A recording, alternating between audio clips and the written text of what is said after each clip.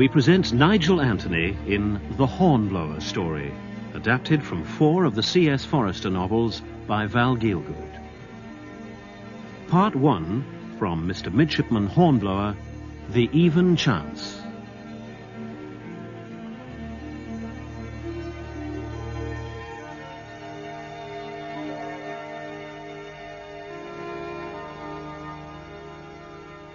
"3 days since, a gentleman called upon me from London. A publisher, he called himself. Wanted to persuade me to write what he called my memoirs. Sent the fellow away with a flea in his ear. Not true enough that I've seen many places. Gibraltar, the Levant, the coast of Spain, the inside of a French prison. That I've served under Pellew and St. Vincent and Cornwallis. That I was Vice Admiral Lord Hornblower before I hauled down my flag for the last time. But a man forgets much as he grows older, and there is much a wise man prefers not to remember. So I shall write no memoirs. Better to sit by my fireside to recall in tranquillity some incidents of those early years when first I went to sea in times of war with France. Perhaps clearest of all in my memory remains my first sight of His Majesty King George's ship of the line, Justinian, pitching at her anchors off Spithead under a January gale that blustered up the channel. I see myself as a skinny young man, just out of boyhood. Thin legs and arms, a white, bony face above a high stock, and an ill-fitting uniform. I see the darkly tanned cheeks of Mr. Masters, lieutenant of the watch aboard the Justinian. I hear the slapping of the waves against her hull as I climbed awkwardly to her quarterdeck.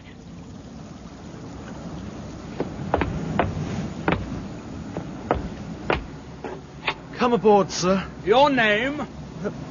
Horatio Hornblower, sir. Very midshipman. good, Mr. Hornblower. Did you bring your dunnage aboard with you? There's my sea chest, sir. Forward at the entry port. I'll have it sent below. I'd advise you to get out of those wet clothes while you can. The captain's ashore. He'll see you on his return. Aye, aye, sir. Senior midshipman of your mess is Mr. Simpson. Report yourself to him. Aye, aye, sir.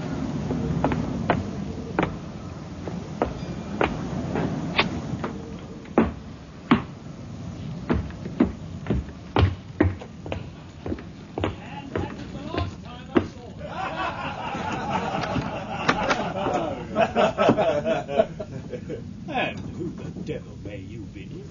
My name's Hornblower, midshipman. Would you be Mr. Simpson? A poor name, but mine own. I can only suppose you boarded this ship to thrust yourself among your betters. To be a nuisance to those who have to teach you your duties whilst beating the French. The King's latest bad bargain. How old are you? 17, sir. You must start at 12 if you hope to be a seaman. Do you know the difference between a head and a halyard? I can look it up in Norwich seamanship, sir. Look it up. You'd better. If you'll excuse me, sir. What's the matter? I'm afraid Afraid?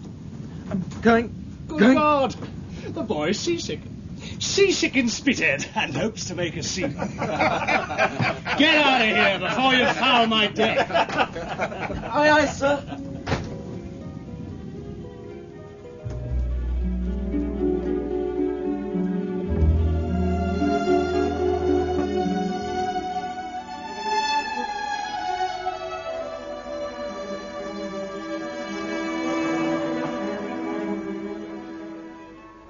It was a bad enough beginning. A beginning to days of loneliness and misery for a boy shy and unsure of himself, who found the midshipman's berth occupied by men all a good deal older than he, who for the most part ignored him. Nor was there much in his first interview with Captain Keane to console or encourage him. So you're a doctor's son, I see. Yes, sir. Born July the 4th, 1776. 5 years before I was posted as captain. Yes, sir. If you wanted to make a career for yourself, young man, you should have picked a lord for your father. How far did your education go? Greek and Latin, sir. So you can construe Xenophon as well as Cicero. Not very well, sir. Better if you could foresee a squall in time to get gallants in. The Navy has no use for ablative absolutes.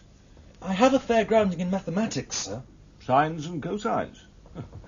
Well, they have their uses. Well, obey orders, learn your duties, and not much harm can come to you. Thank you, sir. One thing more, Mr. Hornblower. I hope you pay attention to the senior warrant officer of the midshipman's berth, John Simpson. I do my best, sir. Yeah, that is well. Mr. Simpson has ability. He is also his own worst enemy. He was given rank as acting lieutenant, which would have been confirmed had his mathematical knowledge been sufficient to make him a reliable navigator. And so he conceives himself to have a grievance. Once went so far as to address a superior officer as a turnip head. Study, Mr. Simpson, Mr. Hornblower, and profit by what you see and hear.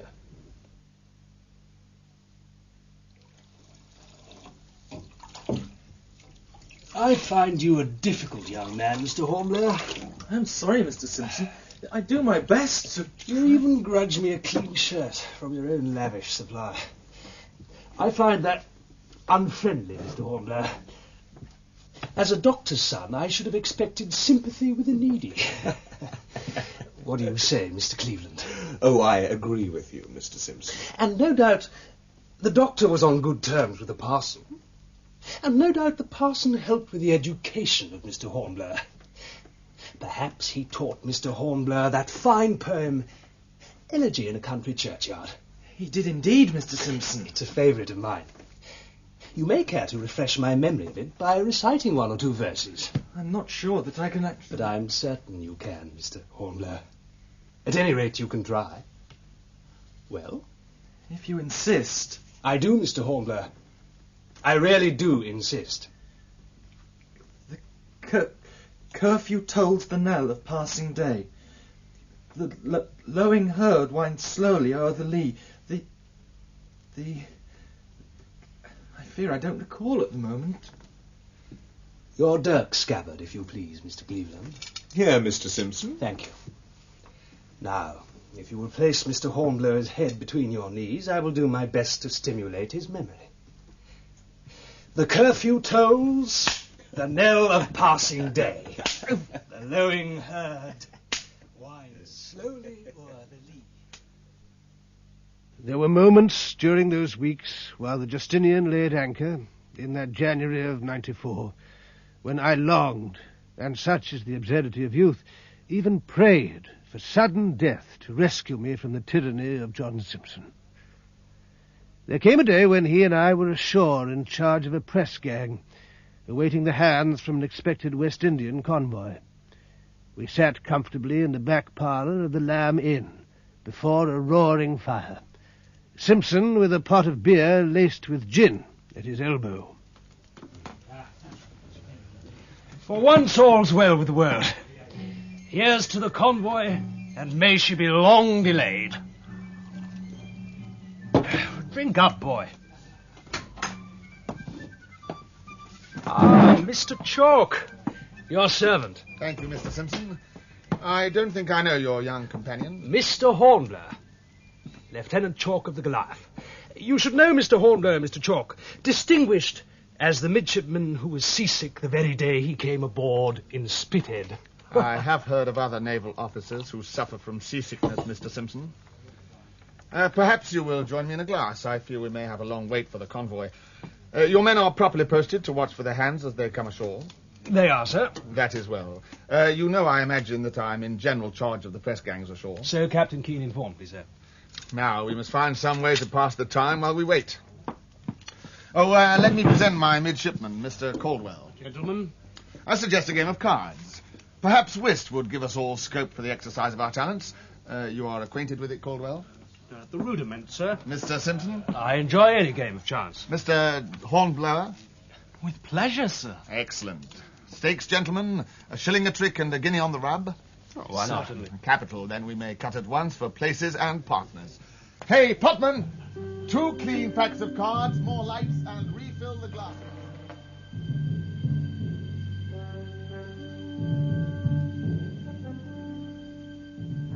As it happened, I had learnt whist in a good school, with my father, his friend, the local parson, and the parson's wife. It took no more than 3 hands to realise that Lieutenant Chalk played a capital game, that Caldwell was moderate, and that John Simpson was hopeless. It took not much longer to realise that he was not only a bad player, but a bad loser. His face grew flushed with more than the heat of the fire, and as the potman came and went with liquor, so Simpson became both restless and noisy. My luck was in, and it was obvious that Lieutenant Chalk was relieved to have me for his partner. My ace takes your queen, Caldwell. And the rest are mine. What do you mean, Hornblower? I hold the king. He's right, Simpson. 5 tricks, game, and rubber. Damn it. I take another. Whether you lead diamonds or hearts, I trump and make 3 more clubs, Mr. Simpson. It seems to me you know too much about the game, Hornblower.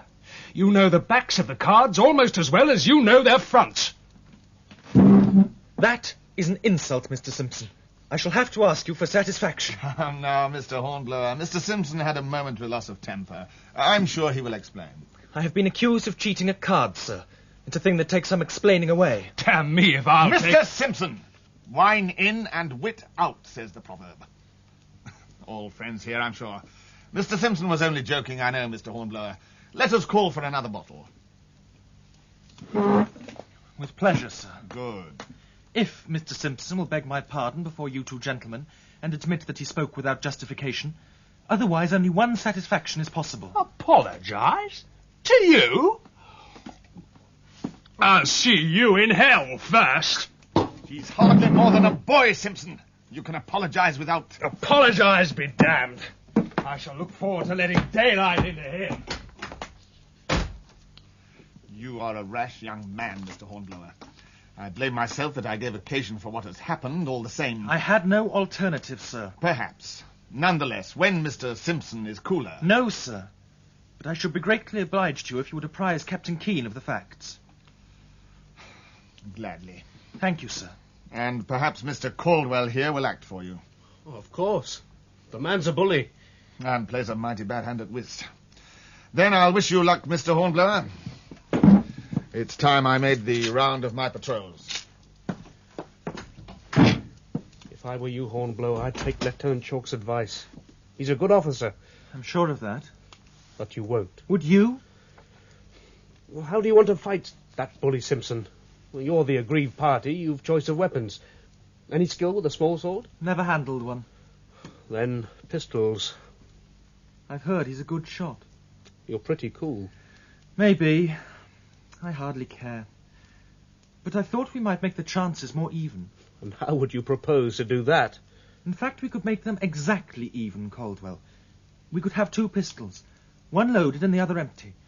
Simpson and I take our choice without knowing which is which, stand within a yard of each other, and fire on the word. I doubt if it would be legal.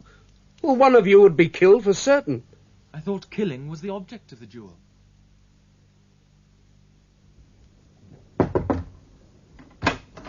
You wanted me, sir?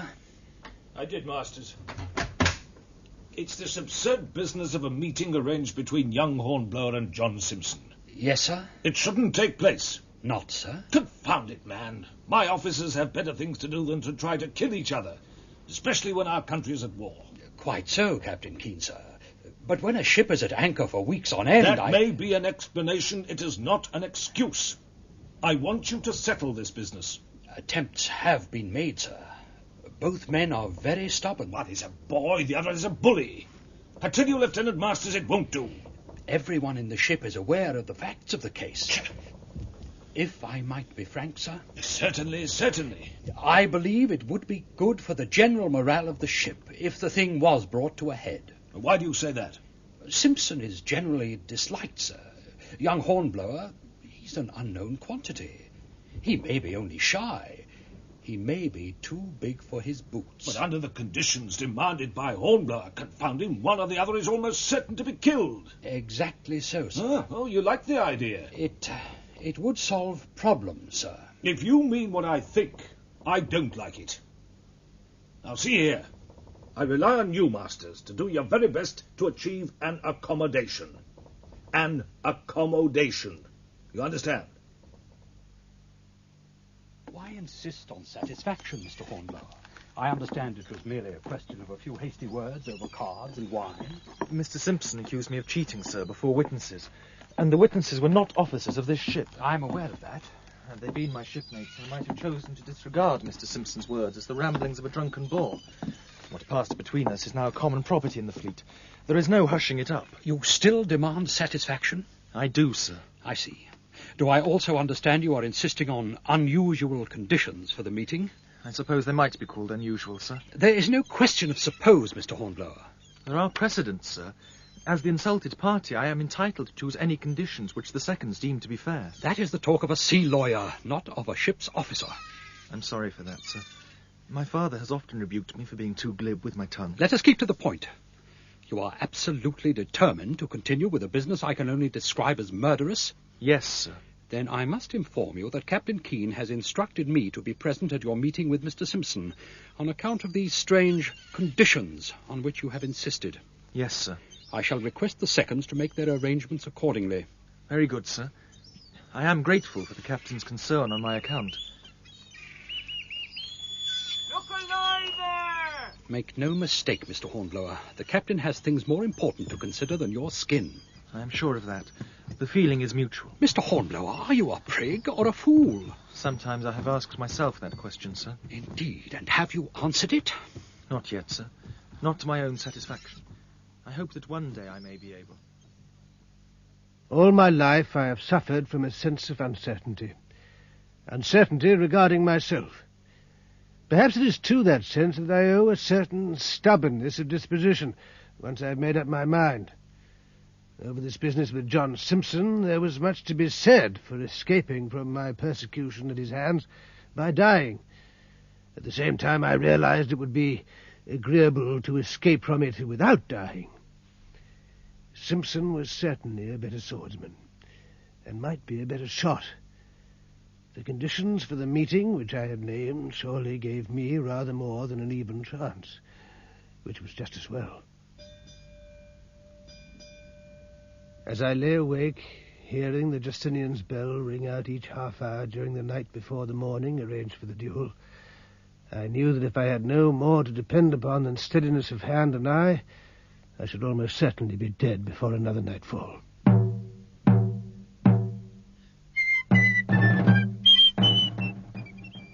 An hour before dawn, Reveille. Caldwell was waiting for me at the jetty with a hackney coach.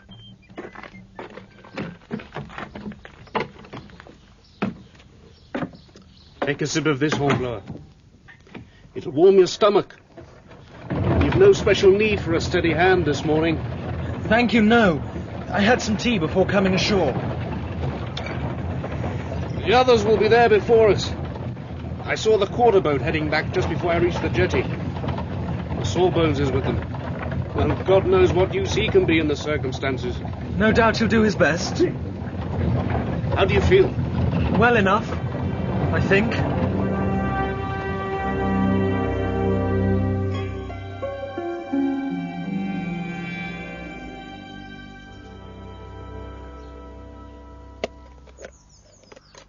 Now, gentlemen, here are the pistols.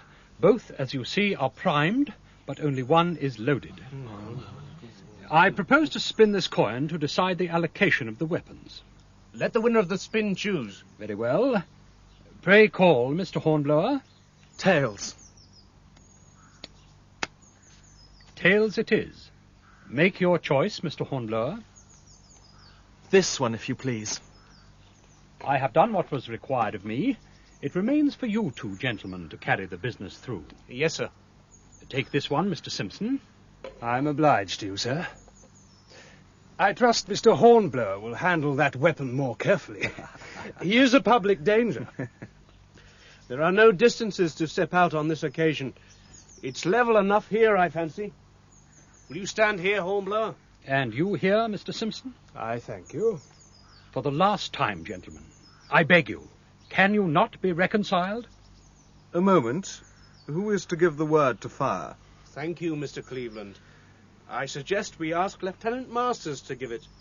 If you all agree, very well. I will say 1, 2, 3, fire, with those intervals. On that last word, you may fire at will. You are ready? Yes. Ready.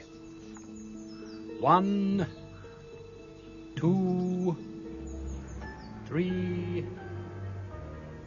Despite the pounding of my heart, my mind was clear. At that moment I knew that even if the loaded pistol was mine, I could not kill Simpson. A wound would suffice. I raised the weapon slightly so that it was directed towards the point of Simpson's shoulder.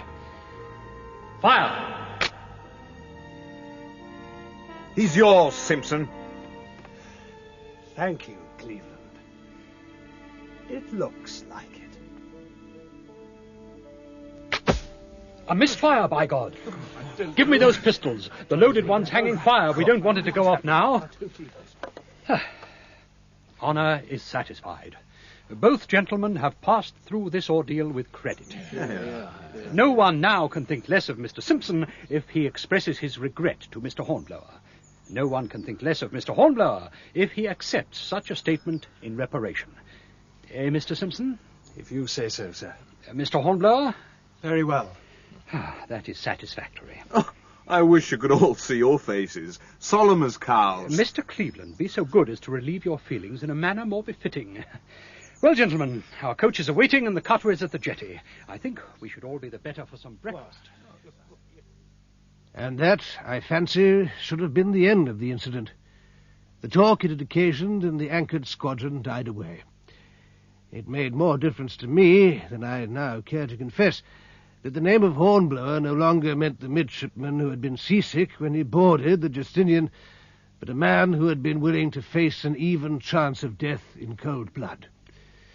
However, in the Justinian herself there was other talk.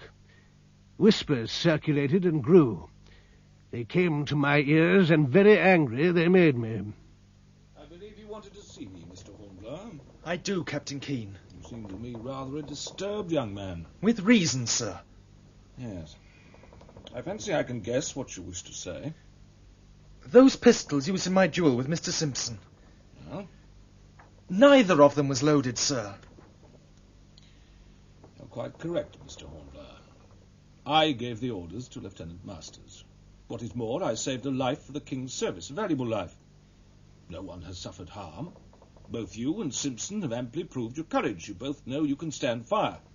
That is valuable knowledge for a naval officer. Every man in this squadron knows it too. My honour remains in question, sir. Don't blur your courage with prickishness, Mr. Hornblower. It seems I have to remind you of one admirable regulation of the Navy, to the effect that no junior officer can challenge his superior to a duel. The reason is obvious. Otherwise, promotion might become too easy. So, the mere issuing of a challenge by a junior to a senior is an offence, Mr. Hornblower. I see now that I acted hastily and foolishly, sir. Good. In that case, sir... There is another matter that I wish to take up with you, Mr. Hornblower. Sir? Captain Pellew of the Indefatigable has room for another midshipman. What's more, he's partial to a game of whist and has no good fourth on board. Now, he and I have agreed to consider favourably your application for it, should you care to make one. I don't imagine I have to point out that any young officer with ambitions would jump at the chance of serving under Captain Pellew in a frigate. No, sir. Prize money, distinction, promotion, you can reasonably hope for all of these. Of course, I would not wish to influence you unduly, Mr. Hornblower, but I do not think that I am exaggerating when I say it is the opportunity of a lifetime. It is more than good of you, sir. I hardly know how to thank you. At the same time, you accepted me as a midshipman in the Justinian. Of course, I must stay with you. Thank you, Mr. Hornblower. However, I am going to insist on your accepting the offer. But Captain Keene... As Lieutenant Masters has, I gather, intimated to you, this ship is not the place for a young man of promise. Midshipmen are older than they should be. So you see, I do have the good of the service in mind. I hardly know what to say, sir. And then say nothing. Simply accept Captain Pellew's invitation. It would make things easier for me if you did. It would also make things easier for John Simpson. You understand? Aye, aye, sir. I understand. And I appreciate your frankness and advice, sir. Then it remains for me to wish you the best of good fortune under your new command, Mr. Hornblower. I was never to know exactly what was in Captain Keen's mind. The good of the service, the future welfare of a midshipman he hardly knew, Captain Pellew's need of a fourth at whist, the desirability of separating John Simpson from myself. At the time I could only think of the frigate Indefatigable sailing free for the Bay of Biscay and operations off the coast of France.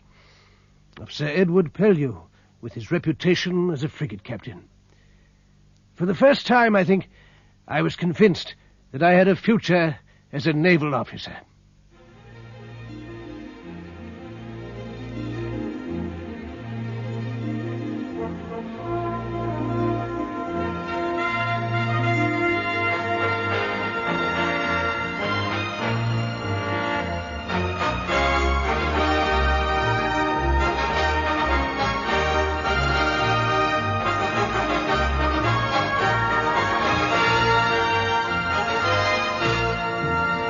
In part one of the Hornblower story, you heard Nigel Anthony as Lord Hornblower, the narrator, with Nicholas Fry in the role of Horatio as a youth.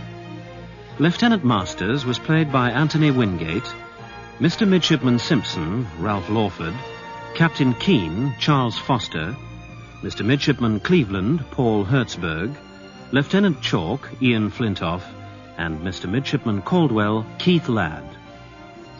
The musical score is composed by Johnny Pearson.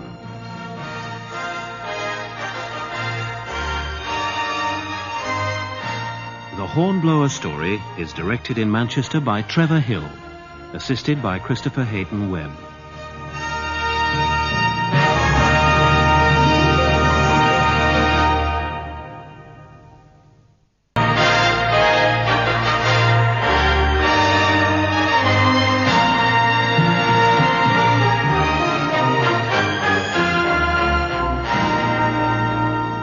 We present Nigel Anthony in The Hornblower story, adapted from 4 of the C.S. Forester novels by Val Gielgud. Part 2, from Mr. Midshipman Hornblower, The Cargo of Rice.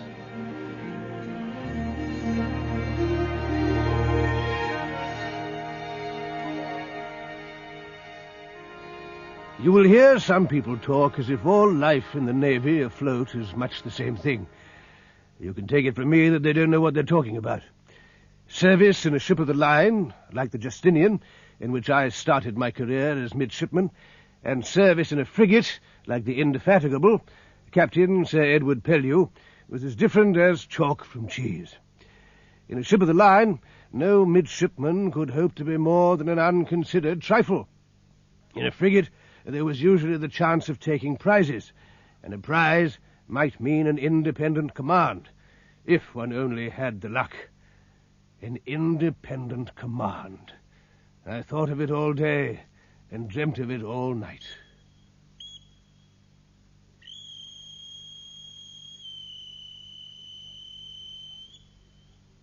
Indefatigable was pounding through Biscay in a heavy sea and under a strong breeze. The waters of the bay were dotted with white sails, the sails of the stragglers from a French convoy, trying to make their home ports, while out in the Atlantic their escorting fleet was at grips with our own.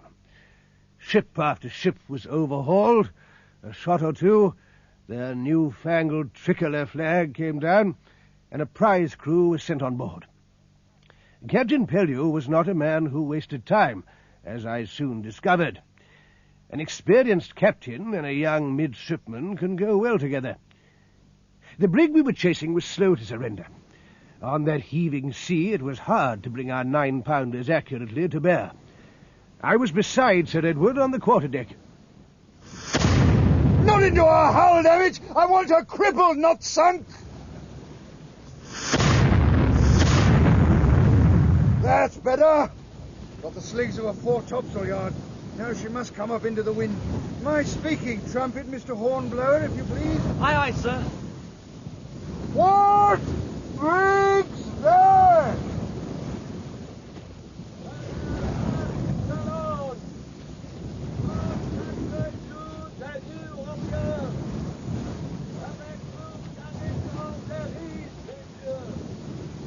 What does the fellow say? Marry Gallant of Bordeaux. 24 days out from New Orleans with rice. Oh, rice to revolutionary France, eh? That'll sell for a pretty penny when we get her home. 200 tons, I'd say. Crew, 12 at most. She'll need a prize crew of 4, a midshipman's command. See what you can do, Mr. Hornblower. Me, sir? Take 4 men of the cutter's crew and board that brig. Mr. Soames will give you our position. Take her into any English port you can make and report there for orders. Aye, aye, sir.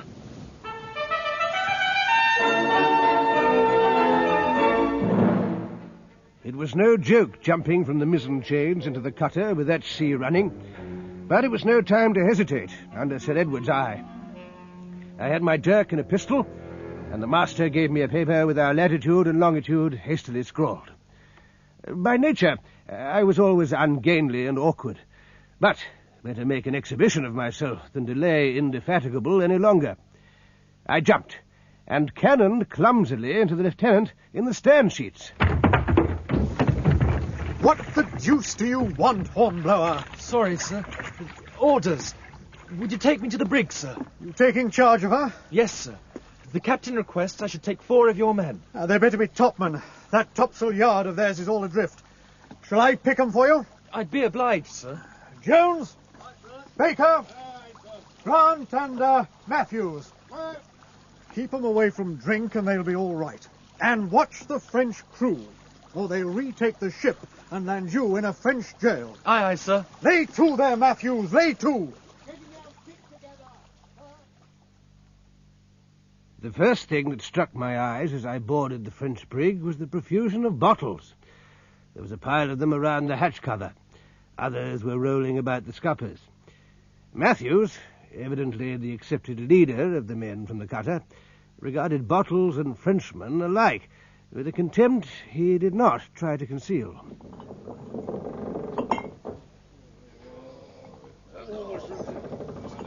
By the holy, they made the best of their time, sir. Wish we were as happy. That'll do, Matthews.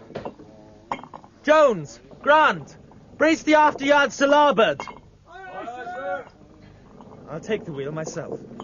You're rated petty officer, Matthews. Get to work at once and clear away that raffle forward. Aye, aye, sir. Get that jib in before it floats itself to pieces! Aye, sir. We'll need more hands than we have, sir. Can I put some of the Frenchies to work?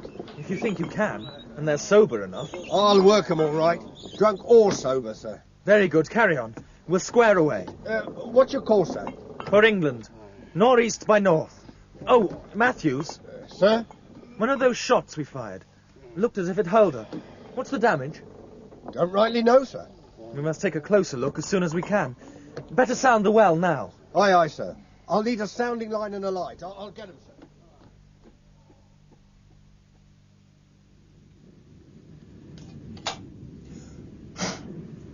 All right that I can see, sir. Not a drop. Dry as yesterday's panicking. You're certain? Sure as I'm alive, sir. Very good, Matthews. Coil that rope again. Aye, aye, sir.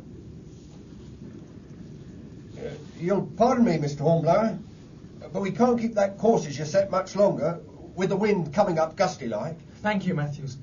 Summon all hands and wear ship. We couldn't weather Ushant on this tack with things as they are.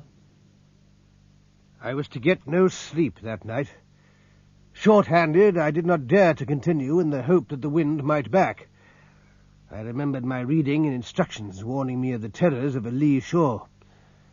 The thought of taking help from my French prisoners stuck in my gullet, but I could see no help for it. I sent below for their captain. I did not care for the look of him when he appeared. Unshaven, bleary-eyed. Votre nom, monsieur? I speak English. 5 years I spent in one of your Portsmouth hulks during the last war. My name is Jules Leblanc, lieutenant. I'm Horatio Hornblower, midshipman. Monsieur Hornblower, my men are hungry. No doubt. Mine are. I am. I have a cook aboard. Fortunate. Then we can come to terms. Terms? Simple enough. Your cook will provide food for everyone on board the Marie Gallant. You undertake that you and your men will make no attempt to recapture the ship. We will set sail for England, monsieur. That fact has not entirely escaped me. And we ride a little heavily, is it not so? Maybe. A leak, perhaps. Her well has been sounded. Not a drop of water in her. One shot from your frigate struck our hull. You know that we carry a cargo of rice, monsieur. I do. You know also, should there be a leak, every drop of water taken in by the ship would be absorbed by the rice. Sounding of the well would tell you nothing. Where do you think the shot hit her? On the port side, forward. You were close-hauled and heeling over when we hit you. If there is a leak, it must be below the waterline. I'll go and see. You do not send one of your men? I prefer to see for myself. Our terms. They are agreed, Monsieur Leblanc. You have my hand on it. Good enough. Matthews! Get a line rigged. I'm going over the side. You'll take charge, Mr. Matthews. Aye, aye, sir. If I find there's a hole, we must fodder a sail and get it over somehow to plug the leak. Monsieur Leblanc here has promised that his cook will feed us. Better take advantage of his offer.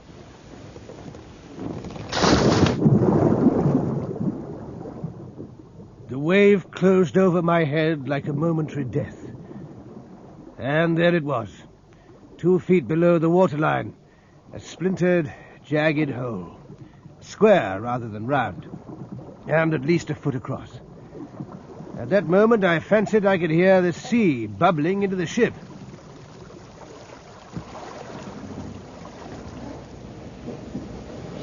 So you were right, sir. The Frenchman was right, Matthews. That leak must be plugged, and we've little time to spare. I doubt if we've time at all, sir. What do you mean? Look there, sir. That deck seam, and the pitch bulging out of it. Mon Dieu! The cargo, it increases itself. What the devil do you mean? It's the rice, sir. The water's got into it, and it's swelling. It'll burst the ship's seams open, sir. Then the sooner we get a sail over the leak, the better, Matthews. If it's possible, sir. Of course it's possible. I said she was riding heavily, monsieur. Now you can see. She's already much lower in the water. You keep an eye on your own people, Monsieur Leblanc. We cannot afford any panic. Hurry with that sail, Matthews. Aye, aye, sir. And have her laid on the starboard tack. But on this present tack, we can easily make Bordeaux. Surely you will not risk all our lives. That be damned for a tale.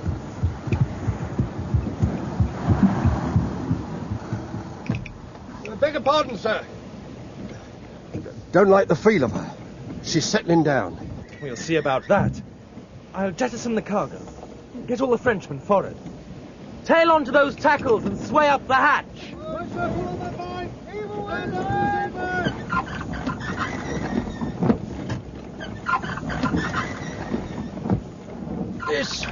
This is madness.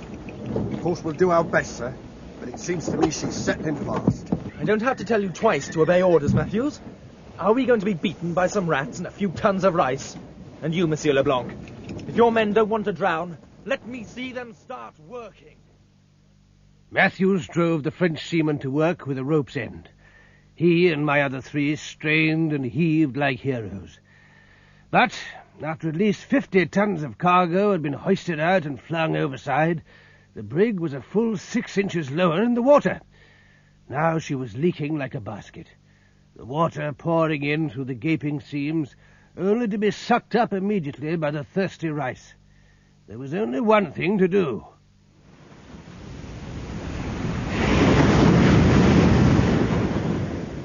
Matthews, prepare to abandon ship. Aye, aye, sir. Grâce à Dieu. Best find yourself some warm clothes, Mr. Hornblower, sir. I've been once in an open boat for 10 days. Thank you. Think of yourself. And Matthews, see what you can find. Navigating instruments, charts, a compass. Aye, aye, sir. Monsieur Leblanc. What can I do? We shall be 17 in all. Heavy manning for your wretched little boat. See that your men lay hands on all the food and water they can manage. At your service, monsieur. Yeah? You'll take the tiller, Matthews. You'll handle an overloaded boat better than I can. I shall leave the ship last, of course. Too bad we couldn't save her, sir. Just so. Now, get along. Aye, aye, sir.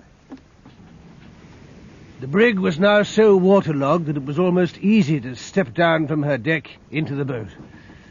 I looked back as we pulled away. The Marie Gallant had acquired a sudden list. Then she righted herself, her deck nearly level with the sea, and sank almost on an even keel, her masts slowly disappearing. For an instant her sails gleamed under the green water. She's gone, Mr. Hornblower. Yes, she's gone. And I'm thinking... Yes, sir? My first independent command. It's the luck, sir. You're right, Matthews. It's the luck. What's the use of thinking about it? She's gone. At any rate, we're still alive. That's about it, sir. We're alive. There's usually a funny side to things. Funny, Mr. Hornblower? Begging pardon, but what's so funny about this lot? I'm going to be sick. Shift out of my way, Matthews, will you?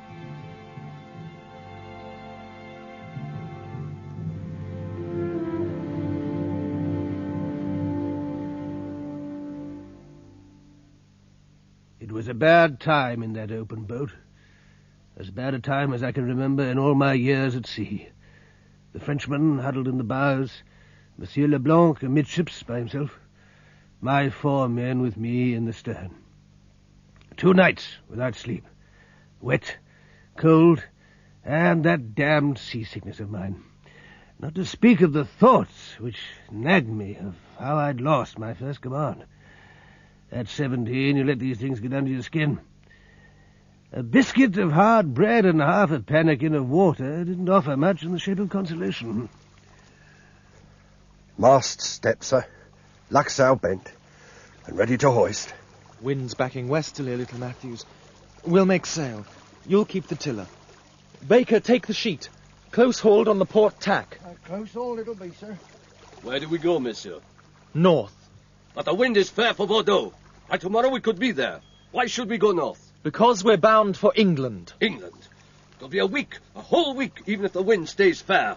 In this so crowded boat. It is madness. Should there be a storm? Then we shall drown together. Let me tell you once again, Monsieur Leblanc, that I do not intend to rot for years in a French prison. But I insist that you head for Bordeaux. It would be hard to miss you at about 5 feet. There is a second pistol in my belt over my left hip. Take it, Matthews. Got it, sir. Begging your pardon, but hadn't you better cock yours? You will please point that pistol another way. I only want to make it quite plain that if you, or any of your men, makes a threatening move, my petty officer or I will shoot. Monsieur Hornblower, I beg you to listen to me. As I told you, I was in prison in England during the last war. It is not an experience I wish to repeat. Let us come to an agreement and sail to France. We will land anywhere you choose. Then you can continue your journey freely. Or I will use all my influence to have you and your men sent back to England without stipulation for exchange or ransom. This I swear. No. Is it not a fair offer? Your government would never part with trained seamen like mine on representation from you.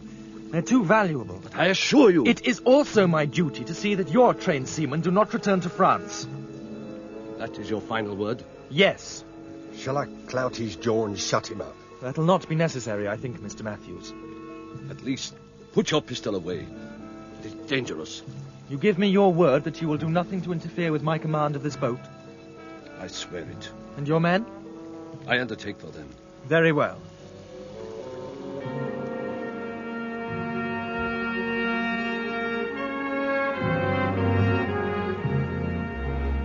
It was after breakfast the next morning that we sighted the sail. Naturally, we rejoiced, until Matthew suggested she might be French. She was flush-decked, with a look of speed about her and a line of gun ports. And as Matthews pointed out, she hadn't all possible sail set, as a ship travelling on peaceful business would normally have had in such a breeze. Matthews was right. She was a French privateer. She came tearing down on us, passed us at half a cable's length, hove to and cut off our escape. We could only curse and submit.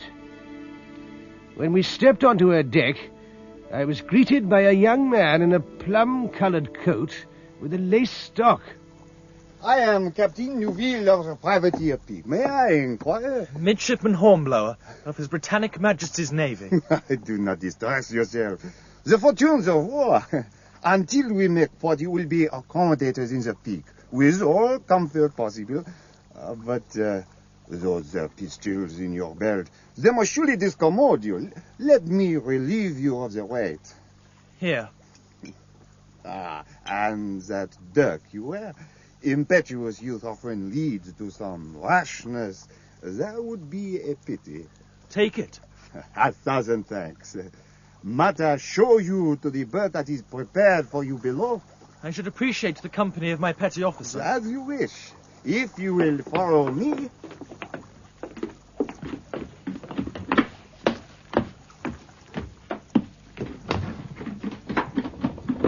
Our market in San Domingo has been closed by recent events.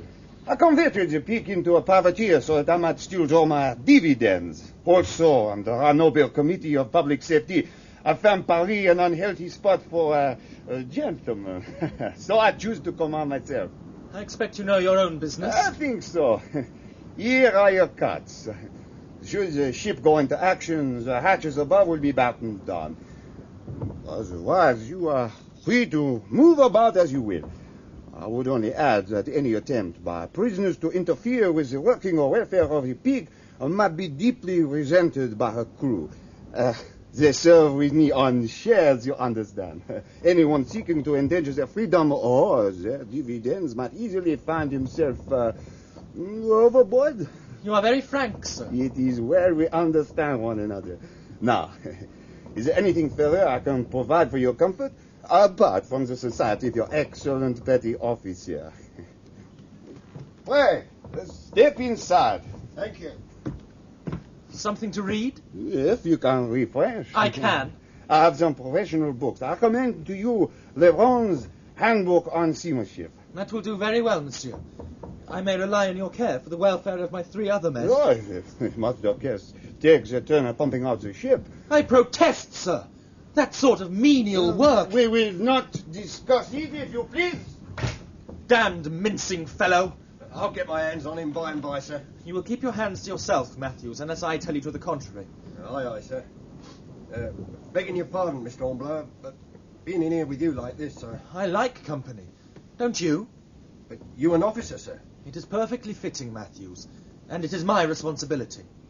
Very good, sir. This is the soft of the 2 cots, sir. And I'll take the other. Damn it, Matthews. If only I'd had the sense to get that shot hole in the Marigoland plugged a bit earlier, we shouldn't be in this pickle. Hardly your fault, Mr. Hornblower. Incompetence is always a fault. And it looks as if I shall pay for it by celebrating my 18th birthday in a French prison. It was a damnable situation, with little to do but brood on my failure which had brought me to this fix. For days we cruised in the channel approaches and saw nothing but a tossing waste of water. Then one morning, Matthews and I were both on deck. There came a hail from the masthead of a ship visible to windward. She altered course towards us, and the Peak stood towards her, all sails set for pursuit, or flight. I wonder, Matthews... By God, sir, it's the old Indefatigable, no less. We are on the edge of her cruising ground. All the same, it's long odds against. I'm not mistaken, sir. I'd swear to it. You may be right, Matthews. There! She's loosing her royals. We'll be back aboard in time for grog. She must first catch us. Did I hear your petty officer have Monsieur Hornblower? That is your red ship? She may be. In that case, you can tell me what is her best point of sailing? I think not. Such nobility of attitude is out of place. I could induce you to give me the information, but fortunately for you, it is not necessary. There is not one of His Britannic Majesty's clumsy frigates that cannot sail the Peak running before the wind. However, in the circumstances, I fancy you and your companion would be more comfortable below. I prefer fresh air. Yet, you will obey my orders. Below, monsieur. You will please go below.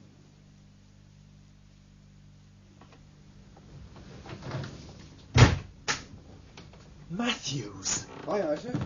That door in the after bulkhead. Did you see it when it was unlocked? No, It gives onto the bosun's store.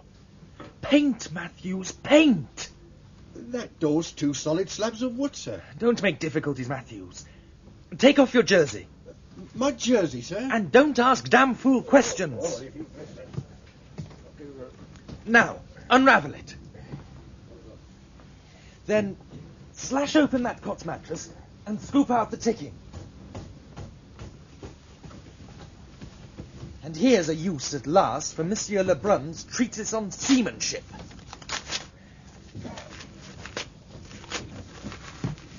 The grease from the lamp. Spread it abroad. We'll be grilled like herrings, Mr. Hornblower. We got to risk that.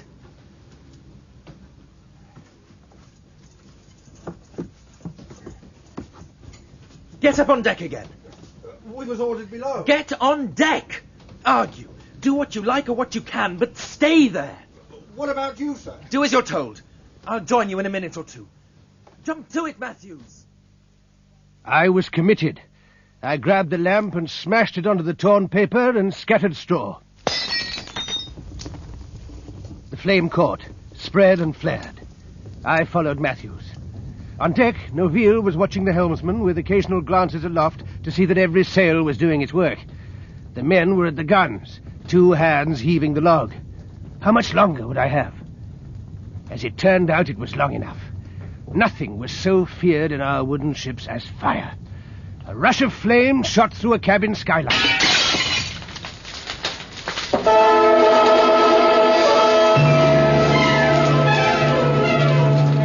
Naville brought the peak about, and head to wind it kept the fire from the magazine. The other sails did not catch. For all that, the peak was helpless. She could neither fight nor run. Captain Pellew had seen the smoke and drawn his conclusions. The Indefatigable tore down, the white wave foaming underneath her bowsprit, and hoisted out her boats a cable's length to windward. The tricolour flag fluttered down. It remained for me to face Captain Sir Edward Pellew, and, as I went aboard Indefatigable, I could have wished myself elsewhere. Glad to see you aboard again, Mr. Hornblower. Thank you, sir. That privateer, I know something of the self-styled Captain Naville and of his record. A private menace and a public danger, Mr. Hornblower. Yes, sir. You agree with me? I was his prisoner, sir. How did he treat you? I've no complaints for myself. Your men? He might have treated them better. Quite so. I should have expected as much. Well, with a little hard work, the Peak can be repaired, sent to England and then to sea again. What is more important, she's no longer available in French hands to prey on English commerce. As for yourself, Mr. Hornblower... I cannot excuse myself, sir. The Mary Gallant had been holed below the waterline when I boarded her. I should have realized... Mr. Hornblower, pray do not make a great fuss about very little. I beg your pardon, sir? The Mary Gallant was damaged by gunfire before she surrendered. No one can establish now whether that damage was small or great. I sent you aboard with a prize crew of 4. They were all I could spare. You did what you could to save her. You failed. The responsibility was mine, sir. It was also mine. Furthermore, Mr. Hornblower, it was more important that France should be deprived of that cargo of rice than England should benefit by it. You are indulgent to me, sir. Am I indeed? That is a matter for my lords of the Admiralty. Sir. In reporting the matter, I shall of course bring to their lordships' attention the circumstances of the taking of the Peak. In that case, also her capture is of considerable benefit to our country. If you say so, sir. I do say so. Fortunate she caught fire like that. She was running away from us and would have been out of sight in an hour. Providence, Mr. Hornblower? Or have you any idea how it happened? Well, speak up. I think it must have been a case of spontaneous combustion in the paint locker. I can't account for it otherwise. Really, Mr. Hornblower? How very fortunate. Tell me, are you sure that you did not, let us say, nudge fortune's elbow. I should be glad to include in my report to my lords anything which might serve to favour your future career. It was the time and my opportunity to answer truthfully and with proper modesty. I might reasonably have expected a modicum of praise, a mention in the gazettes, even perhaps my appointment as acting lieutenant. I could not do it. Sir Edward Pellew did not know the full details of the loss of the Marie Gallant and her cargo of rice. I alone knew how and when I had failed. I alone could decide, and had decided, on the punishment my failure deserved. And more than anything else, I had to re-establish myself in my own eyes. I can't account for it, sir. I can't account for it, I repeated to Sir Edward. And when I had spoken the words, I was conscious of a sudden and enormous relief, of not a single twinge of regret.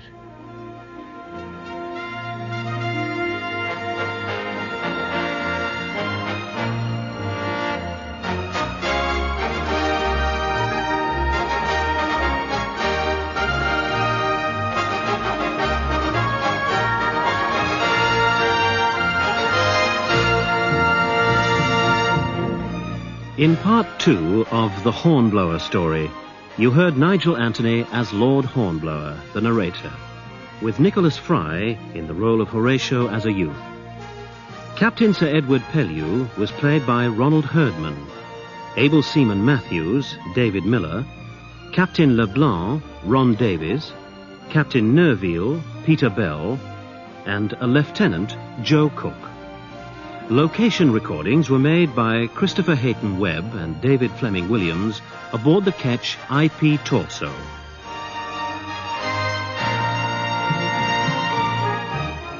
The Hornblower story is directed by Trevor Hill.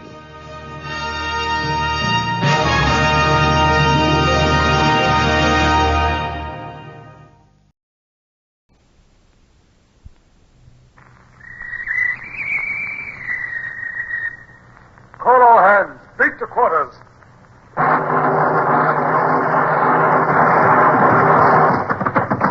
out the gun. Stand by the starboard battery. One broadside into it, if you please, Captain Bush. Pointers on target. Linstops ready. Aye, aye, sir. Ready. Fire!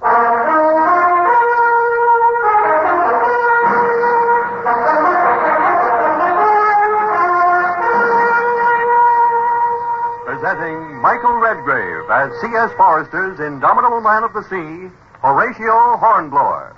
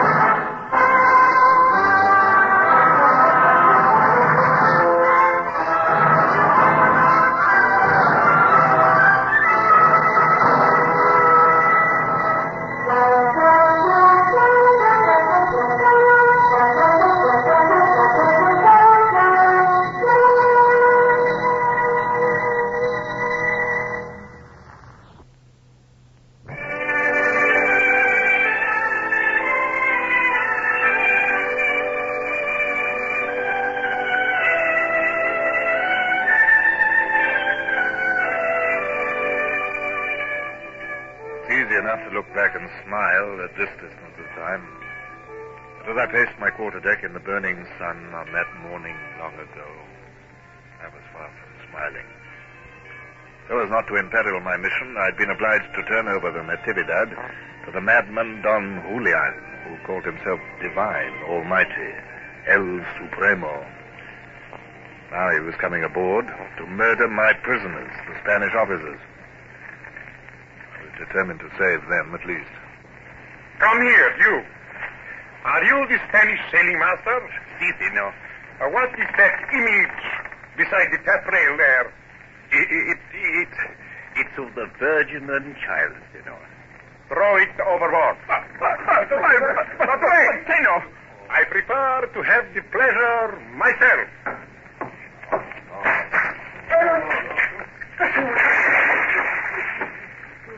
So, now, which is the youngest of your mates? I am, senor. Very well. You will hold up your hand and declare your disbelief in any other divine lord than our gracious El Supremo. Up with your hand. Good. Now repeat after me. I swear. I swear. No, senor. No, I cannot. I dare not. No, then we shall not need you, shall we?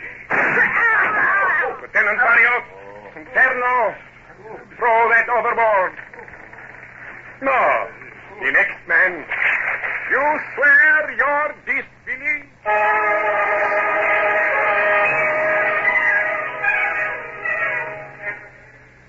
There was no further trouble from the officers.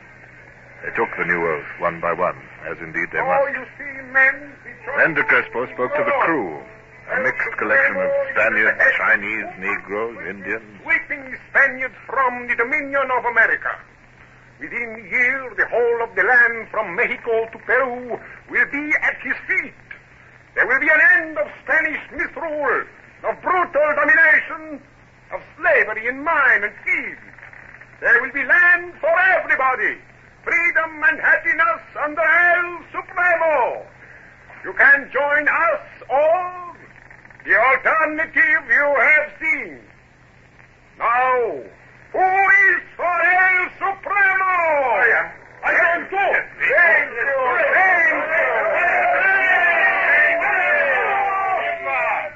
Thank you too, Captain. I think there is no more need for your prize crew now. Should any insubordination arise later, I shall be able to deal with it. I'm quite sure you will. Mr. Gerard, you will order your crew to withdraw and return to the Lydia. As my boat bore me back to my ship, I reflected bitterly on the murder of the Spanish master's mate. But there was nothing I could have done. At all costs, I must not fall out with Supremo or his followers while my orders remained uncompleted. As I reached my own deck, the boom of a gun from the Natividad was answered by one from the Lydia. A new flag was flying from the peak of the Natividad, blue with a yellow star in the middle. Fire 6! If I hadn't been born a ruddy fool, I shouldn't be here. Fire 7! I've left my wife and I left my home, everything that's dear. Fire 8!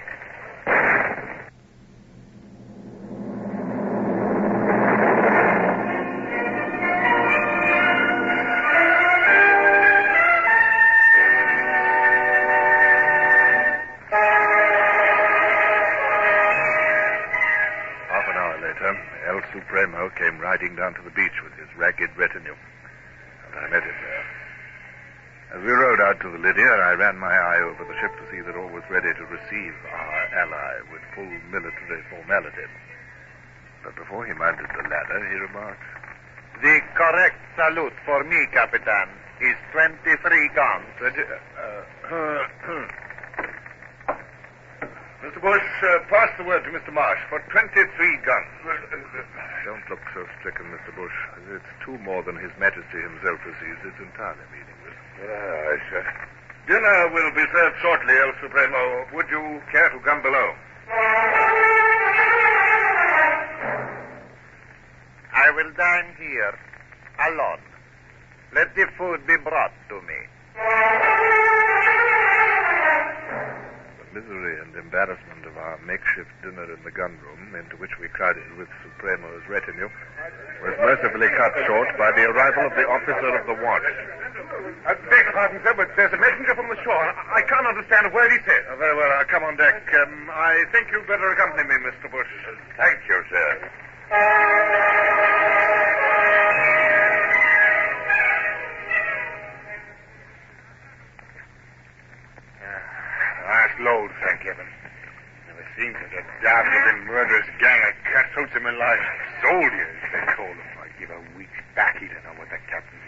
He don't stand what he's standing from this Supremo for nothing. Well, here we are. Now alongside. Come on, Ansem, up that ladder. Up the ladder, I say. We aren't sitting here all day. Lord me, as awkward as a powder monkey. Look out, he's lost his old stand from under! There isn't time to go swimming, is it? He can't swim. We'll have to fish him out. All right. I'll go in for it. Here, out the way there. Well, here goes.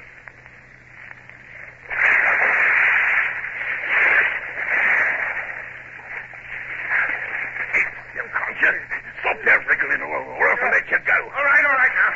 I got him. Come on, boys. Out you come. Right now, go on, up the ladder.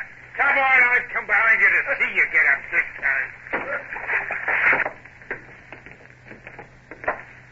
Well done, men. I'll see you get an extra top for that piece of work. Now, get that man below and find him some dry clothes. Capitan, oblige me by hanging those two men from the yardarm. What? I said, please hang that clumsy fool of a soldier. I will not have fools in my army.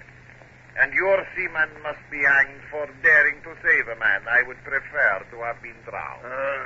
With all due respect, Supremo, if I did what you wish, my men would no longer respect me, and it's essential for the success of our venture, yours and mine, that I should keep the loyalty and love of my crew. Love? Capitan, I will show you loyalty. Where is that scum who fell into the sea? Supremo, I am here. I shall be merciful because it pleases me to be so. I was going to hang you, but instead I give you permission to drown. Thank you, Supremo, thank you. Blimey, he's going to jump overboard. So. And now, Capitan, you will of course hang your man. I bow to your wish, Supremo, but may I not have the honor of following the lesson you have so kindly taught me? I do not understand you, Capitan. Allow me to demonstrate. Harvey, come here. I'm here, sir. You have displeased El Supremo, Harvey, which means death. I give you permission to go. Permission to... thank you kindly, sir.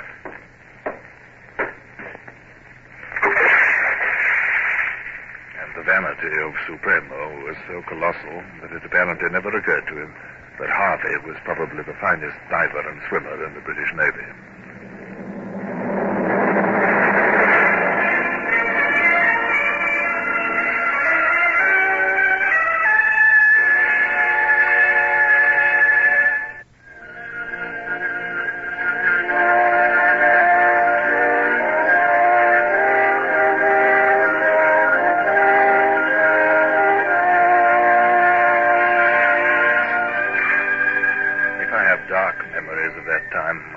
Ones too.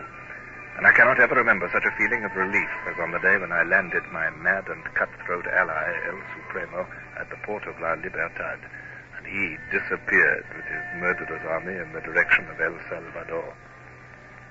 For a space I was free of him and all his works, and no longer under the necessity of pretending to pay him homage. The sky was blue, the sea was blue and silver. In my pleasure, I so far forgot myself as actually to converse with Lieutenant Bush.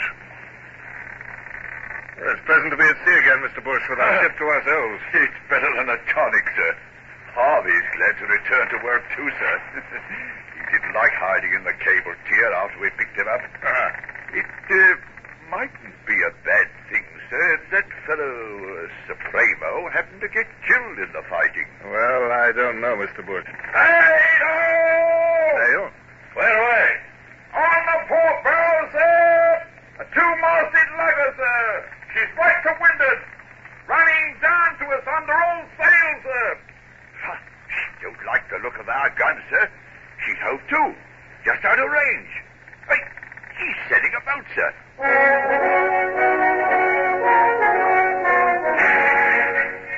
The dinghy danced jerkily across the water, and presently a man came scrambling up the ladder. So many strange figures had mounted that ladder of late. This new arrival wore the full dress of the Spanish Royal Navy, and his epaulettes gleamed in the sun. He came forward and bowed. Captain Hornblower. I am Captain Hornblower. Captain Manuel Diaz at your service. I have to welcome you as the new ally of Spain.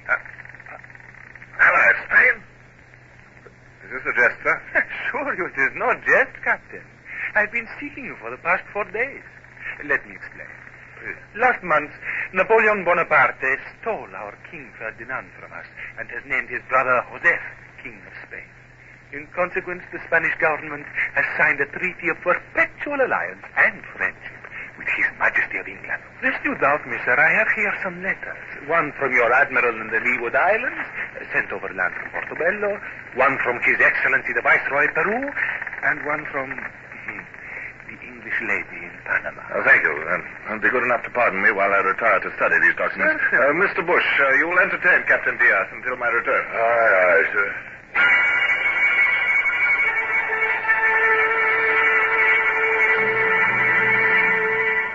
Senor Diaz, everything appears to be in order.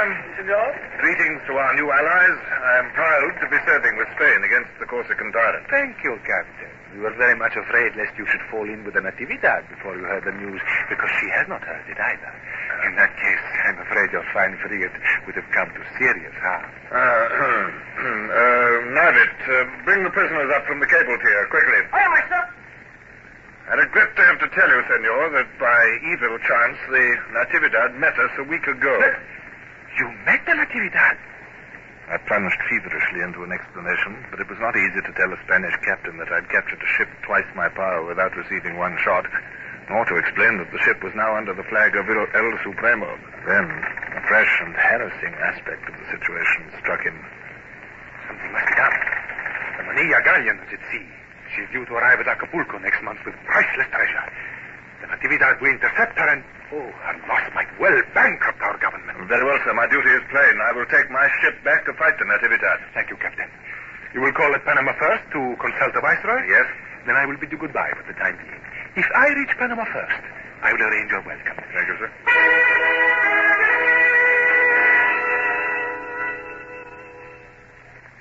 You see, Mr. Bush, the situation is complicated.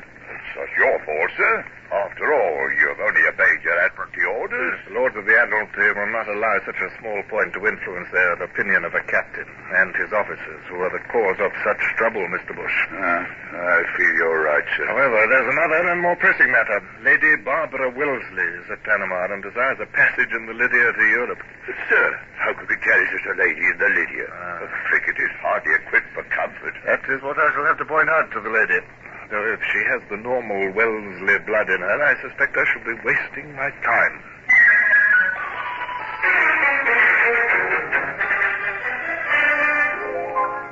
I was soon to have an opportunity of finding out at first hand. We sailed into the roadstead of Panama the next morning. There's a lady in the boat, sir. An English lady, I think. Wants to go aboard, sir. She seems disinclined to wait for permission, it seems. We shall take no action, Mr. Bush.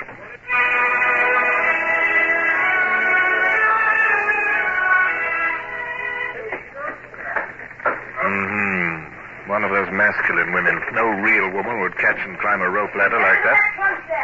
Besides, what's an Englishwoman doing in Panama without a male escort? Mr. Midshipman, please be so good as to have my luggage brought up out of the boat. There's the captain, madam. Yes, so I see.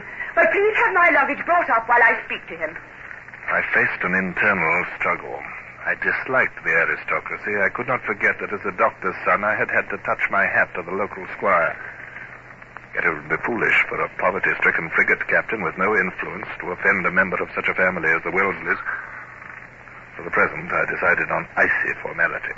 Are you the captain of this ship, sir? Captain Hornblower, at your service, ma'am. Well, I am Lady Barbara Wellesley. I wrote you a note requesting a passage to England. I trust you received it? I did, ma'am, but I do not think it wise for your ladyship to join this vessel. Please tell me why, sir. Because, ma'am, we shall shortly be in action with the enemy. Also, we shall have to return to England via Cape Horn. Your ladyship would be well advised to make your way to Portobello. From there, you could reach Jamaica and obtain a berth in a West India packet, which is accustomed to female passengers. I have informed you, sir, that there is yellow fever in Portobello. Yes, ma'am, but... 1,000 persons died of it last week. That is why I removed to Panama.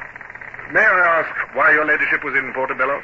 Because, sir, the West Indian packet in which I was a female passenger was captured by a Spanish privateer and brought there. I see. I regret, sir, that I cannot tell you the name of my grandmother's cook, but I shall be glad to answer any further questions which a gentleman of breeding would ask. Yes, but we are going out to fight a ship of twice our force. It will be dangerous. I would rather be on your ship, whomever you have to fight, than to be in Panama with a yellow fever. Well, what of Cape Horn, ma'am? Well, I have no knowledge of it. But I've twice rounded the Cape of Good Hope during my brother's governor-generalship, and I have never yet been seasick. Well, soon, Captain, I will come to think that I shall be unwelcome aboard. I can hardly imagine that a gentleman holding the King's commission would be discourteous to a woman, especially to a woman with my name. I was only doing my duty, ma'am, in pointing out the dangers to which you will be exposed. For myself, nothing would give me greater pleasure than your presence.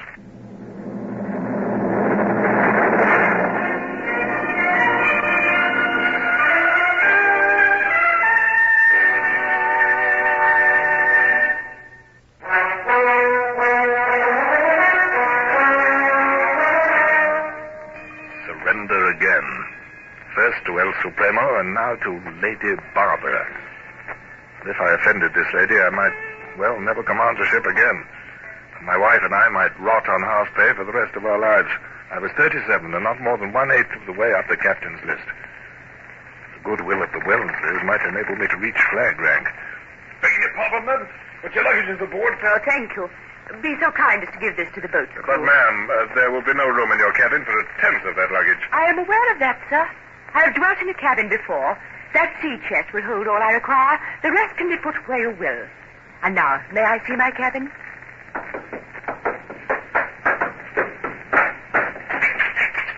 You see, your ladyship, a frigate has few of the luxuries of an Indiaman. I was just thinking that it was scandalous that a king's officer should be given such quarters. And as I left to pay my call on the Viceroy... Where shall I serve her ladyship's dinner, sir? I don't know, Bush. Ask her, blast you.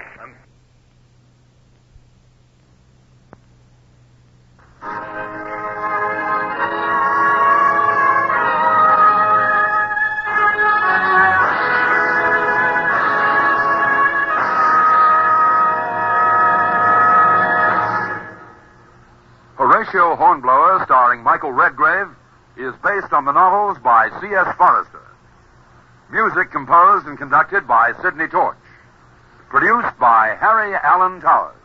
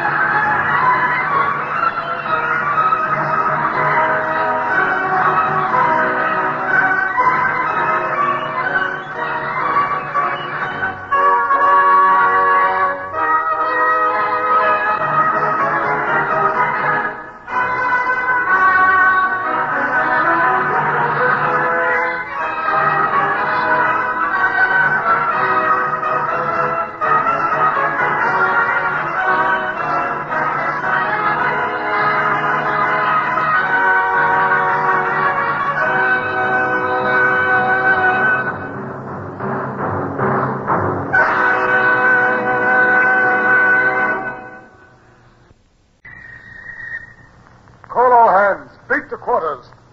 On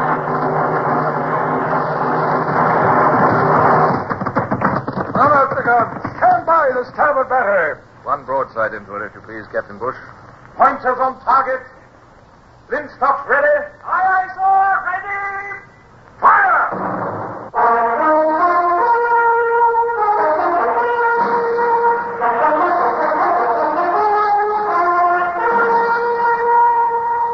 Presenting Michael Redgrave as C.S. Forester's indomitable man of the sea, Horatio Hornblower.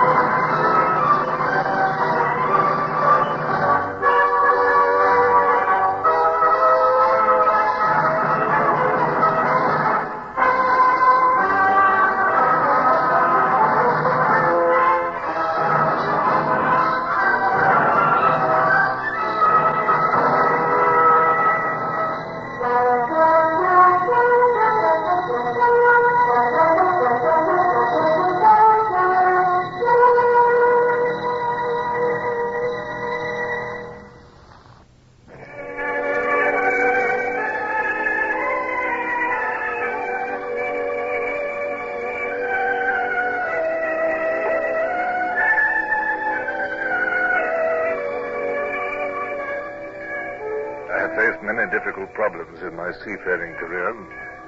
But as I look back now, I can remember none graver than that which faced me as I prepared to sail in my frigate in search of the Natividad.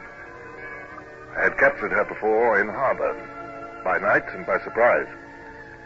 Now I must meet her on the open sea, where her enormous superiority in firing force must give her the advantage. Well, that was bad enough. But now I had the additional responsibility of a high-born and influential passenger, Lady Barbara Wellesley.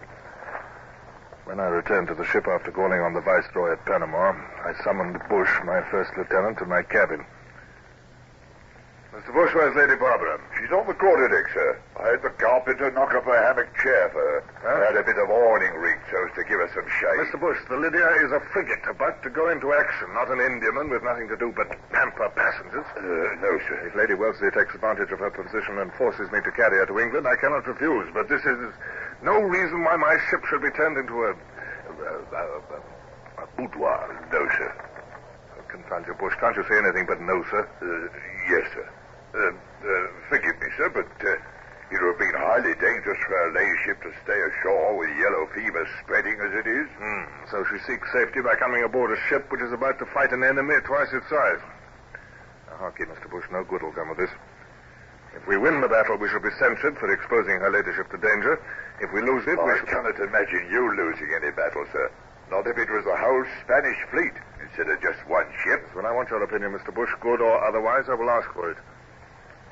How am I going to pace my quarterdeck with a woman sitting there? The thing I've just thought is my shower bath under the pump on deck.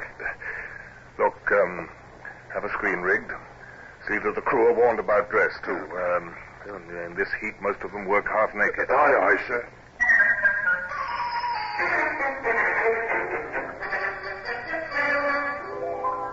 She was still on the quarterdeck when I went to attend to the business of getting the ship underway. It was infuriating. Heave! Heave, there, eyes! Heave!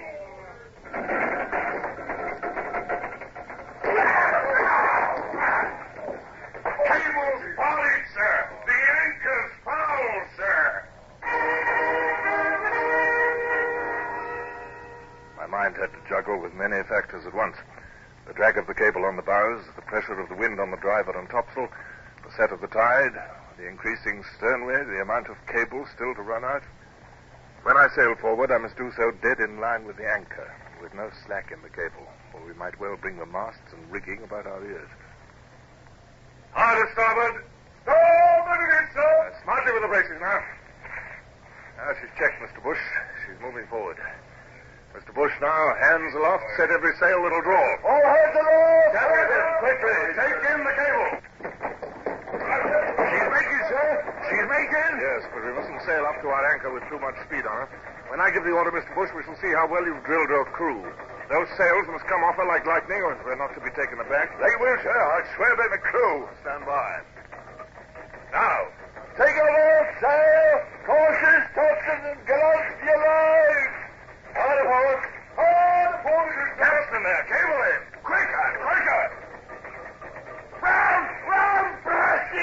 Fly, fly, yes, the big fly. The moment had come. With sail off, the Lydia was drifting up to her anchor. Now was the moment when either she would raise it or the maneuver would end in disaster. Every man aboard, save the wildly rushing capstan hands, held his breath. Anchors free, sir! Set all sail, Mr. Bush. Aye, aye, sir. By heaven, sir. You've shown those Spaniards the finest bit of seamanship they'll ever see in their lives. Kindly attend to your duties, Mr. Bush. Aye, aye, sir.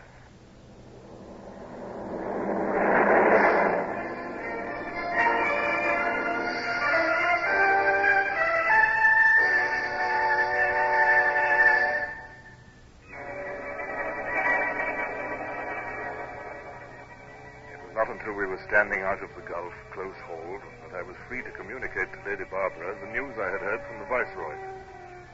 In any case, good manners necessitated that I should address her. I couldn't ignore her presence, however much I might resent it. She sat in her hammock chair by the taffrail, her servant Hebe, the negress, at her feet. She was in animated conversation with Gerard, the officer of the watch, and I noted with amusement that Gerard broke off the conversation and moved away as I approached. She acknowledged my bow with a smile. Oh, it's heavenly to be at sea again, Captain. And may I congratulate you on your amazing seamanship in raising your anchor. Also, you've given me no opportunity to tell you how grateful I am to you for taking me away from Panama. I was treated well enough, but, well, I was in charge of Her Excellency. An admirable woman, but oh, so dull. In Spanish America, women are treated like Mohammedans. And Spanish American food, oh. On the latter point, I agree heartily, Your Ladyship. Well, will you not sit down, Captain? Sit down on my own quarterdeck? Thank you, Your Ladyship, but I've never done such a thing in my life. If you'll forgive me, I prefer to stand. I came to give you good news. Your brother, Sir Arthur, has won a great victory over the French in Portugal. A great victory? Oh, that is very good news. I've always been proud of Arthur, and this makes me prouder still. Well, I am happy to be the first to congratulate his sister. Oh, Captain, just look at that setting sun. One almost expects to hear a hiss as it sinks into the sea. Yes, I endeavor never to miss the sunset in these waters, Your Ladyship. It's a daily miracle. Beautiful. Exquisite. I hope Your Ladyship was well provided for during my absence ashore. If there's anything further that lies within my power... Well, there's just one thing, Captain, that I should like to ask as a favor. What is that? That is that you do not call me Your Ladyship. Call me Lady Barbara, if you will. Certainly, Lady Barbara. And if Lady Barbara doesn't come easily to you and you wish to attract my attention, you can always say, Oh, Captain, I'm so sorry. Please accept my apologies. I realize now that to mock you was quite unforgivable. There's nothing to forgive, ma'am. And now, if you will forgive me in your turn, I must attend to my duties. One moment, please. Captain, I know that you've much on your mind. I know that before you sail for home, you must fight the Natividad. Will you tell me, what are your prospects in that battle? Well, the Natividad, ma'am, is a two-decker with 50 guns against my 36. She is commanded by Vice Admiral de Crespo, a ruthless and bloodthirsty man who will never surrender. Whatever his faults, he's no coward. But against his force, I have perhaps a little experience. Capable and loyal officers and a very well-trained crew. And they're English. That counts for much. You may be frank with me, Captain. What will happen if we should lose? If I or my crew are taken alive, we shall be hanged or tortured. El Supremo will show no mercy to us for having turned against him. And you...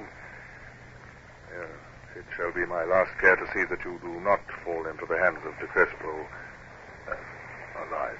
Thank you, Captain. But you're not to worry about me, nor to allow my presence to influence you. Should it come to the worst, I too am English, and a Wellesley. I know how to die.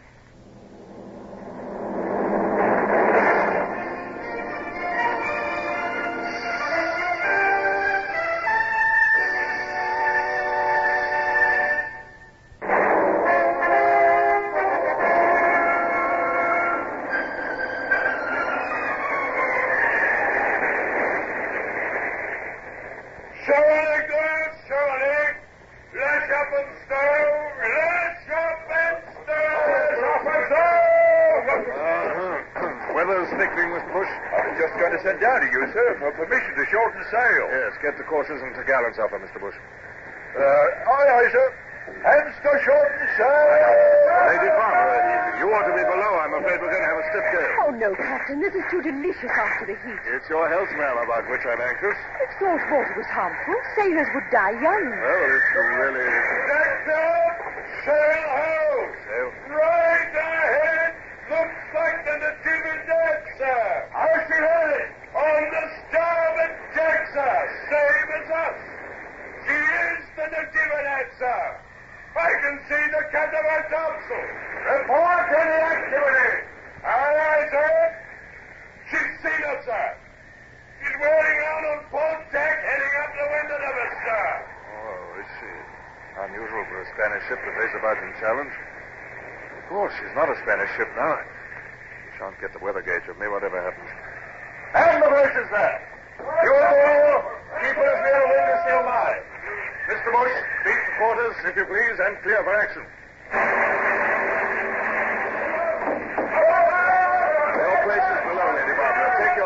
and stay in the cockpit until the action is over. No, not the cockpit. We'll leave that for the wounded. Go to the cable tier. Captain! I've no time to discuss the matter, ma'am. Mr. Clay, conduct her ladyship to the cable tier. See if she is safe before you leave her. Those are my orders, Mr. Clay.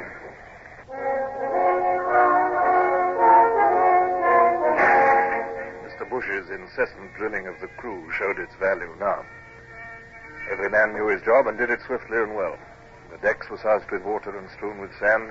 The bulkheads were knocked away. The fire parties took their places at the pumps. The boys ran with cartridges for the guns. And down below, the acting surgeon was dragging the midshipmen's chests together in the cockpit to make an operating table. The more this sea gets up, the better, sir. The Natividad won't be able to open the lower gun ports. No. I'll trouble you to have 2 reefs taken in those topsails. Aye, sir. Top of the rope! 2 reefs in the topsail! Excuse me, sir. With all this spray breaking aboard, do you think we can rely on the flint triggers for the guns? Or shall we have the slow matches lit in the tubs? Yeah, better light the matches in case. Wheel there. Steer small, blast you. Look here, sir. Both ships are approaching each other at an angle. Steer so that when we meet, our ship has the wind of the other. Do you understand? Aye, sir. Look, sir. There's a puff of smoke. She's opened fire. Man's a fool to waste powder and shot at such range. Never forget, Mr. Bush, a first broadside discharged in close quarters with guns carefully loaded by crews with time to think is worth 10 under any other circumstances. Yes, sir. We've been passing mighty close, sir. If we both stay on this course, in fact, we'll meet bow to bow. No telling who'll have the weather gauge. That was closer. Here comes another.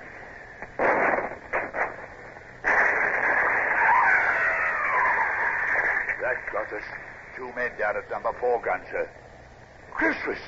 We're going to shave it close. Stand by, Mr. Rayner. Fire as your guns bear. Wheel there. Watch your helm of leather. Yes, sir. Now, hold her as she comes on. Fire!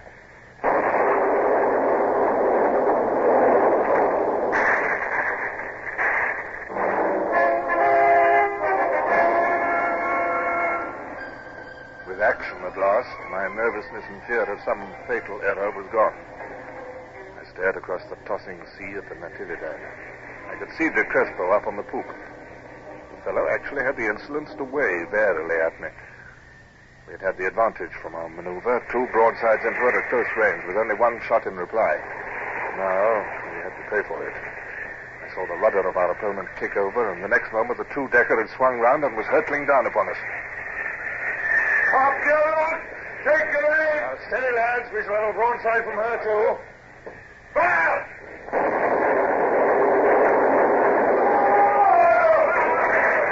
Stop your men! When the smoke clears, fire as you will! The Crespo was evidently unable to trust his crew to fire independently and was working them to the word of command. He was doing it well, too. At intervals, as the sea permitted, her lower deck ports were opening like clockwork, and her big 24-pounders were vomiting flame and smoke. What work this, sir? Yes. Mr. Bush, have the dead carried away from the guns. The crews cannot work properly. The men had better lie on the deck and drag them. It's death to stand in that iron hail. And, Mr. Bush, I fear the Natividad's superior force is too great for us to continue this close work. We shall have to use cunning if we're to survive. It's a pity, sir, but I'm afraid you're right. Hands to the braces. Now, Mr. Bush, back the main topsail a trifle to take way off us. And let the Natividad get ahead. Aye, sir. Now, tack ship and run across her stern. A broadside, Mr. Gerard. Aye, sir. Now attack again. Back to the braces there. Back across her stern. Your guns, Mr. Rayner. Glorious. Damn my hide. Glorious. 2 broadsides into her stern. She's too big and clumsy to take them out like us, sir. Yes, save your satisfaction for the end. She's coming back at us. Oh, she is, sir. And her lower gun ports are open as well this time. Going to take some real punishment now. There's the Crespo, drilling like a knife. I hope he was killed, sir, in our broadsides. Here she comes. Oh, what we about to receive.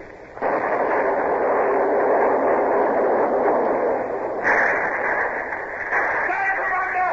The missing mast is coming down!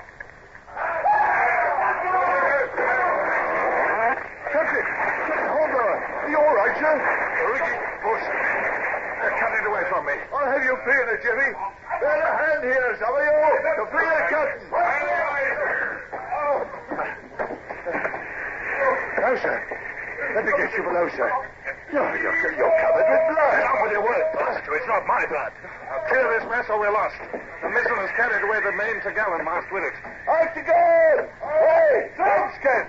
Axe is here. Put that wreckage away. Look out! Here comes another broadside. Stay at your work. I'll run my sword into the man who moves away.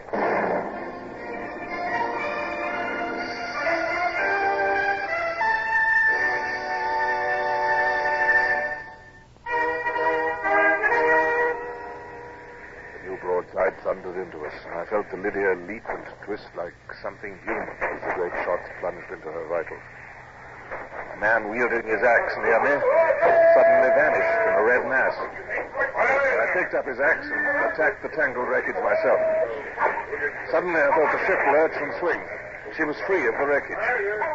Most of the men who had been on the quarterdeck with me were dead. Marines, seamen, officers.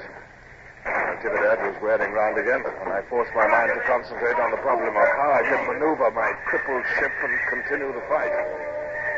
Man the braces. Mr. Bush, we'll try and bring her into the wind. We'll, hard to starboard. Starboard, sir. Stand to your guns, men. Fire. Oh, well done, lads. There goes our foremost. Give it her again. Pump it into her. Fire.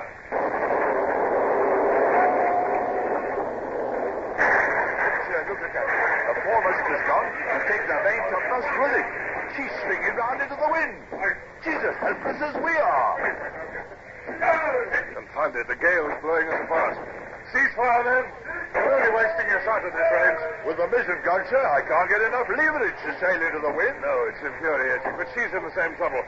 Mr. Bush, the ship which is ready for action again first will win this battle. Aye, sir. I'll get that. Bush, you're hurt.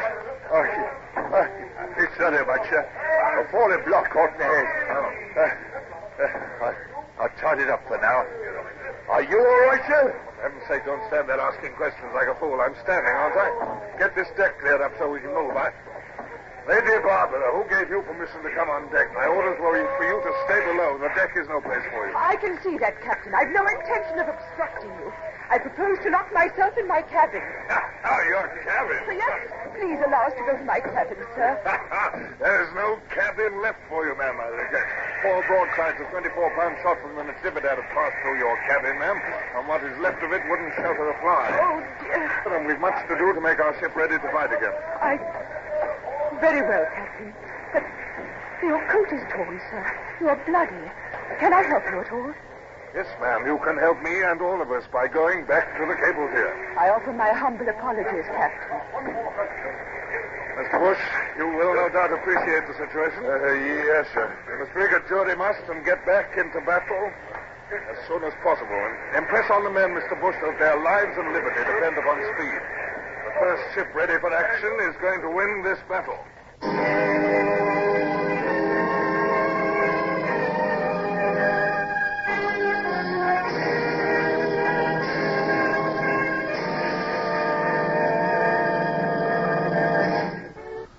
Horatio Hornblower, starring Michael Redgrave, is based on the novels by C.S. Forrester. Music composed and conducted by Sidney Torch. Produced by Harry Allen Towers.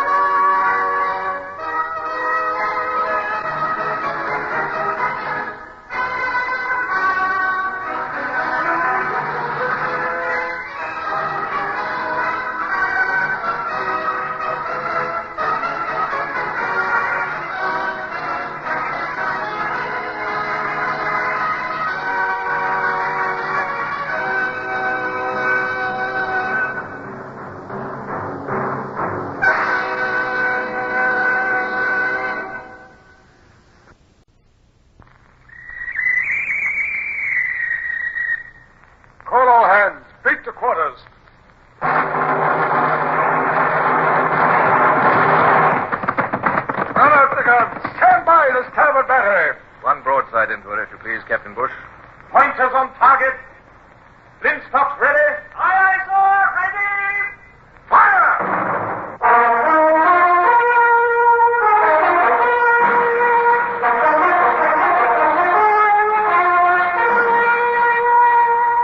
Presenting Michael Redgrave as C.S. Forester's indomitable man of the sea, Horatio Hornblower.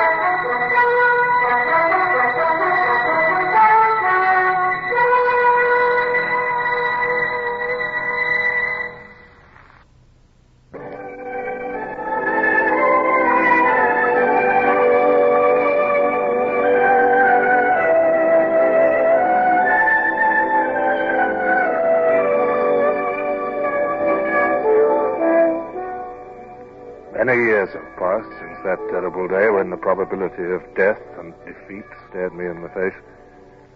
But I can close my eyes even now and feel again that exhaustion and faintness that I dared not let any man see. It was a nightmare pause in a nightmare battle. Two partially disabled ships drifting rapidly apart, and each with no purpose than to patch its wounds and return to destroy the other. I can see the Natividad again, now the score's clearing, sir. How does she bear? About 2 points on the starboard beam, sir. There. She's hove too.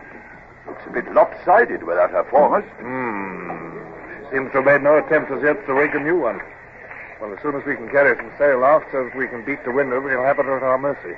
We must try and do it before nightfall, Mr. Bush, or we may lose her altogether in the dark. And, now what's this? It's the funeral party, sir. Oh. They're already going out there. How many? 14, sir. Very well. Mr. Bush, have all hands stop work, but remain where they are. I intend no disrespect to the dead, but this ceremony must be swift or the living may be endangered. Aye, aye, sir.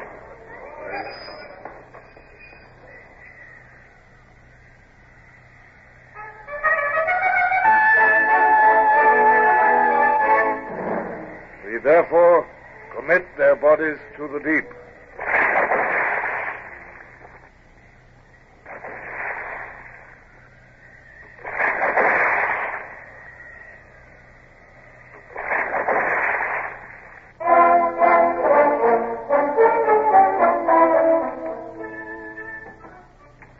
I think we checked the leaks now, sir. The sail is fothered under the bottom and seems to be holding. I've been able to release all but 20 men from the pumps. Good. Everything ready now for hoisting the mast? All ready, sir. Right. Now, Mr. Bush, it is important that nobody should haul or carry out any movement except by orders. I shall try to use the pitching of the ship to help in the raising of the mast. And if any man acts without my orders, I'll have him flogged. Aye, aye, sir. Hands to the windlass. Mr. Gerard, attend to those swings. Aye, sir. Mr. Galbraith, into the mizzen head. Right, sir.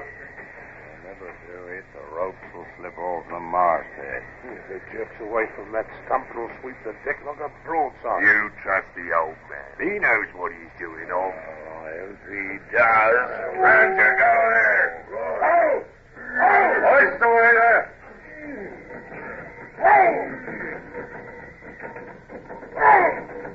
Easy! Avast hoisting! There, see that? Clever the old man is. As the bows went up, so he ups the mast a bit. Then when the bows drop, he lays off. Oh, nice timing that is. He'd better not make no mistakes, though. He won't make no mistakes. I've never seen him make one yet. Oh, doesn't he look tired, though? Hair wore out.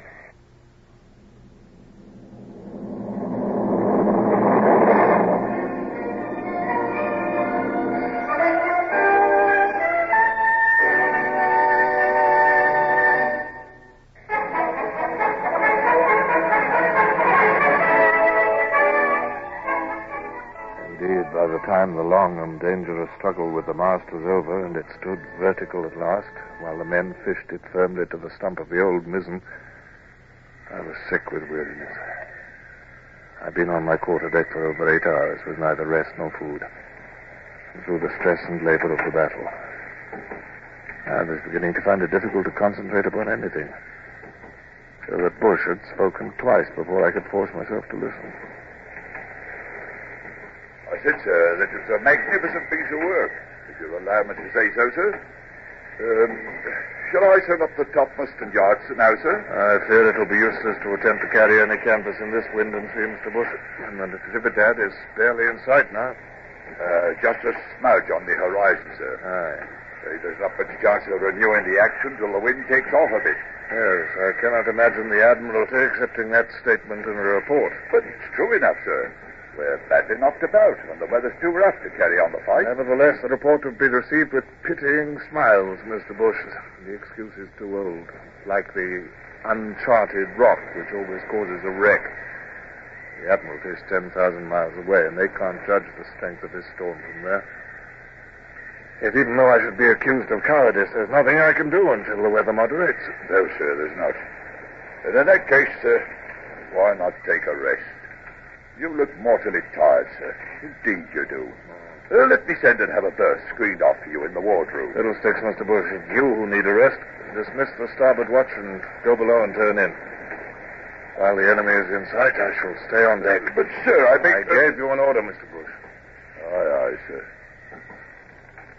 Good fellow, Bush, but a fool. A sentimental fool. He'd treat me like an old woman if I'd let him. Yes, I wonder how Lady Barbara is getting on that. Oh, confound it. Here's that idiot of a steward. Now, can't anybody leave me alone? Well, Paul Wheel, what do you want? Well, I've been to attend to the lady, sir. I screened off a bit of the orlop for her, sir. The orlop? But the wounded are in there. Well, they're mostly quiet now, sir. Well, I couldn't leave her in the cable tier. Oh. I've stung the hammock for her, and she nipped into it like a bird, sir. Took a bit of grub, too, and a glass of wine, she did. Oh, very good, Paul Wheel. Well, now, it stands to reason, sir. A frigate in the sea like this, and a battle like with what we've had is, well, it's a bit rough on an high-born lady. Just confine yourself to facts and keep your opinions to yourself, Paul Wheel. The high-born lady joined this ship of her own free will, knowing that she was about to go into action. Aye, sir. Now, about you, sir. Here's some dry clothes from your chest in the storeroom. I'm afraid the last broadside done for everything in your cabin. But I don't want any dry clothes. Of course you don't, sir. Now, I wouldn't suggest it, except well, if you takes cold, sir, you won't be fit when we catches up with the Natividad. Will you change up here, sir, or come below? Now, look.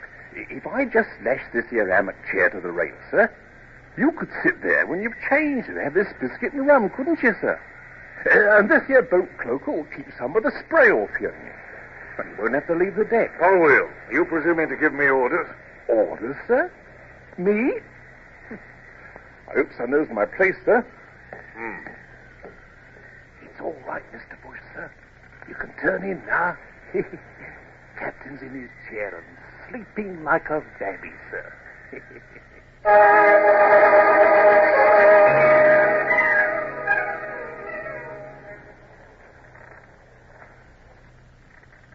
Good heavens, I must have dozed off.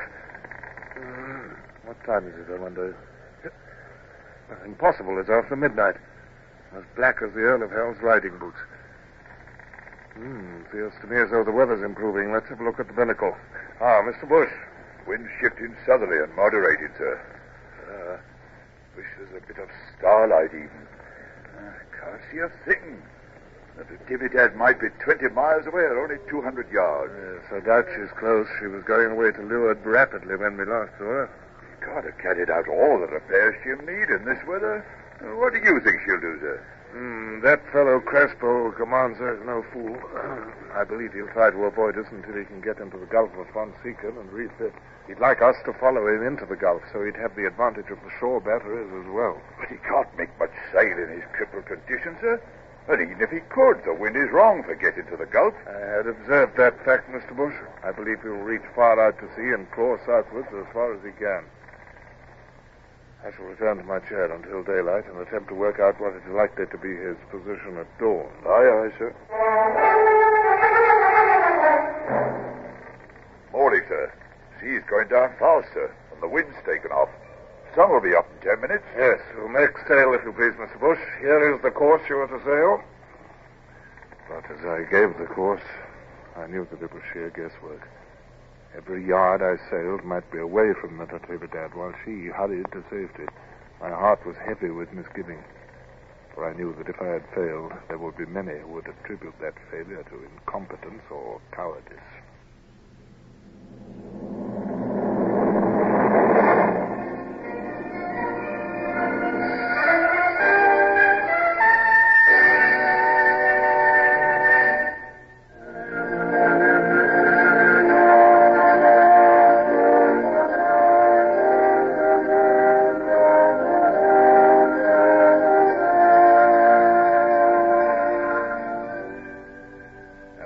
Lifted over the horizon, I paced the quarterdeck with every appearance of unconcern, determined not to allow anyone to guess at the doubts and fears which tormented me. When the light should be sufficient for the masthead lookout to scan the horizon, I might be justified or ruined.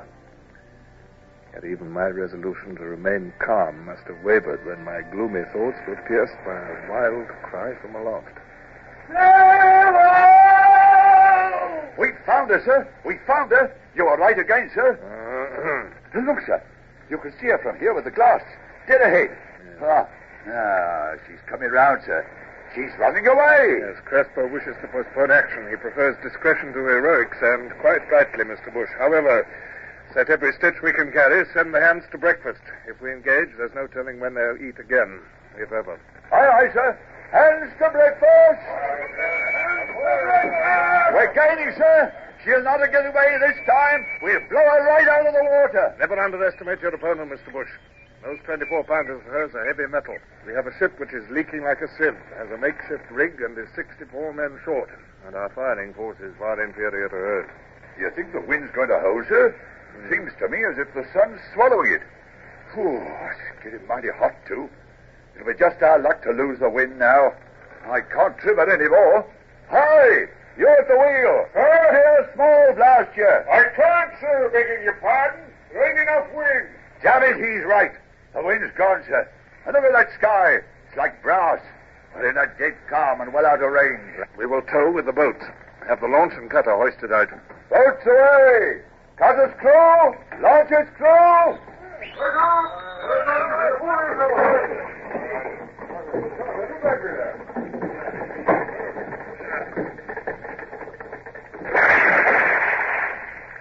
Now then, men.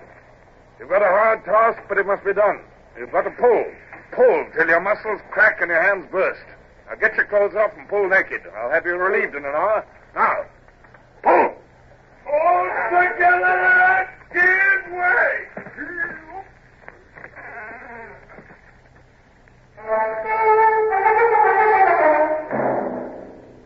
Look at that, Mr. Gerald. That puff of smoke from the Natividad. Yes, she carries 2 long 18s aft. We're going to run the gauntlet of those for the next hour. That was nearer. About 50 yards off our starboard quarter. Mr. Gerard, ask Mr. Marsh to see what he can do with the long 9 on our forecastle. I know it's not much use, but it'll cheer the men to feel that we're replying. Aye, sir. He's ready and waiting. Very good, Mr. Marsh. Show them some shooting. Stand by, gun crew. Give me the lanyard. You cable length the sound of it. Very good. Try again. Here comes some more, fellows.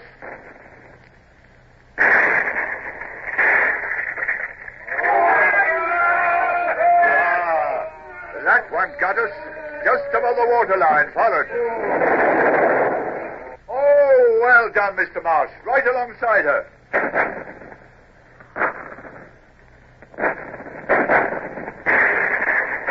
Hello. What's she up to now, sir? The boat's putting her bows round. Yes, Mr. Bush, we shall now have 25 guns trained on us instead of 2. She's positioning for a broadside. We shall have some pebbles about our ears ere long, lads. Let's show them that Englishmen don't care.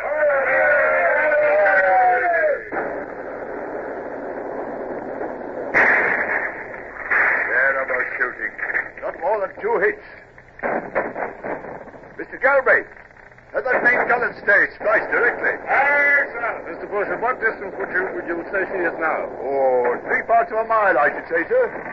So I think. I fear our carronades will not be effective at that distance. Relieve the boat's crews and see if fresh men can pull us nearer.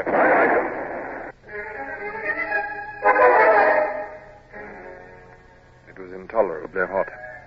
The smell of pitch from the deck seams, the bitter tang of powder, and the smell of the blood from the wounded, combined with my fatigue and anxiety to make me feel deathly sick.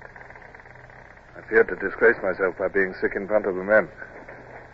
They, too, no longer joked at the guns. They were beginning to sulk under punishment. It was a bad sign. Sullivan! Sir! Come here, Sullivan. You your fiddle? Aye, sir, I have that. Of that, then we'll have a hornpipe. Benskin, Hall, McAvoy. A hornpipe from each of you and a guinea for the man that does his best.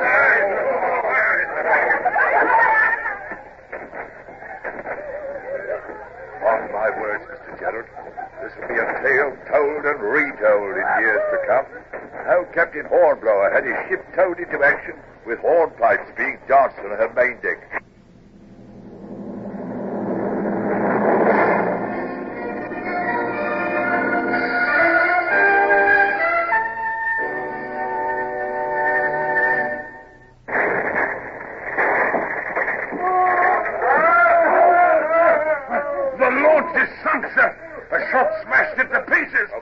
Survivors up quickly. The sea is full of sharks. Starboard the helm. Starboard it is, sir. 400 yards. 400, sir. Now, Mr. Gerard, we shall begin to swing round. You may open fire first as your guns bear. Thank you, sir. Cock your locks there. Take your aim. Fire! Give them another, lads. Pump in into them. Sir! Captain Hornblower, sir. Mr. Howell sent me. Yes, well? Starboard side chain pump knocked all to pieces. Well, my boy? Well, he's rigging another one, sir, but it'll be an hour before it works.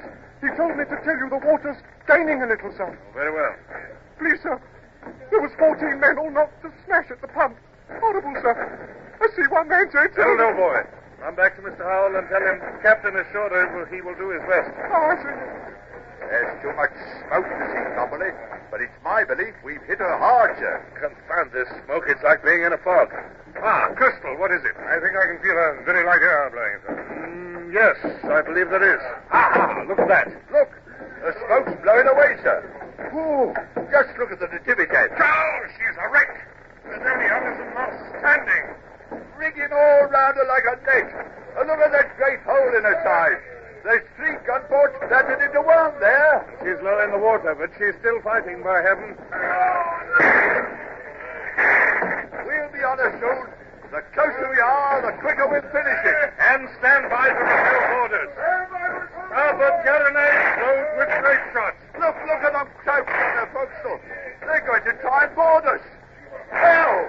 Here they come! Carronades! Fire!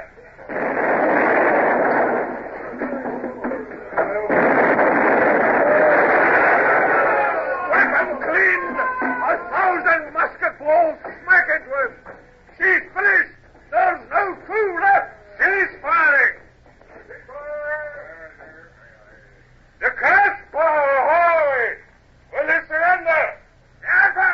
I speak of distinction English! You must surrender! You've done all that brave men can do!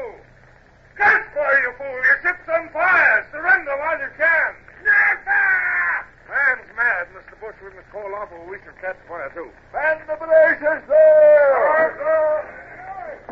By heaven, sir! Look at those flames!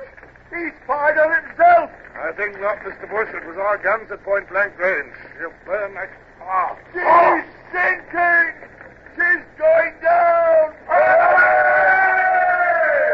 She's gone, by heaven. Vanished as though she'd never been. You will join me in a salute to a very gallant enemy, Mr. Bush.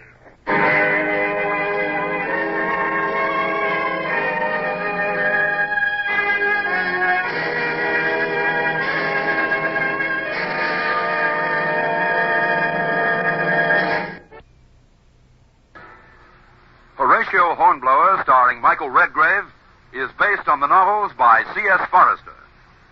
Music composed and conducted by Sidney Torch. Produced by Harry Allen Towers.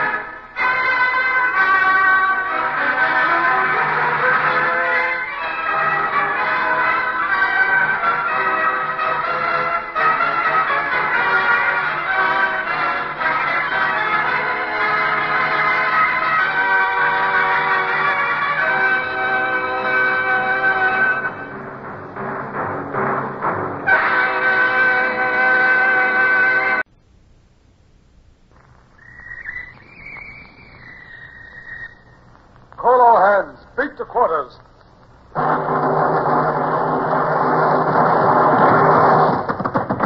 out the guns. Stand by the starboard battery. One broadside into it, if you please, Captain Bush. Pointers on target. Linstops ready. Aye, aye, sir. Ready. Fire!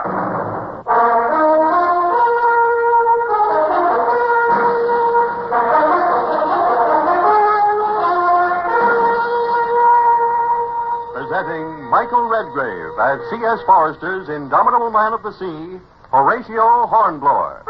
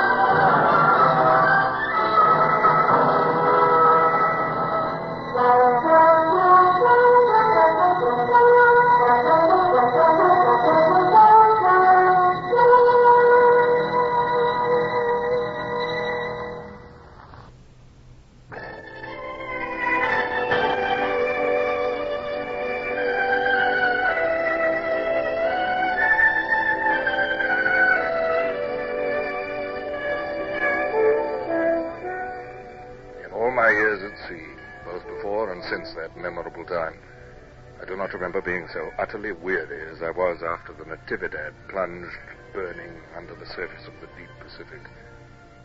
The accumulated strain of planning and fighting the action had worn me out so that I sank almost fainting into a hammock chair on the deck and slept as one drugged.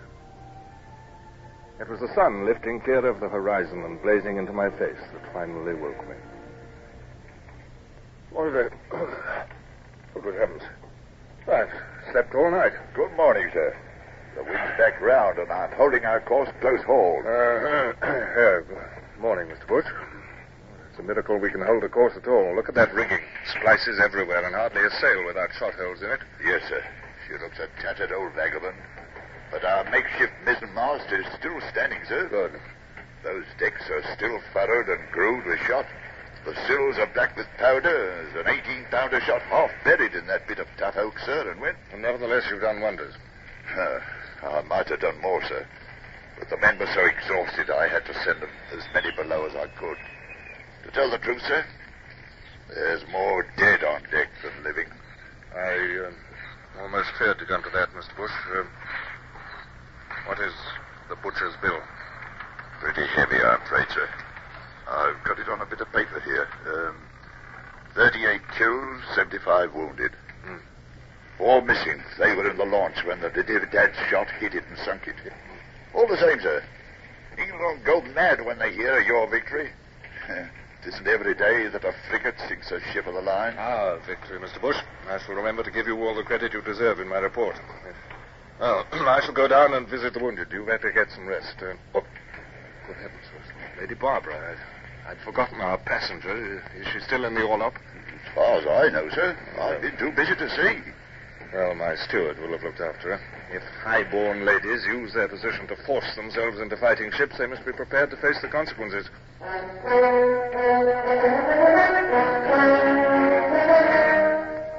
tell the truth, I was a little uneasy at my neglect of Lady Barbara Wellesley, but I'd had much on my mind.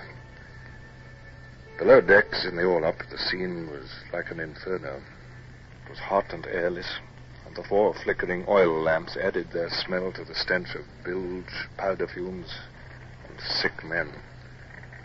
Here, 75 wounded men were crammed together, groaning and sobbing, blaspheming and vomiting, under the care of the incompetent Lorry whom I'd appointed surgeon when our own surgeon had died.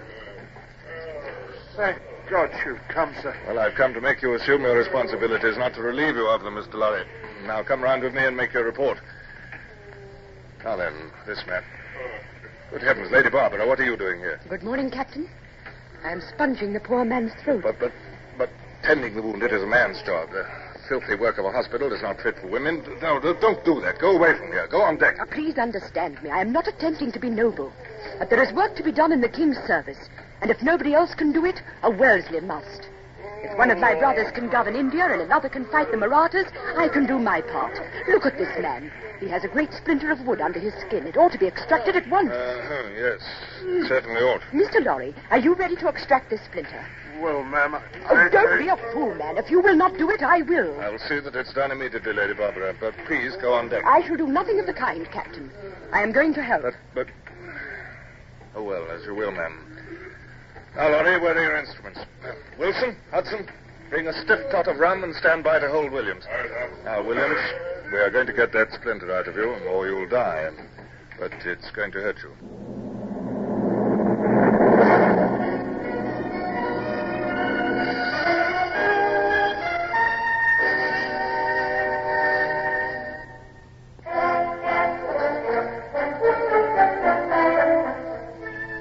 Fortnight which elapsed before we rounded Cape Marla was a grim period, though fortunately the weather held fair. Had we met gales, I could hardly have kept my leaking, battered ship afloat. Although some of the men became convalescent under Lady Barbara's care, gangrene, shock, and exhaustion was imposing upon me the daily task of sliding hammock-wrapped bundles overside into the blue Pacific. His ladyship's compliments, sir. Could you spare a moment to step below? It's Mr. Galbraith, sir. Galbraith, Mr. Bush? I thought he was improving. So he was, sir, in spite of Laurie's surgery. But her ladyship's worried about him now. I'll go immediately. Oh, Captain, I'm so glad you've come. I don't think he's going to last much longer. I'm sorry, Lady Barbara. I'd hoped that he would be spared. Is he conscious? He is delirious. He thinks I'm his mother. Give us your hand, Mother. It's awful dark. Give us your hand. I'm here, darling. Don't be afraid. It's light beyond. Poor boy. Poor boy. A good boy. God grant he has found the light. Amen. Lady Barbara, come away, if you please. Up on deck, the sun is shining. It is not fair, Captain. It is not fair. He was only a lad. He was not ready. Had it not been for you, there would have been many more such scenes. Lady Barbara, if I resented your presence on this ship, if I showed that resentment in any way, I humbly apologize. Ask you to forgive me. There is nothing to forgive. Let us go on deck. Why, Captain, we're in sight of land. Yes, ma'am. We're just entering the Gulf of Panama. The land on the port bow is the Pearl Islands. Sail. 2 points to windward. Can you make a note? Aye, sir. He looks like the Coast Guard lugger we met before. He's running game to us, sir. Is she a Spanish craft, Captain? Yes, Captain Manuel Diaz commanding. It was this same lugger that brought me the news that Spain was now our ally. And your letter requesting a passage on this ship. Oh, it seems 100 years ago instead of but a few weeks. And now here we are almost back in Panama, which I thought never to see again. I would prefer not to see it, ma'am, especially if the yellow fever still rages there. Yet if I do not refit and provision, the ship will sink under my feet. She's sending a boat over, sir. Looks like the same officer we met before. It is. I recognize him. Well, he should be pleased that we've accomplished our mission and destroyed the Natividad. Stand by. He's coming aboard. Good morning. Good morning, Captain. I trust Your Excellency is enjoying the best of health. Thank you, yes. I see from the damage and the wounded on your decks that your fine ship has been recently in action. I hope that Your Excellency has had good fortune in the encounter. We sank the Natividad, if that's what you mean. You sank her? We did. She's completely destroyed? She is. Oh. Then, sir, I have a letter to give you. No. That is not the one. This letter, sir. Thank you.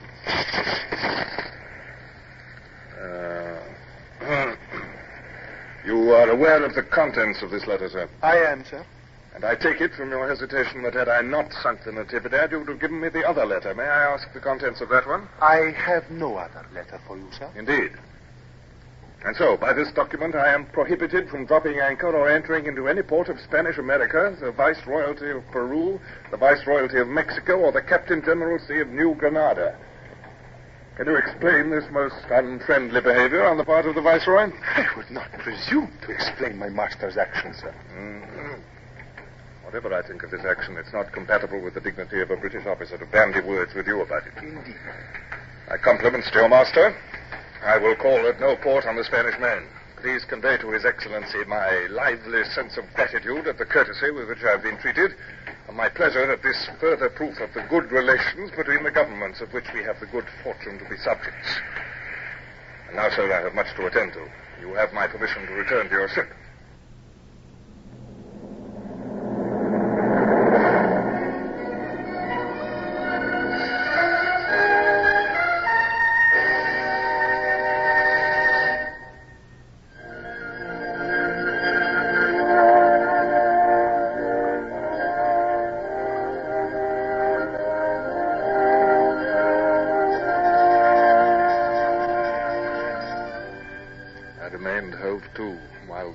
Filled away for Panama. Too busy with immediate problems to indulge in bitterness against the Spanish. At a pinch, I could make my stores last out until I reached St. Helena or Gibraltar. But there was no hope of facing the storms of Cape Horn with my ship leaking and jury-rigged. By the mark! 9! Still 9 fathoms, Mr. Bush. Well, this place seems very suitable. Aye, sir. Made for the job. Lucky we found this channel between the mountains. Aye. Look, sir, right ahead. It shows to have been a beach. Yes, golden sand, too. It'll be excellent for careening, except for the heat. There'll be no escaping that here, sir. The mountains cut off the breeze and reflect the sun, too. Oh, it's like an oven, sir. It can't be helped. We must make the best of it. We're lucky to have found such a place. And now, Mr. Bush, time is important. We must work like Trojans to make ourselves secure before the Spaniards discover our hiding place. Call back the cutter. We'll anchor here while you and I go ashore to explore.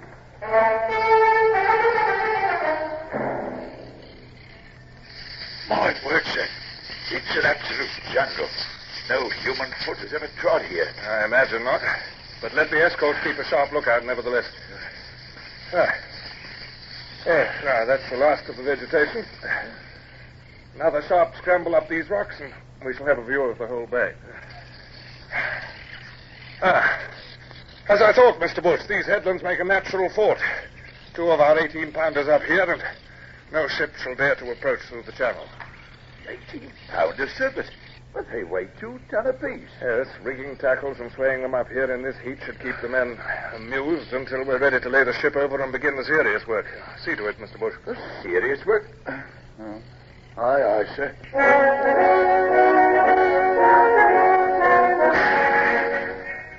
was work, night and day, until we were all dropping with weariness. When all repairs to the ship were done, she had to be loaded again, the guns brought aboard, and the rigging re-rove and set up.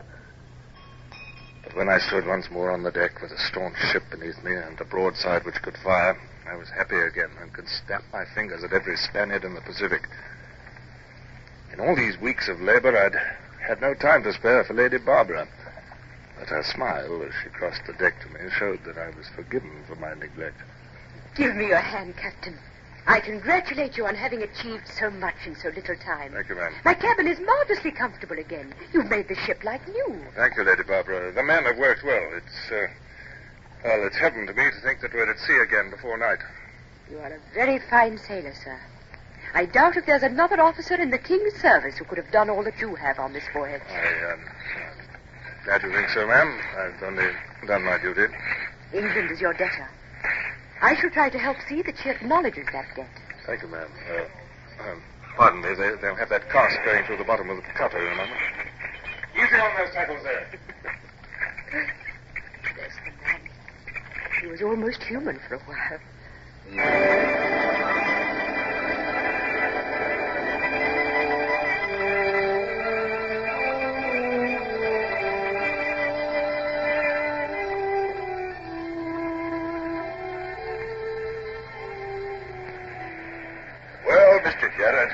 At sea at last. Yes, Mr. Bush. And homeward bound, if the rumors are true.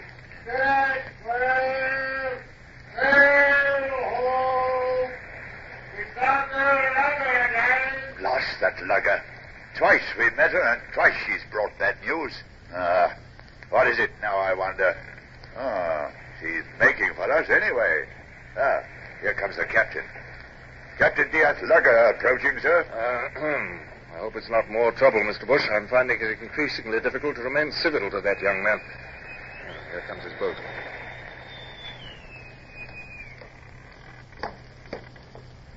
Good day to you, Captain Diaz. Have you brought me some more amiable letters?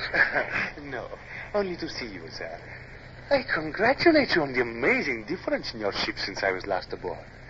How were you able to effect such repairs? I know you have not been into port. The British Navy, sir, takes but small heed of such trifles as a refit. Oh. To what do I owe the honor of your visit? I wondered, sir, whether you would honor me by visiting my ship. I should be able to show you something of interest which would demonstrate our ability to continue without your assistance. What is it you wish to tell me? I would prefer to surprise you, sir.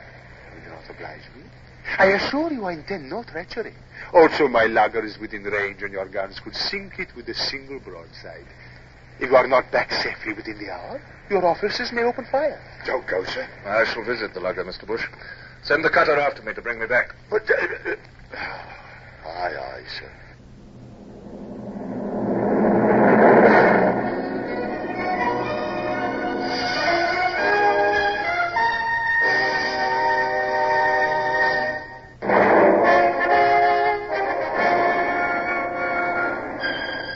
Refused to lower my dignity by displaying undue curiosity about the surprise awaiting me.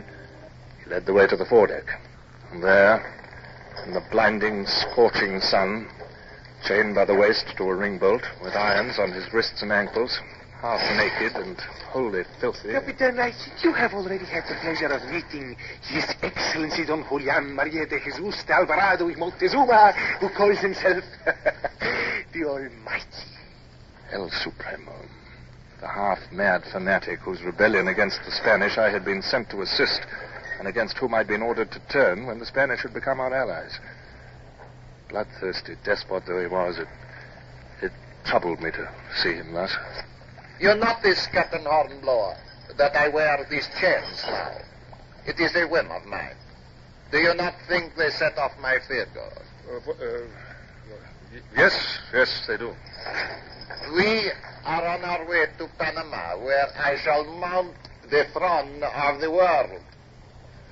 They speak of a gallows awaiting us on the bastion of the citadel. That will be the framework of my throne. Golden it will be, with diamond stars and a turquoise boot. Only El Supremo is left to govern from his golden throne. His throne. His throne. Chains. These are chains. Why am I chained? I, the Almighty. No God. Amusing, Captain, is it not? Oh, he will sometimes struggle and shout for 24 hours without stopping. Amusing? Captain Diaz, this filthy cruelty is a shame to you, is a stain to your nation. Why, you mean you're going to hang him, mad as he is, with no chance of making his peace with God? Mad or sane, sir, rebels must hang. Your Excellency must know that as well as I do. Then for God's sake, hang him and cease torturing him. We are very glad you have returned, Captain. I hope the promised surprise was a pleasant one. A trifle, ma'am. These simple things, you know, amuse these Spaniards. Something is troubling you, Captain. You look pale. Pardon me, ma'am. I must go below.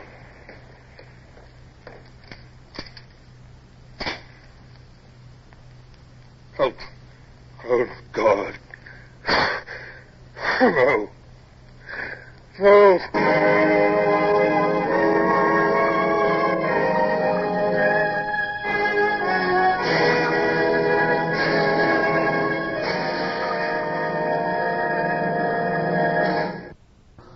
Horatio Hornblower, starring Michael Redgrave, is based on the novels by C.S. Forester.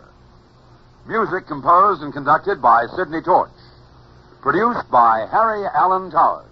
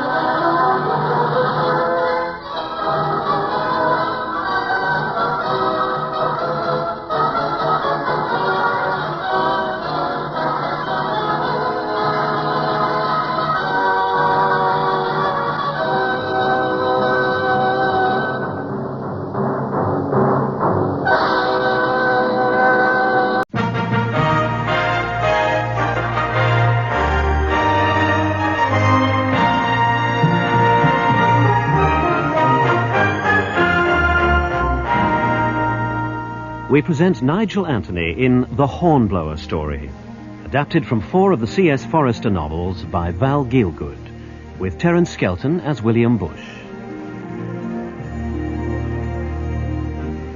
Part 2 from Lieutenant Hornblower, Sealed Orders.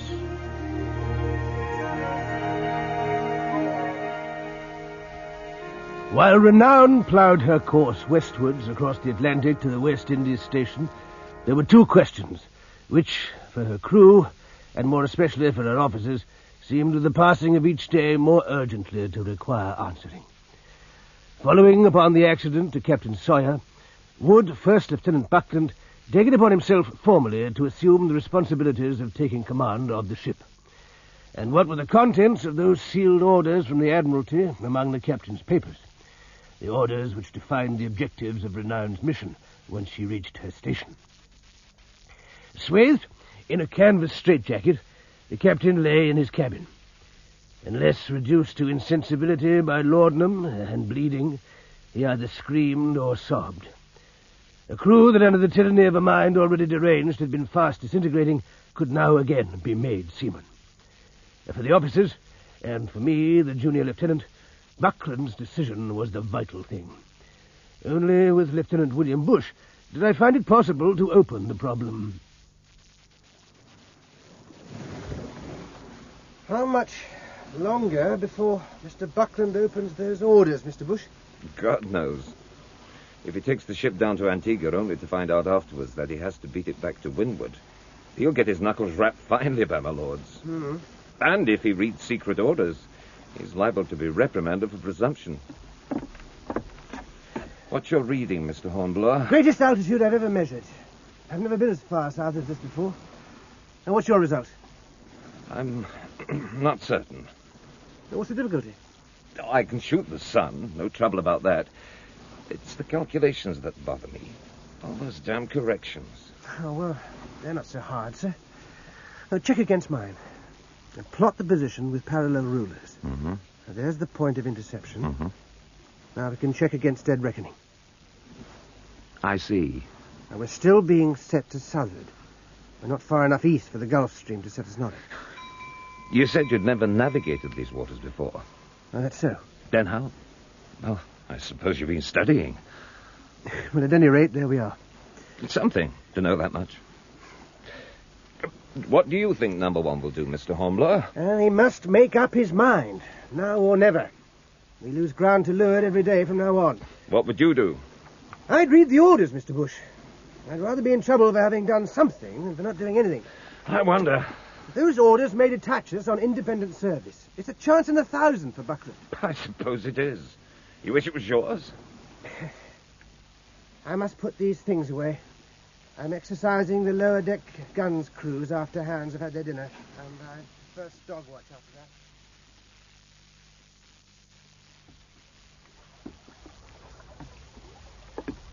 that. Yes, Mr. Hornblower. Permission to have the deck wash pump, Richter. Men feeling the heat, eh? I don't know about them, but I am, Mr. Roberts. I have 15 minutes, plenty of time. Oh, very well. Thank you, sir. Captain of the waist there. Good. Get the wash deck pump rigged at once. 4 men for the handles, 1 for the hose, and jump to it. Aye, sir. Give away.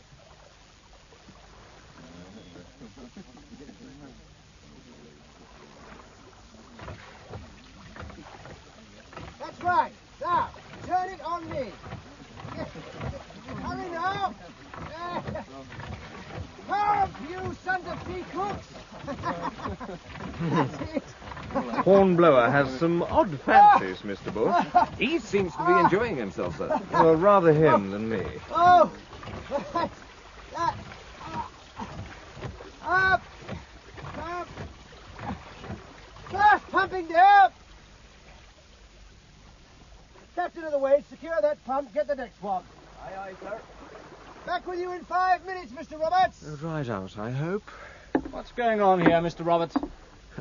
Mr. Hornblower wanted a bath, Mr. Buckland. I don't know if it's good for discipline. We'll hope he doesn't get himself a fever checking the sweat like that. No sign of that, sir. Well, it may clear his head. Perhaps he could clear mine. Yours, sir? I need a clear head at this moment.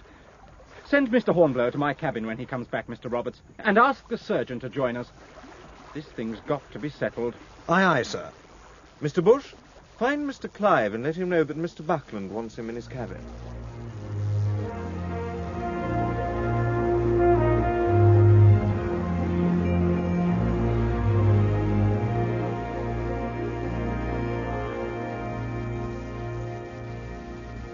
Well, Mr. Clive. He's done it. Read the orders? As far as I know, yes, Mr. Roberts. What do you mean by that? What was in them? They're secret orders, Mr. Roberts. Even if Mr. Buckland had taken me into his confidence, I couldn't tell you. No need to be pompous about it. What did the captain do? What didn't he do, Mr. Bush? Poor devil, we might have been fiends from the pit.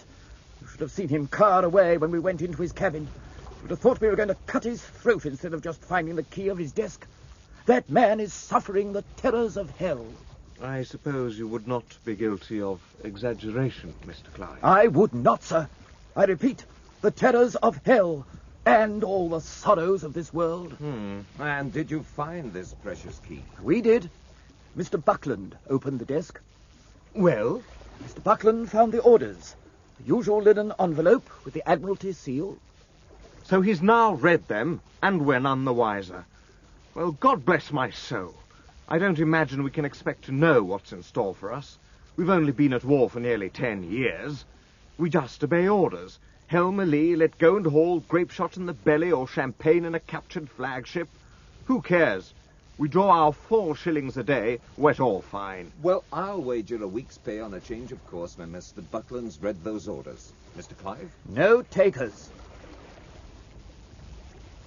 Officer of the watch. Yes, sir. We're altering course 2 points. Steer southwest. Course southwest, Mr. Abbott. Southwest it is, sir.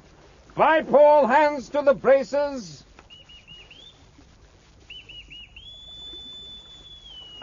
Another pull on that forebrace there.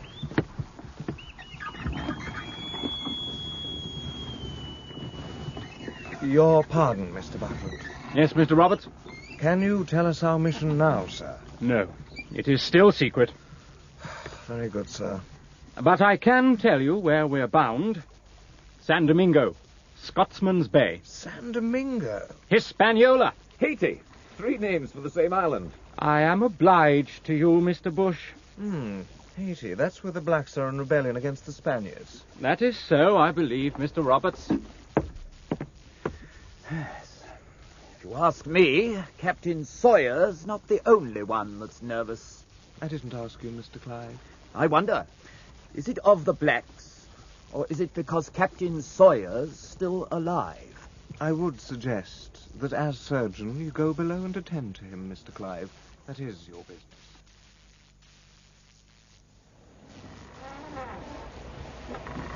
Glad there's some company up here, Mr. Hornblower. She's rolling damnably. Rolling? She's wallowing. Oh, Lord!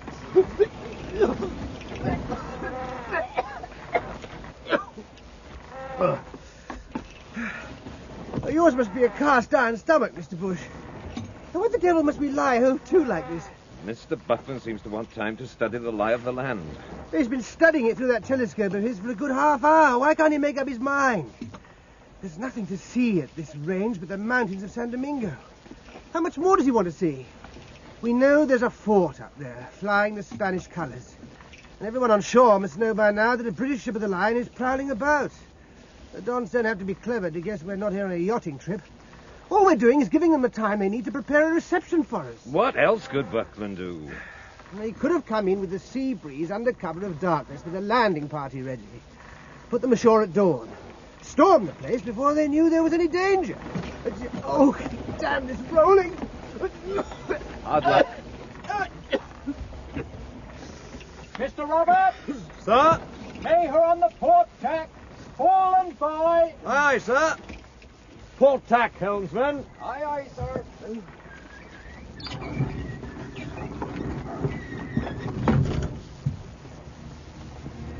That's better. That's something. Oh, I could wish we were going into action, not running away to think about it. Anxious to eat fire, Mr. Hornblower. Nothing like that, Mr. Bush, sir. Quite the opposite, if you must know. I wish for too much too quickly, I suppose.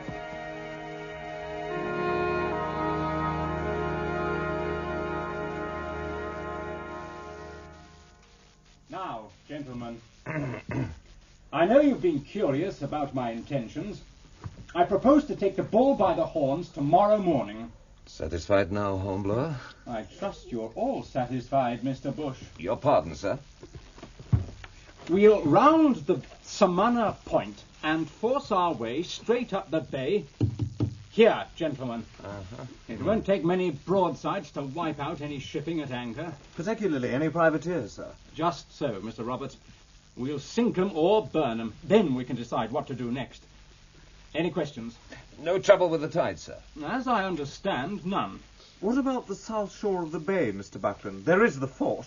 I have a plan to deal with the situation, Mr. Roberts. Have you anything to ask, Mr. Hornblower? No, sir. And then that will be all for the present, gentlemen. The gun crew will be glad to see some action, sir. Stomach still troubling you? Let's hope they quit No. themselves admirably. Not happier at the prospect of action. Not this one, Mr. Bush. Clear decks for action!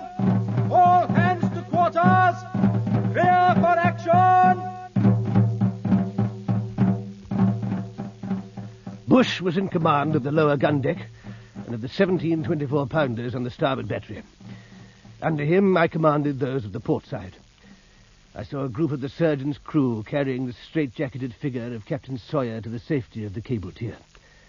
A pitiful wreck of a man, writhing and weeping.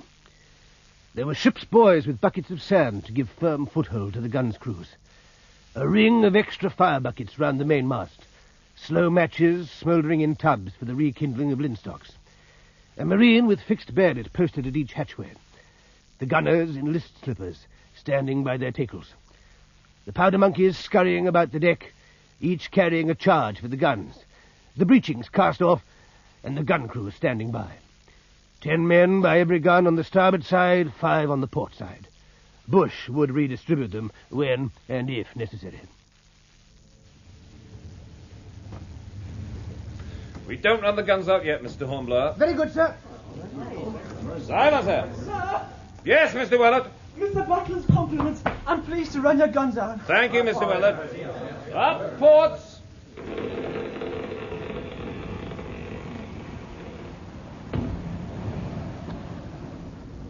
Run out! Aye, aye, sir.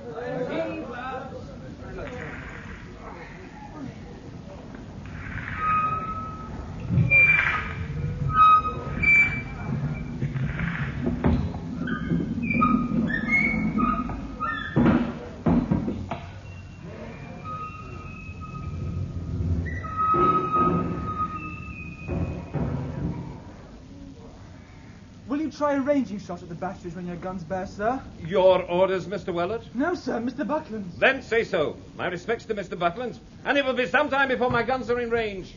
Aye, aye, sir. Yes, Mr. Hornblower. There's a point running out ahead, Mr. Bush. You see the shallows there, sir? Now, the channel must bend round them. And there's a battery out there on the point. You see the smoke? Yeah. Now, they must be heating for red-hot shots. I dare say. We'll be under crossfire. Not for too long, I hope. That's the fort, sir. No doubt. And here it comes.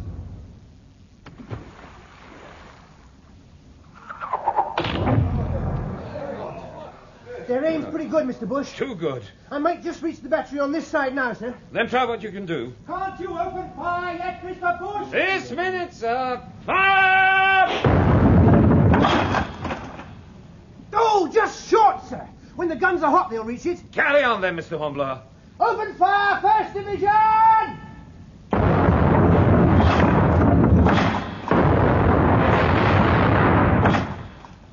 Second Division!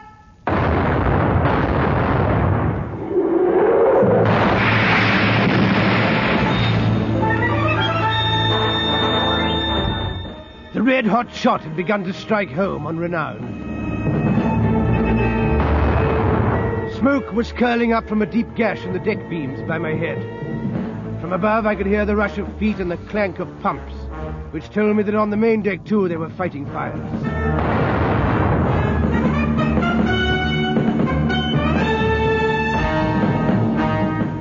Then I realized something strange in the feel of the deck under my feet. A perceptible slope, a queer sense of rigidity and permanence.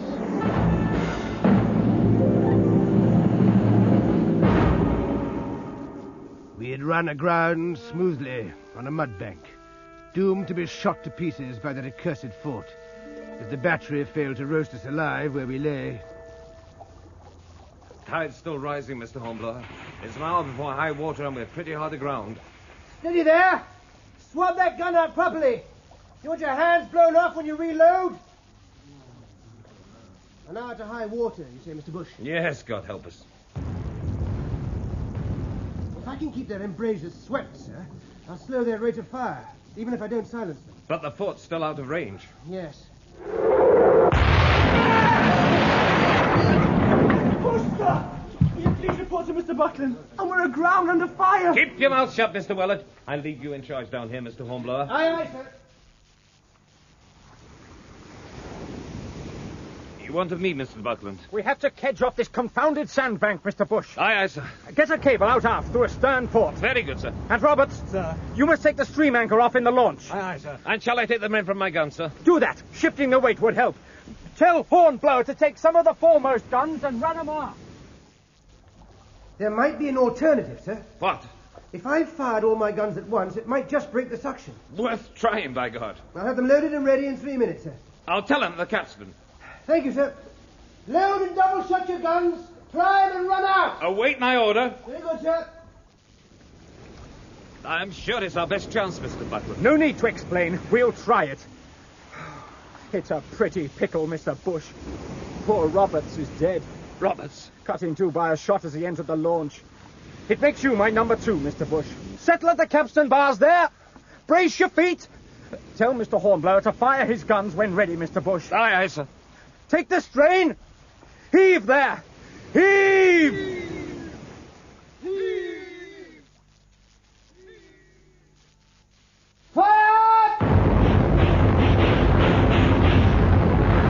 Cable's shifting, by God! I think so. Silence! You'll come to the quarterdeck with me, Mr. Hornblower. Aye, aye, sir. No more firing till further orders. Further orders, sir. So far, so good, Mr. Bush. We're off ground, but we've lost the flood.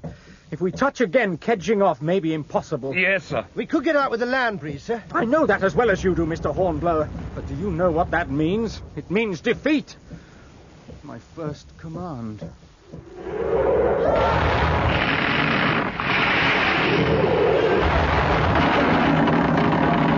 They'll pound us to pieces, sir. There's no help for it. Have them heave in on the spring cable, Mr. Bush. Get a head round to sea. Aye, aye, sir. Fast heaving on the capstan there. Cast off stern cable, messenger. Shall I warp her down the bay, Mr. Buckland? Yes, yes, warp her down.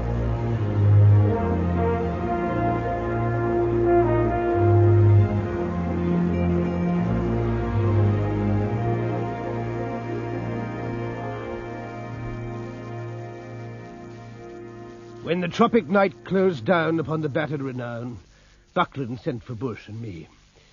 His cabin was like an oven. Its 2 lanterns seemed to give out an intolerable heat. We sat staring at the chart upon the table, while the sweat trickled under our uniforms.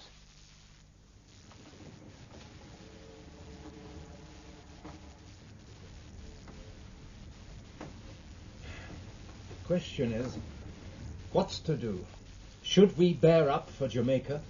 I wouldn't go so far as to advise that, sir. What else can we do, Mr. Bush? Tell me that. If we head for Jamaica, sir, we go with our tail between our legs. True. All the same, there's Captain Sawyer to be thought of. Captain Sawyer? With a success to our record, there might be a less diligent inquiry into the matter of Captain Sawyer's supersession. If we limp in defeated, I'm likely to be asked why I took upon myself the responsibility of attacking Samana Point. What do you think, Mr. Hornblower? I agree, sir. You do you? Yes, sir.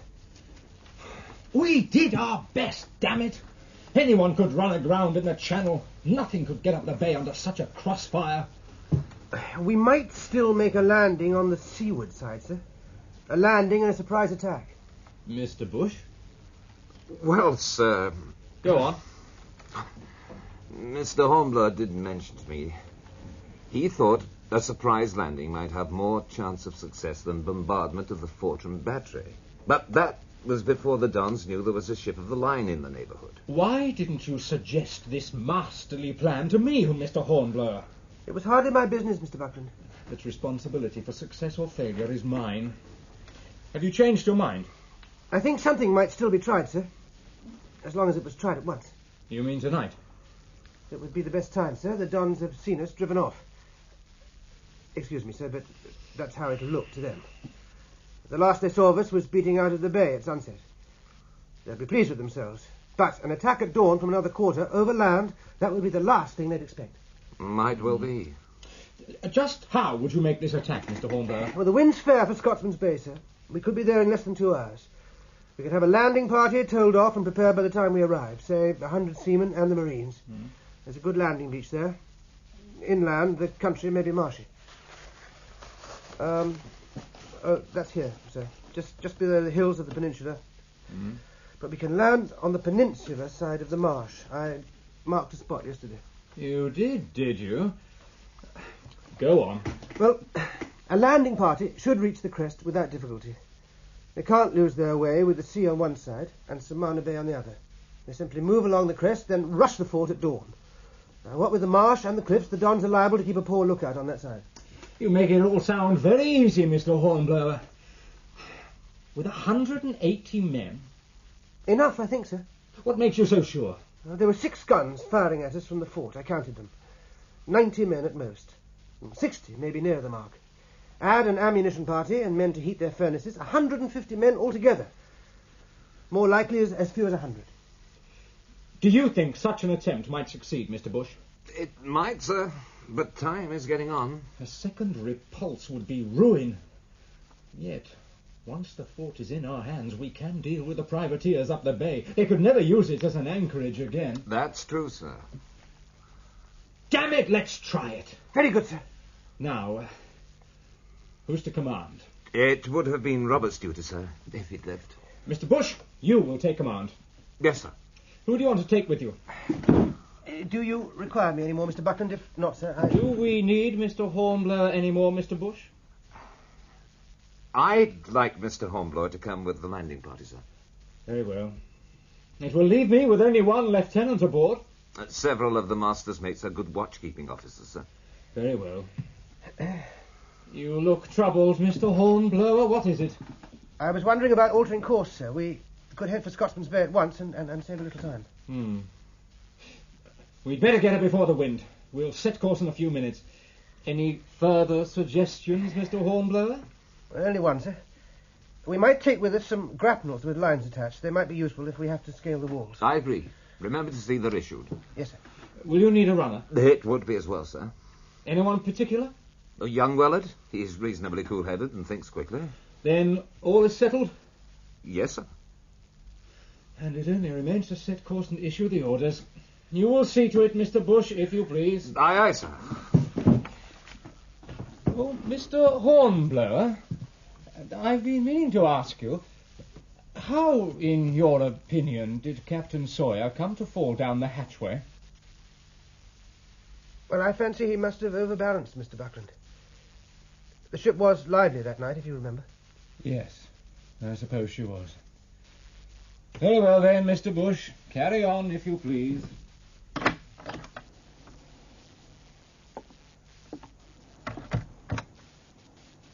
Good of you to ask for me, Mr. Bush. You deserved it. It was your notion in the first instance. I'm glad you picked young Wellard.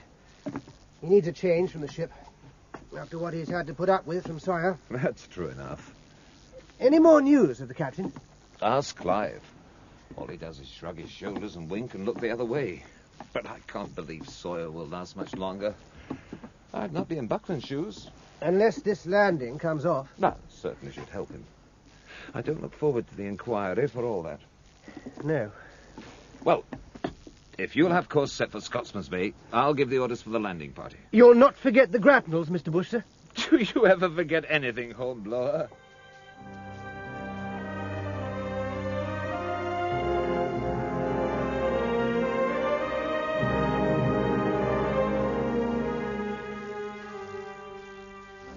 Where the Samana Peninsula began, a small watercourse had worn a wide gully in the cliff at the easterly end of the beach.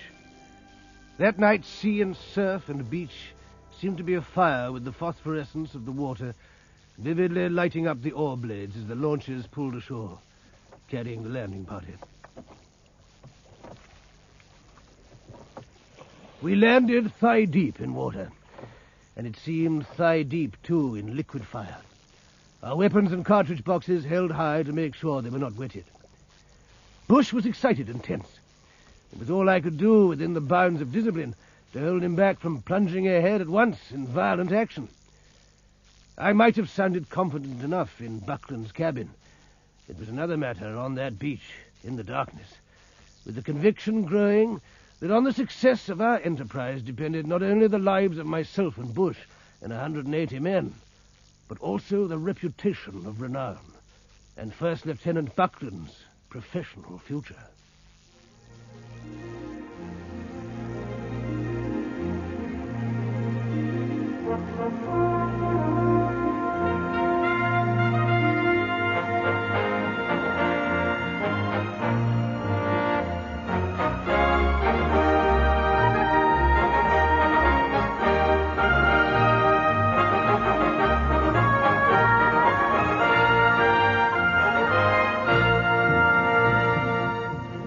Part 2 of Lieutenant Hornblower. You heard Nigel Anthony in the title role and as the narrator, with Terence Skelton as William Bush.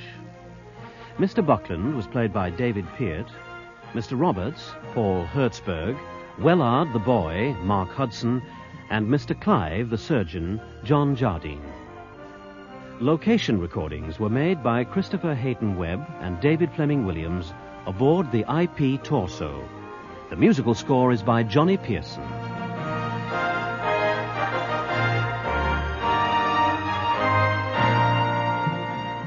The Hornblower story is directed from Manchester by Trevor Hill.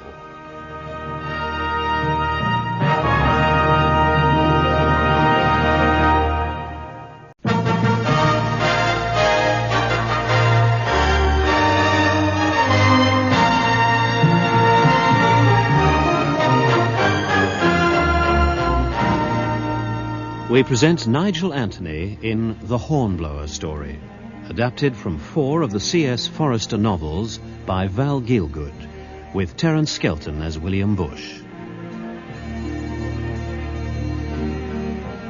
Part 3 from Lieutenant Hornblower, The Landing. I've known bad moments at sea. Calms when you wonder if the ship will ever move again. Hurricanes. A cannon going adrift with the realization that you're up against heavier metal than you can tackle. A half-mutinous crew. A captain you couldn't trust. Bad, all of them. Yet I think I'd take any of them rather than land at night on a beach I don't know. To tackle the storming of a fort with a party of men, every one of them depending on his officers to know what to do and to give him a lead. That was how it was when we went ashore, Lieutenant Bush and I, on the Samana Peninsula that night, with 180 seamen and marines from renown, knowing that the fort on the hills above us must be carried by dawn, or we should all be dead or prisoners.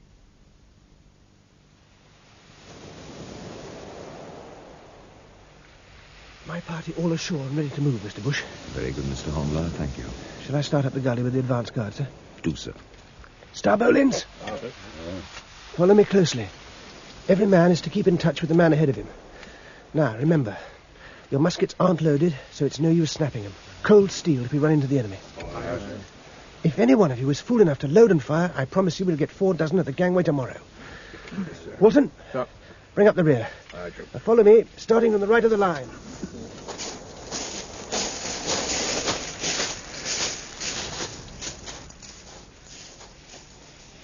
Your Marines, Captain Whiting? All presently correct, sir. Ready to move off. Thank you. Then we may as well start. Sir.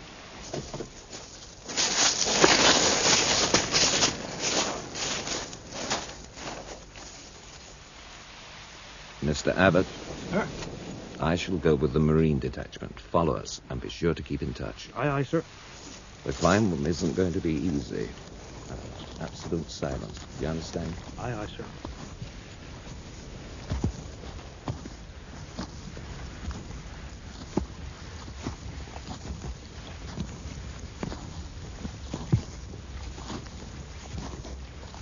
Halt. Yes, who's there? This is Wellard, Mr. Bush.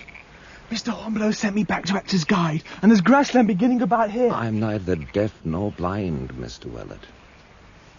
Captain Whiting? Sir? We'll go forward. You're in touch with Mr. Abbott. Yes, sir. Very well, carry on. Sir.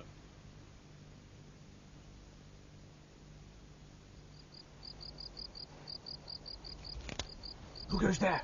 Friend, Mr. Hornblower. Mr. Bush is with me. Oh, glad to see you, sir.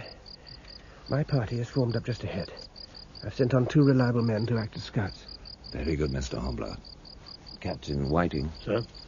All your men in hand? All but one. Says he sprained his ankle. I've left him back there.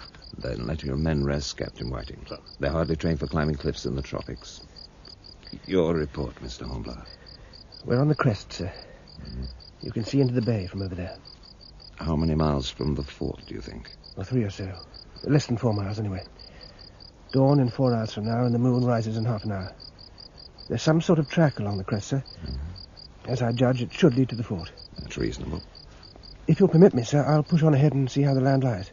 Very good, Mr. Hornblower. It's a definite trail, sir. Crosses a gully just ahead. Not a serious obstacle. Then go forward with your party, if you please. Aye, aye, sir.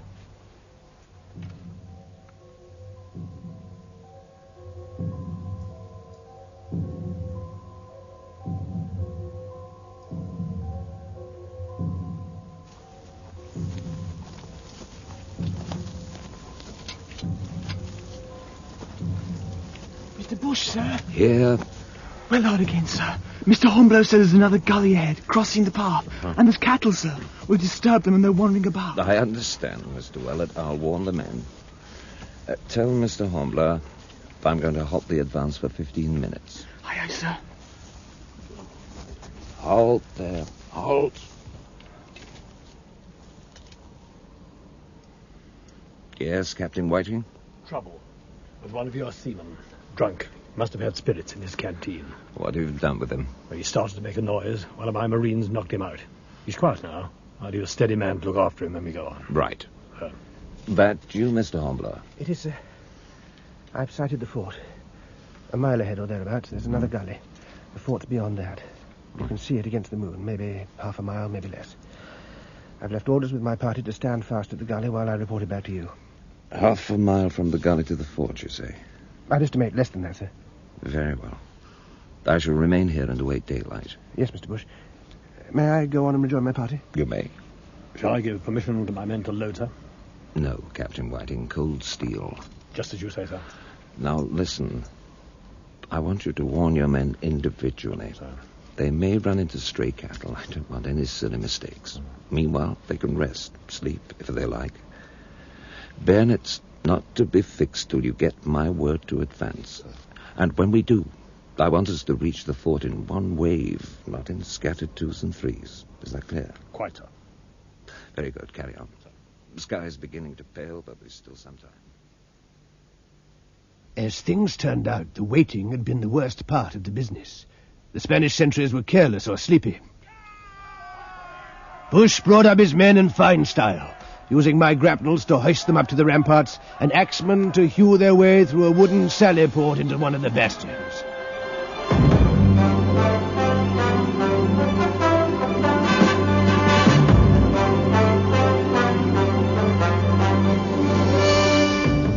In a few minutes, from earliest dawn to tropical sunrise, the fort had been carried. Most of the garrison had bolted down the hillside from the reeking bayonets of the Marines.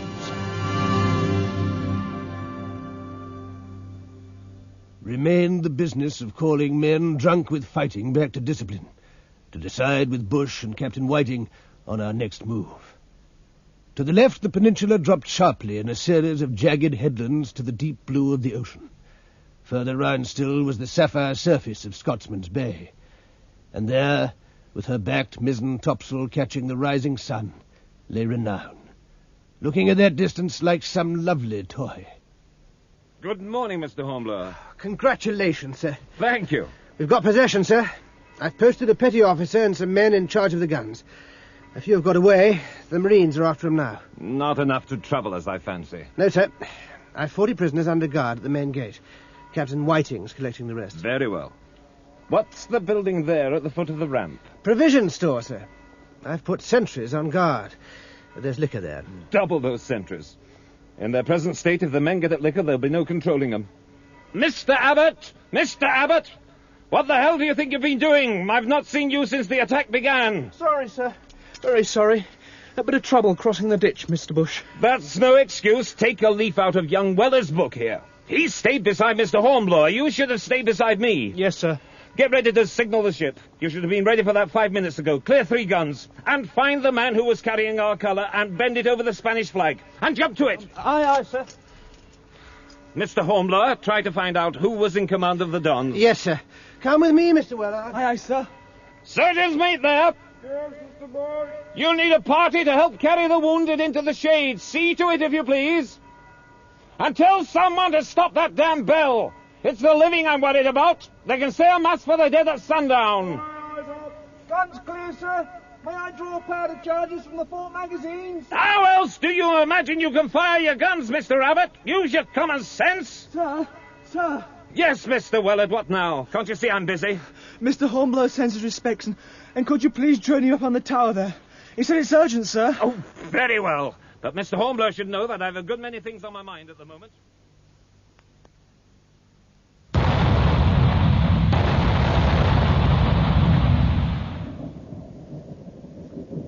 Swap the guns and reload. Well? Sir, might I borrow your telescope, Mr. Bush? Telescope? Is that all you wanted me for? Here. I merely want to see if Renown has heard our signal guns, sir. Well, have they? Yes, sir. She's bracing her mizzen topsail. So far, so good. She'll make the long beat back along the coast of the peninsula. What else? Out there, Mr. Bush. Up the bay, beyond the battery. There's the town. Savannah, I think they call it. And you can see the shipping. They'll up anchor any minute now. You'll wish to see this for yourself, sir. I see 4 small craft. No sails hoisted. Hard to tell what they are. Easy to guess, sir. They didn't need big men of war here. A few handy craft with a couple of long guns could lie up there, dash out and snap up prizes, then retire to the protection of the bay and the crossfire of the fort and the battery. And we know what that meant. Just so, sir. And those ships will know by now that we've got this fort, and they'll guess that as a result, Renown will be coming in after them as soon as she can get round the headland. They can sweep, tow, and kedge, and will be out of the bay before we can say Jack Robinson. And what's more, they'll have a fair wind for Martinique. Likely enough. It'll take Renown hours to make that long beat back on the starboard tack. She must get well out to sea if she's to weather the Cape. No need to teach your grandmother, Mr. Hornblower. Oh, sorry, sir. Wouldn't it be as well to man the guns here? We won't have them under fire for long. They'll be shallow draft, and they can hug that opposite shore. But it won't take much to sink them. Particularly if we use red-hot shots, sir. I see what you mean. Repay them in their own coin for what they did to Renown. Well, that's the idea, sir. Well, we'll try. If those privateers get away, they might be the devil to pay.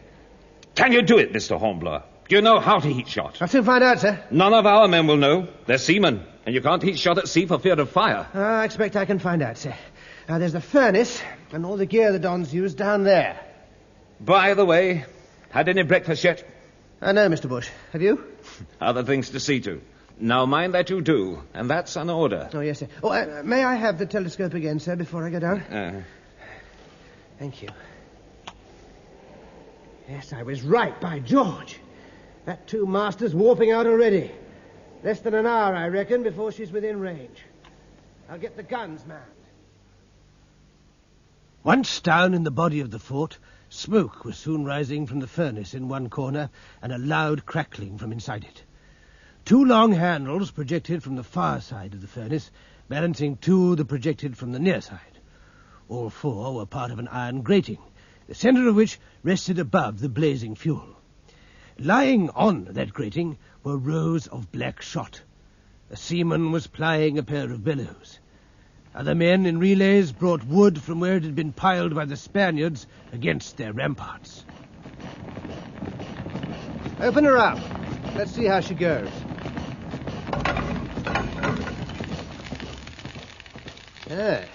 Getting pretty warm. Try your spittle, Mr. Wellard. Spittle, sir? And you can spit, Wellard, on that cannonball. Sharpish, lad, sharpish. Aye, sir. That boiled off quick enough. Did you see, Walton? Aye, sir. We'll try the devil. Tongs and bearers for the shot. Ready? Aye. Now wrap rags round your hands if you don't want to be skinned. Now, work the shots onto the bearers with the tongs. Carefully. Then roll them into the guns. A tub of water by each gun. Now bring the shot over to your guns. Now, there, steady. Steady there, steady. Silence there. Now you others, run the guns back well clear of the embrasures.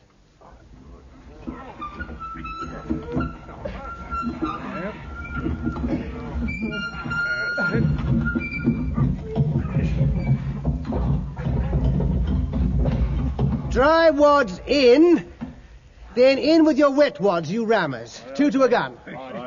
It's not so easy, sir. The Dons could manage it, to judge by the practice they made against us yesterday.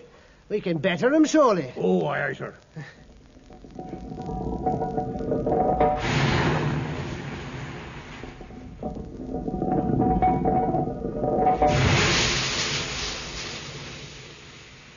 That's better, men. Now, run up your guns.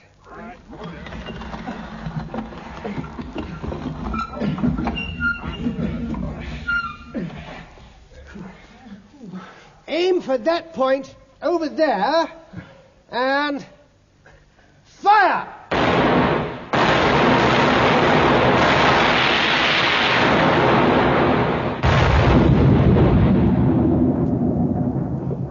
Well, Mr. Hornblower? Our prospect's fair, Mr. Bush. Those gentlemen over on the point will be puzzled. I wonder what they're firing at.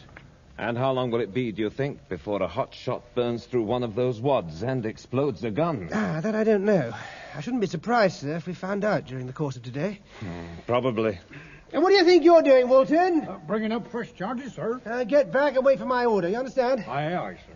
Swab out, now! Aye, aye. Now, we can't be too careful.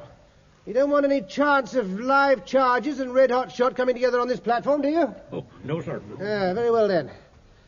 Now, fresh charges.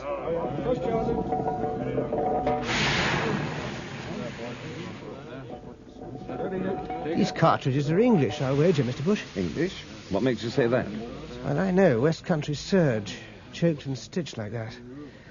They'll have got 'em out of English prizes. Well, now, we'll hope that'll teach those privateers to leave our ships alone. If we can cut off their supplies, the Dons will be in a bad way against the blacks. Let's hope so, sir. Ram those wads handsomely there. No powder in that bore, Simmons. We'll have you as discharged dead in the ship's books. They're standing down the bay, Mr. Hornblower. If they're intent on making a bolt for it, it means they're not feeling too secure. I'd have expected them to try to recapture the fort. They could land a force up the peninsula and come down to attack. I wonder why they don't try it. It'll be long range. Make sure of your aim. Walton, take a ranging shot. Gun captains, make sure of your aim. Fire only when each gun bears. Aye, aye, sir. Yes, sir. Number 1, 2. Fire!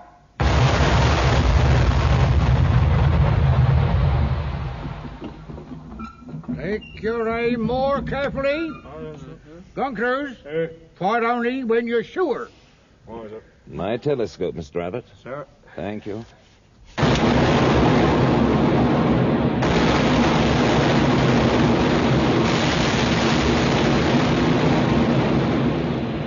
You're hitting, I think. Yes, by God, I can see smoke. Fresh charges! And see that you swab out those guns properly. Damn it. She's getting away from us. Range shortening, though.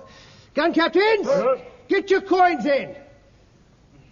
She's swinging round, sir. What the hell? She's taken ground. A fire. And run ashore deliberately, I think. That's done it, then. The first one, anyway.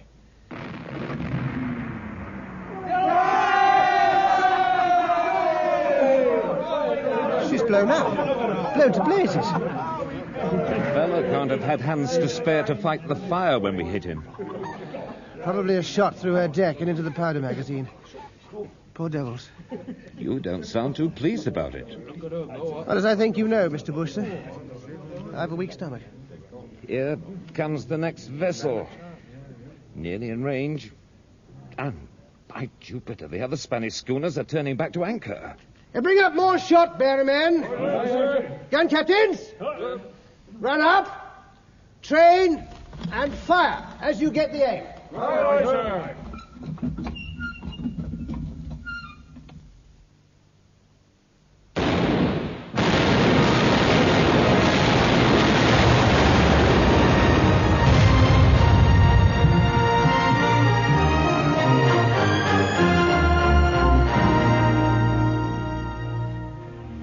The Spanish had no stomach for more, as Renown hove in sight in a wind that was fortunately freshening. Bush had his prisoners sorted out and ordered a watch to be set. It was only next morning, when we saw a boat put out from the battery across the bay, that we could take stock of what we'd achieved. The boat came in under a white flag, and off Samana Point Renown lay, waiting for the first puffs of sea breeze to bring her up the bay and into touch with her landing party. Bush would not let the Spanish envoy, who arrived, enter the fort. He feared some ruse, or an attempt by the enemy to gain intelligence of our actual strength. As I had a fair knowledge of Spanish, I was sent outside the ramparts to meet him with a small guard of our marines, and orders to report back on the interview. Well, Mr. Hornblower? He's a Colonel Ortega, Mr. Bush. His credentials are signed by the Captain General, who's across the bay. What does he want? First, to know about the prisoners, the women of the garrison especially. You told him they weren't hurt? Yes, sir. I added that I would ask your permission to release the women to him. It would make matters easier here, sir. Also, I thought that if I appeared agreeable, he would speak more freely. Yes, and? Don't you think he might take away the wounded as well, sir? It would free some of our hands, and we can't give him proper treatment here. If we released to him all the prisoners, he would give us his promise that none of them would serve again while Renown is in Spanish waters. Needs thinking about. Sounds fishy to me. No, he'd keep his word, sir. He's a Spanish gentleman. He is he? And we can't pack 100 prisoners or more aboard Renown, sir. I agree. They'd be an infernal nuisance. Anything else? He hinted at the possibility of arranging a capitulation, sir. The deuce. And what did he mean by that? Surrender, sir. Evacuation of all this end of the island by the Dons. My God. I hope you didn't... No, of course not, sir. I told him I couldn't bargain with him, but you could, Mr. Bush. No, Mr. Hornblower, I could not. It's a matter for Mr. Buckland to deal with, if anyone. But if I might suggest something... Go on. It would take some time to make any arrangement about prisoners, Mr. Bush. There's the question of their parole, and I could argue about its wording. Yes? Then it would take more time to ferry the prisoners across the bay. Now, such a ruse would give Renown time to work up. She can anchor down there like a cork in a bottle. The schooners won't be able to get out, and Mr. Buckland can take over the negotiations should he wish to do so. Very well. You may negotiate for the return of the prisoners on parole, but nothing else, if you value your commission. I warn you, formally. I understand, sir. Suspension of hostilities during negotiations? I suppose so. And you'll send a boat to Renown to make sure she doesn't open fire on a boat filled with Spaniards crossing the bay?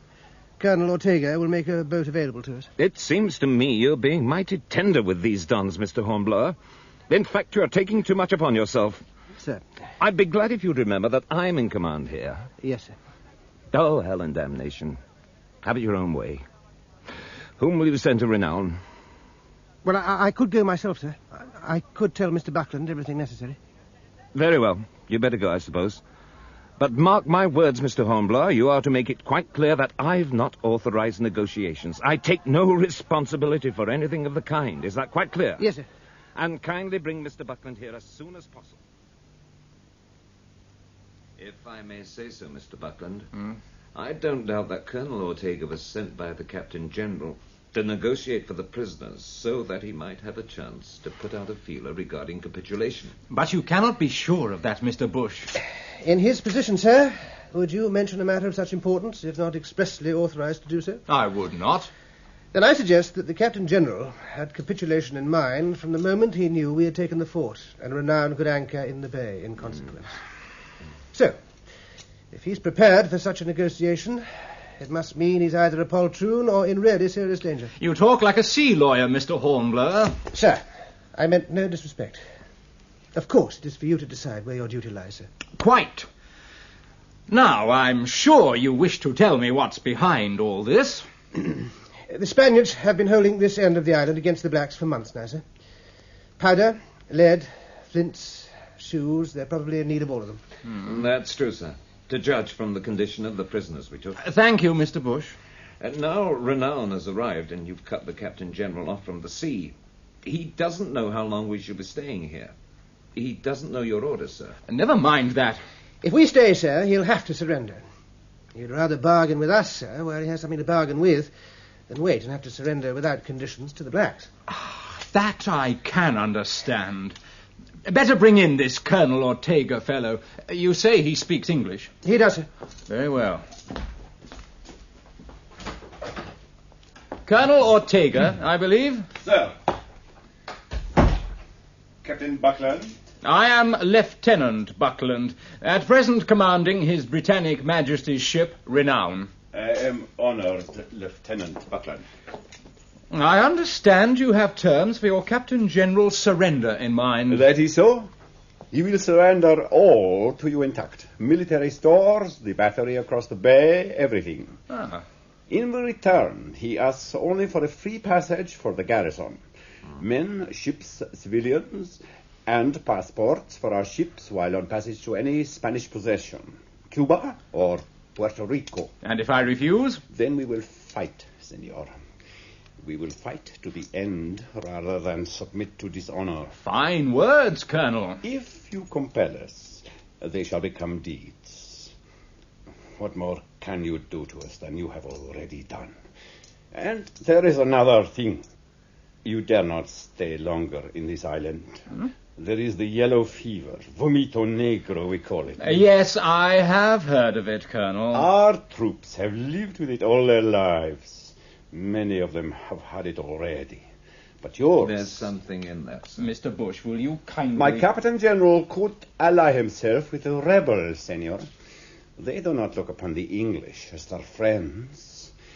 He could bring an army against you. That is my last word, senor. Very well, Colonel. I will consider the matter. You may leave us.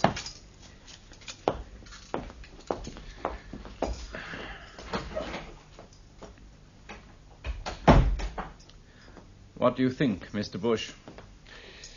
He had some good arguments, sir. On the other hand, we might turn the thumbscrews on him. How? Bring Renown up the bay. You saw how tricky the channel was yesterday, and we'd still be under the fire of the battery on that side. But we can run past it on this side. Yes, and nice fools we'll look if we come in, find them out of range, and we have to run out again under fire. It would only stiffen their resolve to go back on the terms that fellow offered. A second repulse. No, by God. Mr. Hornblower? It'd be risky to take Renown into the upper end of the bay. We might get at him from the peninsula here, sir. How the devil? Mount a gun on the upper tip of the peninsula, and you'd have the far end of the bay under fire. No need for hot shot. We'd have all day to knock them to pieces, even if they shifted their anchorage. So we would, by Jove. Could you get a gun along there? We could use one from the ship. Not too heavy. A 9-pounder bow chaser. Send it round to where we landed yesterday with tackle and cables. Big trees to attach the cables. Sway the gun up easily. After that, not more than half a mile uphill, but not too steep. Those 9-pounders weigh less than a ton. Yes. And then? We'd have those ships under fire, sir. And those ships are the Don's only way of escape.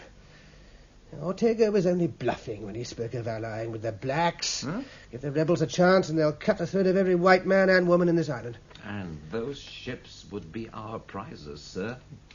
It might be worth trying. I would like to say, sir, I think Mr. Hornblower deserves every credit. Of course, Mr. Bush. Then we'll start tomorrow morning as soon as the hands have had breakfast. I'll leave the details to you to arrange, Mr. Hornblower. By Jove, if it did work.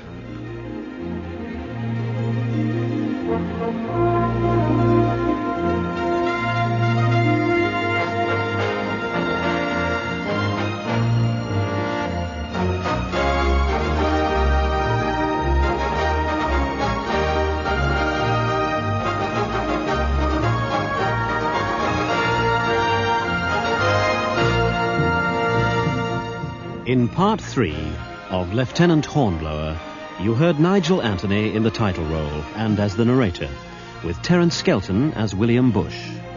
Mr. Buckland was played by David Peart, Wellard, Mark Hudson, Mr. Midshipman Abbott, Keith Ladd, Walton the Gunner, Herbert Smith, Captain Whiting, Randall Hurley, and Colonel Ortega by Graham Tennant.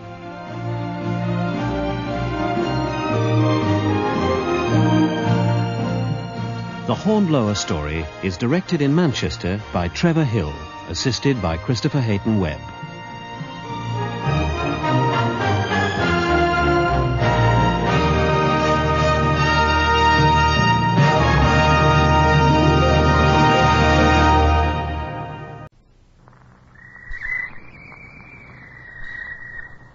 Call all hands. Beat to quarters.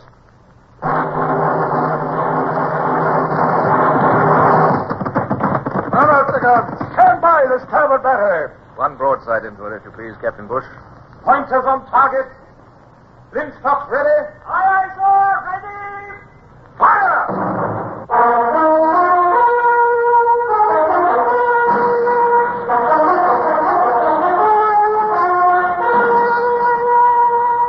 Presenting Michael Redgrave as C.S. Forester's indomitable man of the sea, Horatio Hornblower.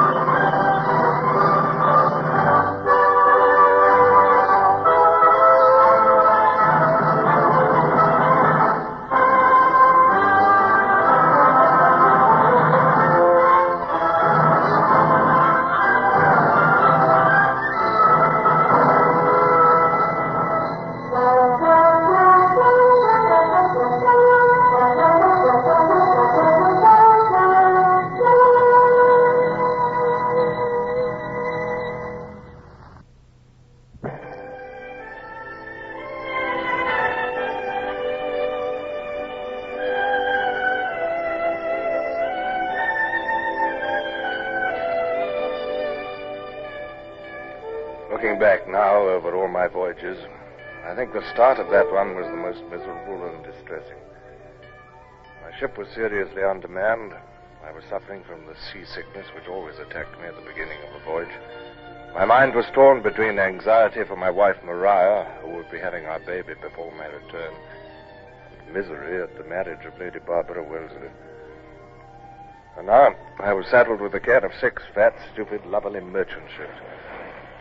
As I stood on my quarterdeck in the grey dawn with the wind whipping through the rigging, I cursed those Indiamen for their slowness in acknowledging my signals.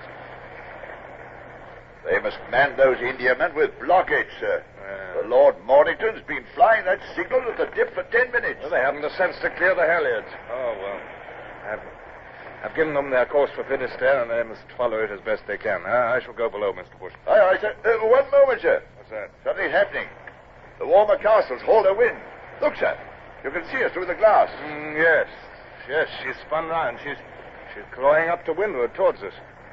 Surely she's signaling. Where's the signal, Lieutenant? Yes, sir. It's a jumble signal. I can't read it. What? Looks like number 29, sir. Huh? But it can't be. That means discontinue the action. And now she's hauled it down. Well, there goes another. What? It's number 11. Yeah. Number 11, sir. That means enemy in sight. I say there. What can you see on the port bow? Nothing under the Walmer Castle, sir. Are you sure? Yeah, I can see them now, sir. 2 luggers on the port bow. Luggers, eh? That can only mean privateers, sir. If they can pick off an East Indiaman, it'll be a feather in their caps. Then we shall prevent them from feathering their caps. Hands to quarters, Mr. Bush. Aye, aye, sir. Hands to quarters! We shall need our wits about us, Mr. Bush. This is going to be difficult. They will maneuver to cut off a ship to windward of us. Lay alongside a quarter while we're beating up against the wind. That's it. Those luggers are as quick as lightning in stays. The Indiamen are so slow, and our crew is so raw. There are 2 luggers. We shall have to parry 2 thrusts at once. You can see them plainly now, sir. 2 masters. They have about 20 guns apiece, 9-pounders. We could blow them out of the water if they were fools enough to come in close range. I'd say they carry about 150 men each, and all mad for gold. Yes, have the guns loaded and run out, Mr. Bush. Aye, aye, sir. Run out the guns!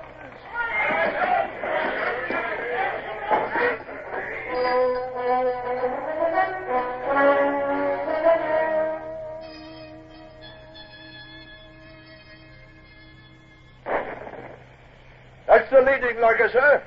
Didn't see where her shot went. Helm a starboard. Starboard it is, sir. Meet her, steady. Steady, sir. Look at the Warmer Castle sheering off. She'll run into the next ship in a minute. Can we reach her in time? Yes, we're too close now for the luggers to dare. I thought so. They're swinging away to avoid our broadside. Back the main topsail. We must keep to windward of the convoy so that we can dash down to any danger point. Let the convoy get ahead again. Aye, sir. What are they up to now, sir? They're leading the convoy. Yes, they're going to swing round presently and attack the starboard ship. Clap on sail. We must intercept. Yes, there they go. They're after the Lord Mornington. Hard aport. Hard aport. They're going to switch to the Warmer Castle, or I'm a Dutchman. Yes, I thought so. You thought ahead of them there, sir. We cut them off again. If only the Indiamen have the sense not to scatter. Once they break up, we'll never get to the threatened one in time. Hello. What's the game now? Well, they thought up some plan, I imagine. They're working astern of us. Yes, I think I see their intention. They're going to diverge. Yes. Here they come, sir. One to starboard, one to port. They're going to attack both wings of the convoy at once. We'll never get across from one to the other in time. We must. There's no alternative. The starboard lugger is slightly nearer. We'll tackle her first. Starboard, 2 points. Starboard, 2 points it is, sir. She'll cross the lugger's bows on this course. She'll have to edge away to avoid our broadside, and that'll keep her off the convoy. Well, what about the other one, sir? This course is taking us away from the convoy. Can't help that. Our only hope is to get back in time. We've edged this one away at least. The second lugger, sir. She's attacking the Warmer Castle to port. Hands to the braces. Hard to starboard. Aye, Bring her down, Mr. Bush, quickly.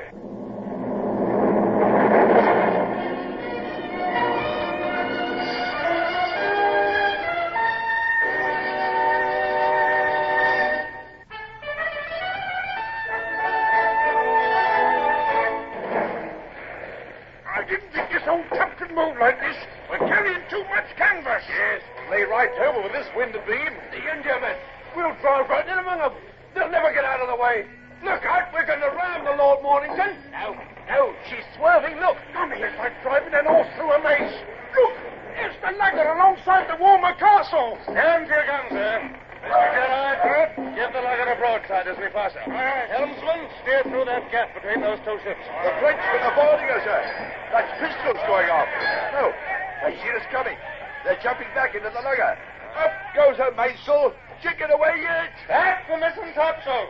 Now, Mr. Gerard. Take your aim. Wait till your guns bear. Fire!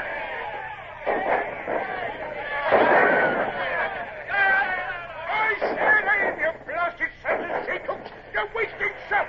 A whole broadside and only a couple of shrouds shot away. 2 shots went across our deck, sir. Look at that. They plowed a clean furrow through those men. That's Skinner something to think about. Our sails are filling. Don't let her get away. Get your guns to bear again. She's losing her 9-pounders at us.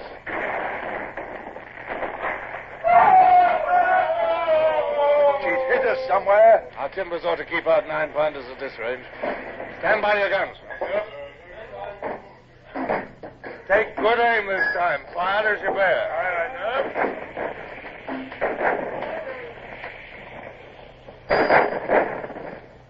That's better, much better. Hold on, then. There goes her mainmast. Mainsail, topmast, shrouds and all. Shall we go in and finish her, sir? Certainly not, Mr. Bush. Our job is to guard the convoy. Square away on the other tack. We must deal with the other one before she can attack us on the other side. Hands to braces. Lively there. Goodbye, Mr. Froggy. You've a long day's work ahead of you before you can see Hoist again. The convoy was frantically beating up towards us again, with the second privateer on their heels, like a dog after a flock of sheep. But at the sight of the Sutherland rushing down upon her, she sheered off again. Obviously, she worked round to make her dash at one of the outside ships, but I swung the Sutherland round and headed her off. Thus it went on for an hour or more, like a game of hide and seek. But with only one lugger to deal with, my task was easier. At last, the Frenchman realized that he was wasting his time. His big lugsail came round, and he thrashed away to windward in search of his crippled colleague. He's off, sir. We'll have no more trouble with those two. No, Mr. Bush, but the captain of that second lugger is a fool. If he left his consort to look after itself and hung on to us until nightfall, he'd be almost sure to pick off one of our ships in the darkness. Well, yes, you can secure the guns now. Aye, sir. Secure the guns, Mr. Gerald. What are those idiots cheering about? From the noise they're making, you'd think they'd won Trafalgar. Mr. Bush, stop that noise at once. Send the hands aft. I'll speak to them.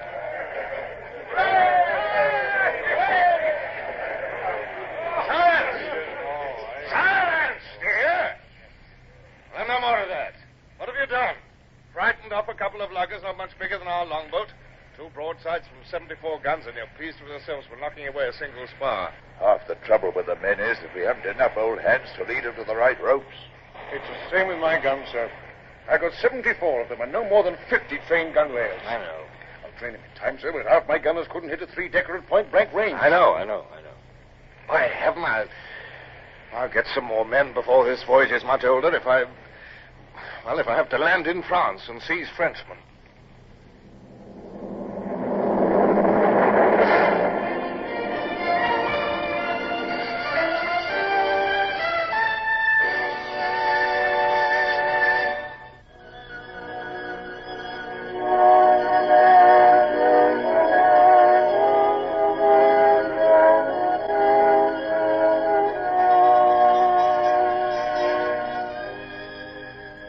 10 days of a strong northeasterly wind had not only hurried my convoy to the North African latitude where I was to leave them, but had also prevented all intercourse and visiting between ships. But now the wind had dropped to a gentle breeze. The Sutherland was slipping slowly along with a westerly breeze abeam, and the 6 East Indiamen were clustered together only a few cables' lengths to leeward.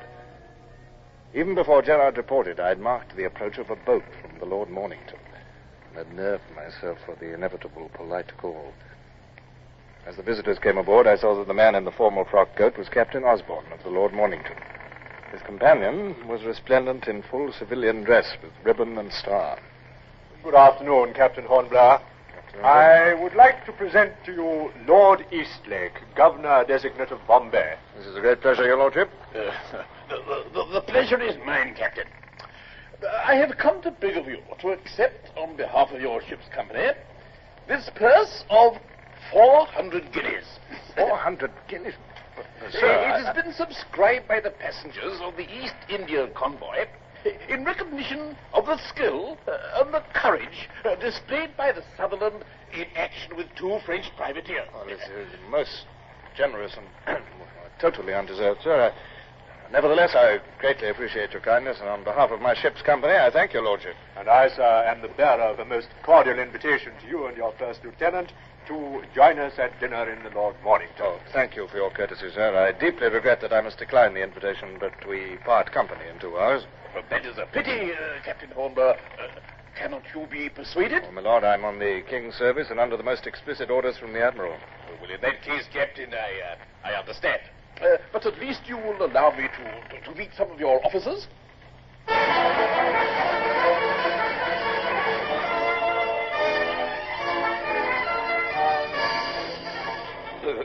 Begging your pardon, sir, but there's no need to turn all that money over to us and the men. You can treat it as prize money and take your share under prize rules. Thank you, Mr. Bush, but I can't accept that sort of reward from civilians. However, the crew must show appreciation. Man the yards and have the men give 3 cheers as Lord Eastlake's boat pulls away. Aye, aye, sir. Man the yards! Man the yards! Now then, men, Lord Eastlake has brought you a present for saving the convoy. 3 cheers for his lordship.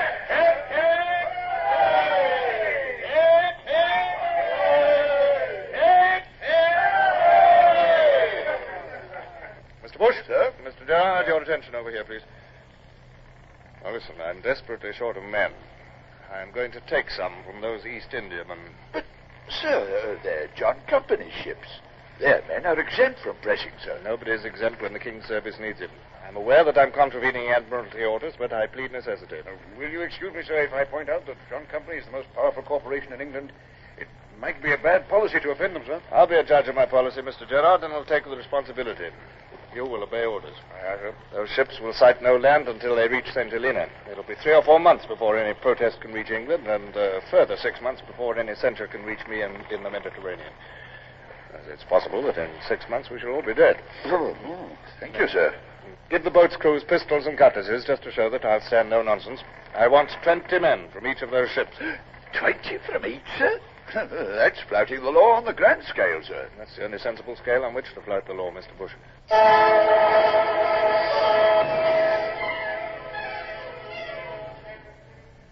Captain Hornblower, this is an outrage, sir, and I must protest against it. At this very moment, your lieutenant is parading my crew with a view to impressment. He's acting by my orders, sir. But I can hardly believe it, sir. Well, are you aware that this is a flagrant violation of Admiralty regulations? A perfect outrage, sir. The ships of the Honourable East India Company are exempt from impressment, and I, as Commodore, must protest to the last breath of my body against any contravention of the law. I shall be glad to receive your protest when you make it, sir. Well, when I make it?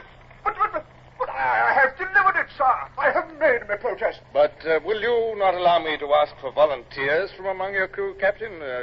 There may be a few men who'd like to join the King's service. I cannot imagine, sir, that many men will be foolish enough to exchange the comfort of the East India Company's service for the rigors of a ship of the line. But, well, yes, I would agree even to that. Your seamanship in the affair with the privateers was so admirable that, frankly, I find it hard to refuse you anything. That's very good of you, sir. Allow me to escort you to your gig. I will recall my boats. Since they will have taken the volunteers first, we can rely on it that they have all the willing ones on board, and I shall return the unwilling ones. Thank you, Captain Osborne. Thank you. He calmed down wonderfully, sir. Pity we had to give way. But we might get a few volunteers out of that lot, sir. I feel sure we shall, Mr. Bush. Here's the launch of the cutter coming back, sir. They're both loaded with men to the gunwale, sir. They're passing Captain Osborne's gig now. He's waving and shouting something to them. Mr. Gerard and Mr. Rayner are very properly paying no attention to him. Stand by. The men will be coming aboard very shortly.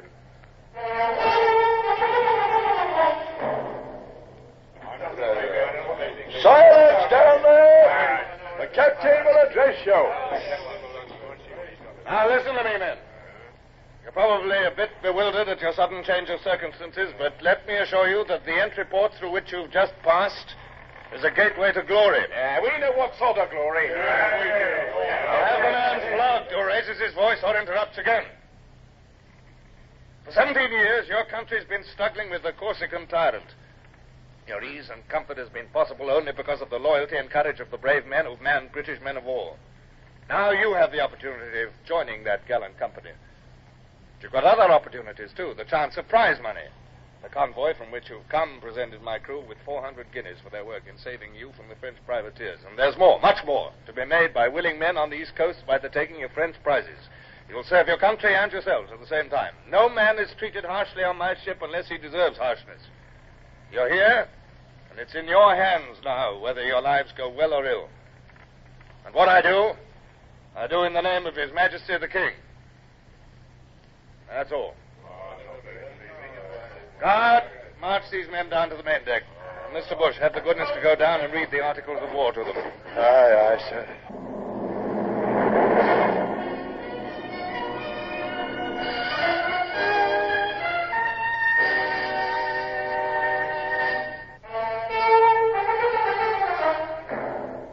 I have taken a bold step, but the necessities of war demanded boldness. I now had nearly a full complement of crew with these 120, most of them able seamen. By the time Bush returned from reading the men into the service, the boats were inboard and we were all ready to square away. Mr. Vincent, signal to the convoy. All men have volunteered. Thank you. Goodbye. All men have volunteered. Thank you. Goodbye. Aye, sir. I beg your pardon, sir, but what will you say to the Admiralty? I shall tell them that I took the men with the permission of the Commodore. I did, too. He said I could keep any men who volunteered. Yes, sir, but not many did, really. You know seamen as well as I do, Bush. It'll be a year before we get back to England, and in that time I shall be surprised if I don't convince most of them that they did volunteer. We only want a bit of luck and a few prizes, and those fellows will swear to anything. It's a master stroke, sir. And the Admiralty will be reluctant to prosecute. They know as well as we do how necessary seamen are. Signals gone, sir. The Lord Mornington is replying. What does she say? Captain Osborne to Captain Hornblower. Do not understand your signal. Await boat. Thank you. Set all sail. Hands for braces. Square away there. Mr. Vincent, hoist another signal, please. Just one word. Aye, sir. Which word, sir? Goodbye.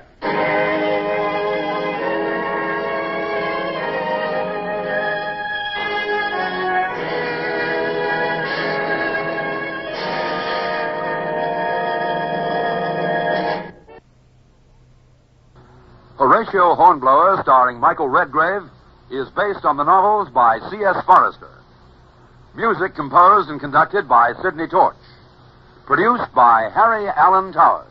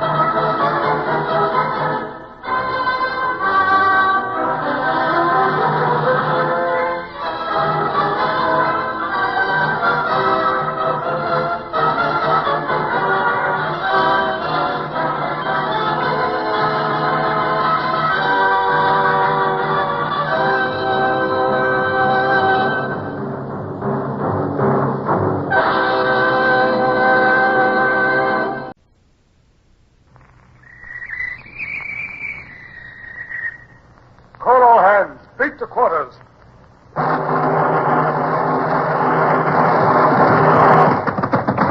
out the guns. Stand by the starboard battery. One broadside into it, if you please, Captain Bush. Pointers on target. Linstocks ready. Aye, aye, sir. Ready.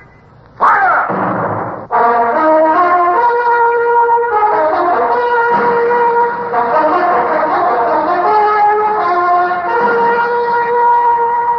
Presenting Michael Redgrave as C.S. Forrester's indomitable man of the sea, Horatio Hornblower.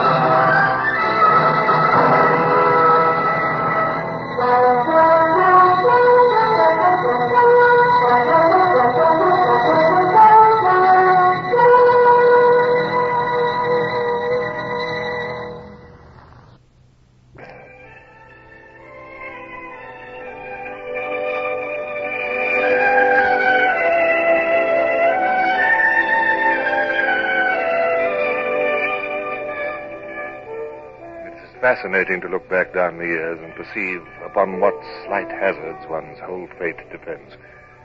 The spin of a guinea was to have far-reaching consequences for me.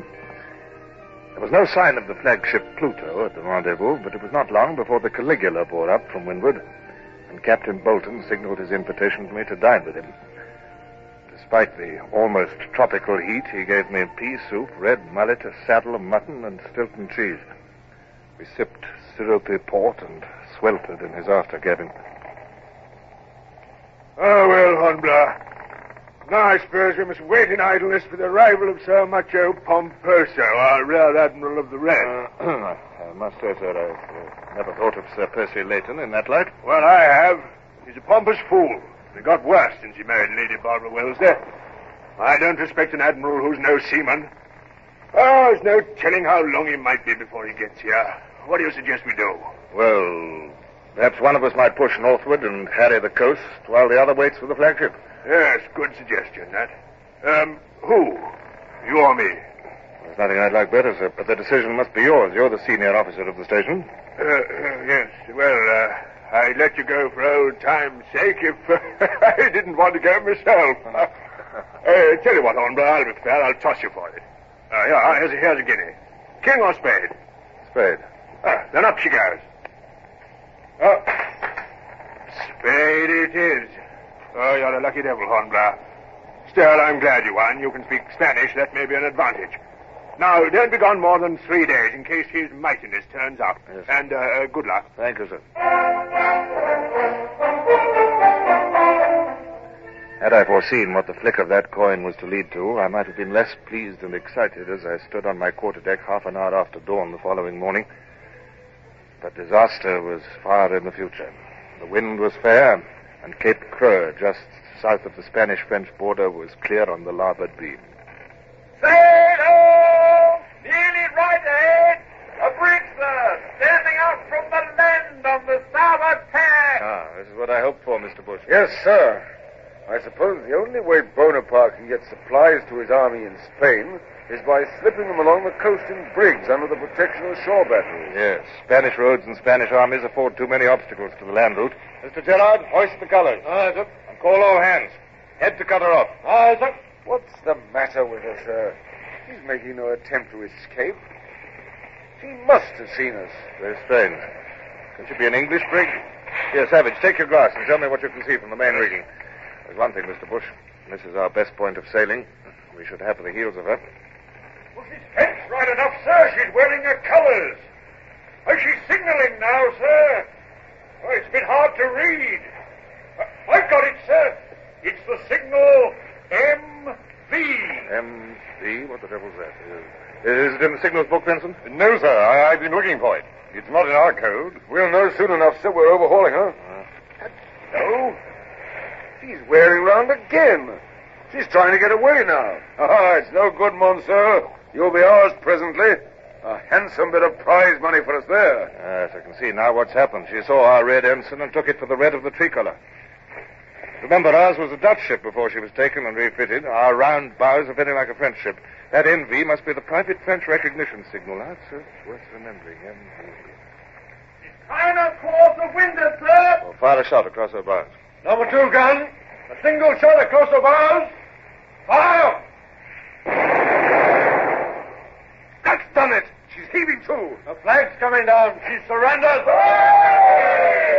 Silence there. Silence.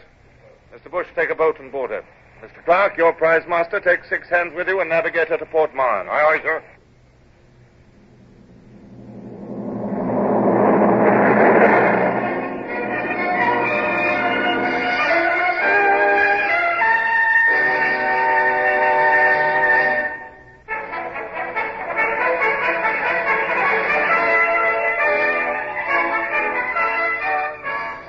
While I awaited the return of Bush, I speculated on the consternation which the French would experience when they knew that their sea routes were threatened by a British squadron and that their lines of communication were in danger. I turned over in my mind, too, a new idea which the brig's failure to recognize our nationality had given me. I doubt if anyone on land saw us capture the Amelie, sir. We can still take them by surprise along the coast. That fact did not escape my notice, Mr. Bush. Now, kindly pay attention. The blue masses on the horizon there are the peaks of the Pyrenees. And the road from France to Spain runs along the coast between those mountains and the sea. And Potter's made the French ensign have it hoisted instead of our own. We shall sail down the coast where we can be seen from the road. Send the hands to breakfast. Aye, aye, sir. Yes, sir. There are number of small craft, sir, at anchor round yonder point. Small craft. Yes, I can see them from here now, sir. And look, sir. Isn't that a tricolour flying from a flagstaff at the point there? It is, Mr. Bush. That's what I've been looking for. That is a French battery on top of the cliff. 42 plunges, probably, with a good range. Furnaces, I expect, for heating the shot to set ships on fire. They can never fight that battery on equal terms. That seems to be a little coasting fleet huddled in the shelter of the guns. Captain Morris? Aye, sir. Tell your men to lie down, if you please. I don't want the red coats of the Marines to give us away. We're getting close in now, sir. You can see the parapets round the battery. Hope to heaven they don't open fire now. They're well within range. Every yard nearer means more danger than getting out if they discover us. And to lose a mast means to lose the ship. Mr. Vincent, hoist the signal MV. Aye, sir. Let's hope it means the right thing. Doesn't seem to mean the wrong thing anyway, sir. They haven't opened fire. They're signaling in reply, sir. I can't read it. One of them's a swallowtail that we don't use. Well, the very fact that they're replying shows they can't be sure we're enemies. If they don't fire soon, we'll be too close under their guns for them to reach us. Now, Mr. Bush, do you see that battery on the cliff? Aye, sir. Yeah. Well, you'll take the longboat. Mr. Rayner will take the launch. You will land and storm the battery. By the mark, water, let's say. At a bare quarter of a mile off. You can go now, Mr. Bush. Back the main topsail. Aye, sir. Back the main topsail. Aye, aye, sir.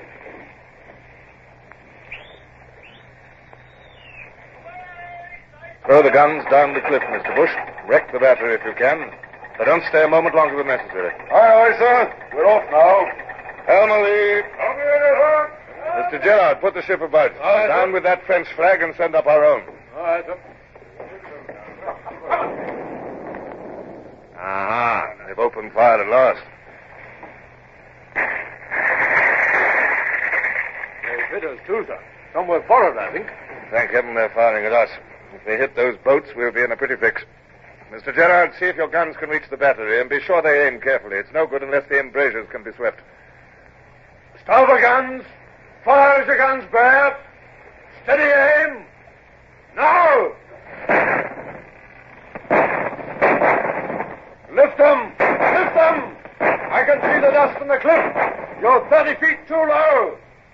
If we can only get a few shots through the embrasure, sir, it'll upset their gunners. Do it quickly, man. They're firing at our boats now. The logs. They've hit the logs. No, there she is again. She was nearly swamped, but not hit. They're rowing crab fashion. The shots must have smashed her port oars. They're safe now, sir. They're in the surf. Look, sir, they're landing. The guns are doing better, too, now. That was a hit. And another. Right on the embrasure, sir. Very good, Mr. Gerard, but you must cease fire now whilst our men are mounting that cliff. Cease fire! The flag, sir. The flag. It's coming down. The storming party are holding it down. They've taken the battery. Mr. Gerard, put the ship about. Aye, sir. Send in the quarter boat to take possession of the craft in the bay. Aye, sir. Quarter boat away. There's 7 craft there, sir. A fine haul. There go their crews, pulling for the shore in their dinghies. Shall I chase or fire on them? No, let them go. I have no wish to be burdened with prisoners or to damage our prizes. Mr. Bush's party is toppling the guns over, sir. Look at that one. Down the cliff like an avalanche.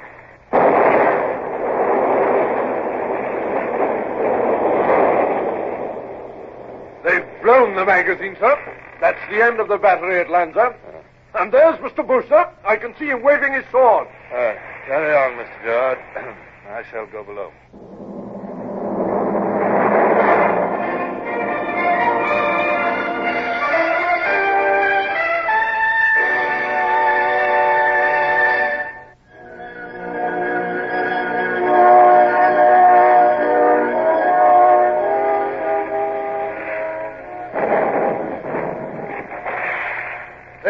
Shooting well. That splash wasn't more than 100 yards off our port beam. Who couldn't shoot well with their advantages?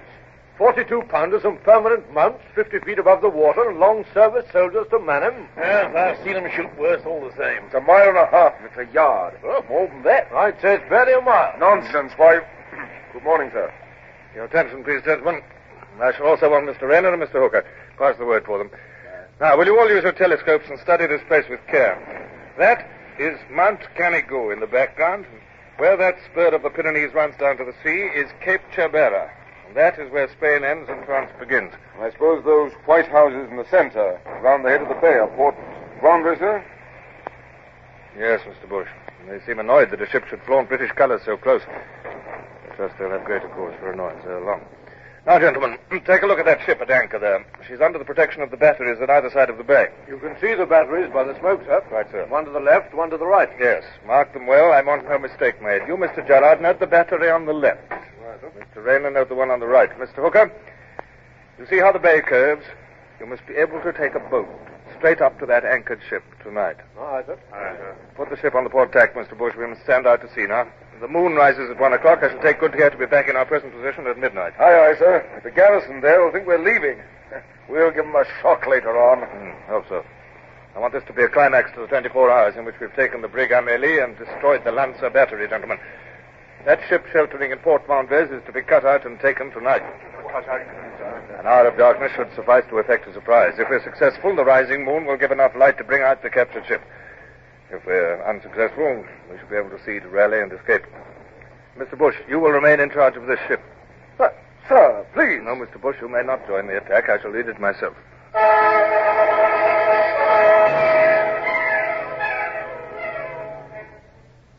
It was very dark, but the stars were glowing clearly, and the Sutherland was stealing landwards like a ghost.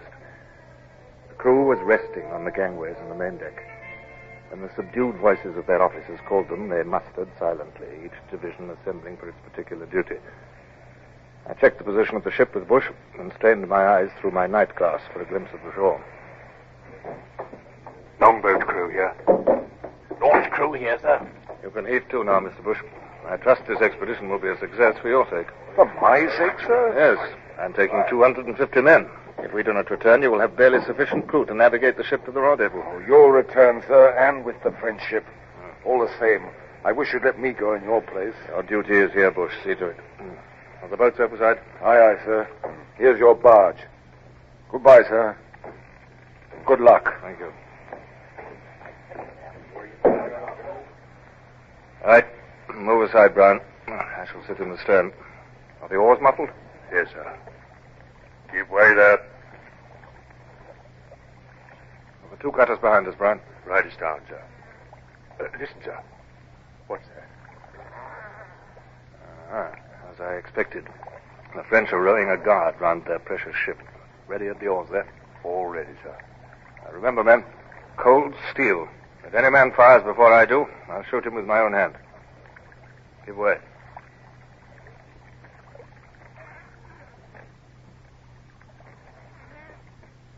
We're in the harbor now. Time the longboat and launch began their attack. And they're making enough row about it, sir. By my orders, I want the gunners distracted at the vital moment. There's the guard boat. On to it, men. I believe they've seen us, sir. Keep on! Straight into her, men. Ship oars. Follow me, men. No prisoners. Throw them overboard. Right. Look at that, Brian. That fellow on the bottom of the boat. Stand clear. Oh, thanks, sir. He landed up and right on his face. I think that's the lot, so we took them by surprise. They're all dead or unconscious or overside.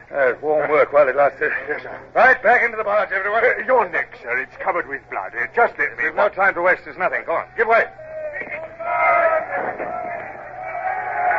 That'll be the cutters. They've reached the anchored ship. Pull, men. They'll need our help. They don't seem to have carried the ship at their first rush, sir. Those musket flashes are steady along her bulwarks. That means the crew are defending her. Yes, there must have been a wake and have rigged netting to repulse any surprise attack. Yes. Now, quietly now. We'll creep round to her disengaged side. Right. One strong pull. Ship oars. Now take hold there. Now, all up the side together and give a cheer. I want them to think we're a big boarding party. Ready? Now. Mr. Longley, you stay with me. Up with you now. Aye, sir. The netting is rigged, sir. It slopes outwards, too. Blast the stuff. It's like being a fly in a web. Oh, come in with your dirk, boy. Don't just hang there. Can you reach that bit with your sword, sir? That bit there. It may part enough for us to get through. So hold tight. Hold on. The whole lot's coming away. We'll be in the sea in a minute. I'm through, sir. Give me a hand, sir. Well done, lad. Now.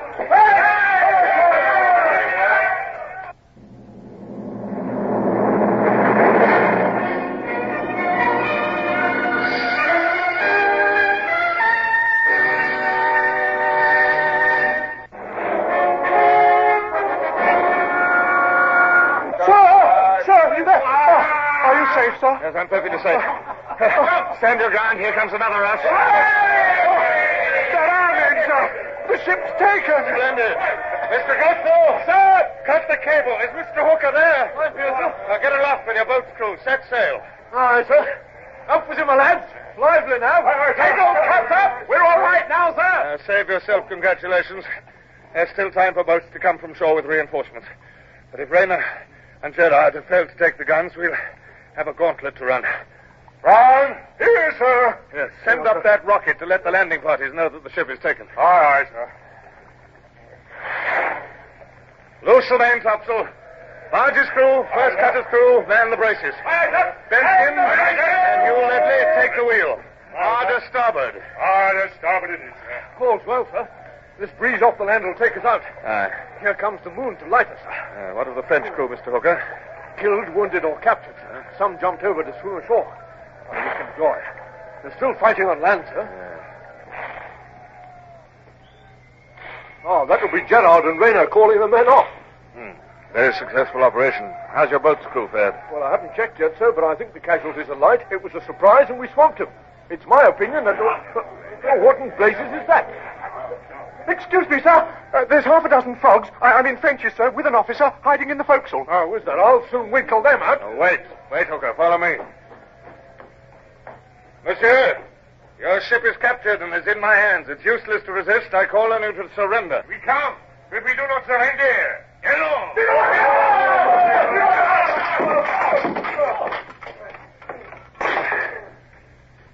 A pity, but if they chose to die, I couldn't prevent them.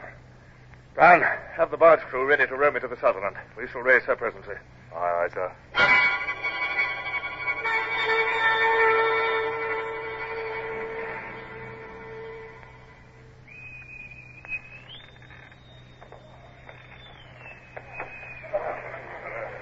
I'm delighted to see you back, sir, and with a very handsome prize. Aye. But, sir, you're wounded. Your neck, your hand. Oh, don't fuss, Mr. Bush. I'd like some coffee and grog for all hands. Immediately, sir. Was it a good scrap, sir? What? Mere bickering, Mr. Bush.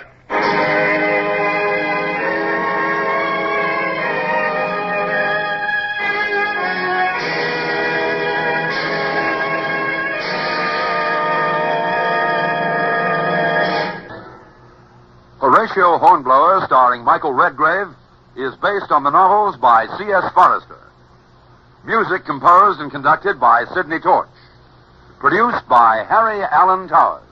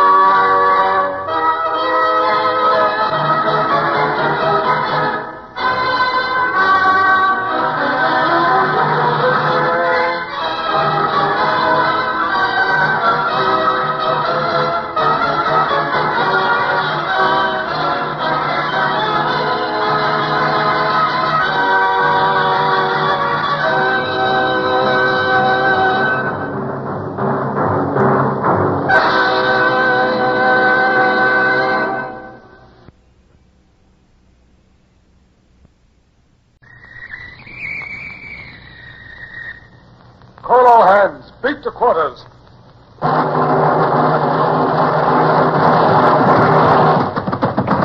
out the guns. Stand by the starboard battery. One broadside into her, if you please, Captain Bush. Pointers on target. Linstocks ready. Aye, aye, sir. Ready. Fire!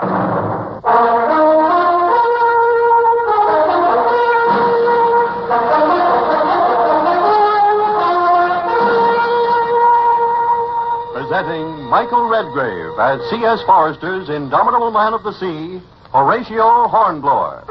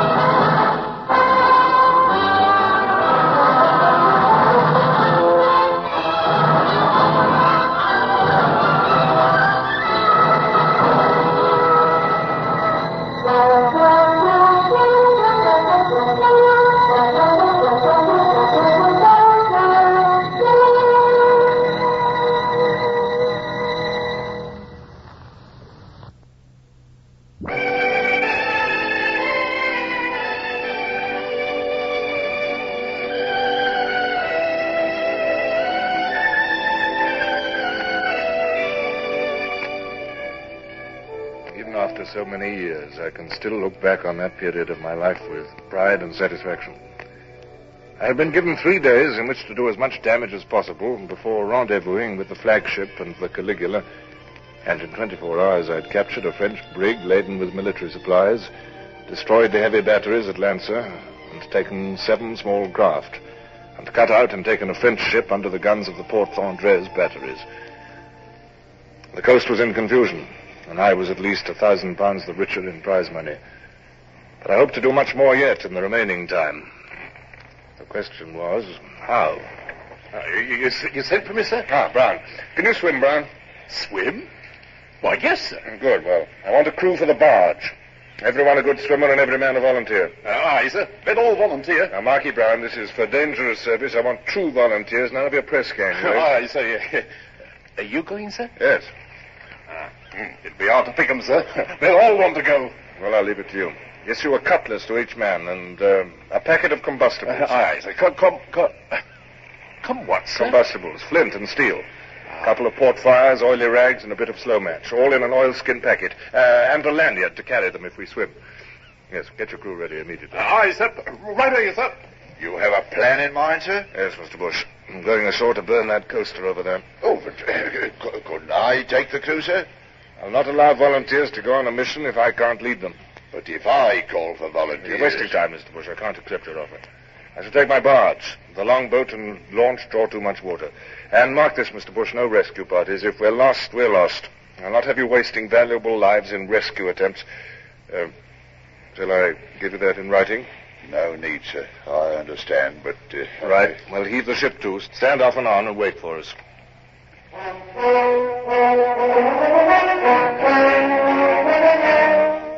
The barge pulled 8 oars, and I sat beside Brown while we danced lightly over the blue Mediterranean.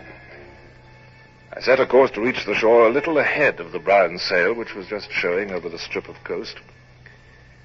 We crossed the line of sluggish breakers and darted in towards the golden beach. A moment later, the boat balked, slid over sand, moved a few yards more, and then grounded. Over with you, men. I'll run the boat up the beach. You got everything? Cutlasses, fire packets? Right, steadily up the beach. Don't use too much energy. We may have a long swim. Make for that low bank of shingle at the head of the beach. It's a vineyard on the other side. And look, there's the sail, not a quarter of a mile away beyond the vineyard. It's only an old man, sir, and 2 women. They're owing or something. Yes, well, ignore them. Come on, men.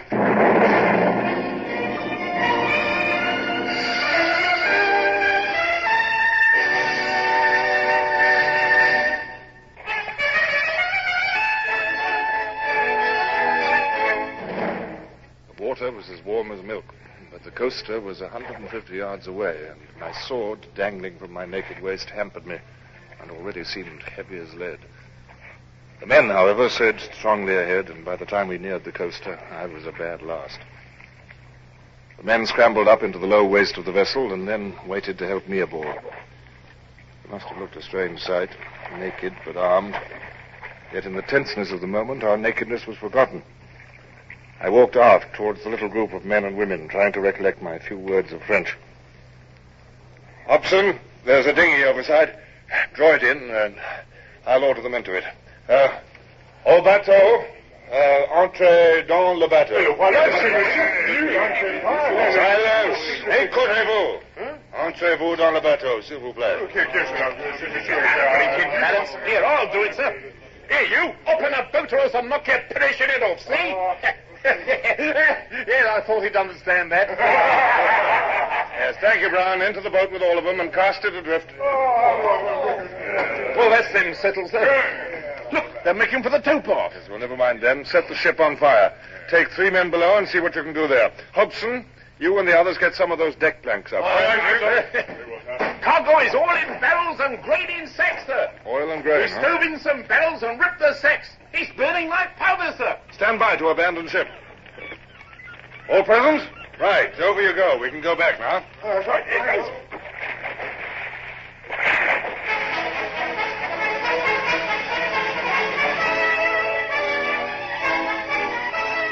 Hey! Look at that old a woman from the coast as she slung all their clothes in the lagoon. Not a stitch left. Look, I'll dive in and get your shirt, sir. No, there's no time. We must leave our clothes. A few clothes for a ship and a valuable cargo is a good exchange. Would you like the old man's trousers, sir? I'll strip them off and be damned to him. No. Come along, back to the vineyard. Fall in behind me, men. Yes, it's no good grumbling. We did the job naked and we'll go back naked. Up into the vineyard with you now. There's a horseman riding across the vineyard towards us, sir. He's got a blue uniform and a cocked hat. What? Just give me a hand, let me see.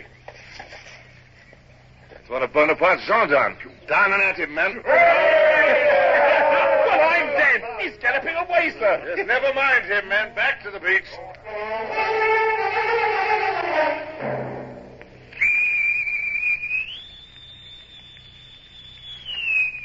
What the devil? They're as naked as the day they were born. Well, surely the captain isn't coming aboard and taking the salute like that. Mr. Gerard, when the captain comes aboard, he'll be received as the captain, dressed or undressed. Tell the side boys and the Marines that if I see one of them with the suspicion of a smile on his face, I'll have him flogged. Aye, sir. For the purposes of receiving him aboard, Captain Hornblower is in full dress, Mr. Gerard. Yes, Mr. Bush, of course. I can see that now. A successful venture, I hope, sir. Yes, very successful, thank you, Bush. Nothing untoward occurred, I hope, sir. Nothing whatever, Mr. Bush. Please put the ship about.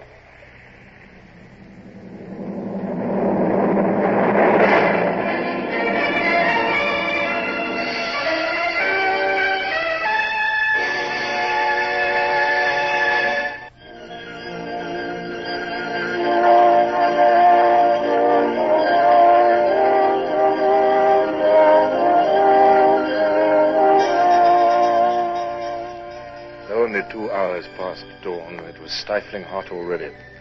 The easterly breeze seemed not to have cooled at all by its passage of nearly 400 miles across the Mediterranean from Italy. The land slipping by along the larboard beam seemed devoid of all life. Yet along the base of those lofty grey-green hills ran the most important high road in Catalonia, the road connecting Barcelona with France. And as I talked again with Spanish officers who'd come out to my ship at dawn in a fishing boat, I felt that this new day promised to be as productive as the previous 2. You're certain, Colonel Villena, that this army of General Pino's will march along this very road? They must, Captain. 10,000 of them. Pino's and Lecchi's division of the Italian army. It was at Tordera that I lost my own regiment. Yes.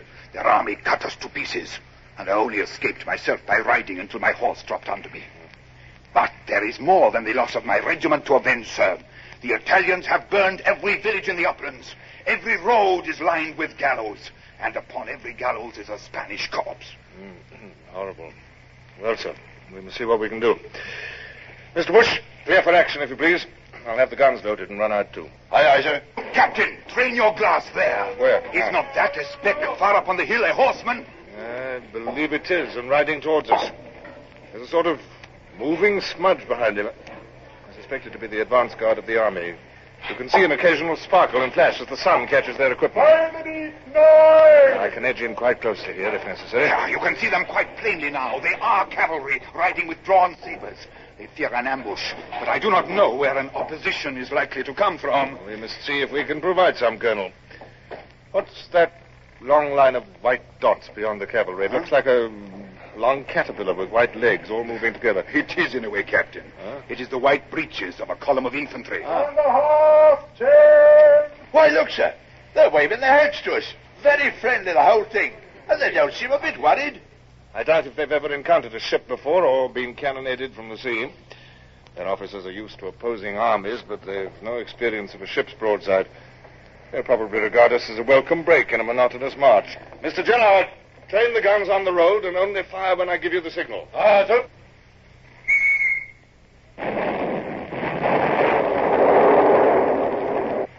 Fire as you will, Mr. Gerard.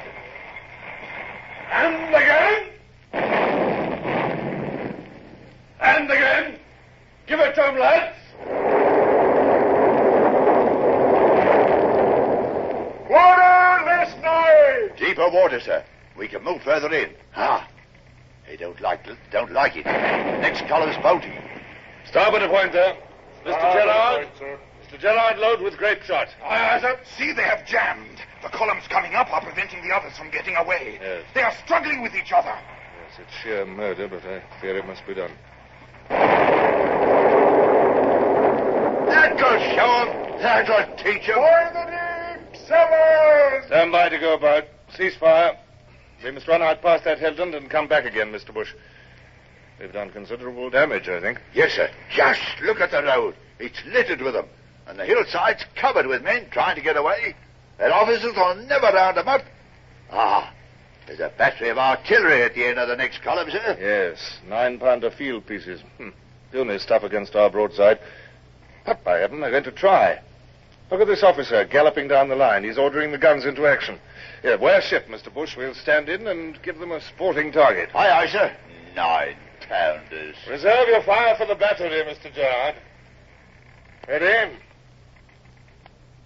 Now. Damn the smoke! It's blowing right back into our eyes. Can't see a thing. Magnificent! Half the guns are smashed. Their crews are killed or scattered. Not all. That officer's a gallant man. He's trying to get one gun working. It's too late. Our speed is taking us out of range. Here's a 2nd Division of infantry, sir. Look at them. Scattering up the hillside even before we get to them. Yes, don't fire at them, Mr. Gerard. Oh, it's as damaging to an army to be scattered and demoralized as to be killed. Though I doubt if our men will understand that. Do you see that group of horsemen above the road there? Gold trappings and plumes? The staff of the army, I'll swear. Mr. Gerard, we'll give a little attention to that group up there, if you please. Aye, sir. Do the fools think they're out of range or don't they care?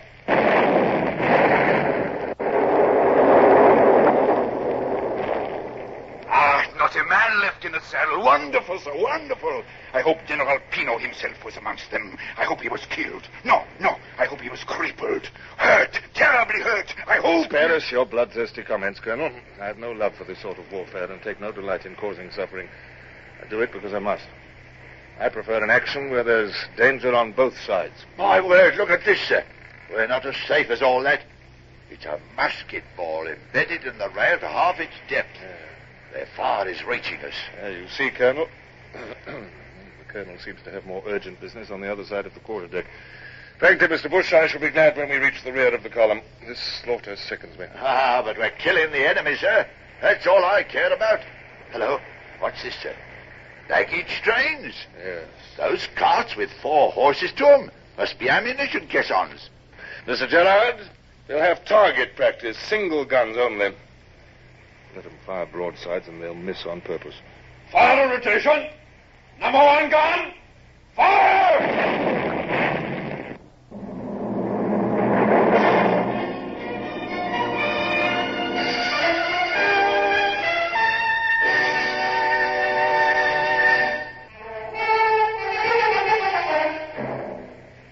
As the Sutherland drifted slowly along the shore, her guns spoke out one by one, hurling a hatful of grape shot onto the road. It was with sorrow almost amounting to anguish that I watched horses and mules go down before that deadly fire. But I maintained a cold, impassive face throughout. A few of the mules managed to leap the bank out of the road and scramble up the hillside, scattering their loads as they went. And then, as we passed the last of the ammunition train and came to a new line of carts, I observed a man standing up in one of the carts and frantically waving a white handkerchief. Looks as though they want to surrender, sir. Ridiculous. He must know that no surrender could be put into effect. He must take his chance. What's he doing now? He seems to be trying to pick something up from the floor of the car. He's tried to lift it. Oh, good heavens, I see now. Cease fire! Cease fire at once! It's a man he's holding up, a bandaged man. Those are the army ambulance vehicles full of sick and wounded from yesterday's battle with Villena's regiment. That officer must be a surgeon. Yes, put the ship about, Mr. Bush. We will retrace our course and harass the main body again. Aye, aye, sir. Stand by to go about. Aye, sir. Hands to places. Won't be so easy on this deck, sir. We'll have to sail close haul, and if we make 3 knots, we'll be doing well. We shall do the best we can, then. Deck there. Field guns training us from the road, sir. They've got 3 guns into position, sir. Very well. We'll see what we can do. Mr. Gerard, carry on with your target practice. Aye, sir. In a way, Mr. Bush, this is a good thing. Our crew is raw, and there's a vast difference between shooting undisturbed and shooting under return fire. See how they behave. Those fellows are good gunners. That one was close. That was closer, sir. Look at that hole in our topsail. I should think... It follows, sir. Some casualties, I think. Yes, use your bow chaser guns on the battery. It may unsteady their gun players. There's plenty of targets even if they can't reach the field guns, sir. Look at their soldiers scattering all over the hillside, sir. Yes, their officers are going to have a difficult time reassembling them, and many will desert. I understand that these Italian divisions desert readily. They have no love for Bonaparte's cause. More hits. The main top gallant backstay's parted, sir. Send some topmen up and splice that stay. But we'll be in close range presently, sir. What the devil's that? Here, one of the ship's boys has been hit from the sound of it. Mr. Gerard, I'm going to put the helm down now. Be ready to fire as the guns bear. Aye, sir. Round she comes. Why? Their gunners are running, sir. They're not going to wait for it. Had too much last time, I expect. Let them have it, lads!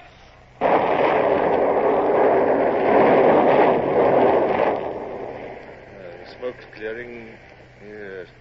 Oh, well aimed, Mr. Gerard. There's not a gun left on the road. Your men behaved like veterans. Fire the mark! 7! Oh, the water is shoaling rapidly. We must stand out to sea again, Mr. Bush.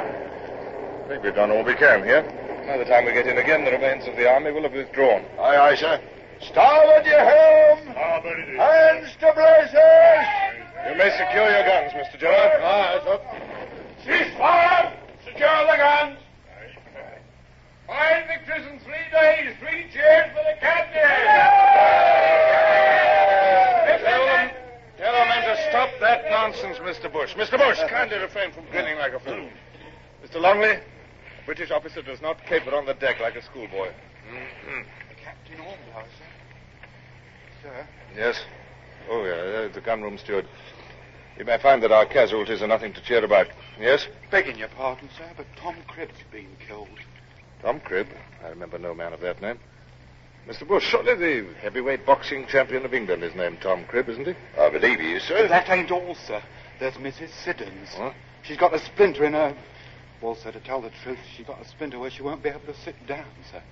Squealed something horrible when I pulled it out, she did, sir. Mrs. Siddons, are you mad, man, or am I? Tom Cribb and Mrs. Siddons, 2 of the pigs belonging to the gunroom mess. Pigs?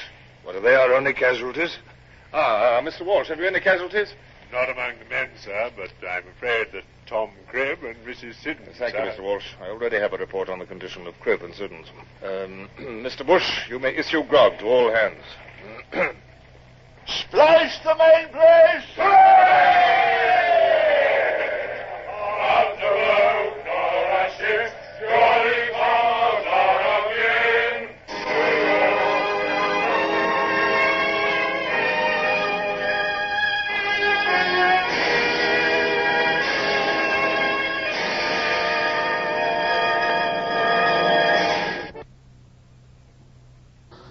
Horatio Hornblower, starring Michael Redgrave, is based on the novels by C.S. Forrester. Music composed and conducted by Sidney Torch. Produced by Harry Allen Towers.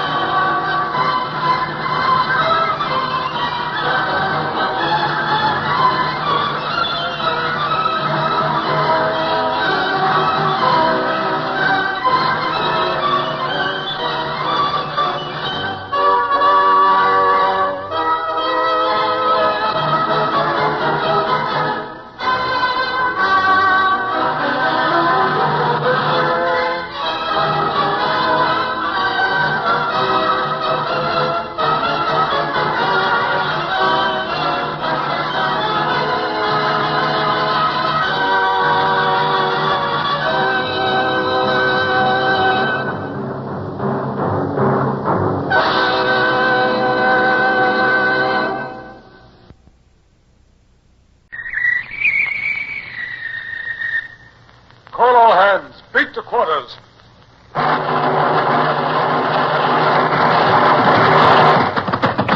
out the guns. Stand by the starboard battery. One broadside into her, if you please, Captain Bush.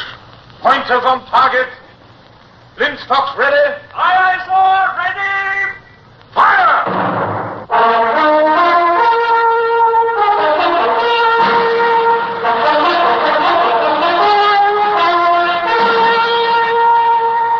Presenting Michael Redgrave as C.S. Forester's indomitable man of the sea, Horatio Hornblower.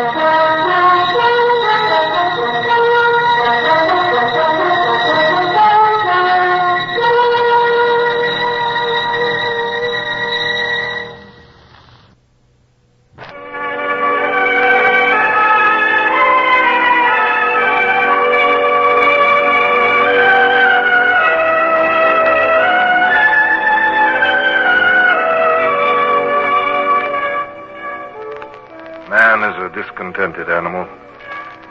Even now, when I finally retired and have nothing to do but relive my past in memory, I sometimes long for the physical activity which I know can be mine no more. But in those days I was still vigorous and had been too long on land. The endless round of social activities had palled, and I was beginning to yearn for the pitch of a ship under me and the sting of the Channel wind on my face. I was bored as I sat in Westminster Abbey, dressed in crimson and white and laden with regalia, listening to a dull sermon, while around me the beautiful building blazed with the colors and arms of fellow knights and nobles. I sat in a stupor of boredom, which was suddenly broken into by a whispering naval lieutenant who appeared at my elbow. Compliments of Lord St. Vincent, sir. His lordship would like a word with you immediately. Oh, sir, with me? Oh, right, well, tell his lordship that I will come this instant.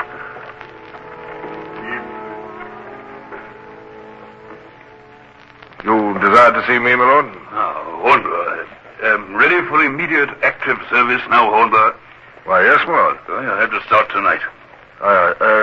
Yes, my lord. On what service? Suppression of mutiny. It's like 94 over again. Did you ever know Chadwick? Lieutenant Augustine Chadwick? Yes. Yes, he was a midshipman with me under Pellew. Oh, here's my coach at last. I'll drive you to the Admiralty and give you your orders. Jump in, Hornblower. Thank you, sir.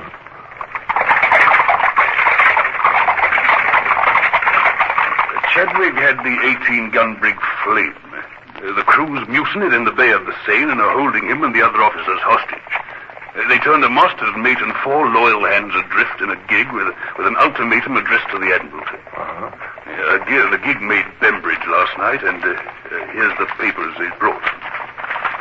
What's the ultimatum, my lord? They want an amnesty, blast them. We're to hang Chadwick and forgive the lot of them, or they'll hand the brig over to the French. The crazy fools. Yeah, mind you, it's possible they had some cause. Chadwick's in his 50s and still only a lieutenant. He was always bad-tempered, and lack of promotion made him worse. The coach drew into the Admiralty yard. I followed the First Lord to his room. I give you a free hand, and you can set about it any way you like. I can spare you 3 ships of the line if you want them, a couple of frigates, bomb vessels, there's even a rocket vessel if you think you could use it. Yes. It doesn't seem the sort of situation where sheer force would be of much use, my lord. Will you give me full powers, well, to negotiate, for instance? No, damn it, I will not negotiate. Well, Well, I know what you're up against. Those insolent swine can slip into the mouth of the Seine and give themselves up at the first sign of danger. Yes, well, if they do that, Bonaparte will have his finest propaganda story in 20 years. Yes, I know. It's brains that are needed here. That's why I sent for you. Besides, the seamen like you, Hornblower. They follow you and listen to you.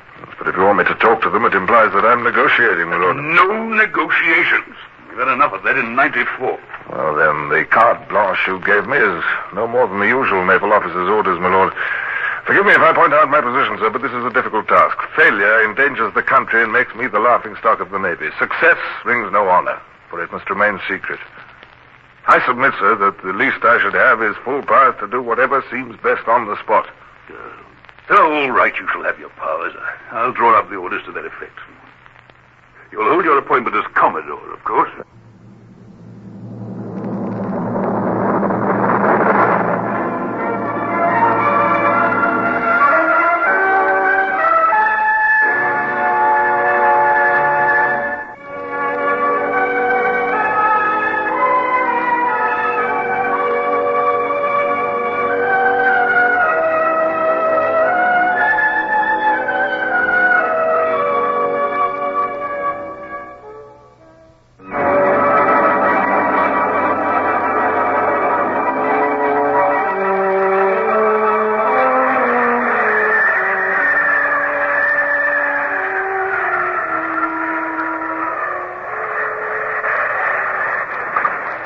Dirty night, Mr. Freeman. Aye, sir, and it'll be dirtier yet. The glass is still falling, and we're just getting out into the channel.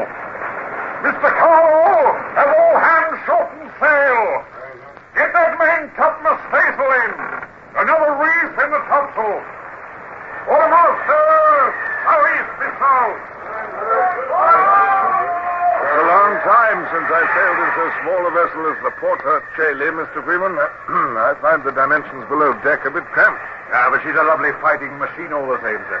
Their guns will smash anything of her own size. We carry provisions enough to stay at sea indefinitely, and she'll stand any weather that comes. Yes, but to do all that with 190 tons means the crew has to be content with conditions that would be, well, hard on cattle. Oh, they're used to it. Any orders when we sight the flames, sir? We'll deal with the situation when it arises, Mr. Freeman. My orders give me power to negotiate, but I feel that negotiation would be a sign of weakness. Somehow or other, I shall have to trick 100 English seamen into my power so that they can be hanged or flogged for something I might feel like doing myself under similar circumstances. I don't envy you your job, sir. Anything wrong, sir? You look a bit... I'm going below. Just call me if necessary.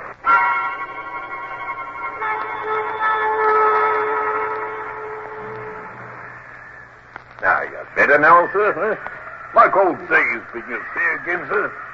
You always was seasick at the start of a trip, sir. Confound your insolence, Brown. I am not sick. Merely tired. Yes, of course you're tired, sir. This Buckingham plunge ain't not to tire anyone. When you go on deck again, sir, the ladyship asked me to see that you wore this silk scarf she made for you. It's very light and warm as a toaster. Thank you. Thank you. Leave it there. Aye, sir.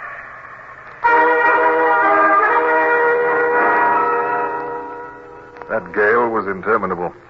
Night and day it raged, and though Freeman clawed into it as much as he dared, I knew that it was gradually drifting us away from the course we needed to make to find the mutineers.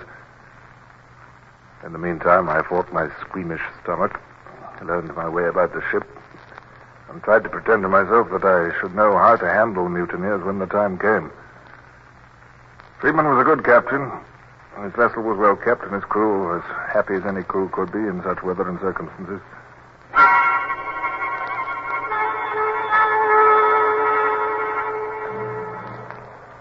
The whole crew's been buzzing with pleasure, Sir Horatio, since you recognized that seaman yesterday.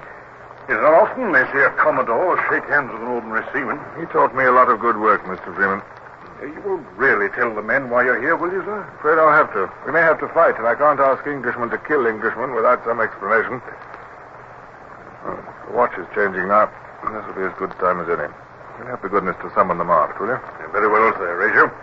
Mr. Carlo! Aye, sir. All hands must aloft!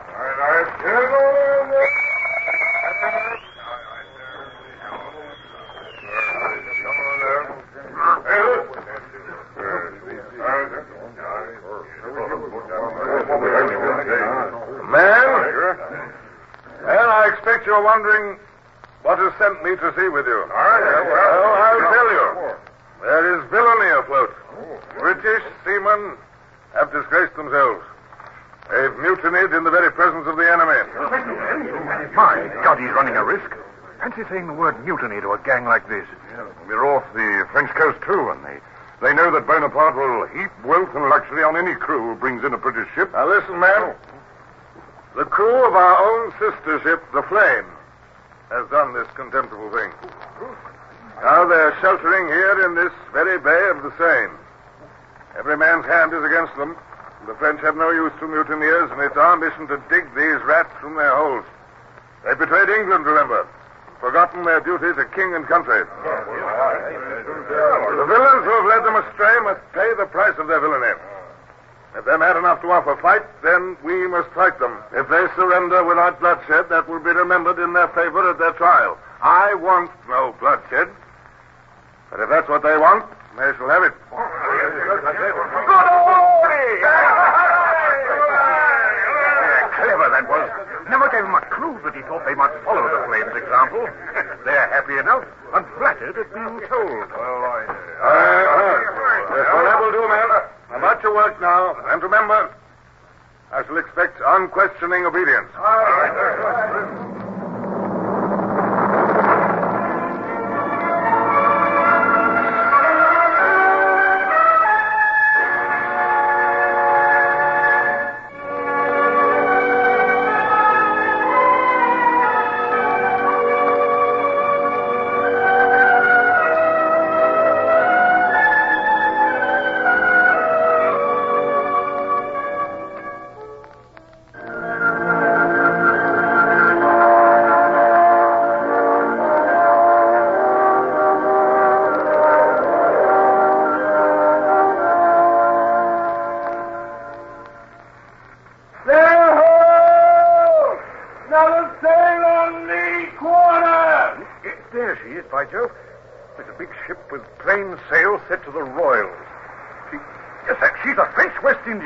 Into the Seine.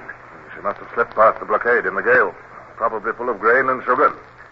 One cargo into the Seine like that is worth more to Bonaparte than a dozen delivered to some inlet on the Biscay coast.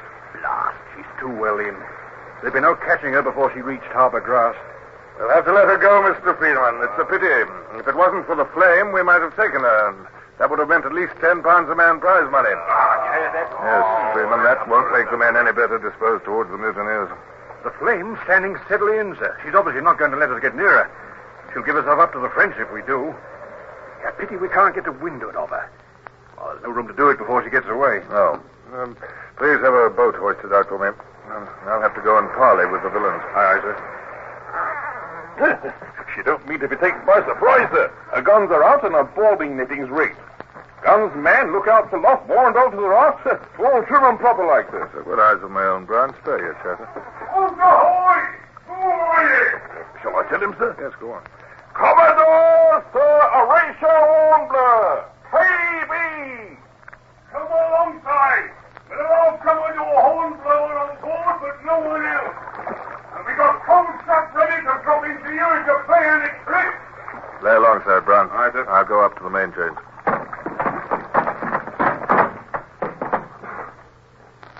Kindly tell your boat to sheer, Commodore. We're taking no risks. Steer up, Brown. Stand off and on. I will.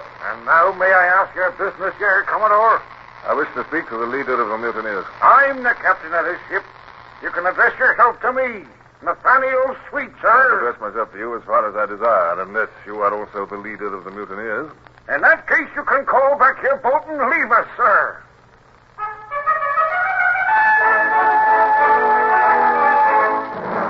This was an impasse already. I studied the white-haired, wrinkled old man with the telescope under his arm who called himself Nathaniel Sweet. The only thing at all unusual about his appearance was a pistol stuck in his belt. England has sent you here to swing me on the gallows anyway. No, I'm here to recall you to your duty. Letting bygones be bygones. You have to stand a fair trial, you and your confederates. That means the gallows. And I'd be lucky compared with some of the others. You shall have a fair and honest trial, with every mitigating circumstance taken into consideration. The only trial I'd attend to be to bear witness against Chadwick. The fellow he killed James Jones, the ship's boy, and reported that he died of fever. Aye, and a few other things, too. Our terms are full pardon for us and a fair trial for Chadwick. That's right. You're being very foolish. You're throwing away your last chance. Surrender now with Mr. Chadwick unbound and the ship in good order, and that will weigh heavily in your favor. Refuse, and what can you look for? Death. That's all, death. Nothing can save you from your country's vengeance. Nothing? Begging your pardon, but Boney can. You trust Bonaparte's word? Sure. He'd like to have this ship, no doubt, but you and your gang, he won't encourage mutiny. His power rests too much on his own army. He'll hand you back to be made an example of. Will he now? Look at these letters, 3 of them. No, I'll keep hold of them, thank you. This is from the military governor of Arbor Grace, and that only promises us a welcome. This is from the prefect of the Department of the Inferior Seine. It promises us provisions and water if we need them. And this is a letter from Paris sent down to us by post. It promises us immunity from arrest, civil rights in France, and a pension for every man from the age of 60. And do you know who it's signed by? Marie-Louise, Empress, Queen, and Regent. Boney won't go back on his wife's word. You mean to tell me, man, that you've been in communication with the shore? Aye, we have. And if you had the prospect before you were being flogged round the fleet, you'd do the same.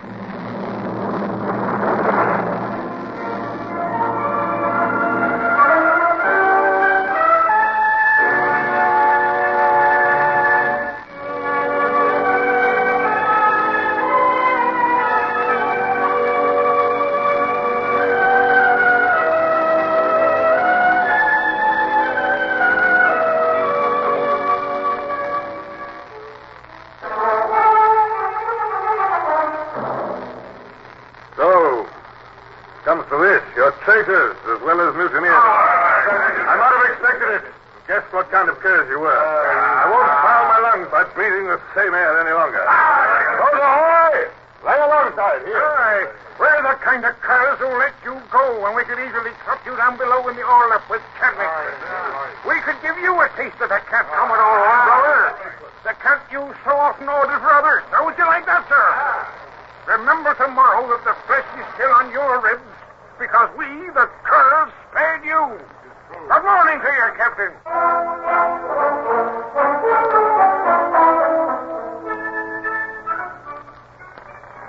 You don't think we'd give him a quick broadside, sir, and then get round to windward and cut her off before she could make the shore? No, impossible, Mr. Freeman. She's barely within range and she'll be out of it before our guns will run out. Yes, I've no doubt there's a dozen glasses watching our every movement. Queer to look at her, sir. She's so like our own brig.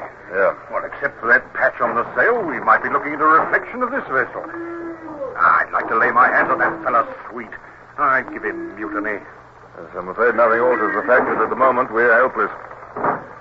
I've failed utterly in my attempt to win them over, and I can see no possibility of them abating their terms. Either I grant them a free pardon, or I drive them into the hands of Bonaparte. I fear... But... What's the matter, sir? Something happened? No, I just thought... You know, Freeman, if I had this brig and the Flame under my command, we could set the whole Seine estuary in an uproar. Yes, but there doesn't seem much hope of getting hold of the Flame. I don't know, Mr. Freeman. It might be done. Will you pass the word for the sailmaker to come here? And I shall want his mates and every hand who can use a needle and palm. Yes, but what... Aye, sir. Sailmaker and his mates, Mr. Carlo. Hurry, please. Aye, sir. Look at the Flame, Mr. Freeman. You said yourself that she's an exact replica of the Porta Coeli.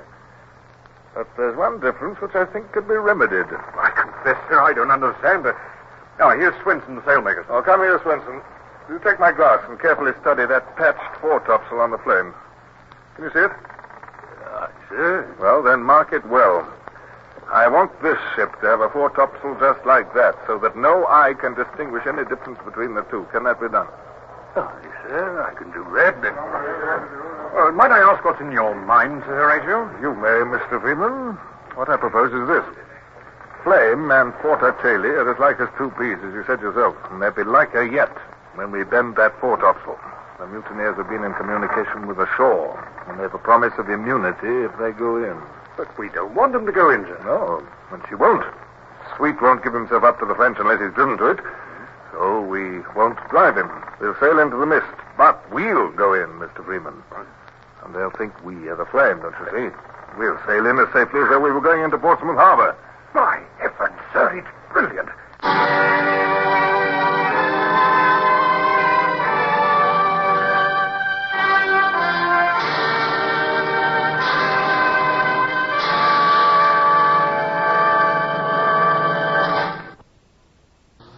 Horatio Hornblower, starring Michael Redgrave, is based on the novels by C.S. Forester.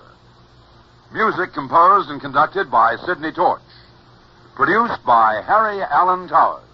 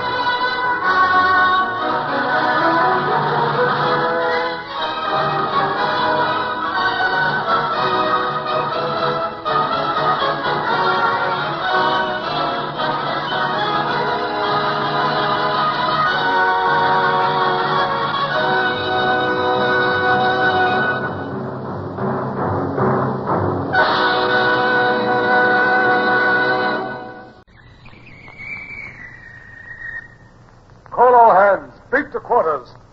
Run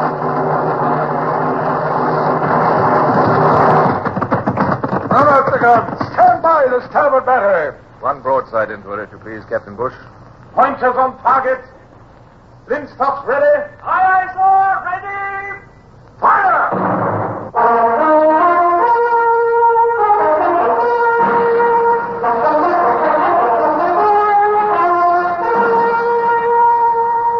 Presenting Michael Redgrave as C.S. Forester's indomitable man of the sea, Horatio Hornblower.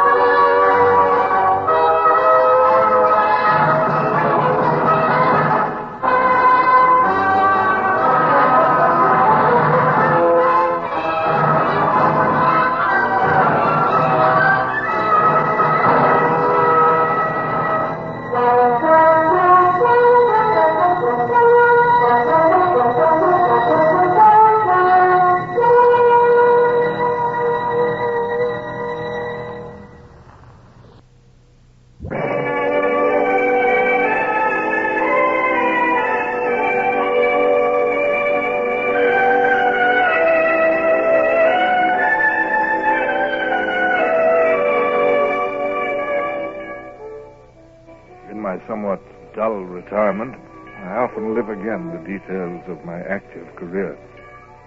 But no single episode of that career stands out more vividly than that dusky autumn evening when I stood on the deck beside Captain Freeman and sailed into the enemy's stronghold. The patched foretopsail had been bent on, the name Porter Chaley painted out, and the name Flame substituted. I forced myself to remain calm and apparently unmoved. But Freeman, beside me, had given up all pretense and was as excited as a schoolboy. There's the harbor, sir. And there's that French West Indiaman we saw go in this morning. Oh, there's a lighter beside her. Of course, they wouldn't unload her at the quay. They'd put her cargo into lighters and send them upriver to Rouen and Paris. At the moment, I'm more interested in the town's defenses than the shipping. There are the forts of Address and Tourneville on that steep cliff. The twin lighthouses on Cap de la Have. And the batteries there on that low ground beside the jetty. The batteries are going to be our greatest danger. I don't expect the forts to find out what's going on in time to open fire. I don't see why anyone should find out, sir.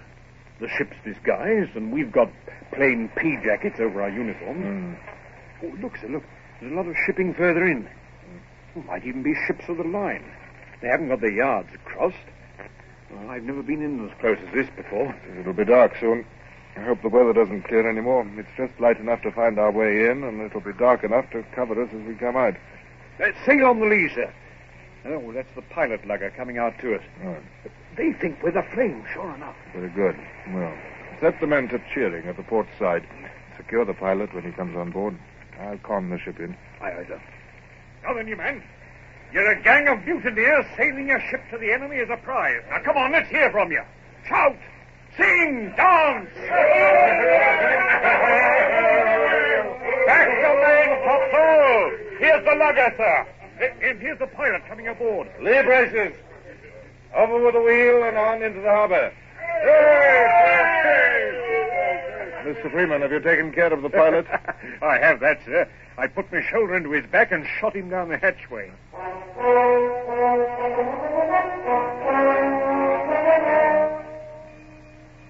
We were nearing the big Indiaman now. She lay with loose sails, swinging to a single anchor.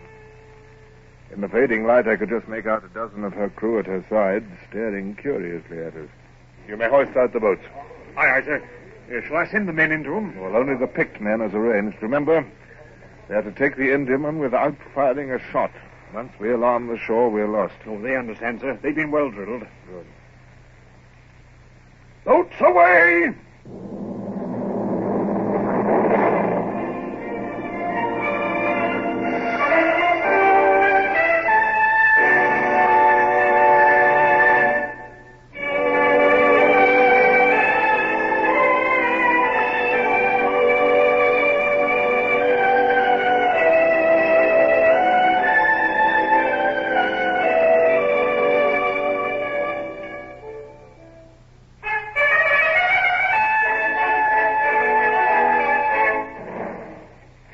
Coming back, sir. Well, the men they've put aboard must have done their job. Excellent. Look, here comes the Indiaman, too!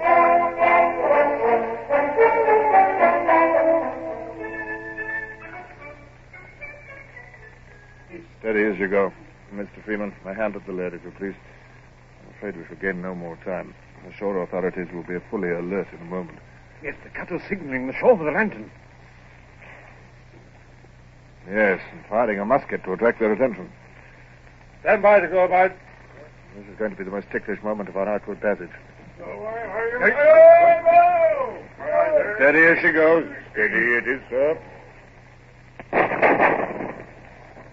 Now, the cutter must have cleared and loaded a bow chaser. 6-pounder from the sound of it. Ah, yes, there's the flame of it. But she can't see us very clearly. I can see the Indiaman, though. She's coming round very neatly. That mastermate of yours is a good man. This will be a different matter. The 32-pounders on the jetty are in action now. We shall be right in their range as we round the jetty. Shall I reply to their fire, sir? No. Our 6-pounders will make no impression on that solid battery, and the flashes will reveal our position. Well, why aren't they firing again? Well, they've had time for several salvos. I imagine Bonaparte has stripped his shore defenses of seasoned gunners for his army in Germany. These gunners are probably untrained recruits, and working in the dark is making them unhandier than ever. Look out, sir! Vessel dead ahead! Wheel there. Stay steady. Make no effort to avoid it. It's the pilot lugger. I can see its mainsail. They're trying to block our escape. She's coming straight for us, sir! Then let the weakest go to the wall. Stand fast, everybody.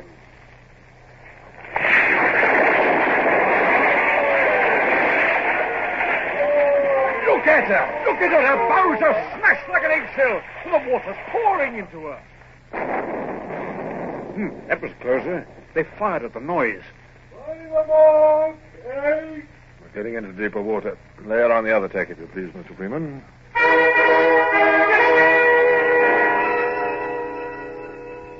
tried hard to keep any trace of doubt or excitement from my voice. But I knew that success or failure depended on the chances of the next few minutes. I felt weak with apprehension, not merely for the physical danger that we were in, but for the danger to my reputation should I fail.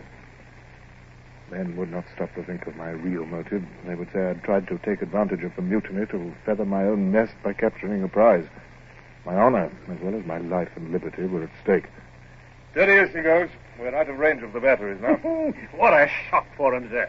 A loaded Indiaman taken out of harbour right under their very noses. Very good piece of work, Mr. Freeman. All hands did their duty admirably.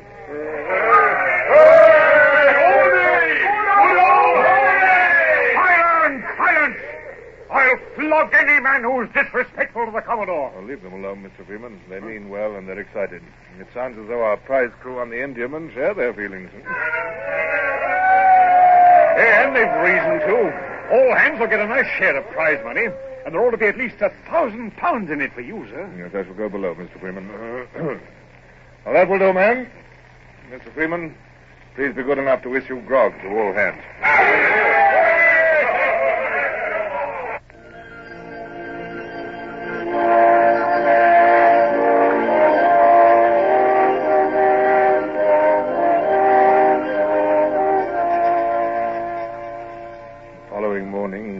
Fairly clear, but with slight patches of mist and the wind backing south by west. As I came on deck from my bath under the pump, I noted that we were hove to with the captured Indiaman astern. I knew that I should send her back to England at once, but I could not do that without writing a report. There was the mutinous Flame to deal with before I could think about reports. Hello! It's the brig Flame, sir! What? Yes, there she is, sir. Just coming out of that mist bank. There's only one thing to do. We'll have to fetch her out. Clear the ship for action. Aye, aye, sir. The news must have got around on shore now that the brig with the patched sail is playing a double game, and they'll be watching for another move. If we delay, the mutineers might get in touch with the shore again and explain. Yes, or if they see from the shore there's two brigs with patched sails, they may guess what's been done. Yes, quite so. Well, see that the men have some breakfast first, and it will be best if the guns will not run out yet. Aye, very good, sir.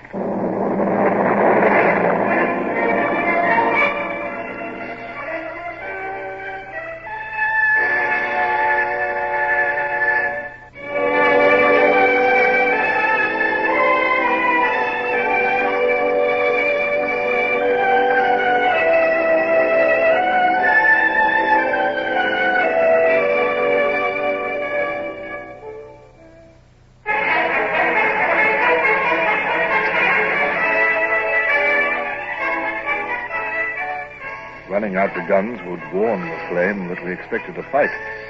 And that might tell them that escape to the French was not so easy as they thought.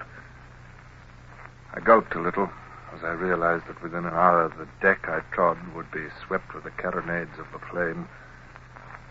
Within that hour, I might be dead or shrieking under the surgeon's knife. Deck there! There's a lot of small craft putting out from the beach, sir. Heading for the Flame, I think, sir. This should be interesting, Mr. Freeman. The mutineers are heading in rather than fight. They think those craft are coming out to welcome them. They're in for a shock, then, sir. Hey, hello. No, they're not so sure. They're hesitating.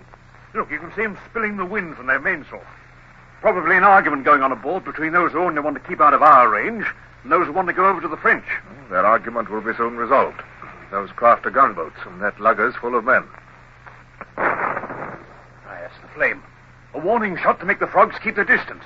Look, sir, look. Look, the Flame's realized the craft are hostile. She's wearing round. Too late.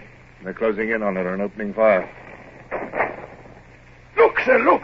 Look, the men from the lugger are boarding the Flame. They'll take her. We'll run the guns out quickly. At least we shall fight against Frenchmen and not Englishmen. Gunners, listen to me. They're going in among those gunboats, and they must be sunk. Aim true at the base of their masts and don't fire until you're sure you can hit.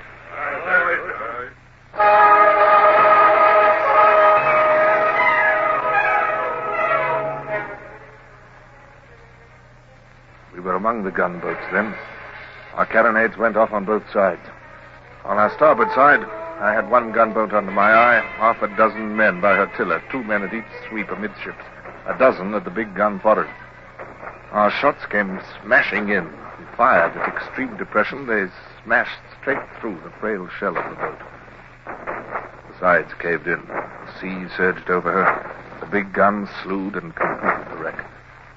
And only a few bobbing heads in the water showed where she had been.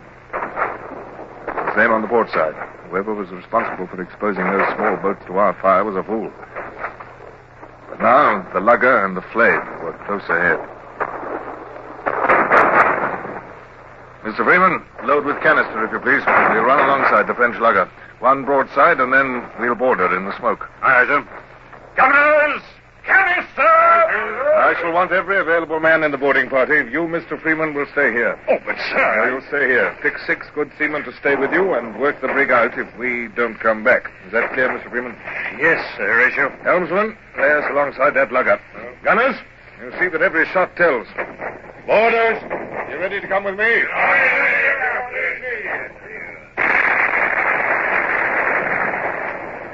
Follow me, men. Into her and no quarter.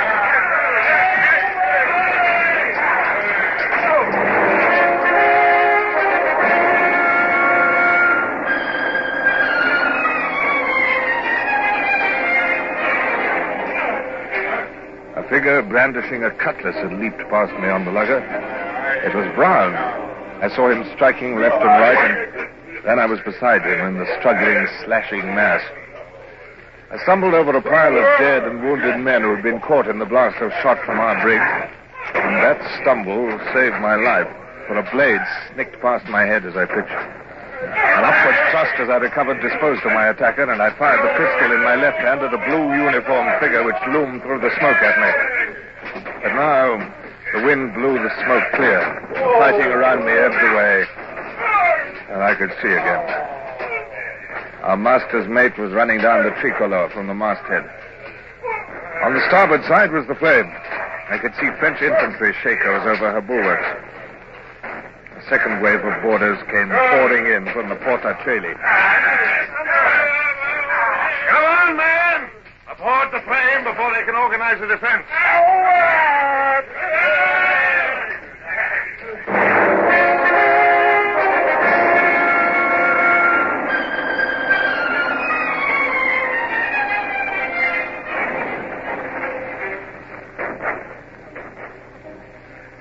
It's all over now, sir. They've had enough. Are you wounded, sir? No, Brown. Help me up. This fellow's heavy. He's right on top of me. Hey! Yes, thank you. Well, Brown, what's the situation? Sir, some of them are hiding below, sir. We'll have them out presently. That lot are disarmed and guarded, and some went overside, sir. The ship's ours, sir. Where are the other mutineers? Down below, I fancy, sir. Some of the Frenchies are down there, too, sir. Cowards. I'd rather die on deck than scuttle into a hole like a rat. We'll have them out of it. Flame ahoy! We're all drifting ashore! Request permission to cast off and make sail! Now, wait a moment. We must...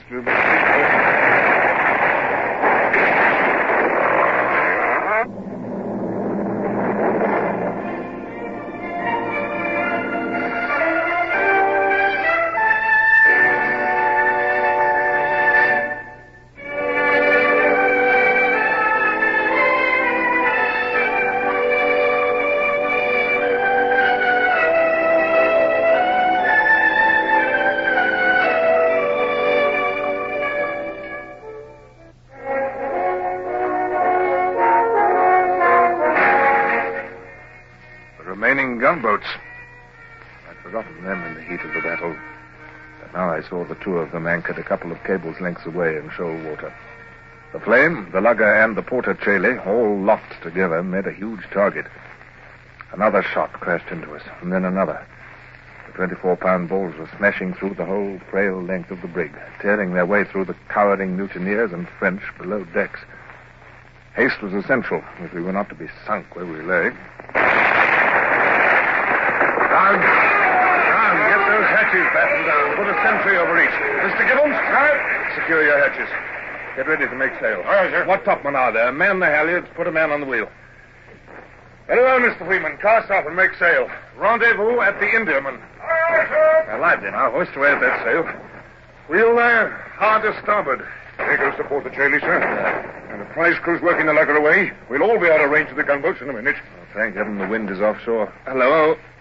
What's all that going on overside? Tommy, sir, it's the prisoners. Mutineers and froggies. They're scrambling out through the shuttles and jumping overside. I'll let them go. Half will be drowned, and the mutineers who were saved will get no mercy from the French after this.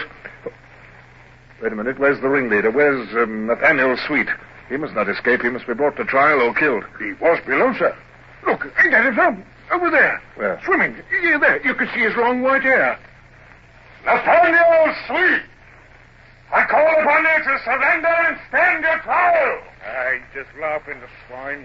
Hey, you. Sir? You on sentry at the hatch. Pick me off that white-haired swimmer with your musket. Aye, sir. Look at the splashing up within 10 yards. Now, give me the musket. Reload quick, or the villain will escape. I'll have him if I have to jump over and swim to him. Here's another musket, sir. Thank you. Let me. I wish I was a good shot myself. I'll give it to me. Got him, sir. Got him. He won't lead no more mutineers. Where? Where is he? Go on, sir. No, there he is. Look, you can just see his hair trailing. There. Now he's gone. Yeah. It's a horrible thing to have to do. There was no alternative. You will bear witness, Brown, that I called on him to surrender. Bless you, sir. It's a waste of breath. He's better off, too. He'd only hang if he was took.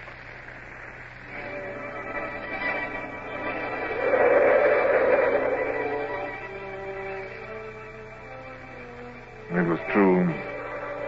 That white hair trailing like a horrible weed on the sea was to haunt my dreams for long to come. The mutiny was suppressed, the flame retaken, the French defeated, and valuable prizes secured. Barbara and Richard and Smallbridge seemed close again. Yet there was no joy in my heart as we sailed to rendezvous. Only a nightmare vision of long white hair trailing on red-tinted water.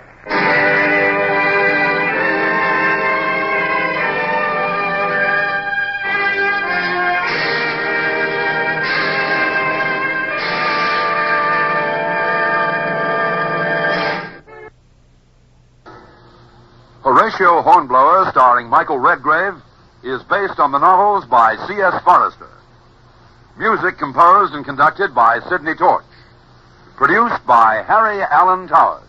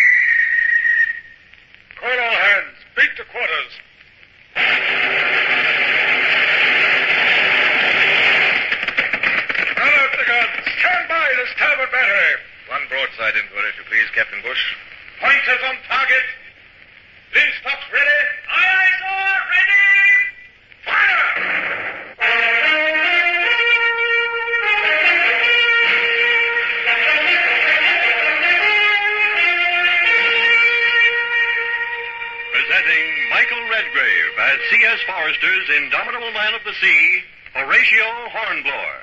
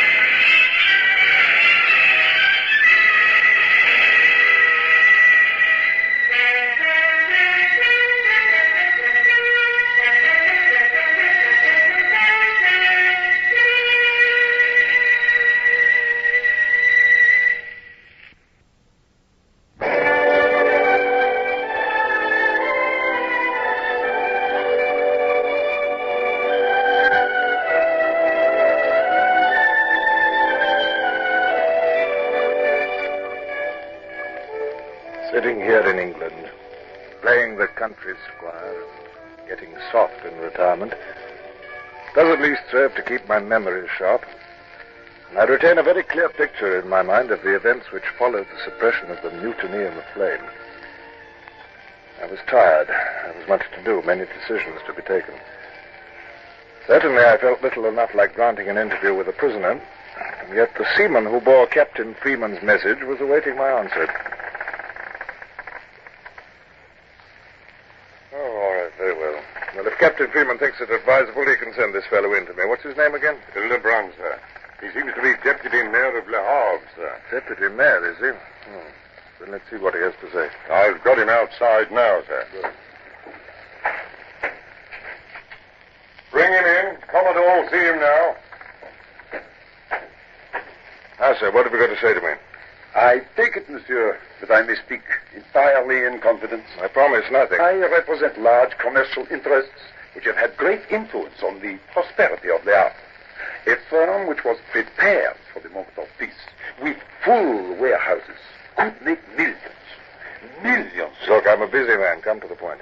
His Majesty of Great Britain might do well to allow his friends to make those preparations in advance. Monsieur Lebrun, I trust you've given thought to what you're saying. They're words which would take you to the guillotine if Bonaparte ever heard of them.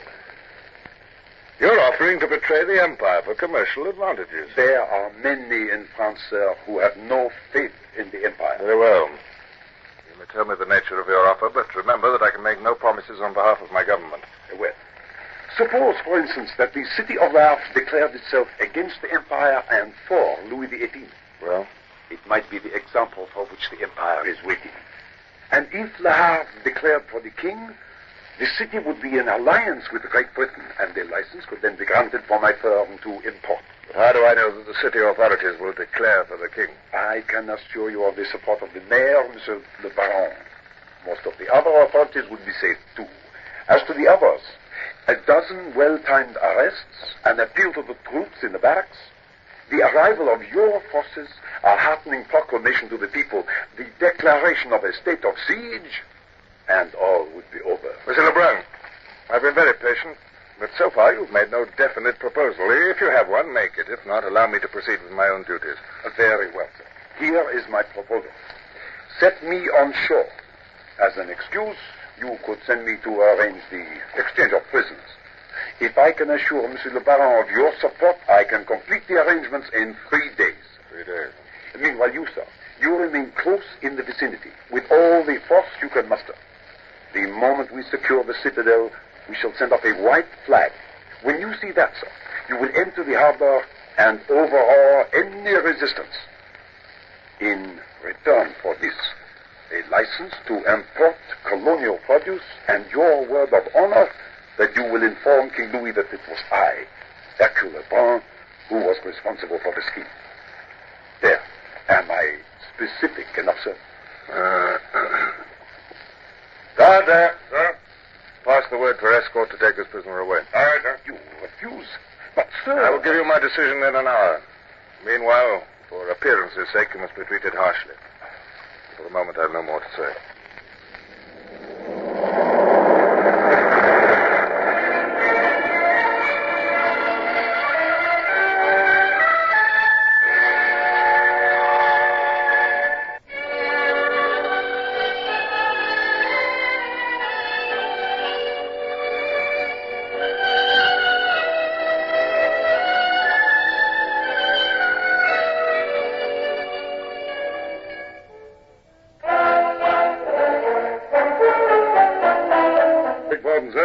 Signaling, sir.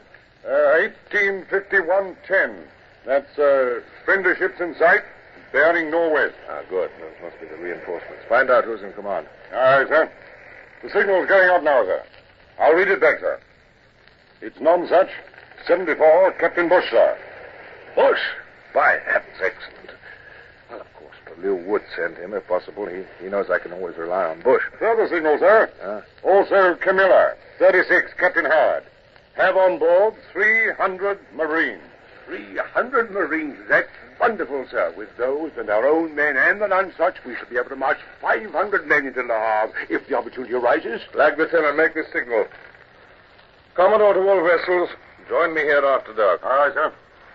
I shall transfer to the Flame. Mr. Freeman, there'll be other work for you with the Porter Chalet. Kindly join me with Captains Bush and Howard when they arrive after dark. Lebrun must be completing his plans, and we must strike tomorrow, if at all. Aye, aye, sir.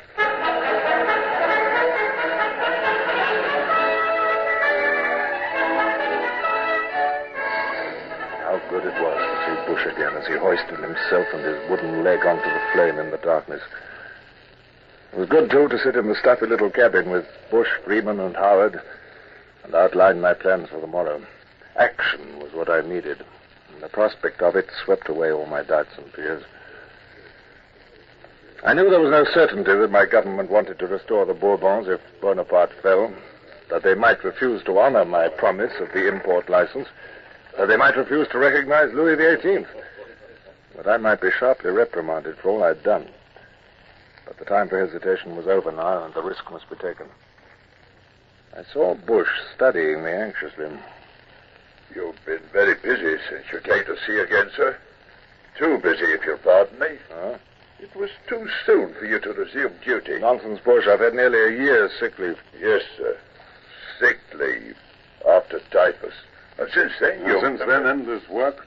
Cutting out action. A battle. 3 prizes taken. 2 vessels sunk.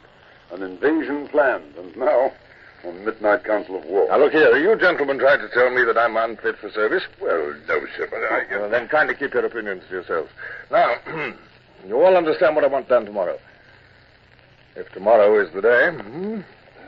No questions? Well, you must forgive me if I was rude just now. I had a trying day.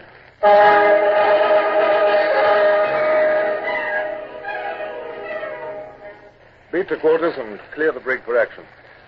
Hand me that speaking trumpet. Thank you.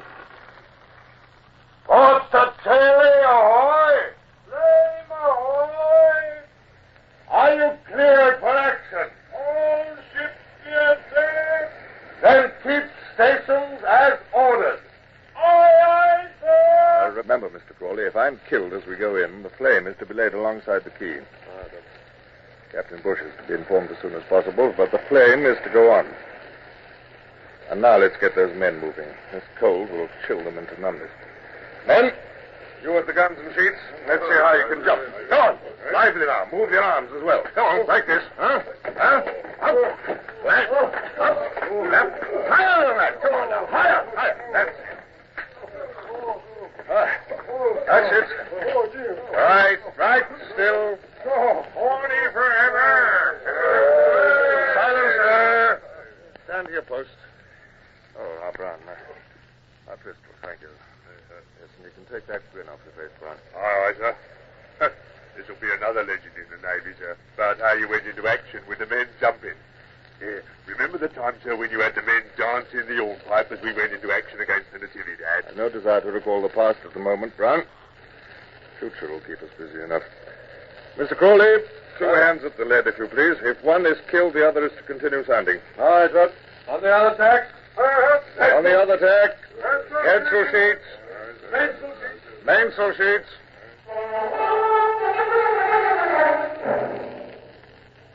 Making 3 knots under fore and aft sail, we stood in for Le Havre.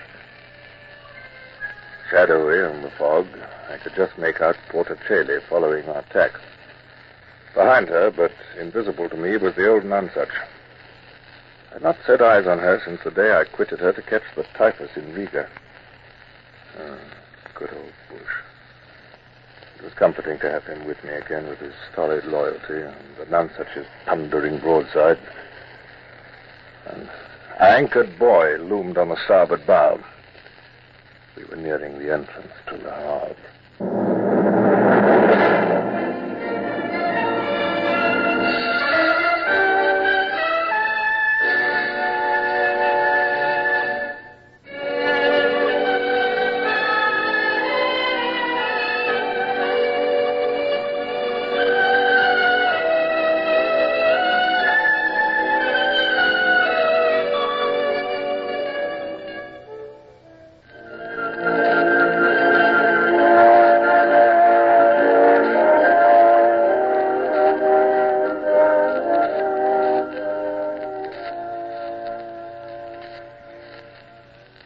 Listen to me, man.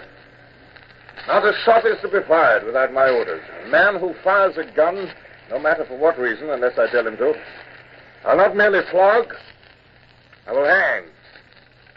Before sunset today, he'll be at the yardarm. You hear me? We'll soon know if this is a trap or not. But if Lebrun is playing a double game, only the flame will be lost. The others will get clear, and heaven help Lebrun and his city. Look, bear along that key as quick as you can now. Right.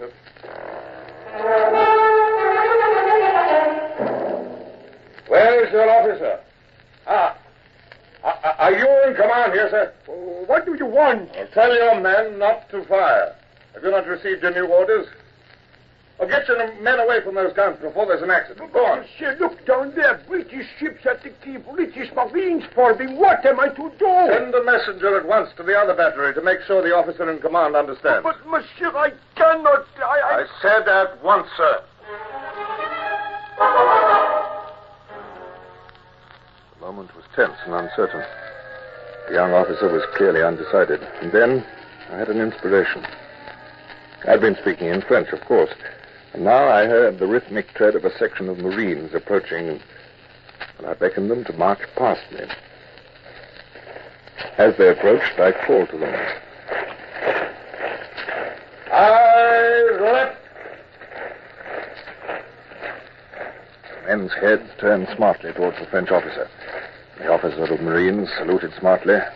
The courtesy of it completely took the wind out of the Frenchman's sails. As he gaped, the Marines wheeled left round the battery, in through the open sally port, in among the guns, pushing the gunners aside, knocking the smouldering linstocks from their hands. Let me help you up. All right, sis, I can manage. I shall ride to the other batteries, see that the other landing parties deploy as arranged.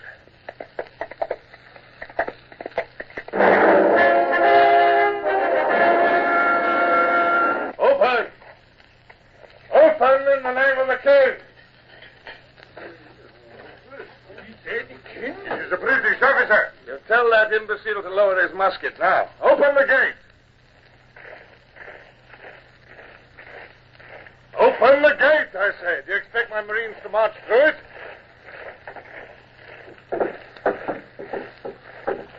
That's better. Now, come on, my beauty, into the fort. 12 24-pounders and all pointing towards the harbor. Furnaces for heating shot. Never have stormed this battery by ordinary methods. Parapets 5 feet thick and 8 feet high. 10-foot ditches. Sir, pardon, monsieur. I do not understand. Who are you, and why did you say king? Are you the subaltern in charge here? Yes, monsieur. Sir, I bring you great news. This is the beginning of a new age for France. Mr. Howard, you found a horse, too. Is all well? As far as I know, sir. I thought I ought not to involve a landing party in the narrow streets of the town without orders. I have 2 midshipmen here if you need messengers, sir. Oh, and your coxswain. Your hat, sir. I picked it up on the quay. Oh, well, thank you, Brown. The harbor defenses are all secured, Mr. Howard. Yes, sir, thanks to your boldness. It looks as if that chap Lebrun has at least succeeded in creating some confusion. None of these frogs seem to know what to do. Yeah, we mustn't give them time to think. Hello? Who comes here? A rider with a white handkerchief in his hand? You are Monsieur Hornblower, sir? Hornblower, yes. I come from Monsieur Le Baron, sir. The citadel is secure. He is about to descend into the main square. Good.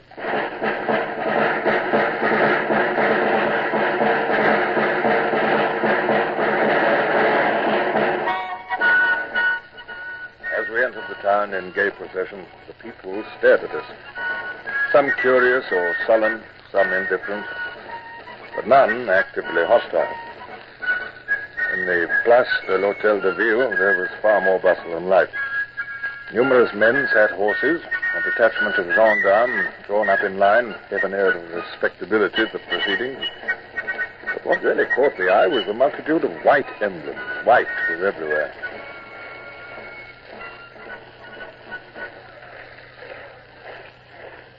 Lovely, sir. They're making sure we understand there's a truce on. Look at all them bed sheets hanging out in the windows. Oh, even the police have got white cockades in their hats. They're not truce colors, Brown. White is the color of the Bourbons, the kings of France. Oh, This is the first time for 20 years that the Bourbon white is shown on French soil. well, here comes a fat-looking bloke with a white sash. I bet he had a tricolour there yesterday. He looks an important sort of coat, sir. I suspect he's the mayor, Baron Momas. Come on, Hold! Hold my horse while I dismount, will you? Our friend, our ally, Sir Hornblower, I embrace you. Silence! Silence, all of you. This gentleman is to be respected. And here is Monsieur Lebrun, I perceive. Your servant, sir. Our plan has succeeded. Order, counter-order, this. This is a great moment, Sir Hornblower. A very great moment, Monsieur Lebrun. If you will be so good as to accompany me to the foot of the flagstaff, the ceremony is about to begin. I shall proclaim allegiance to His Majesty. Certainly, sir. After you. The citizens of Le Havre, I, Baron Momas, mayor of the city, declare that all true Frenchmen no longer serve the usurper Napoleon Bonaparte. Brian, what's happening? Seems to be a fight down that side street. It is some of the soldiers on the battery. They are resisting. Into this building, Sir Hornblower, quickly. They will soon be dealt with. Gendarmerie, do your duty. This way, Sir Hornblower, we shall be safe here. I'm an officer, not an alderman. My horse! Here, quickly.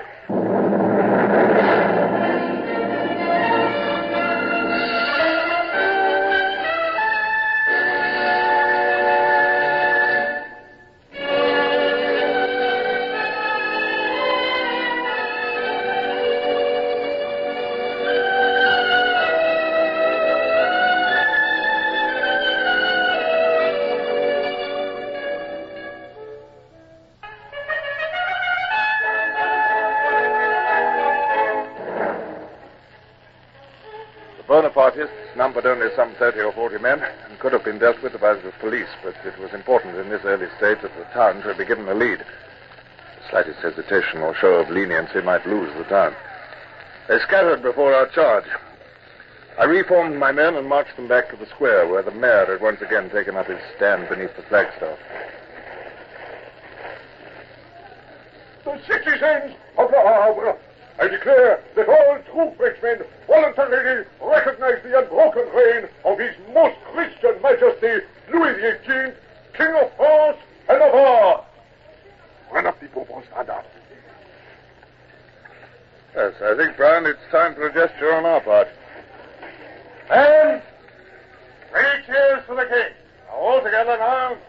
Hip, hip, hip, hooray! Hip, hip, hip, hooray!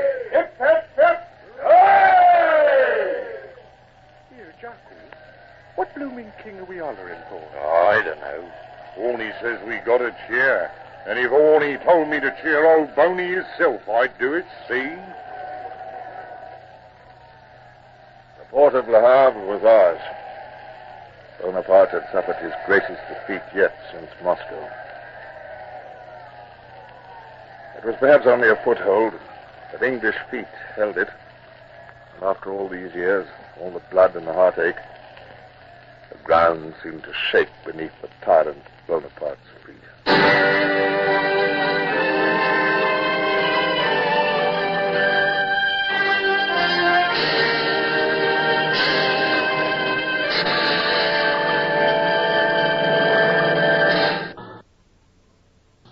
Horatio Hornblower, starring Michael Redgrave, is based on the novels by C.S. Forester.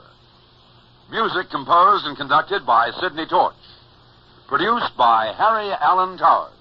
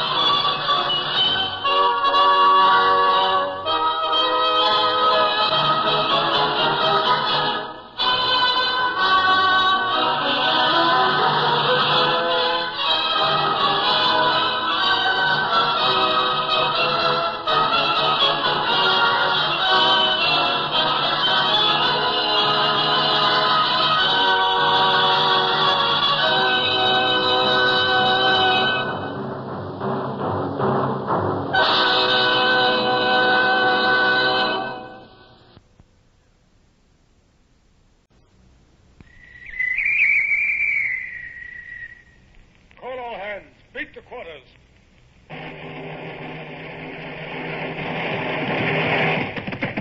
Run out the guns. Stand by the starboard battery. One broadside into it, if you please, Captain Bush. Pointers on target. Linstops ready. Aye, sir. Ready. Fire!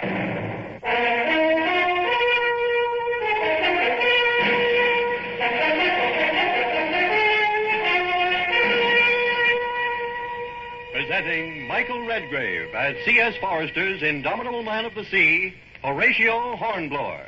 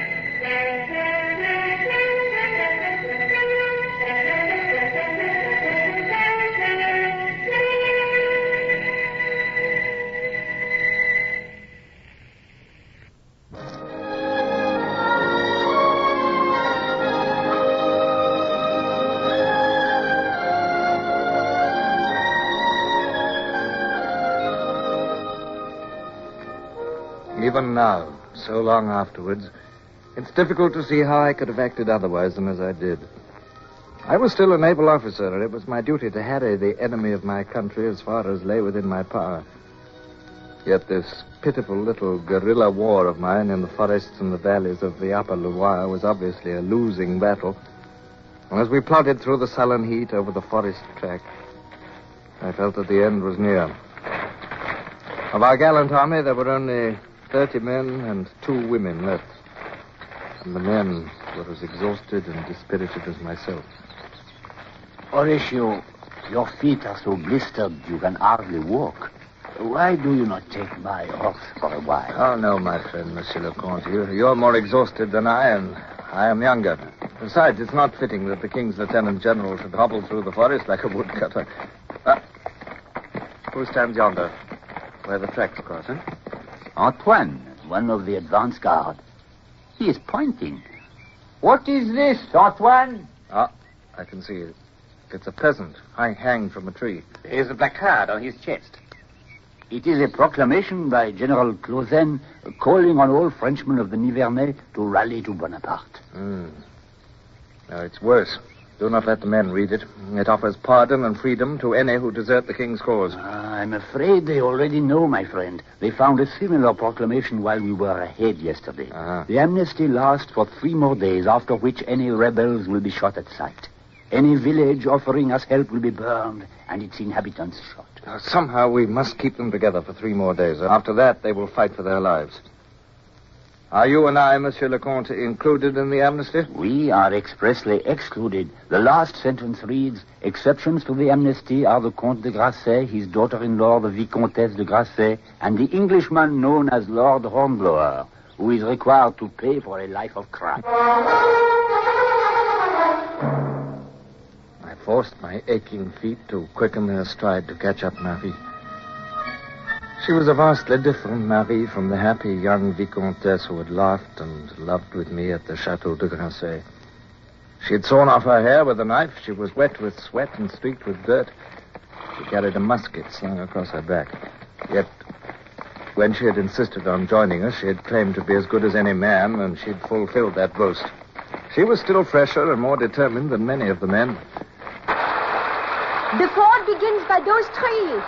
It is a ledge under the surface, but I fear it is too deep already. I will take Pierre's horse and try it. Here, let me try, madame. Here, this is no task for a lady. I am a lady no longer. I am a soldier of the king. Help me into my saddle. My habit is in the way. Do as she says, Brown. Madame is fresher than we and a good rider. Good luck, Marie.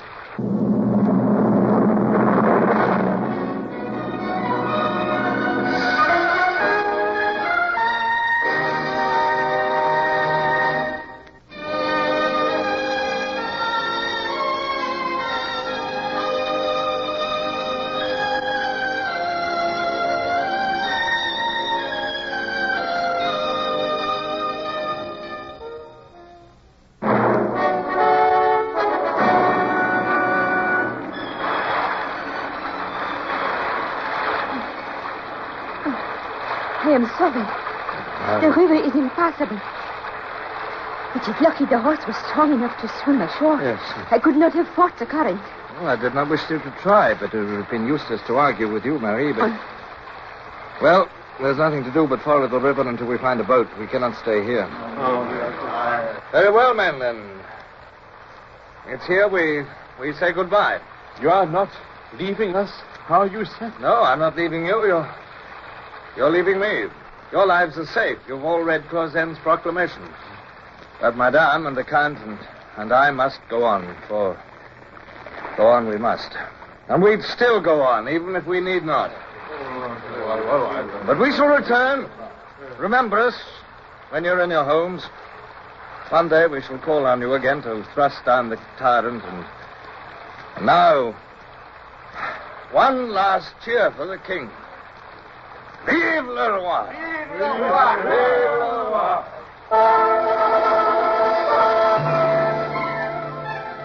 Though I tried to keep the parting on a sane level, I knew in my bones that we were going to die.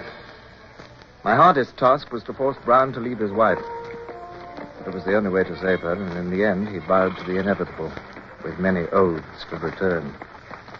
But Marie could not stay. Her life was forfeit. She must come with us, even though death lay at the end of the ride. Marie, the Count is almost at the end of his tether.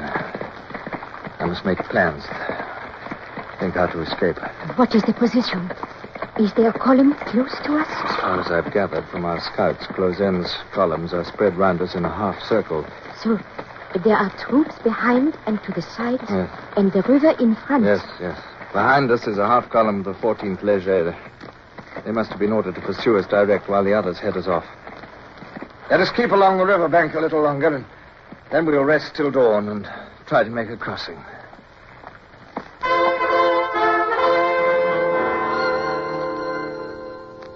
Later, we slept in fits and snatches until dawn. We lay on the wet ground in saturated clothing, and it seemed the most natural thing in the world that Marie and I should lie in each other's arms. It was warmer thus in any case. The surge of love and tenderness which swept me had nothing to do with passion. War was behind us and death before us, and nothing could come between us in these moments. For half an hour before dawn, I slept tranquilly with my head on her shoulder. Perhaps that was the happiest half hour I've ever given poor Marie. Her love for me had brought her little happiness. But the respite was brief. With the first light, we were off again, on horses which seemed wearier than ever. Well, the rain stopped anyway, my lord. Oh, it looks like being hot when this mist clears off. Yes. Well, surely we must reach a farm soon where they'll have a boat. Then we can cross the river, steal some fresh horses, and shake off the pursuit. Quick. Halt. Left wheel. Now, behind those willows there. Behind those willows. Oh, what is it, Horatio? Look. Those outbuildings below the ridge. Is it a farm? Shall I go and spy out the land, my lord? Yes, I'll watch you for any signal. Aye, sir. We must lie low. If there's any troops around, they'll be quartered here, but I can't see any. Wait a minute, look. There's a young woman and an old man and... Look at that. It is a boat, lying by the water's edge. Look, Brown has attracted the girls' attention. They're talking. Wait, he is waving to us. It is safe. Oh, come on. We must lose no time.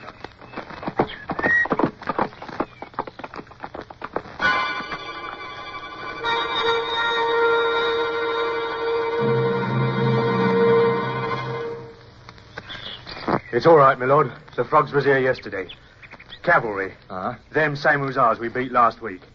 Oh, they left here yesterday morning, so the old man here says. Oh, very well. Well, then there's no time to lose. Let's get the boat launched. The boat? Less, my lord. I wish you could launch it. Why? What's the matter with it? Here, just look at this, my lord. Someone's been at this boat with an axe. The bottom smashed in 4 places.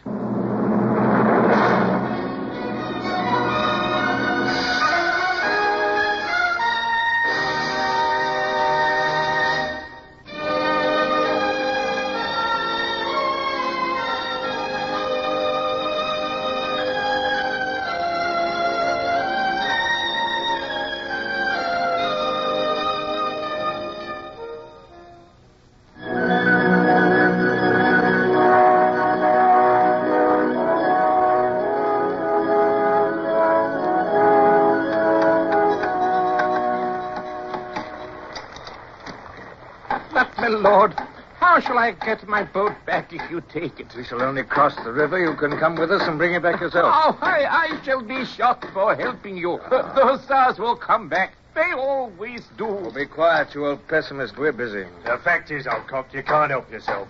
You might get shot if you help us, but you will get shot if you don't. Now, this is war, and don't you forget it. Oh, hello. Here's Madame riding back. What is it, Marie? Hussars! Coming along the main road from the south. About 20 of them, I should think. They'll come down here. They always do. We must ride off and hide. Come on. But the repairs on the boat, sir. They'll see them. Well, there's no time. We must risk it. Right, sir. Now, listen, Holden. If the hussars come here, you tell them it was you that was repairing the boat, see? Oh, come along. Come, back to the hollow behind the willows where we hid before. Come on, swiftly now.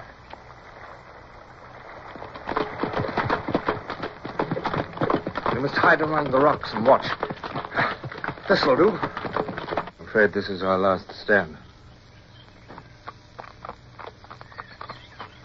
Here they come. Well, we're only 3 men and a woman with pistols, but we must make every shot tell. We are 4 men. 4 determined men. Behind the rocks, all of you. Face in different directions so that they cannot flank us. Here they come. They're firing already, but they're only wasting powder at this range. Marie, save your shots for... Oh, God, Marie. Marie, what is it? But even as I spoke, I saw Marie fall over from the impact of the bullet which had struck her and caused her to fire involuntarily. I saw the puzzled look on her face change to agony. And then I was at her side. She'd been struck on the thigh. I felt for my penknife to rip off the clothes. But at that moment, a shattering blow on my shoulder flung me to the ground. In my anxiety for Marie, I'd heard nothing of the hussars' charge or the shots of Brown and the Count. Sick and dazed, I struggled to my feet, ignoring the carbine butt above my head. All that mattered was Marie. I tore open my knife. But Marie was limp and lifeless at my feet. She is dead. A pity. It is over, my friend. We are disarmed and captured.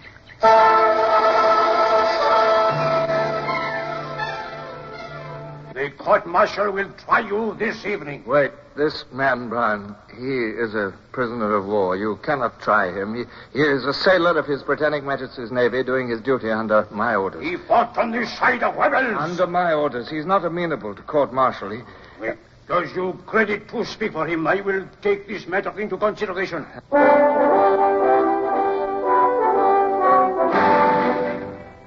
A dungeon. Damp, cold, more pain. And then blessed sleep.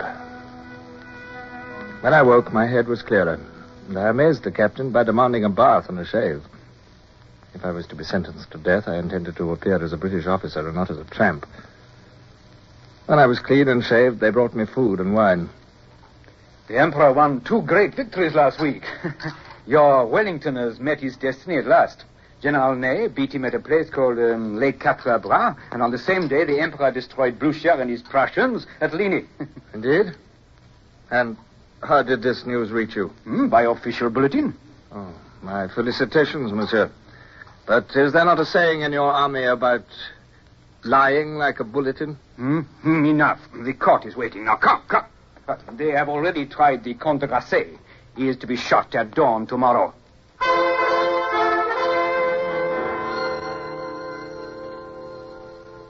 The prisoner has already admitted his identity. He is Horatio Lord Hornblower, Commodore of the British Navy. It only remains to submit to this court the verdict of a court-martial held on June the 10th, 1811, wherein this said Horatio Hornblower was condemned to death for piracy and violation of the laws of war. I must request that the death sentence be enforced. Lord Hornblower, it is the sentence of this court and the order of this military commission that you shall suffer death by shooting at dawn tomorrow, immediately after the execution of the rebel Grasset. I beg your excellency's pardon, but pirates are hanged, not shot. 'Tis the order of the commission that he be shot. Remove the prisoner. Thank you, Your Excellency. I'm ready.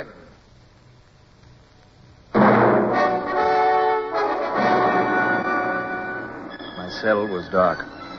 It sank upon my mattress. There it was. I was to be shot. This was the last round of the struggle I had waged against Bonaparte for 20 years. There was no arguing with bullets. Our pitiful little rebellion, our army scattered, the Count condemned to death. Marie dead. Oh, Marie. My little Marie. She had loved me, and my folly had killed her. And Barbara, what would she think of her late husband? She would guess why I had come to France, would guess at my infidelity, and be hurt. What a shambles I had made of my life. What had I brought to all my friends and loved ones but pain, dishonor, and death?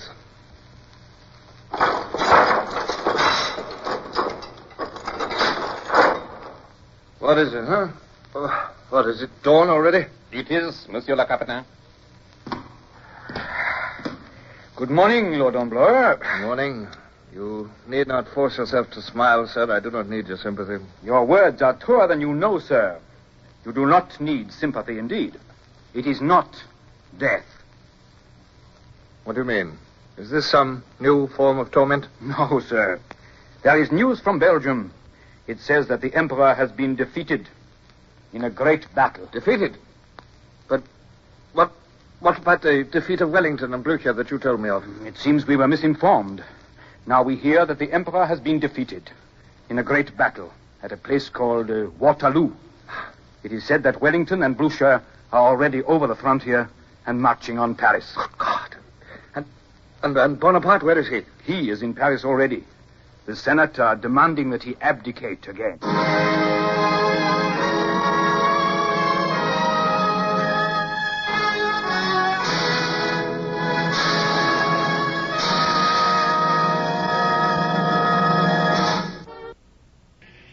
Horatio Hornblower, starring Michael Redgrave, is based on the novels by C.S. Forrester. Music composed and conducted by Sidney Torch. Produced by Harry Allen Towers.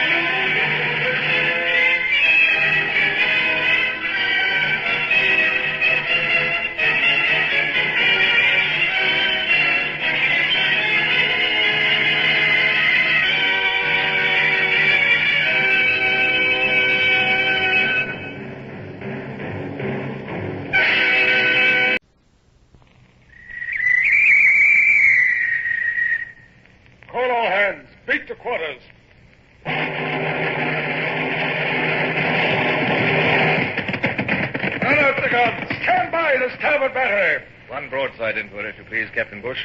Pointers on target. Linstocks ready. Aye, aye, sir. Ready. Fire!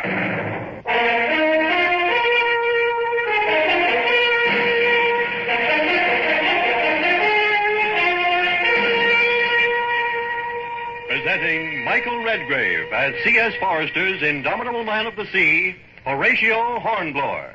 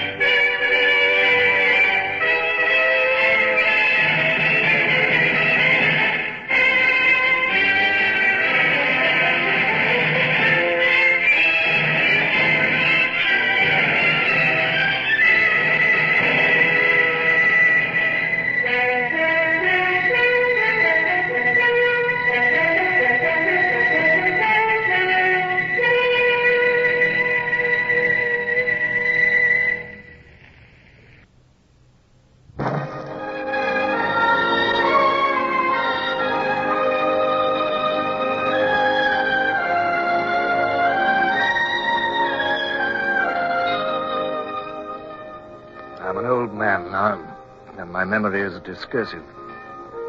Perhaps it's an old man's impatience and eagerness that has made me hurry on with these memoirs without regard to their order or date, but as I near the end of my chronicle, I remember much that was vital in my career that I've omitted. Surely the year 1811 was one of the most fateful of those years. I was a prisoner in the hands of the French. It seemed nothing would break the monotony until one evening. What is it that Monsieur desires? I want to see. There's a battle out there. I must see it. Let me go onto the walls. I'm sorry, it is forbidden. I will not escape, I swear it. Let my servant and myself go onto the walls. I give you my word of honor. We'll make no attempt to escape. You come with us, if you will. But I cannot leave my post. You give your word of honor? Yes. You may rely on it. Oh, thank you. Thank you very much. Come on, Brown. This way, Brown. Aye, sir. Now, don't get in the way of the gunners, or they'll send us down again. Aye, sir. Aye. It's over here to the curtain wall. We shan't be blinded by the gun flashes here. It is the fleet, sir. You can see them lit up by their own broadsides. They're sailing down in line ahead past the Frenches. Oh, there's the Pluto, sir. Yes. You can see the Admiral's flag at her mizzen. That's the Caligula astern of her. Excuse me, sir. What's that little red glow out there? Where? Over there, right out at the entrance of the bay. Seems to be getting brighter, sir. Yes, it's a fire ship. Oh, I see. Oh, good work. Our men are bringing in a fire ship. Just the thing for a squadron at anchor. Yes, you can see it now. It's a small brig. And it's alongside the Turenne, sir. Yeah. The Turenne was that ship that got away from us. She's not getting away from this, by heaven. Let's look at her masts. The fire's running up them already. There goes our magazine. Oh, she'll drift down onto the French squadron. Oh, it ain't fair, sir. Us stuck up on here with all that going on. Yeah, look at our ship. Look, the Sutherland on the beach. She's afire, sir. Oh, they must have sent a boarding party and fired her. Oh, well done. They won't have the privilege of keeping even the wreck of a British ship. That's a wonderful night's work, Brown.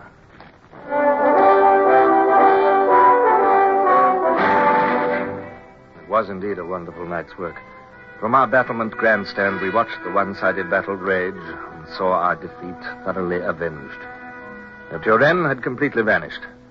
Of the Sutherland, there were only remaining a few blackened timbers. 2 French ships of the line were on the rocks to westward, and they would never sail again. Only the French 3-decker was left, battered and mastless, and the next easterly gale would fling her ashore and wreck her completely. As dawn crept over the horizon, we watched the 5 British ships stand out of the bay in line ahead. Only the Pluto appeared to be damaged. She'd lost her main topmast. It was a bitter sight to see them go and realize that I could not go with them. But my despair was cut short by the sudden appearance of General Vidal, the governor of the fortress. Fine piece of work your companions have done. But it will not make the government in Paris any more kindly disposed towards you, I fear. Listen. What is that? That must be your man. The new prisoner must have brought them news of the battle. A new prisoner, sir? Yes, I thought you would be interested. He's a man who fell overboard from your admiral's ship. Here, Dupont, take charge of Hornblower and escort him to the prison.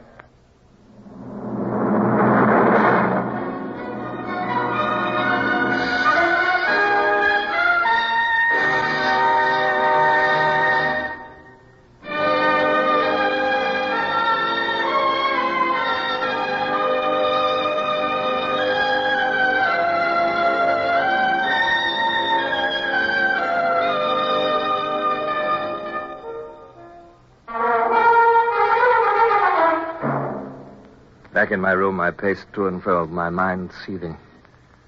My gloomy thoughts were broken into by the opening of my door, and the young officer saluted. His Excellency sends you his compliments, sir, and he would be glad if you could spare him a few minutes of your time as soon as convenient. Or in other words, come at once. Oh, very well, I'm ready.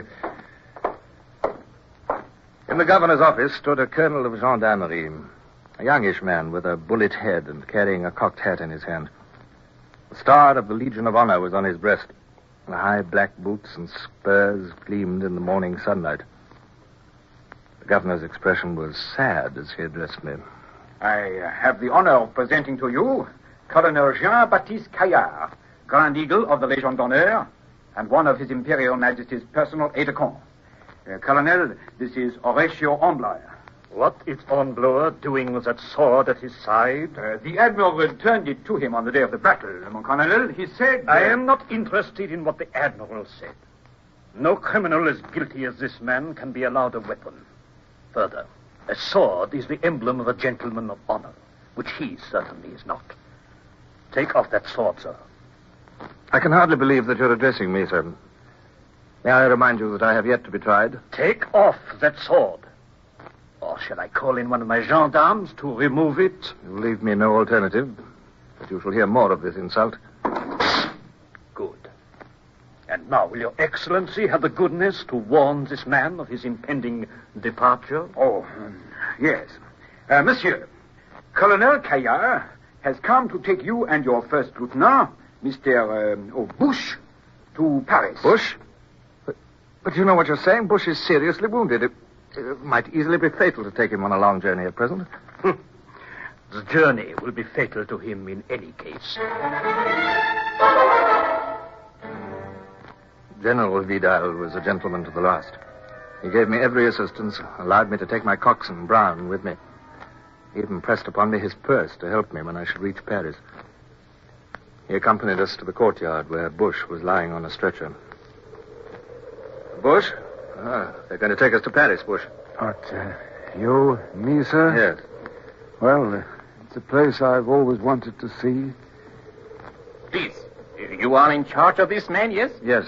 What is it? I am the surgeon who how do you say? The foot. You amputated Lieutenant Bush's foot? Oui, yeah. It was to save his life. Please to take these papers. There are instructions for treatment. Any surgeon in France will understand them. Yes, thank you. Here is a parcel of dressings. Thank you. The leg will not heal until the ligatures come away. Comprenez-vous? I see. Yes. Thank you. I understand.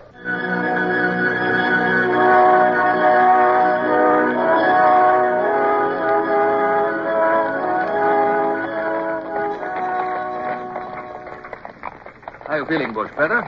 I do feel a bit better today, sir. Since you got that last ligature out, I think it's healing. Good. I don't mind telling you, I thought we'd lost you a few nights ago. Didn't you, Brown? Yes, it looked pretty ticklish, sir. Rare good job you done, sir. Me? I don't know what I've just done without you. I never knew you could turn your hand to so many things. I wish to heaven I wasn't such a burden to you, sir. Oh, rubbish. If only I could help myself. Hello? What's going on? As far as I can make out, sir, one of the horses has gone lame. Oh. They've unharnessed it. Two of them are just taking it off to find a smith. Oh, as though this confounded journey wasn't long enough. Seems as though all our lives have been spent in this leathery old coffin. Up, we're off again with only 3 horses, sir. Getting late. The weather looks threatening. I suppose Kaya wants to reach the next post house before dark. I hope our quarters are more comfortable than the ones we had last night, too.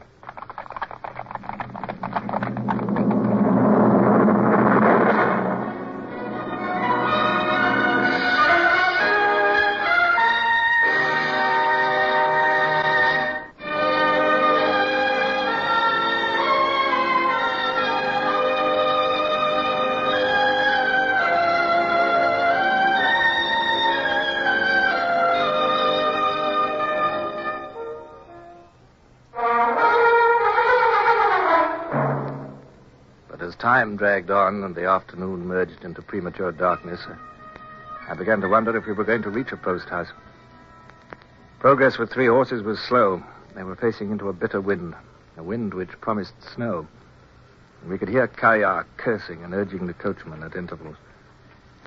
And soon the wind took on a higher note. Great flakes of snow clogged the steaming windows. And presently the muffled sound of wheels and hooves told us that the fall was getting heavier. Oh, heavens, I'm cold. God help poor sailors on a night like this. We look like spending the night in the coach, sir. Something's wrong, sir. Listen. Hold on to the stretcher, sir. We're going over. Oh, blast. What are they doing? You all right, Bush? I'm all right, sir. What's happened? Well, we're not over, sir, but finishing near it. We must have left the road. Oh, look, we're almost hanging over a river. Yes, I can see. Right on the bank. Coachman must only just have seen it in time. A fine coachman you are! Fool and son of a fool! Why didn't you drive straight into the river and save me the trouble of reporting? Huh? Come on, you men. Do you want to stay here all night? Get that coach back on the road, you helpless idiot. Oh, excuse me, sir, it's heavy. If the gentlemen inside would get out, we would have a better chance. They can please themselves. Get out and help or spend the night in the snow.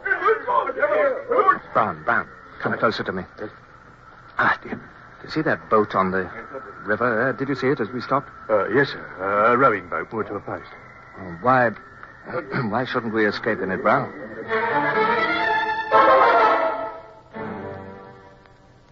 6 minutes from the time I had conceived the idea, we were in the boat and free on the Black River. In the darkness and with the bustle going on round the coach, we'd slipped away unnoticed. I wrapped Bush in blankets and my cloak and propped him in the stern sheets. Go on, give me a scull, Brown. What is it? Now, you fend off port side, I'll take starboard. Oh, the boat's spinning and punching like mad, sir. I can't get a grip. We seem to be caught on a rock. The water's pouring. Heave here, Brown. What is it? Now, all together. All you've got. She's clear. We're through. That was a near thing. Yes, too near for my liking, Bush. I hope there's not many more of those. Is there a bailer in the boat? Yes, sir. I saw it when we got in. Well, on it. Here it is. Well, bail then. I'll take the sculls. Any idea where we are, sir? Oh, it's difficult to say. Can't be the Rhone. It must be the Loire. If it is, it runs into the Bay of Biscay. That's, 400 miles away. Oh, that'll be a useful run, sir. Hello. The keel's scraped again, sir. Yeah. I believe we're coming to another rapid.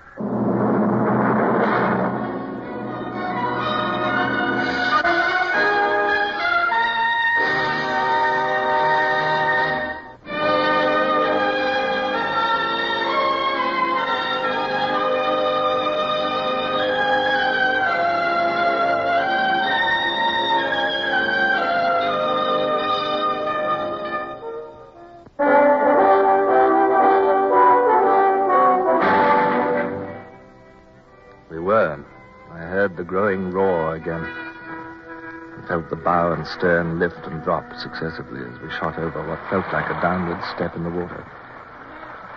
The din of the rapid became tremendous. The white water boiled round and over us. Something invisible struck our port side, and I heard the gunwale splinter. The keel caught, and I pitched forward. But then she freed herself, and the boat sped on. I heard the roar diminishing. We were through another rapid. Light on the starboard bow, sir. Yes. And there's another. And another. Must be a village on the river bank. Probably Nevers. The coachman said it was 6 kilometers. Oh, we've come 4 miles already. Hey, Brown, stop bailing. Keep quiet now. A bridge flashed by over our heads. The water was so high that we had to duck to miss the arch.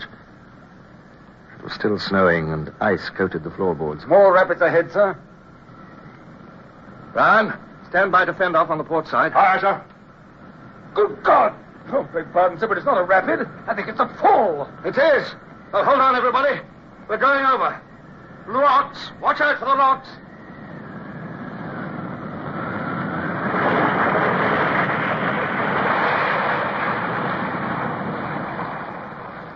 Steep, steady wave at the foot of the fall was as solid as stone as we hit it.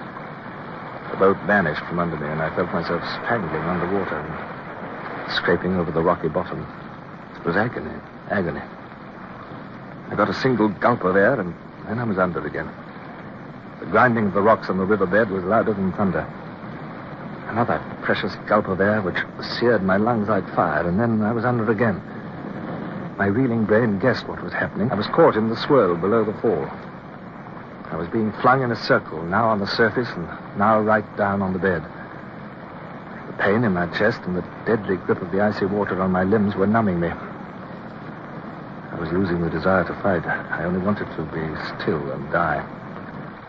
Suddenly, something touched my hand. I gripped it. It was a piece of board with nails in the end of it. A plank from the boat, now shattered into fragments and whirling around with me. With a last convulsive movement, I thrust hard at the bottom with the plank as I went down again. I came up, caught a breath, and another, and then another. floundered and stumbled, and then fell and lay gasping in only a few inches of water at the edge of the fall. Ahoy there! Captain! Captain! I'm here. Oh, thank God, sir. Thank God. The captain's here, Mr. Bush. I heard Bush's feeble voice reply, and it shocked me to my feet. If Bush were alive, he must be looked after. There's a light out there, sir. House, I expect. Well, we must get to it, even if it does mean surrender. If we don't get Bush to warmth and help, he'll die. We'll carry him up. All right, sir. Get your arms around our shoulders, Bush. No, sir. Lift. Come on. It's not far. How did you get out of the river? Current took us to the bank at once, sir. I see. I'd only just kicked my blankets off when I touched a rock, and there was Brown holding me out. Thank God. Why don't you leave me and go for help, sir? You're just about ready to drop. No, we'll get you up the bank. The light's nearer now. I felt as if I would give a fortune to lay down my burden and drop in the snow. It was ironical, too, that the three of us had been within yards of each other in the water. Yet, while the other two had been carried to safety, I had been dragged under. They would never know of my bitter struggle for life. Somehow I felt an absurd sense of grievance against them. My head was reeling again. My strength was nearly gone. Ahoy there! Oh, no. Not much, Father, sir. This seems to be a garden of sorts. Yes. We staggered a few more steps, slipped down an unseen incline, and halted in the square of light cast by a big lighted window on the ground floor of the house. Who are you? We're prisoners of war. Wait. One moment, please. Shuddering and half fainting, I held on to my burden for what seemed an age. Then the light brightened, a door opened, the voice spoke again. Come in. The warmth of the house rushed at us like a mother's caress. We half fell over the threshold and lay Bush on the floor. I tried to stand up again, but my legs failed me and I pitched forward. The whole world spun about me, but my last sensation was one of warmth. Blessed warmth and dryness. There was no more river, no more cold, no more wind, no more pursuit. Only rest.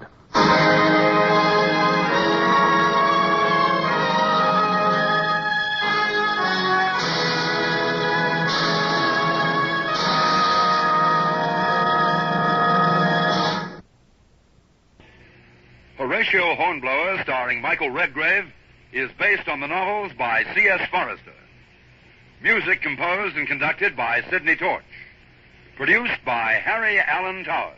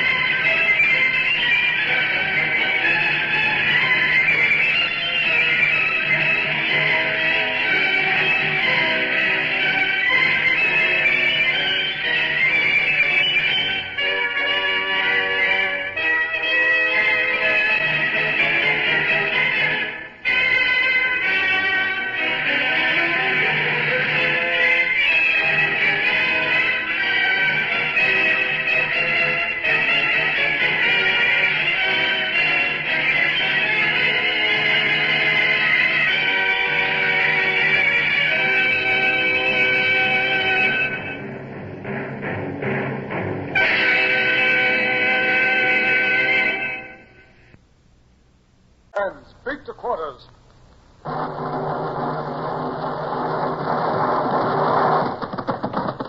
the guns. Stand by the starboard battery. One broadside into it, if you please, Captain Bush. Pointers on target. Linstocks ready. Aye, aye, sir. Ready. Fire!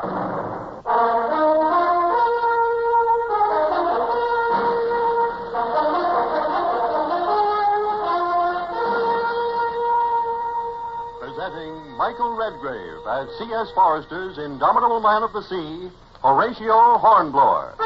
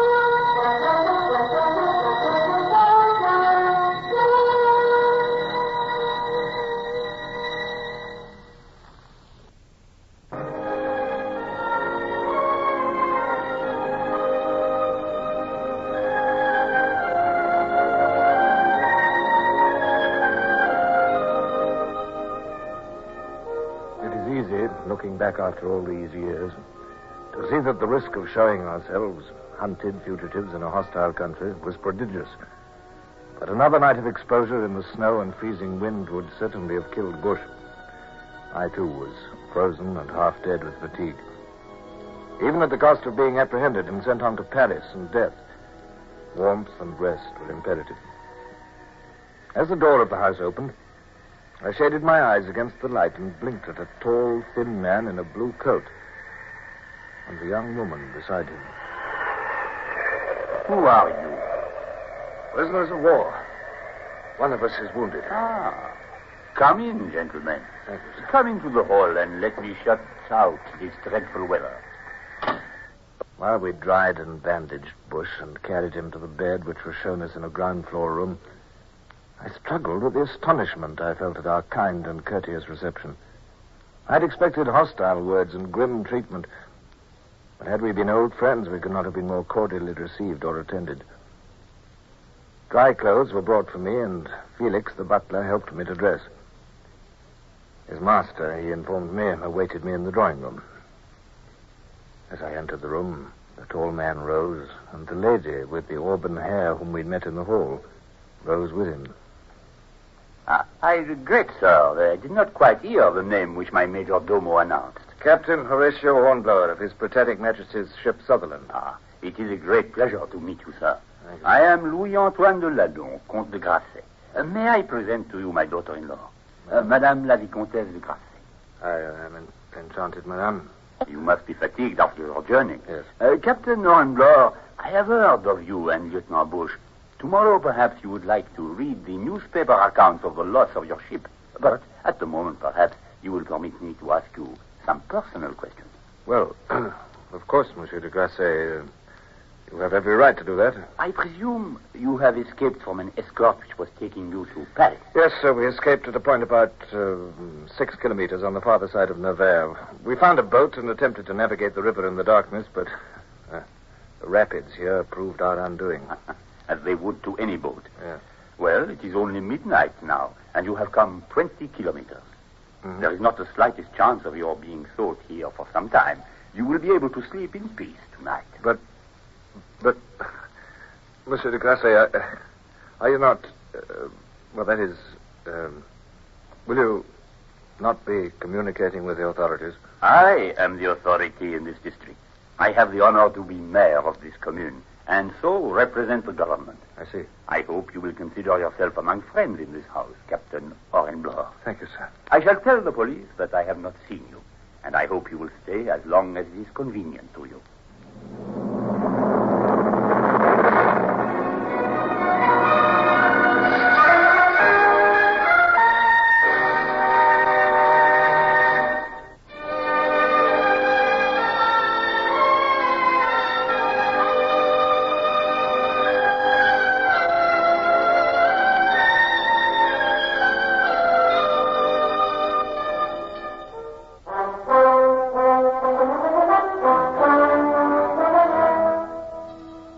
How are you now, Bush?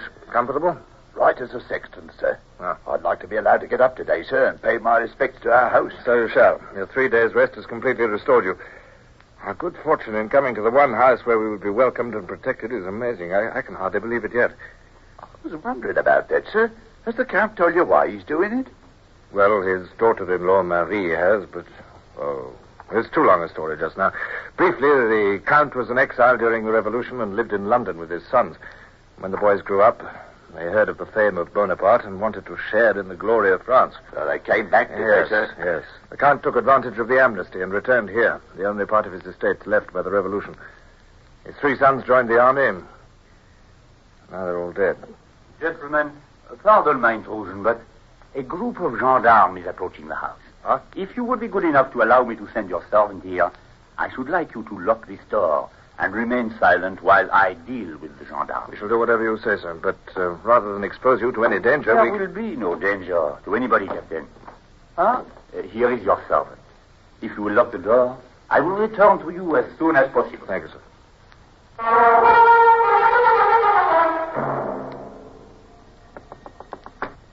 It is I, messieurs. You may safely open the door. The visit of the gendarme was one of routine. They are perfectly satisfied with my assurance that you have not been here. Good. Indeed, they would have been amazed if I had told them otherwise. The best possible thing has happened. They think you are dead. Dead? Yes. Permit me to explain. On the morning after your escape, a systematic search of both banks of the river was undertaken. A blanket, which was known to have been used by Lieutenant Bush, was found on the bank near the Bec d'Allier. Well, that would be the first rapid, I suppose. The one only about a mile from where we started. Yes, and this was taken to be an indication that the boat had been capsized and its occupants drowned. It is felt certain that your bodies will be discovered somewhere along the river shortly. I see. And when they are not? The river is running so fast that you might well have been swept right away, even to the sea. But I note that your friends do not follow our conversation. Perhaps you would translate. And if you would not think it officious of me, I would suggest it would be inadvisable to continue your journey while Lieutenant Bush is still unwell. I rapidly gave the others the gist of the conversation. They were delighted, for, as Bush pointed out, if we were dead, there was unlikely to be any search for us. He scouted the idea of being unfit for travel. Tell his lordship, sir, that I can make myself a jury leg in 2 shakes. This time next week, I'll be walking as well as he does. This time next week? Yes. I do not think you have quite realized the position. In this French Empire, there are police everywhere. Every man looks with suspicion on his neighbor. To escape by road is impossible. There is only one way you can hope to leave this country. The river. We can build a boat. Exactly. But, my friend, the river is unnavigable in the winter. It seems to me quite necessary that you should give me the pleasure of your company until next April at the earliest.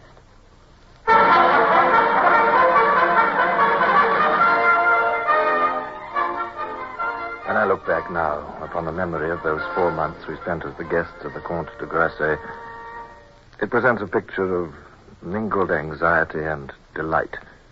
He was the perfect host, always kind and courteous, ever helpful. Under the skillful hands of Brown and Bush, our fine, flat-bottomed boat grew steadily. In the drawing room, the Count, Marie, and myself made and perfected the plan for the coming escape. It is settled then that you shall carry fishing rods and seem to be a party of fishermen out for the day. When you reach the coast, you must become Dutch customs officer. My excellent cook and housekeeper are already busy with the uniform. But there is one thing that worries me. What's that, sir? This report in the paper of your deaths. But I should have thought that would have made us safer. To a certain extent, yes. But I cannot believe that Bonaparte really considers the matter so proven. You see, you have been pronounced dead by a government which does not admit mistakes. Should you be taken now, there will be no question of a trial. You will die secretly, with no attention being drawn to you. Well, they were going to shoot us anyway. This makes no difference. I shall not alter my plans in any particular because of it.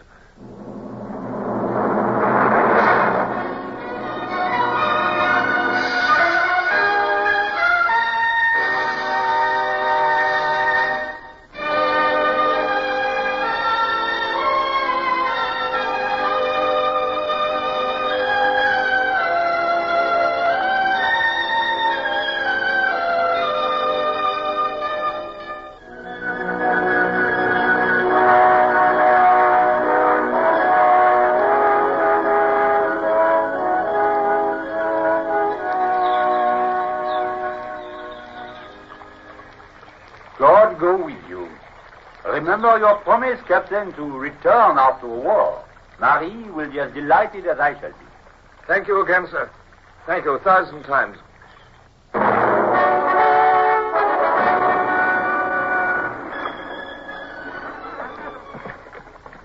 Brown, don't chop with the sculls. Pull! Have a few weeks on land, destroyed all your seamanship. I have a little less staring around and a little more work from you. Aye, sir. Yet my bad temper was for their benefit, too. Despite its innocent appearance, we were upon a desperate and dangerous adventure, and discipline was essential. Excuse me, sir. Listen. Isn't that another dam?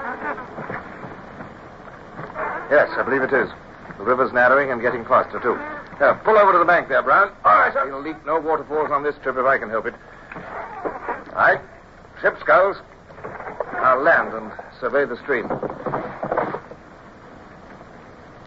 Yes, it's a dam right enough and a steep one.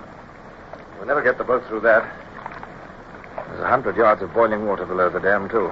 We'd have to carry everything down. It took Brown and myself 3 journeys to carry all the stores to the point where the boat could safely re-enter the river. Bush, though anxious to help, was only just able to hobble over the uneven ground unladen. Then I faced the problem of the boat itself. Carrying it was going to be a colossal task, yet it had to be done. Brown and I stood one on each side and got our hands under the bottom. By the time the portage was accomplished and the stores restowed, my head was swimming and the perspiration pouring from me. But I had the satisfaction of observing that Brown was in little better case. To resume my seat in the stern sheets as the boat slipped down the now placid river was sheer bliss. I wish you'd let me help, sir. I can get around on this stump better than you think. It's unnecessary, Mr. Bush, and we cannot afford the risk of having you disabled. Besides, the job's done now. I don't want to be a dismal Jimmy, sir, but from the look of the land, I've got a feeling there's plenty more shallows and dams to come. And so it proved. Although we came to only one more dam, less exacting than the first, we were caught in shallows several times that day.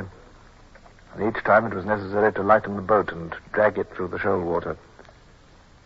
By the time evening approached, I was weary to death, and it took all my self-control to maintain an appearance of cheerfulness. As evening drew on, I knew that keener danger lay ahead. Bush knew it, too. We'll have to go under a bridge at Briere, sir. Yes, Mr. Bush. The bridge is right in the town, I believe. Yes, Mr. Bush. Would you like me to look out for a place to lay up till it's dark, sir? No, Mr. Bush, we shall go straight on through Briere. What? In the light, sir? In the light, Mr. Bush. Well, have you not heard of Nelson's injunction to lose not an hour? Yes, sir. I only thought... Well, leave the thinking to me, Mr. Bush. You can also give me the tiller. We're approaching the town. Aye, sir.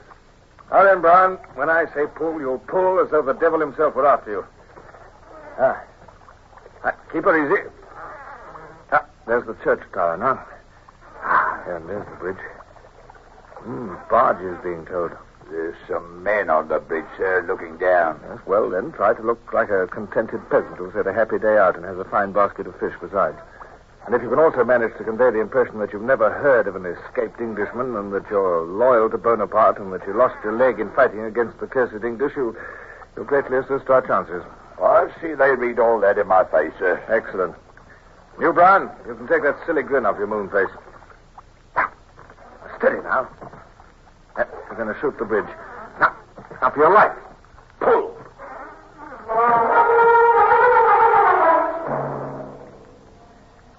The shooting of the bridge was almost an anticlimax. The swirl of the water and Brown's powerful arms shot us through in an instant. We caught only a glimpse of curious faces peering down at us. An old man at the tiller of a barge raised a lazy arm in greeting. And then the bridge and the small town of Briere were behind us and fading into the gathering dusk. Sure. Tense moment, that, sir. But it was easy enough. Perfectly easy, Mr. Bush. Due, no doubt, to all the information you displayed on your face. I'd give a lot to display what I really think about Boney and his froggies, sir. You'll have to restrain your feelings for a long time yet, I'm afraid. Even if nothing untoward occurs, it will be a fortnight before we reach the sea at Nantes. And even then, our troubles will only be beginning. I realize that, sir. Oh, if I only had 2 sound legs. Yes, that'll do, Mr. Bush. Brown, there's a small island on the port bow. Yes, we'll run the boat aground there for the night. Easy. Now, pull starboard. Pull both. Ship sculls. Good.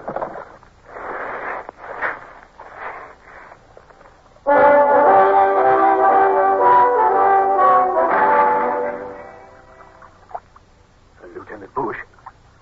Wake up, sir. Wake up, Mr. Bush. Huh? Oh, what's the matter? Oh, it's you, Brown. Anything wrong? I don't know, sir, but the captain's not here, sir. What? Not here? Where is he, then? Oh, I think I know.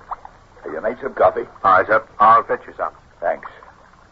Keep the catches hot over the fire. He'll be back shortly. He's a very wounded man, Brown. A heavy responsibility rests on him. Our lives depend on him, and he attaches more importance to them than they warrant. He'll get us through, sir. If you ask me, I'd say he ain't a man. He's a magician. He'd get out of anything in the way of danger. Yes, but there's other worries, Brown. If we escape and reach England, there's a court-martial awaiting Captain Hornblower for the loss of the Sutherland.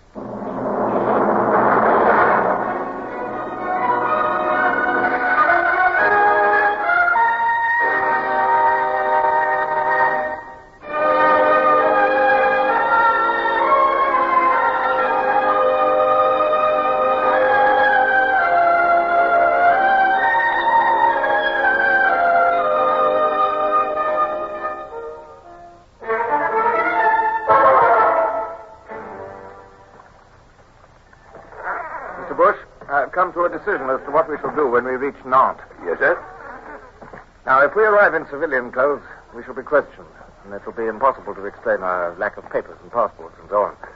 We shall therefore wear our uniforms as officials of the customs service. Very good, sir. And you will speak as little as possible. Your French is not too good, and I will... Well, what's the matter with you, Brown? Can't you smell it, sir? Smell what? No, I don't think I can. Wait a minute. There's something. Wait. It's the sea, sir. Sea. You're right. Brown, into the bank there. If we can smell the sea with the wind blowing off the land, we cannot be far away. Mr. Bush, this is a very notable achievement. Yes, sir. We've come a long way. 400 miles in a homemade boat over shoals and rapids, through towns and villages in a hostile country. If we ever get back to England, Mr. Bush, I'll see you posted as captain if it's the last thing I do. Me, sir? I've done nothing but sit still and watch you work. Well, that's a far harder task than mine was. Carried out with patience and nobility. Well, that's enough talk. We must carry out a plan. The smell of the sea was strong in my nostrils now. It brought with it all the old excitement and all the old determination to do what must be done and to show no sign of the weakness and apprehension I felt. But beyond that sea and the immediate dangers it presented lay larger ones. The court-martial, the future, my wife, who thought me dead, Lady Barbara, in whose eyes I might already be disgraced. Still, that lay in the future. Now, our long journey was past, and before me lay the sea.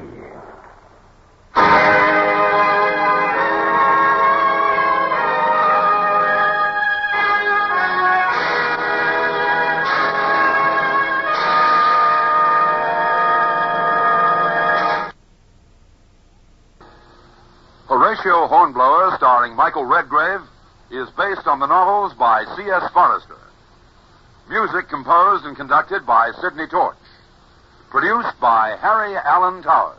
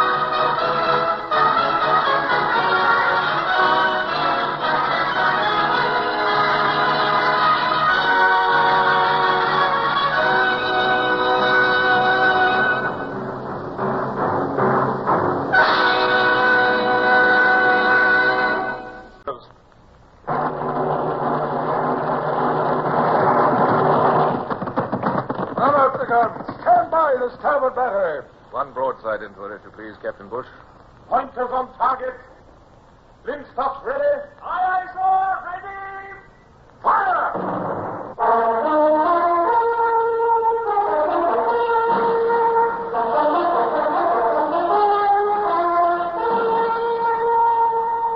Presenting Michael Redgrave as C.S. Forrester's indomitable man of the sea, Horatio Hornblower.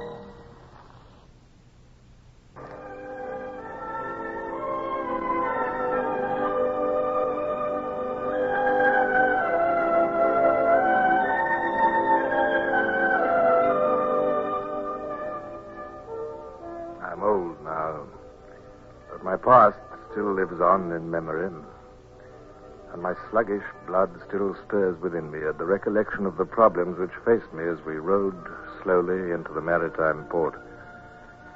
Slipping quietly down the river, disguised as fishermen, was one thing, but to enter this busy port in our homemade uniforms as Dutch customs officials, and to plan the stealing of a craft in which we could make our escape to sea was quite another. As we rowed casually along under the eyes of the dock workers and loungers, my pulse was high, and the palms of my hands sweating. I forced myself to remain impassive and to sit with careless ease in the stern sheets. What's that noise, sir? Chain gangs, Mr. Bush. Unloading grain. Military criminals, deserters, and so on. Now that the French no longer use galleys, they put the criminals to work in the docks. Begging your pardon, sir, but ain't that the blue ensign underneath that tricolour? On that cutter yonder. What? Yes, you're right, by heaven, Brown. It's tattered and faded, but it's the blue ensign right enough. Isn't that like the French, flaunting their petty triumphs for months? Oh, she's a lovely little ship. There's speed and seaworthiness in those lines, Mr. Bush. It's the Witch of Endor, sir. What? I know her anywhere. 10-gun cutter, caught by a French frigate last year. She's ready for sea, too. We'll take a closer look at her, Brown. Lay us alongside that quay over there. Excuse me, sir, but surely you weren't thinking... I mean, those cutters carry a crew of 60 men. 3 of us could never work her.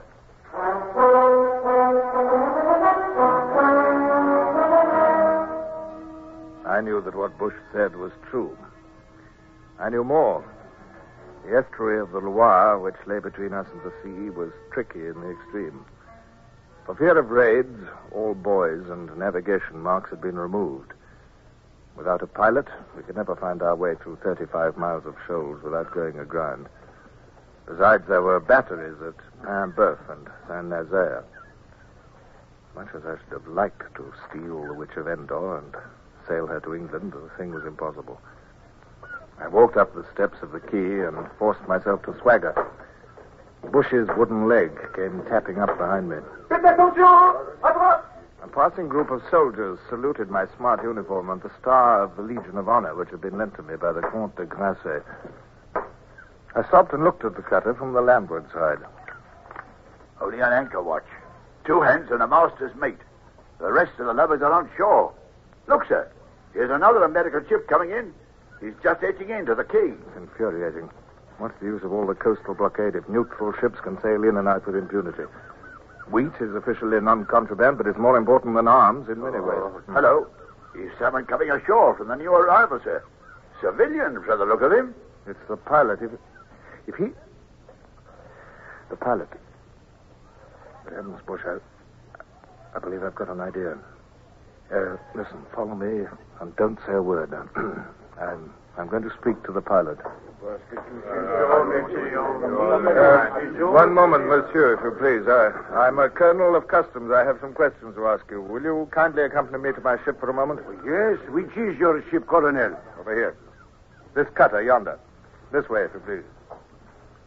You are a newcomer to this port, I fancy, Colonel. I was transferred here yesterday from Amsterdam. Here we are. After you up the gangplank, sir. Merci. The mate of the Witch of Endor showed no particular surprise at our arrival. He evidently knew the pilot by sight, and my uniform and my assumed confidence deceived him. I told him that I wished to examine one of his charts, and he showed us down the companion to the after cabin without a word. The securing of the 2 men of the crew took but a moment. The sight of my pistols was enough in itself. Then, leaving Bush and Brown to watch the prisoners, I put away my pistols and hurried back to the quay. Sergeant, bring your party down to my ship. There's work for them there. Yes, Colonel. So keep those chains still. And listen, men, listen. If you'll do what I order, I can set you free. Now, quiet. There'll be an end of beatings and slavery. I'm an English officer. I'm going to sail this ship to England. In England, you'll be rewarded, and a new life will begin for you. Now, I'm going to unfasten your chains. Now, sit still. Sit still. Make no noise until you're told what to do. You're free. Now, any man moves at his peril unless he's ordered to do so.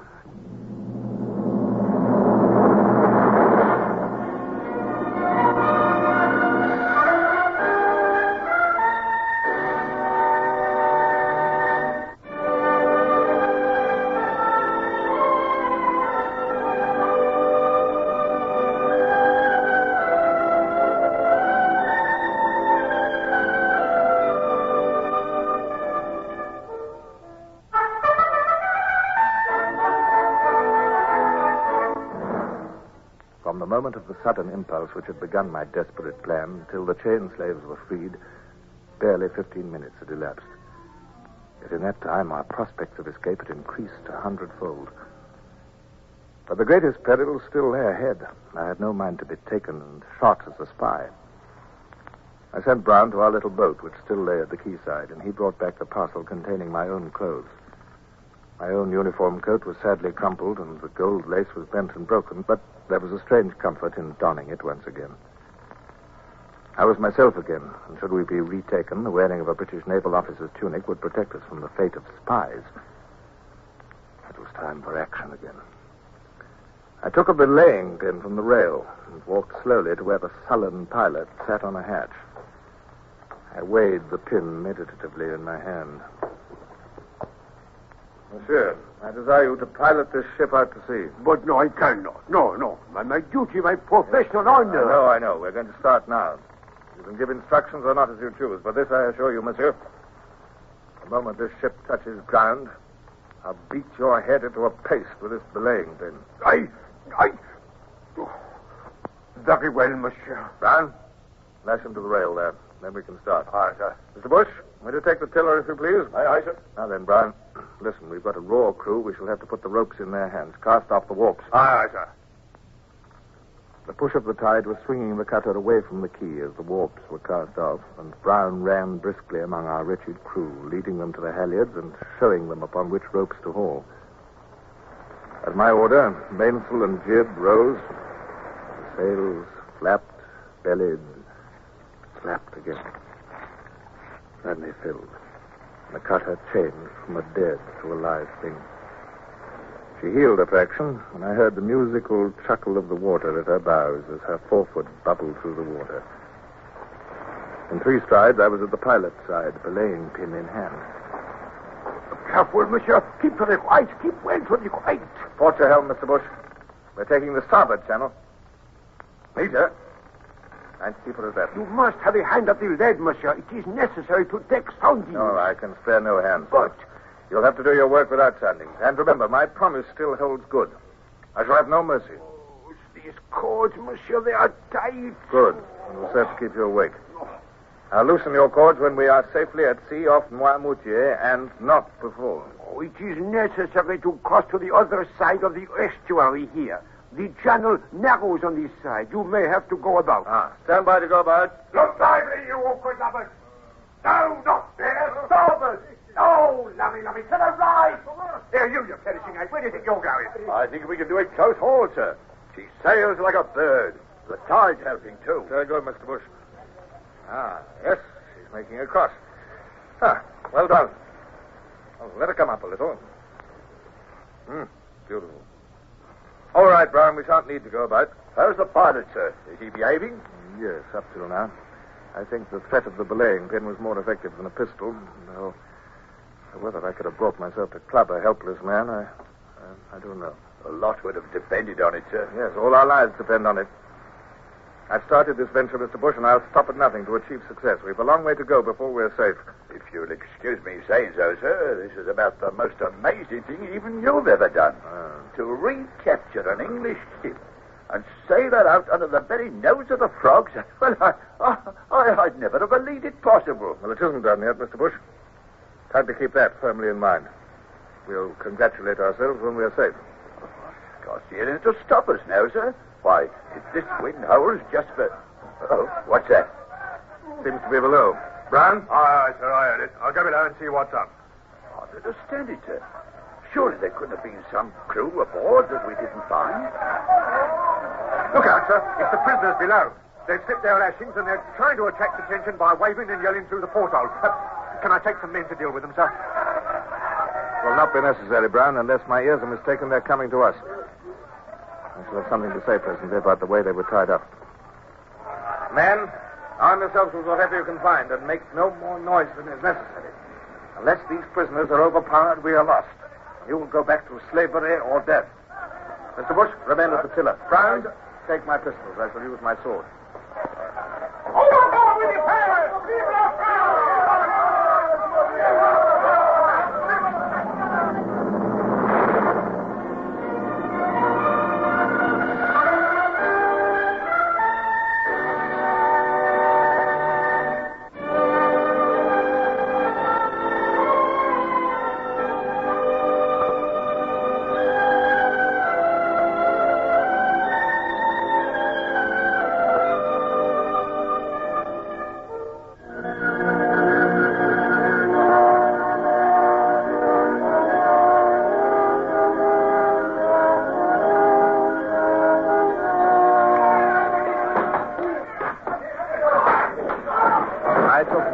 In the fight, but stood beside Bush with drawn sword. Had the tiller been wrenched from him and the cutter beached, we should indeed have been lost. But my participation was not necessary. Weak and wretched as our chain gang crew were, they glimpsed the hope of freedom and were prepared to fight to the death to retain it. With belaying pins and bare fists, they fell upon the four attackers and the struggle was brief. This time I personally supervised the tying up of the men and had them laid out on deck where they could be watched. Then all hands were sent back to stations, and our run down the estuary to the sea and freedom continued as the night closed down.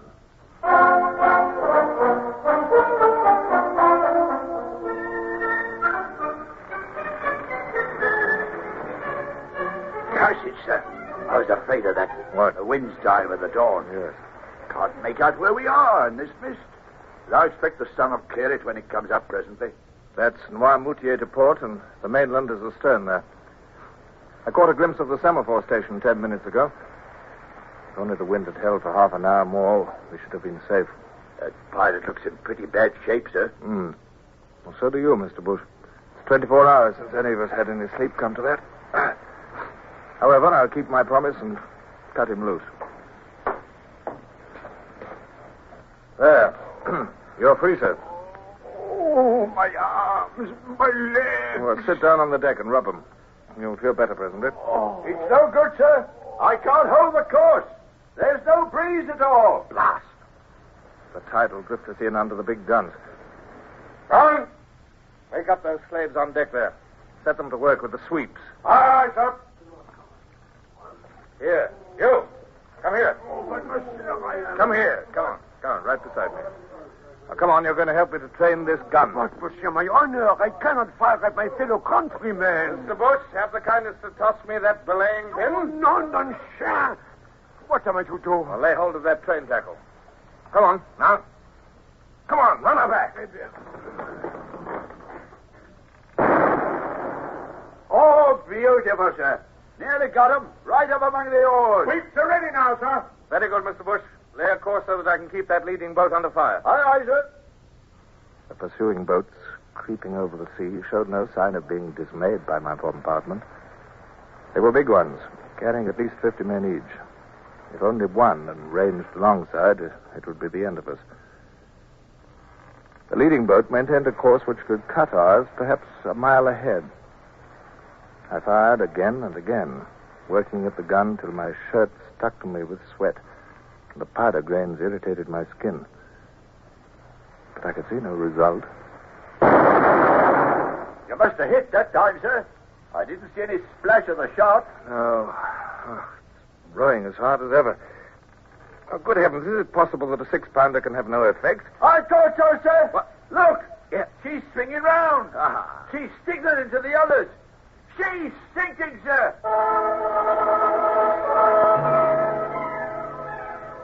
The variation in each ball, each charge of powder, made it impossible to fire 2 shots alike. I kept grimly on, though I felt that my back and heart would break. The monotonous creak of the sweeps and the chanting of Brown continued like a submerged accompaniment. Now the second boat turned and began a rush under double-banked oars, straight for our ship. I stared through the gun sight straight at its bows, jerked the lanyard, and fired. Even as I watched, the bows of the boat opened like a fan. The shot had struck her right on the stem at water level. Her bows lifted as the strake spread wide, then fell again. The water poured in gunwale deep. I think they've had enough, sir. The last boat is turning away to pick up the survivors. Thank heaven. I'm sick and tired of firing that damn pop gun. I'd rather use a bow and arrow. Come on, pull there. We're not out of danger yet.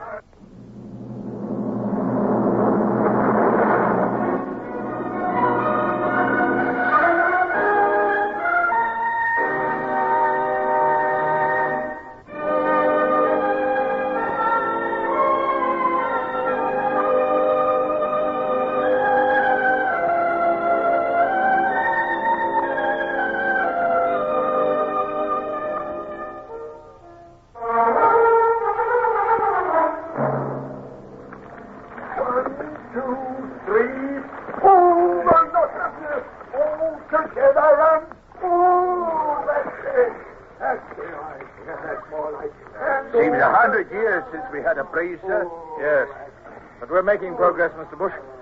The mainland is lost now, and now Moutier is far behind. You think we're safe now, sir? No, we're far from safe.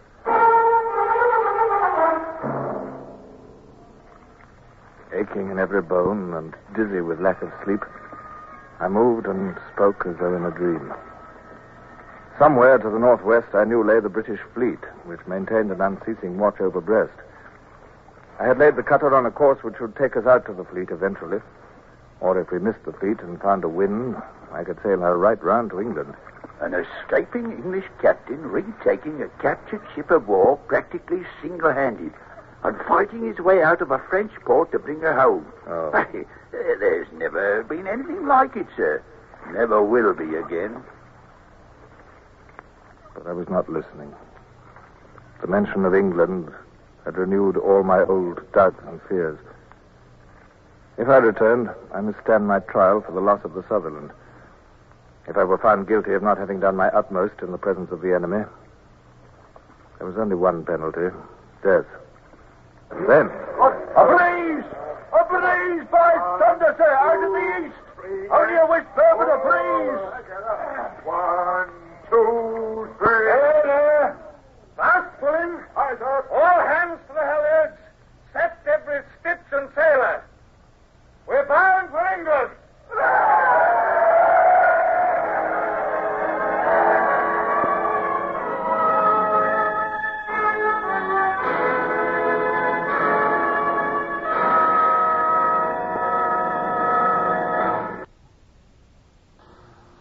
Horatio Hornblower, starring Michael Redgrave, is based on the novels by C.S. Forrester. Music composed and conducted by Sidney Torch. Produced by Harry Allen Towers.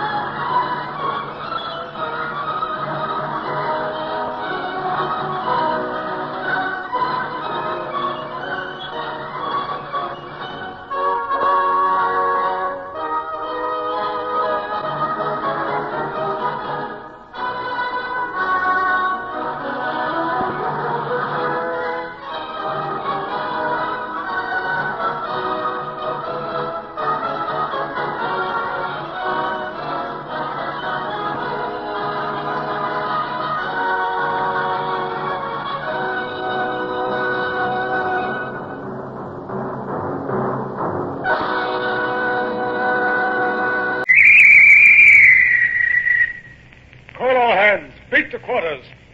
Run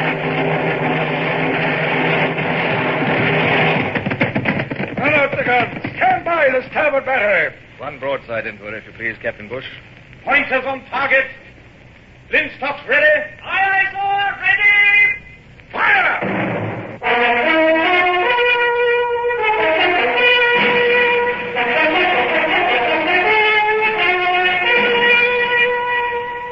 Presenting Michael Redgrave as C.S. Forrester's indomitable man of the sea, Horatio Hornblower.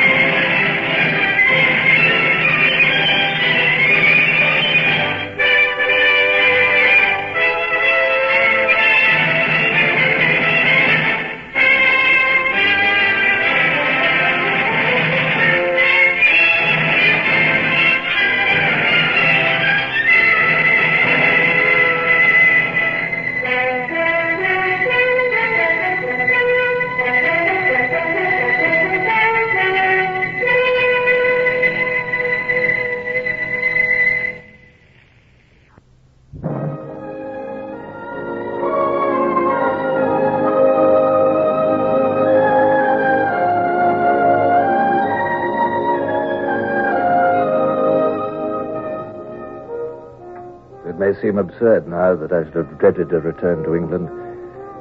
But in spite of my present years and honors, I'm under no illusions as to the fickle nature of the public. And neither was I then. Whatever had occurred since, there was no gainsaying the fact that I had lost my ship, the Sutherland, in battle, and that I should be called to account for it. If the court-martial should decide that I was at fault, disgrace, or even death might await me. My thoughts were as somber as the grey dawn about me as I paced the deck of the Witch of Endor and the coast of France fell away over the horizon. Come to the horn! What cattle is that? At the sound of the English voice, words failed me for a moment.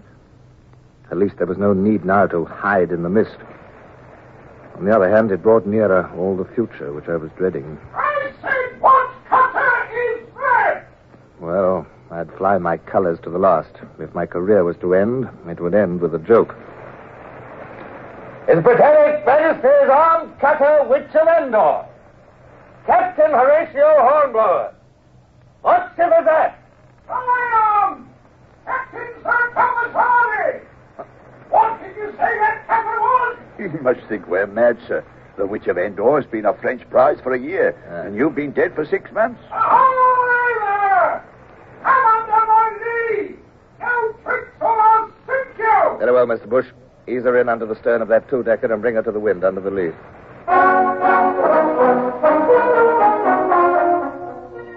As the boat bore me to the Triumph's side and I stared at the familiar beauty of a ship of war again, the two yellow streaks along her sides, checkered with gun ports, The pennant at the main, the hands on her deck, the red coats of the Marines. Stand by the foresail. As I heard the distant voice of a boatswain roaring at the seamen, all the familiar sights and sounds of the Navy in which I had grown up, I was hard put to it to restrain my emotion. This was indeed the end of my long captivity in flight. Hardy was there on deck, his huge bulk towering over everybody. I saw his expression alter. Good God. It is Hornblower. Welcome back. Give me a hand, sir. Thank you, sir. How did you come here, sir? How did you take the witch? How on earth? How did I come back from the grave? Is that what you want to ask? Well, it's a long story. Well, you better come round to my cabin, Hornblower. This must be a pretty difficult time for you.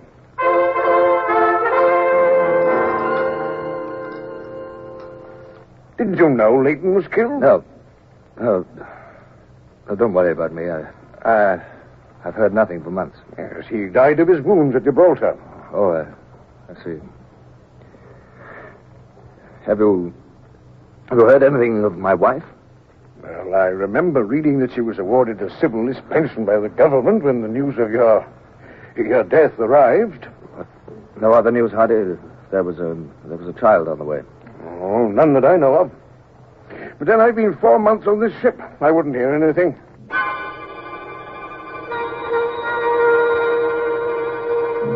Over the horizon, to leeward, was appearing a long line of ships, close-hauled. They were in rigid, regular line, and as we watched, they went about in succession, in perfect order, as if chained together. The Channel Fleet was at drill. 18 years of drill at sea had given them unquestioned superiority over any other fleet in the world. Victory's in the van. Here, take my glass. Signal, midshipman. Yes, sir. Signal triumph to flagship. Have on board Captain Horatio Hornblower.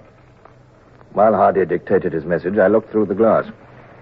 The three-decker with her admiral's flag at the main was leading the long line of ships, the broad stripes on her side glistening in the sunlight. She'd been Jarvis's flagship at St. Vincent, Hood's in the Mediterranean, and Nelson's at Trafalgar. Now she was Dismal Jimmy's.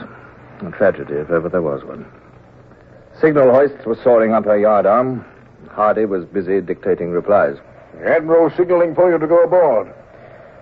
I trust you'll do me the honor of making use of my barge, Horatio. The Triumph's barge was painted primrose yellow, picked out with black. And so were her oar blades. Her crew wore primrose-colored jumpers with black neckcloths. As I took my seat, I reflected gloomily that I'd never been able to afford to dress my barge's crew in a fancy rig-out.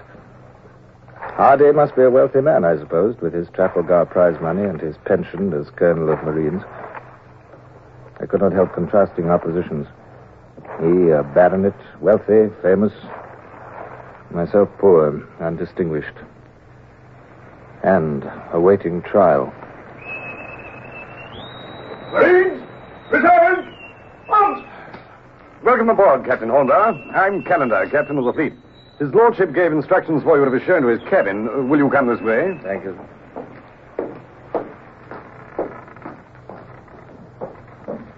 I don't suppose you remember me, but I was first lieutenant on the Amazon when you were in the Indefatigable. On the contrary, I remember you very well. In fact, there was a certain boat drill at Portsmouth. Oh, you remember that, do you? Very well. Well, I'd only been first for a week then, and I had to throw my weight about in somebody. Oh, here's his lordship's cabin. Thank you. Will you make yourself comfortable while I tell him you're here? Lord Gambier's cabin was not nearly so ornate as Hardy's had been. The most conspicuous item was the big brass-bound Bible on the table. I sat down on a cushioned locker and stared gloomily out of the stern window. The next hour might easily decide my whole fate.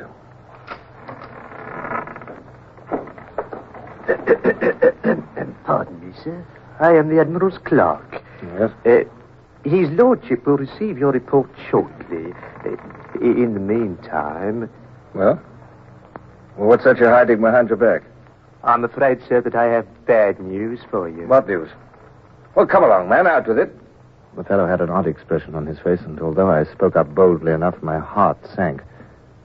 Was it possible that my case had already been prejudged?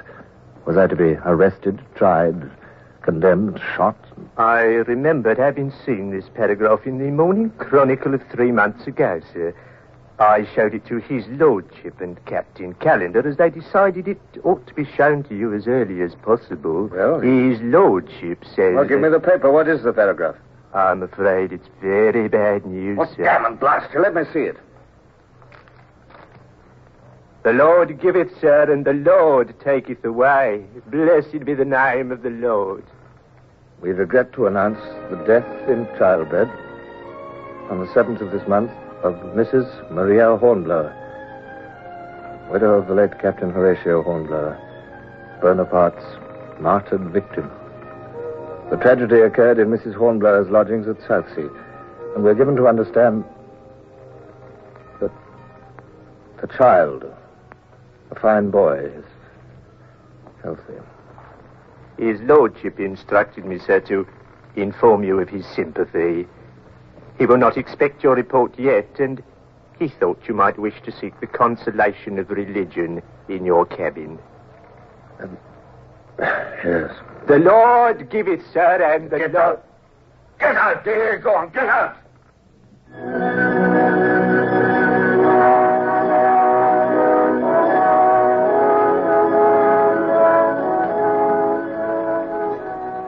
In the actual Battle of Rosas, my lord, before I surrendered the Sutherland, 117 of my ship's company were killed and 145 wounded. 44 of the latter died before I was taken to Rosas. A tragically high proportion, Captain. Good God, more than half your crew out of action before you surrendered? If you remember, my lord, Thompson and the Leander lost 92 out of the 300 off Crete, and everyone said what a gallant defense he'd made. I was aware of it. Please go on, Captain. Well, I told how I had witnessed the destruction of the French squadron, how Caillard had arrived to take me to Paris, and of our escape. I made but slight mention of the Comte de Grasset and our voyage down the Loire, but I went into some detail about the capture of the Witch of Endor. As I pointed out, a knowledge of harbor arrangements at Nantes and the navigation difficulties of the lower Loire might be of great future value. Good God, man, how can you be so cold-blooded about it? Weren't you... Captain Callender, I have requested you before not to allude to the deity in that blasphemous fashion.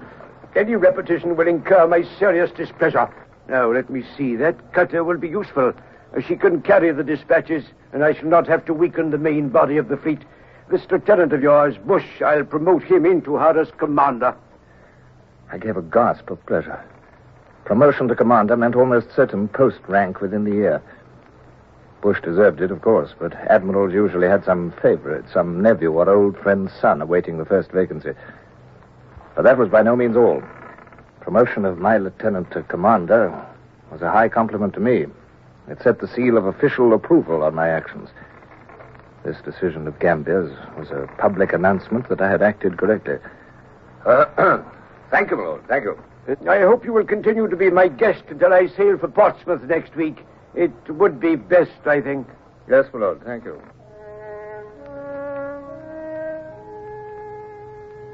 But however delicate the allusion, I knew that the last remark was a reminder of my position and that I was technically under arrest. By old established custom, I must be under the supervision of an officer of equal rank while under arrest. There could be no question of being sent home in the Witch of Endor.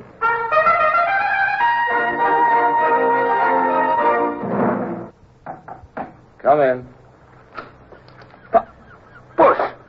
Bush, by all that's wonderful. Come in, man. Sit down. Here, let me take those parcels. Oh, by heaven, it's good to see your honest old face again, Bush. Look, have a drink. How have you been getting on? What have you been doing? Did you... Easy, sir, easy. I'll tell you about it, sir. But first of all, this is the first chance I've had to thank you for my promotion, sir. Oh, don't thank me. You must thank Lord Gambier. I know who I owe it to all the same. They're going to post me as captain this week. They won't give me a ship, not with this wooden leg of mine, but there's a job at Sheerness waiting for me. I'd never have been a captain but for you, sir. Oh, rubbish. Well, how are you, Bush? How are you? Oh, fine, sir, thanks. Good. And you? I was sorry to hear about Mrs. Hornblower, sir. Yes. I took the liberty of bringing out your letters. Oh, this thank you, big Bush. package is a sword, I'm sure, sir. Oh, well, let's open it and see. Well, by heavens. Oh, Bush, I never expected to see this again. I know that gold scabbard anywhere, sir. It's the 100 Guinness sword that the Patriotic Fund gave you for your defeat of the Natividad in the Pacific. Yes. You should see the newspapers. You're famous, sir, so you ought to be. And there's plenty more news. Oh, what news, Bush? There's a Witch of Endor, sir. Oh, yes, what about it? The Navy bought her yesterday at the prize court. £4,000 was the price, sir. I was greatly impressed by the tact with which Bush allowed me to assimilate all this. I would not have expected such delicacy from the tough old campaigner. But I was already beginning to realize that I still had much to learn about people.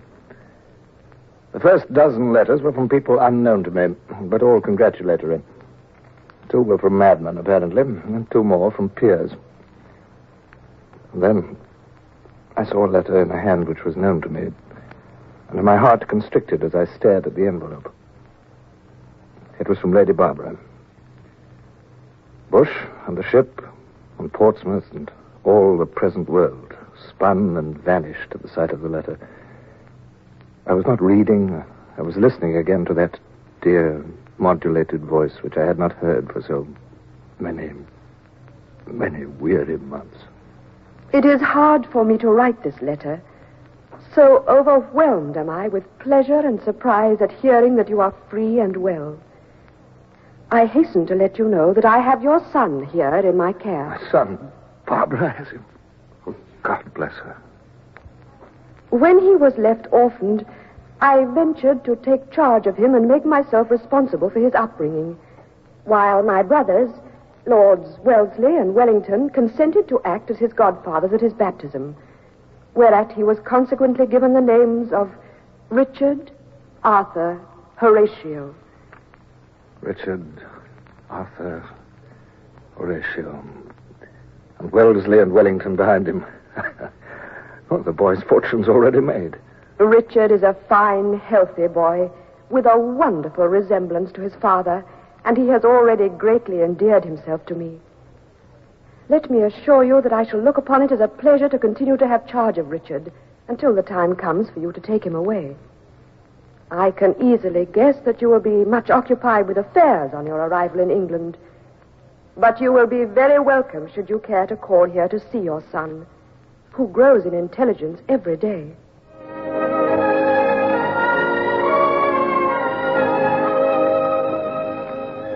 Up to this moment, I'd hardly thought about the child.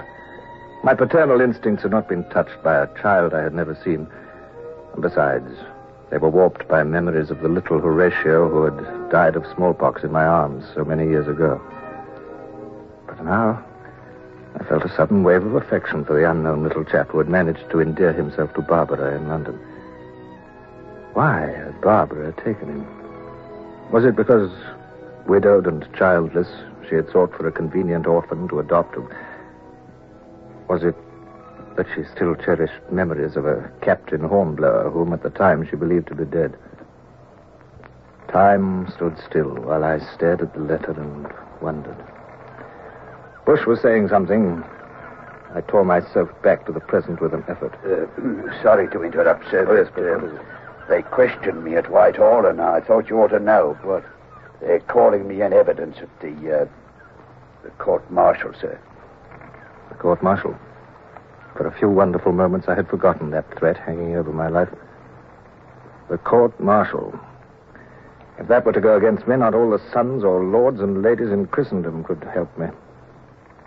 It was more than my life at stake. It was my reputation, my honor, my whole future.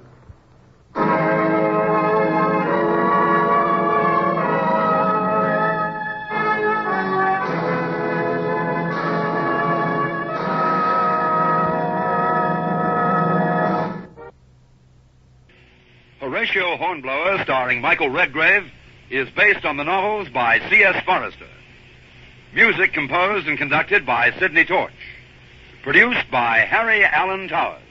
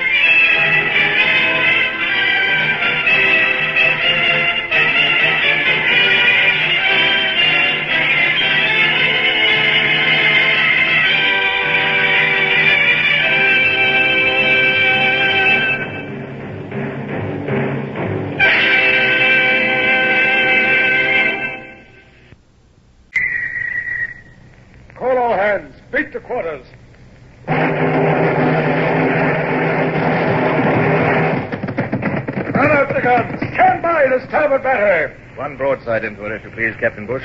Pointers on target. Flintstocks ready. Aye, sir. Ready. Fire!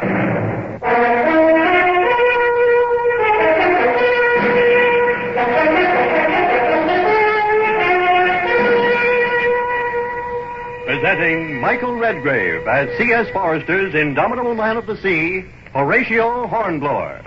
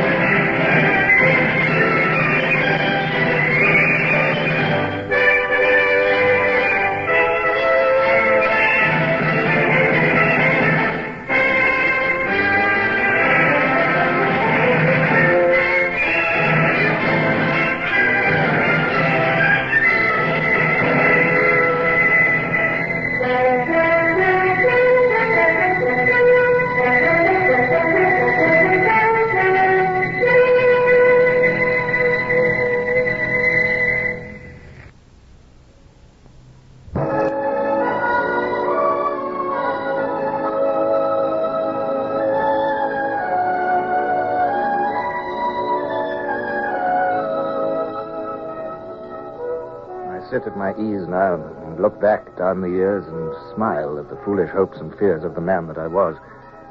But my fears were well enough founded then. The Navy and the public were hard masters. And there was no gainsaying the fact that I had surrendered and lost my ship, the Sutherland, at Rosas. The odds had been overwhelming. I had fought to the last, and I was acting under the orders of Admiral Leighton, but I had struck my colors. And that was an act which my lords of the Admiralty at Whitehall would find it hard to forgive.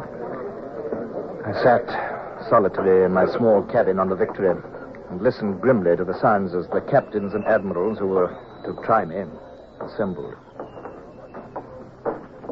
Well, and still they come. Does it need the whole British Navy to try one captain? Like vultures flocking to a feast.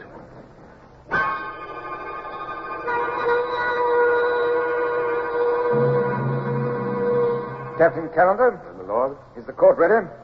Aye, my lord. There is only Captain Hornblower's sword to place on the table. There. Here it comes now. Thank you. A fine sword, Captain Callender. Yes, my lord. It's the sword of 100 guineas value. It was presented to Captain Hornblower by the Patriotic Fund for his victory over the Spanish ship Natividad. A wonderful achievement, that, my lord. Yes. Pity it should come to this. I always regarded Hornblower as a very fine officer. Yes, my lord. I still do. That is a very improper remark to make to the president of the court, Captain Callender. I have no feelings about Captain Hornblower. It is my duty to pronounce judgment according to the evidence. Of course, my lord. Shall I place the sword here? Yes, on that table. The hilt towards me, the point towards where Hornblower will stand. Thank you. Let the court assemble and the gun be fired. Aye, my lord. And, Callender, as we are alone, I am going to make an improper remark. Indeed, my lord. Yes, if the evidence today is such that I am able to instruct you to turn that sword with the hilt facing Hornblower, I shall be the happiest man in the Navy. Thank you, my lord. With due respect, my lord, I venture to disagree. Next to Hornblower, I shall be the happiest.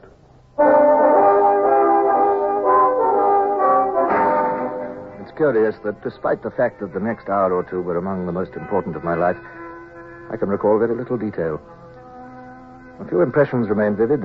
The glitter of gold lace on the coats of the semicircle of officers in the great cabin of the Victory, the endless formalities of the preliminaries, the face of the Admiralty officer who had been sent to conduct my defense, my sword lying forlornly on the table with its point winking at me with a cold glint.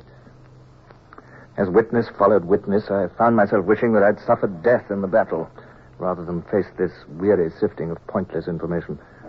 One moment, please, Captain Bush. Now, on this matter of judgment, where was your place during the battle?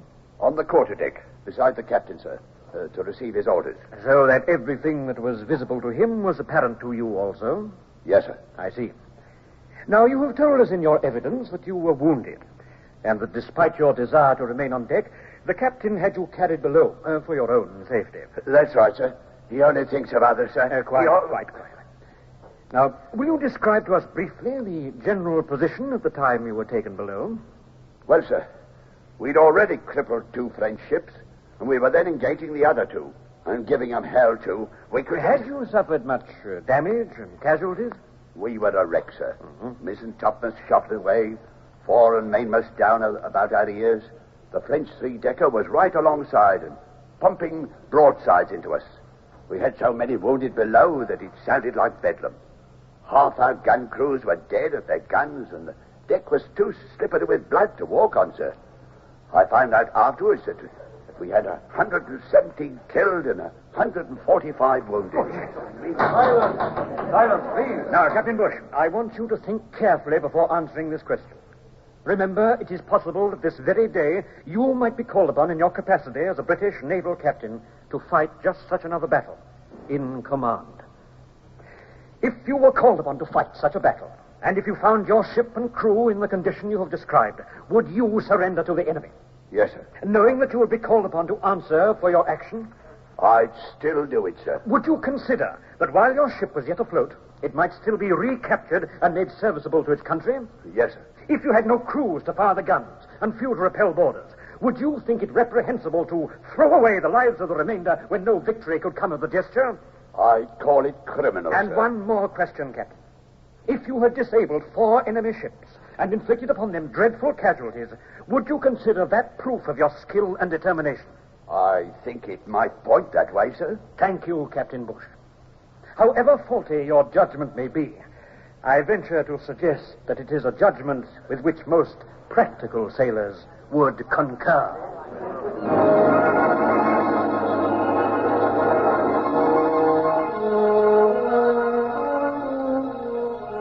Bush sat down, beaming like a hurricane lamp. The prosecuting and defending officers grinned at each other across the court, and the next witness was called.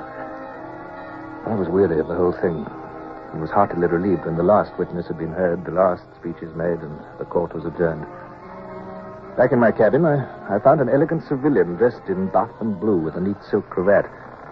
His face seemed vaguely familiar. Callender introduced him. I'll come for you again when the court's reached its decision. In the meantime, may I present Mr. Hookham-Fear of His Majesty's government? When I heard his name, I remembered why his face seemed familiar. I'd seen it caricatured many times. He was the famous wit who wrote in the Anti-Gallican and was deep in the secrets of the cabinet. He bowed elegantly, almost effeminately, and begged leave to ask me some questions. But truth to tell, I hardly paid any attention to him now that I was out of the court. I burned to be back there, to get it over and to hear the worst. It seemed an age before Callender returned. What were your impressions of conditions in France, sir? Oh, that's a long story, sir. In the first place, will you excuse me, Mr. Fear? Most certainly, sir. The court is assembled, Captain Hornblower. Thank you. I'll come immediately. Is the executioner present, or do they have to send to London for him? Oh, that's not fair, Hornblower. You know I'm not permitted to discuss this case with you. No, I'm sorry. It was unforgivable of me. I'm a little, well, not quite myself. Well, here we are. You won't have to wait much longer. My heart was beating hard as I went in, and I knew that I was pale. I jerked my head erect to meet the eyes of the judges in their blue and gold. But somehow all seemed lost in a vague mist. Only one thing was plain. The table and the small cleared space before the president, where my sword lay. I saw nothing of the cabin, nothing of the judges. My eyes saw only my sword and the message it would give me.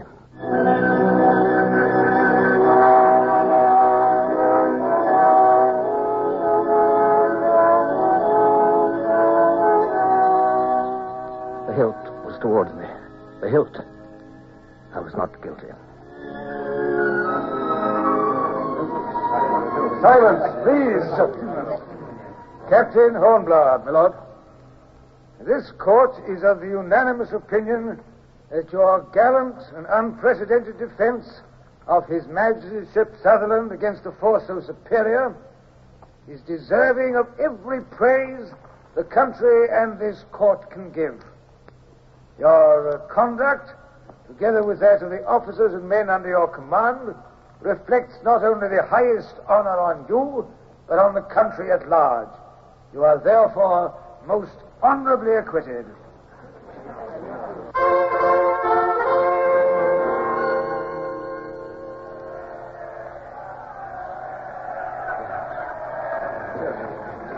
Look at them, Hornblower. Every ship in the fleet is at yards manned with cheering men. You're famous. Congratulations, Captain Hornblower. Congratulations on behalf of His Majesty's government. Not that there was any doubt about it, of course. Oh, thank you, Mr. Fair. I should have been happy to have been able to share your confidence. And now, sir, if you're ready, I've had a post-chaise horsed and waiting this last 6 hours. My orders are to convey you immediately to London. To London? But... Will you be good enough to step into the barge? Thank you, sir. I suggest, sir, that you take off your hat to show the fleet how much you appreciate their good wishes.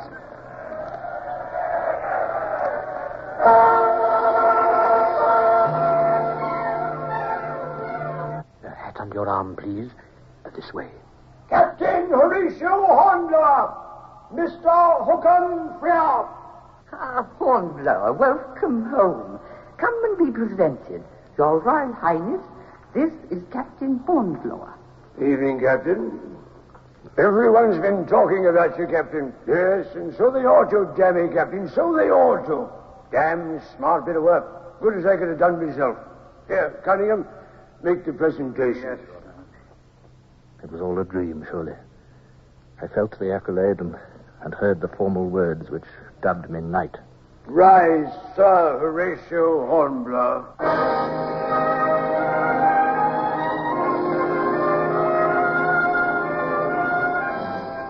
There was a ribbon to be hung over my shoulder, a star to be pinned on my breast, a red cloak to be draped about me, a vow to be repeated, signatures to be written. I was a knight of the most honorable order of the Bath, as somebody loudly proclaimed, with a ribbon and a star to wear for the rest of my life. The congratulations flowed about me like a sea. My best wishes to you, Colonel. Colonel, sir. His Royal Highness has been pleased to appoint you one of his colonels of Marines. I was still dazed. A colonel of Marines received pay to the amount of £1,200 a year and did no duty for it. It was an appointment given to successful captains to be held until they reached flag rank. I remembered that my prize money already amounted to £6,000. I'd attained financial security at last, for the first time in my life. I had a title, a ribbon, and a star. Everything I'd ever dreamed of having, in fact. But what I wanted most was to go to Barbara and my son. The poor man's dazed. Sir, I'm overwhelmed, sir. I hardly know how to thank your Royal Highness. Well, thank me by joining us at hazard. Your arrival interrupted a damn interesting game. Bring that bell, Sir John. Let's have some wine.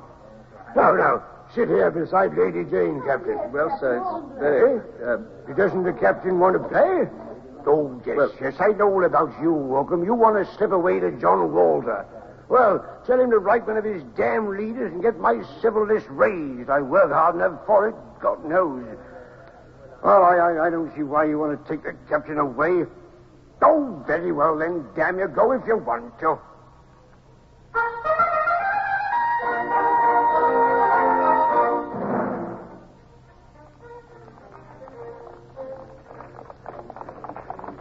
I didn't imagine you cared to play hazard. I know I wouldn't. Not if the prince were using his own dice. Well, thanks for getting me out of it. Who is John Walter that His Royal Highness referred to? He's the editor of the Times. Huh? There'll have to be a big story about you and your knighthood. The public's got to realize that the government's naval officers are achieving great things. Oh, so my knighthood is a political move, too. And all the other honors? Everything's political, my dear fellow. Huh. But you wouldn't have got it if you hadn't earned it. And now, I took the liberty of engaging a room for you at the Golden Cross. I had your baggage sent round, and they're expecting you.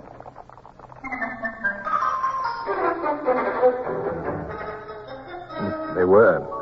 Host and chambermaid and boots all fluttered and bowed and almost prostrated themselves. It was yes, Sir Horatio, and no, Sir Horatio, until I could have knocked their heads off. They made a procession of lighting me up to bed and then fussed round me interminably when all I wanted was a little peace. But I was left alone at last, to plunge into bed and spend a sleepless night going over again all the details of that amazing day, and wondering what the morrow held in store.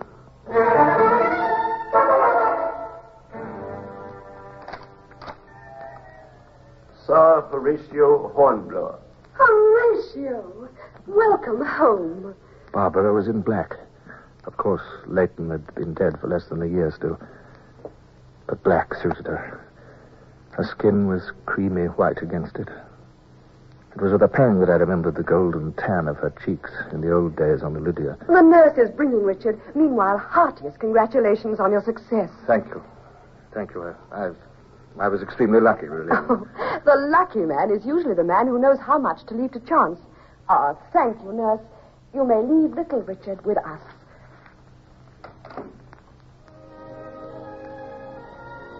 And this was my son. This little bundle with the brown eyes looking up at me. This tiny, light thing that I held in my arms. I was no sentimentalist, yet there was something in my eyes that made it difficult for me to see clearly. I felt a warm rush of affection for the poor, helpless baby that I held. I looked up at Barbara, and it seemed to me that her eyes, too, were not quite dry, but she was smiling. You have so much now, Horatio. Wealth, position, a future, and a son. It's only the latter that I really prize, Barbara. Yet, it is the wealth and the position that I would like to share.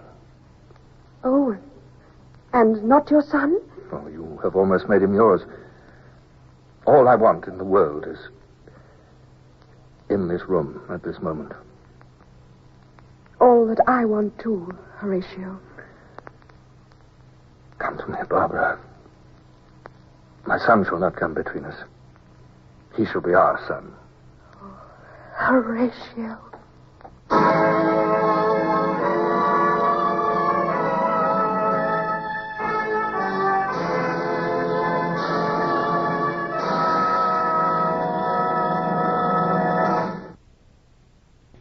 Horatio Hornblower, starring Michael Redgrave, is based on the novels by C.S. Forester. Music composed and conducted by Sidney Torch. Produced by Harry Allen Towers.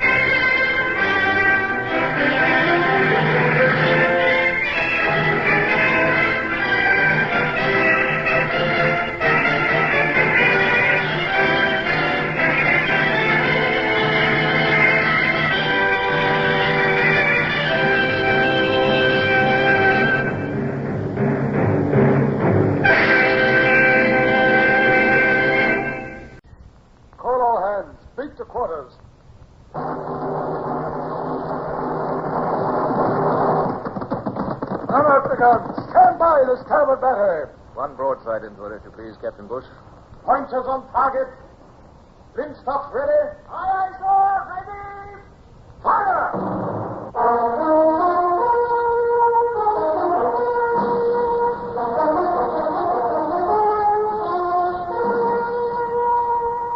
Presenting Michael Redgrave as C.S. Forester's indomitable man of the sea, Horatio Hornblower.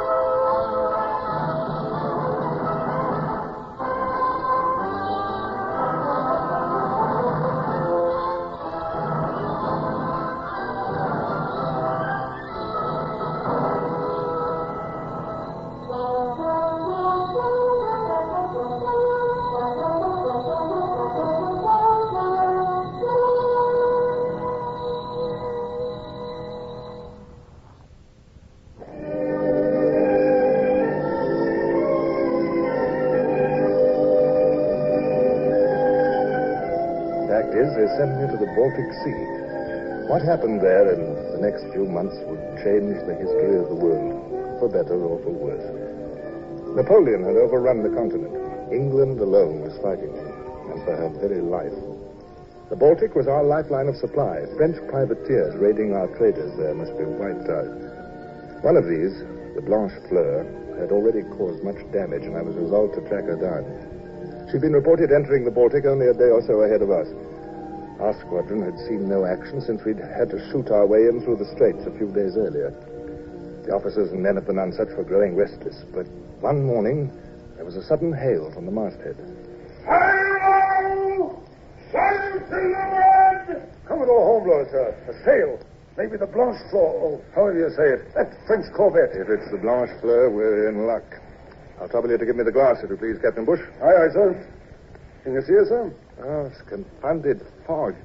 Yes, I can just make out her topsails. Is she a 20-gunner? A corvette? She's not far off. It's hard to tell, though, in this mist.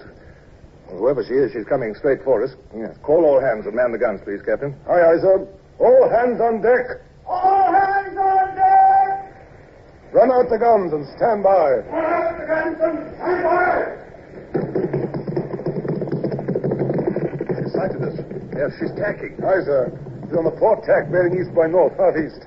Trying to get away. Must be a Frenchman. Set all sail, Captain Bush, if you please. Aye, aye, sir.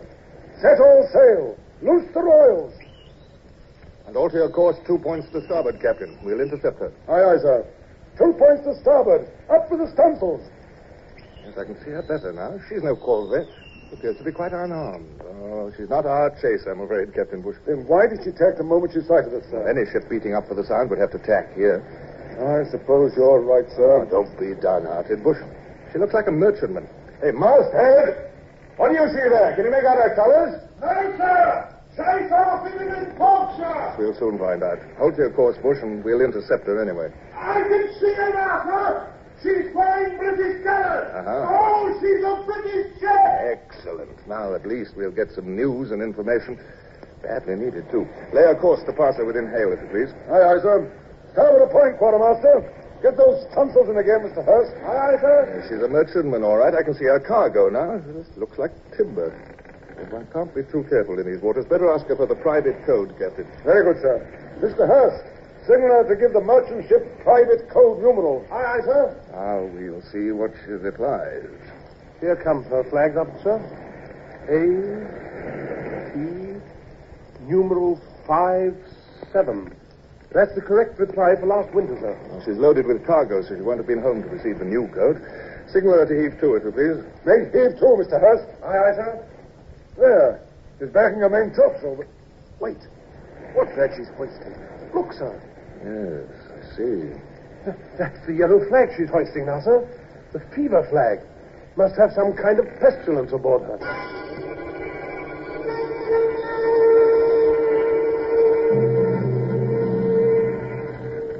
Tom. What? Look what she's hoisted there. The yellow flag. So it is.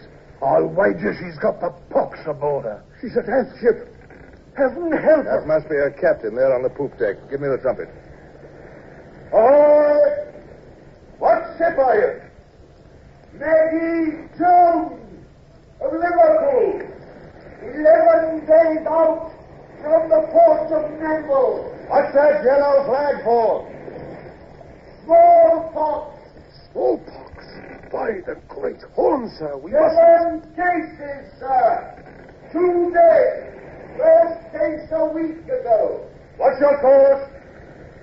We are beating up for the Sound now. What news from port? Are Sweden and Russia still neutral?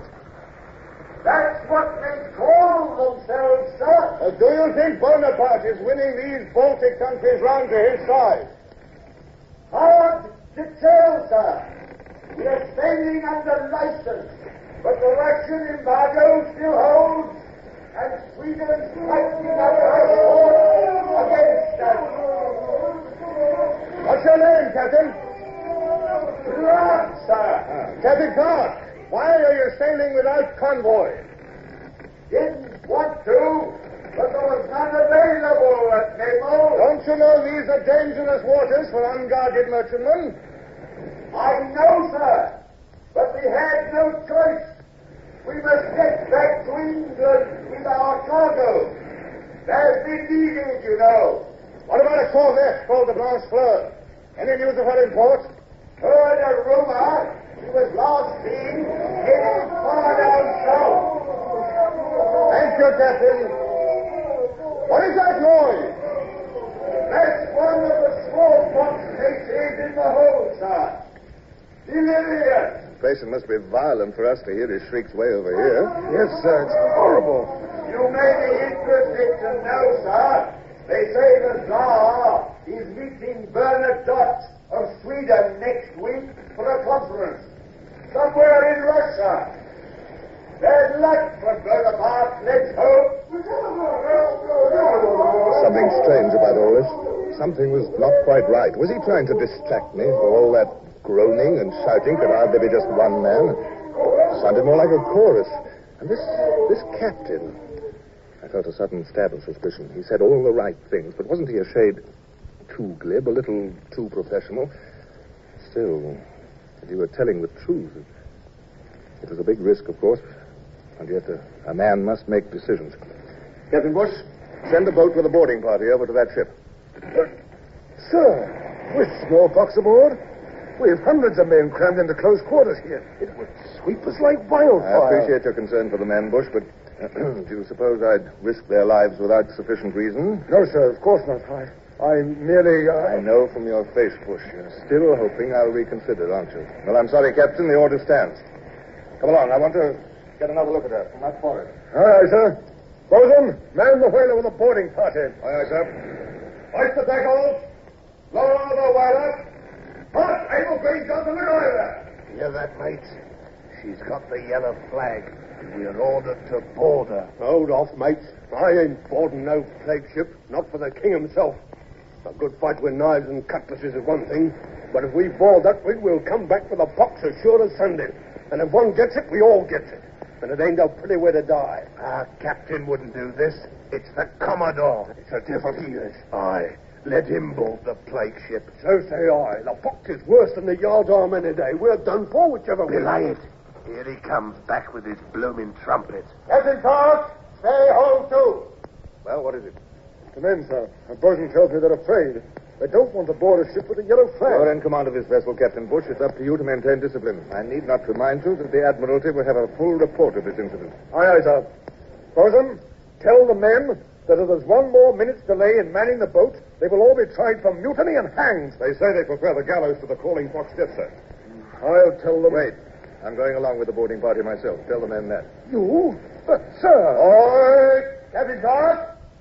We're sending a boat to you. We're coming aboard. As you wish, sir.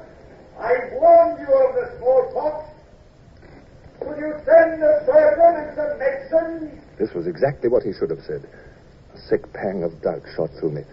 But it would have been quite impossible to turn back now. My own orders. Man of the weather, the Commodore's coming along. Look alive, sir! The Commodore's gone with us. I'm with him for one. How about you, Tom? Lower away. Come on, mate. Over we go. She'll be ready for you to board in a moment. Thank you, Connors. Would you summon Surgeon Choate, please? We'll take him along. Aye, aye, sir. Look, sir. Look at the captain over there on the Maggie. He's thrown down his trumpet and he's stamping about like a crazy man. Seems to be shouting some kind of an order.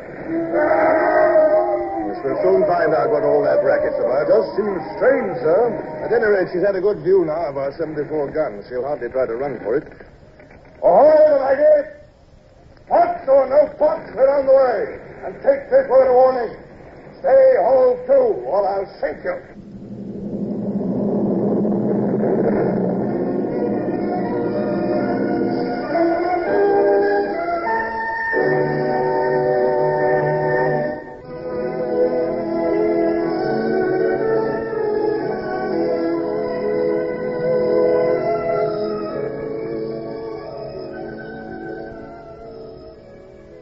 Commodore Hornblower, British Navy. Where is Captain Clark? We wish to surrender, sir. What's this? We wish to surrender. We are helpless against your guns. We did not expect to meet the British Navy. Who are you? I speak for the French crew put aboard to take the Maggie into port. Yes, I thought. A pirate crew. This ship is a prize. Yes, sir. A French prize taken 2 days ago. By what ship was she captured? By what ship? Answer me. By the Blanche Fleur, sir. We are of the Blanche Fleur's crew. The Blanche Fleur. Did you hear that, Connors? We're hot on her trail finally. The Maggie's no plague ship. She's a great piece of luck. That yellow flag was hoisted to keep us from boarding her. A clever trick, I suppose you thought, sir? I think so myself. Here, take this man prisoner and round up the others, Connors. Aye, sir. Get on, lads. Get the Frenchies. And find this Captain Clark. I'm most curious. You up there, what have you done with Captain Clark? Speak up. He's on the voyage, sir. What's that? He shot himself, sir. The captain shot. Oh, confound it, Connors. If one of your men did that, I'll have his head. I'll break him, court-martial him, ruin him, and have him begging bread in the gutters. All this. Oh, no, sir. Beg pardon, sir. But it wasn't any of us. He done it himself, sir. He shot himself. The gun's still smoking in his hand. Is he dead? No, sir. He's still alive. Well, fetch the surgeon immediately. The surgeon's with him now, sir. Over there, All right, sir. come on. Looks pretty bad. What's his condition, Surgeon? He's dying, sir. Can't last long. Want to do something for him? Not very much, sir, I'm afraid. We've just released the English crew, sir. They were shut up in the forecastle. It was them making all that noise. Oh, fuck me eyes! His Majesty's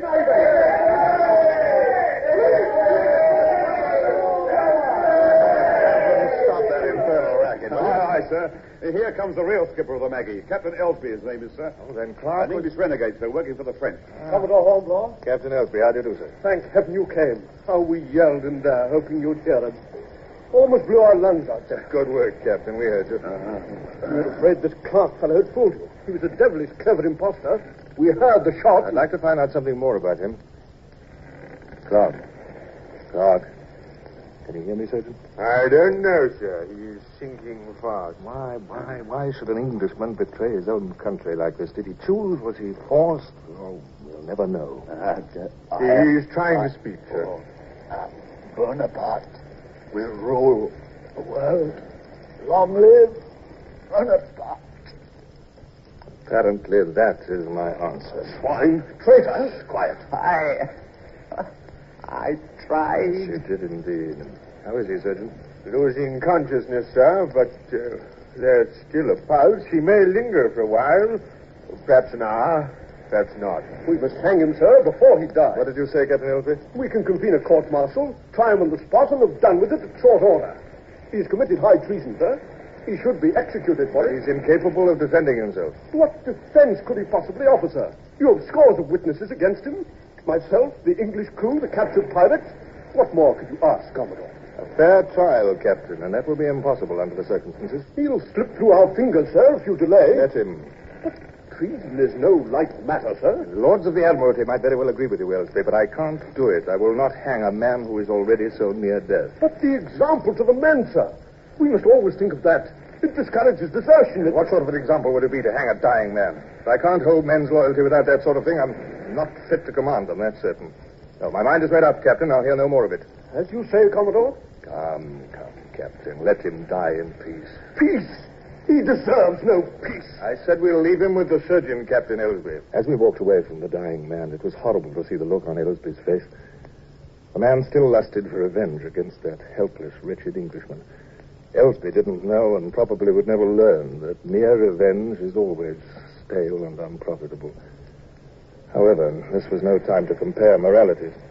Now, tell me more about this pirate ship, the Blanche Fleur. She's our real target. She's a ship-rigged, flush-deck 20-gunner, what the French call a corvette, sir. She's to be reckoned. Yes, I know. Where were you when she attacked? Just off the island of Rügen on the Swedish coast. Oh, the island of Rügen, eh? Yes. That would make an effective base. She could lie in wait there, then pounce on our trading ships as they come down from Finland and Russia. The worst part of it is, sir, in order to get safely by the island, you must pass through a narrows. There's a 2-fathom shoal. Yes, I remember that shoal from the charts. So she hemmed you in between the shoal and the land, eh? Exactly, sir. And we were at her mercy. But what could we do against her 20 guns with all our escape cut off? Well, you did what you could, Captain. At any rate, your shouts rescued the Maggie. The rest is up to us. The Blanche Fleur must be punished before she finds more victims in the Baltic.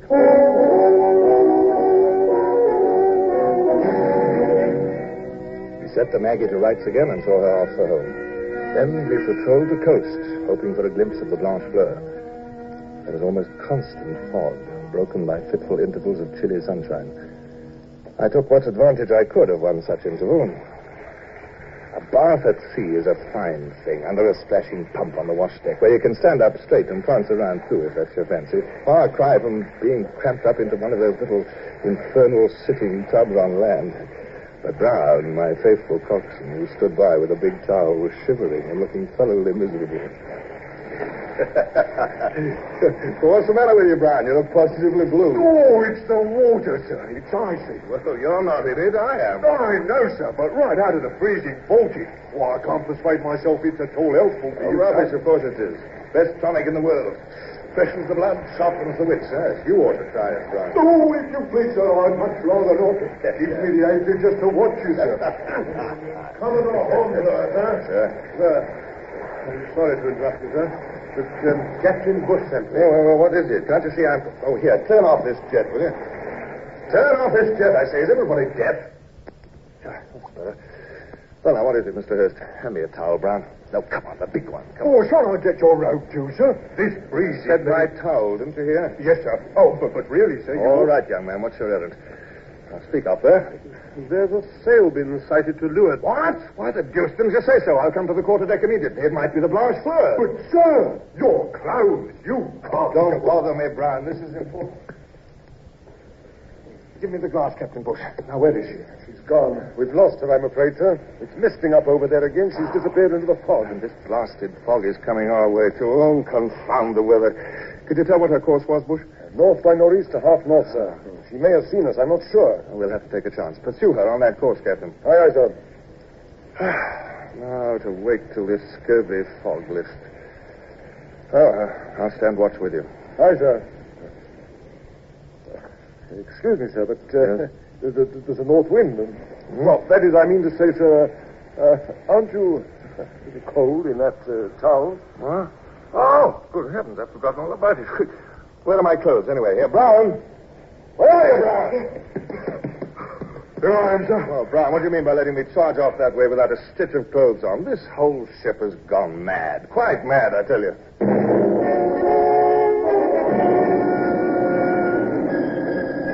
We followed our chase through the increasing fog, the other ships of the squadron keeping course as best they could.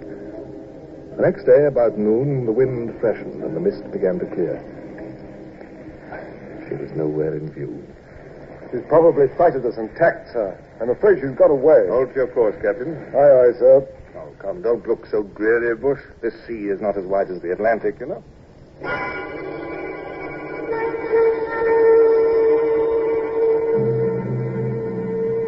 Well, sir, almost 3 days without a sign. Don't you suppose... Sail on the lee quarter! You hear that, Bush? Let me have the glass. Aye, aye, sir. Can you see her? What is she? Glasses certainly aren't as good as they were once. I can't see one confounded thing. Masthead there. What's her position? Call it. 3 points abaft the port beam, sir! Ah, there she is. And she's our chaser, like a flush-decked 20-gunner, and the French colors must be the Blanche Fleur. Set all sail, Captain, at once.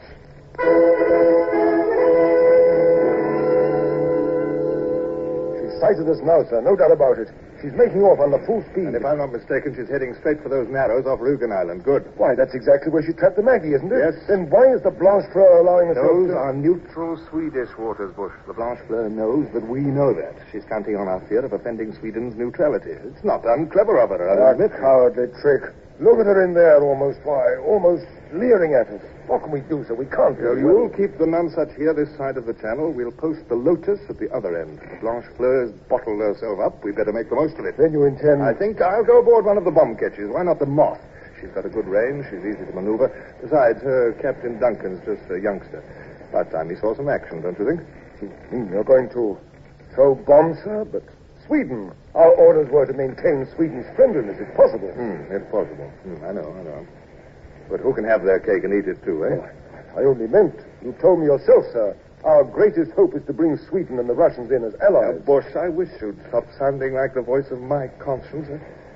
I wonder if... No, it can't be helped. We can't hold off. Sweden wants the best of both worlds, to make both France and England happy. But No, Bush, our first concern must be the Blanche Fleur and her finish. I hope you're right, sir. I hope I'm right, too, Bush. I'd better be. If I'm not, the Admiralty will have my hide.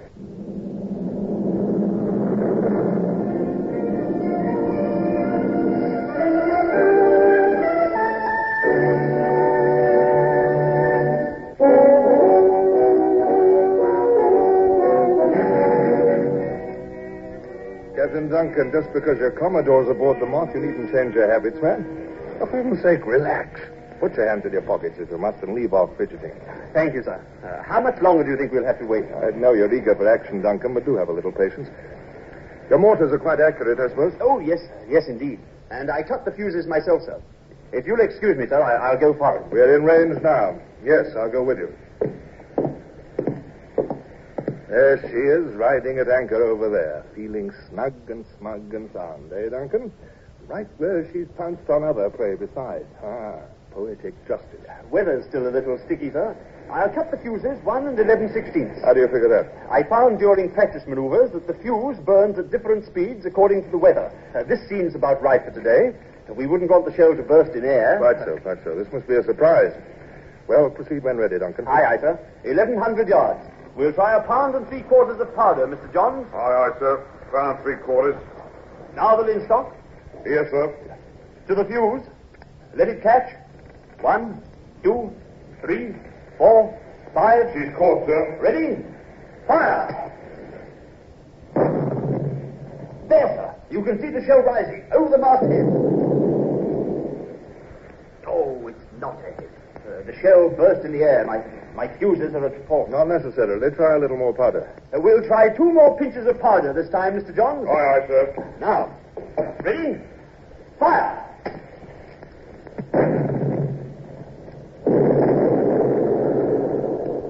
I think we've hit her, sir. Wait till the smoke clears. Then we can... Yes. A square hit on her bow. Our men are taking to the boats. Another shell into our forest. Aye, sir. Jump to it, men. Both mortars together. Be lively.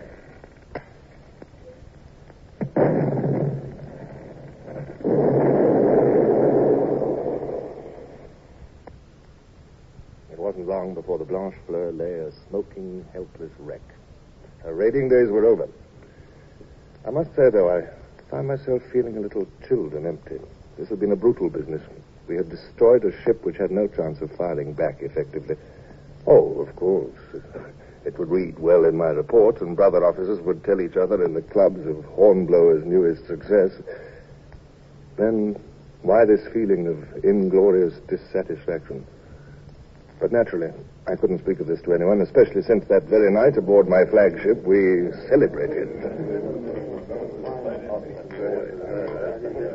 And now, gentlemen, I would like to give you all a toast to a young officer whose careful attention to duty and whose marked professional ability resulted in the destruction of the enemy. Captain Duncan of the Moth. Well, aren't you going to reply, Mr. Duncan? It wasn't I at all. It was the Commodore who...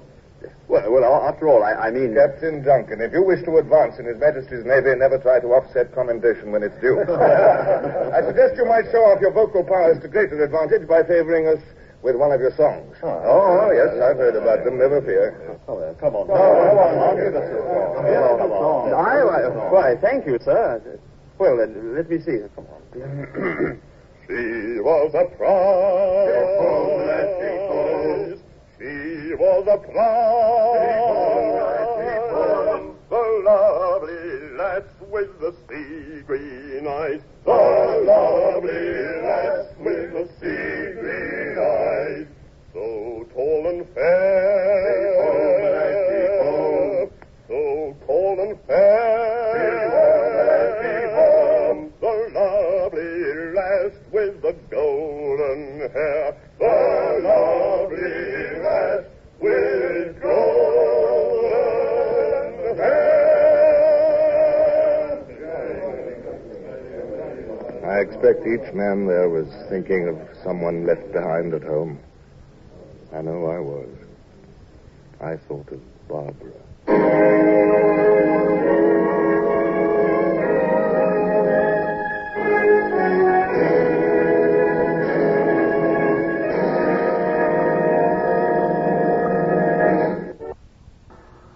Horatio Hornblower starring Michael Redgrave, is based on the novels by C.S. Forester. Music composed and conducted by Sidney Torch. Produced by Harry Allen Towers.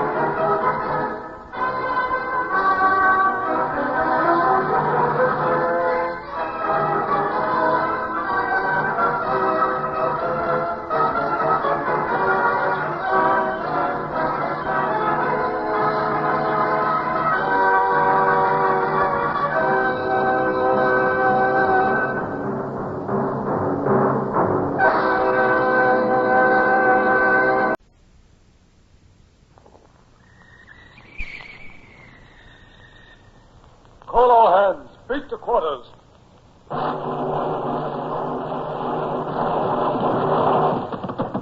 Unload the guns. Stand by the starboard battery. One broadside into it, if you please, Captain Bush. Pointers on target. Linstocks ready. Aye, aye, sir. Ready. Fire!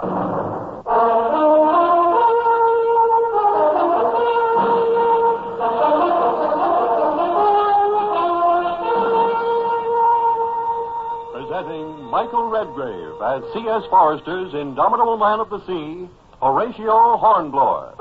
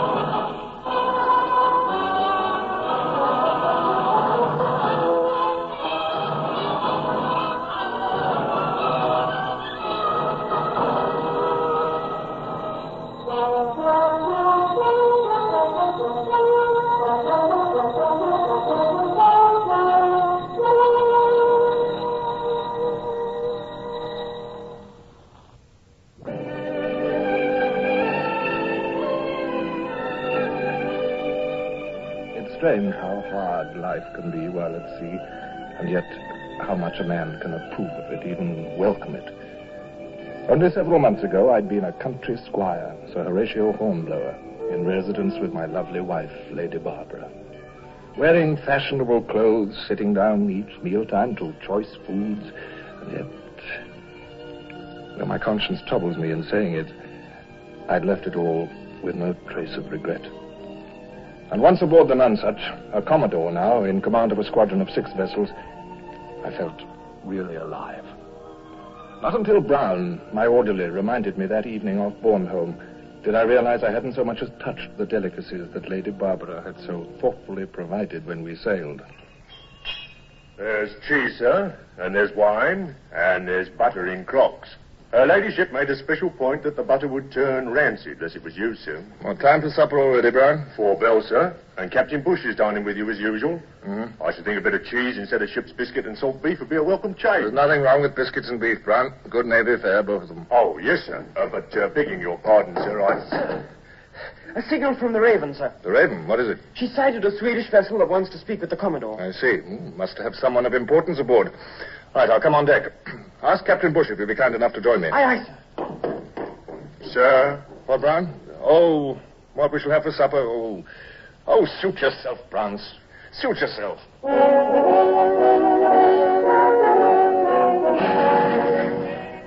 Poor Brown. No sooner had I snapped at him than I regretted being so brusque. Yet how could I bother with food with my mind full of so many concerns? We'd been a month already in the Baltic, with express orders from the Admiralty to make it as uncomfortable as possible for Bonaparte. A show of British strength was needed, definitely. Russia was neutral, but with all Europe in Boney's grasp, Russia's help was desperately important. And what strength had we shown? A few small engagements. It would take more than that to bring the Tsar to side with us against Napoleon.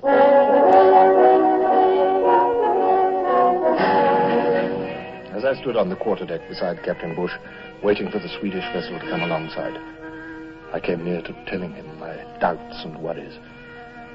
I decided against it, at least for now. There's two of them coming aboard, sir. Caught a glimpse of that first one. I'd say a Swede. I hope he brings some news, whoever he is. How long has it been since we've had any, Bush? I'd say weeks, sir. So should I. For all we know, Bonaparte may have already attacked Russia. Or Russia may have given up without a struggle. Yes, sir. Sir, the second one aboard. If that isn't a British uniform, I'm a starfish. It is, a guard's uniform. A colonel, Bush. A colonel of the guards here in the middle of the Baltic. Ah, well, at least he knows enough of ceremonial to make sure he salutes our quarterdeck.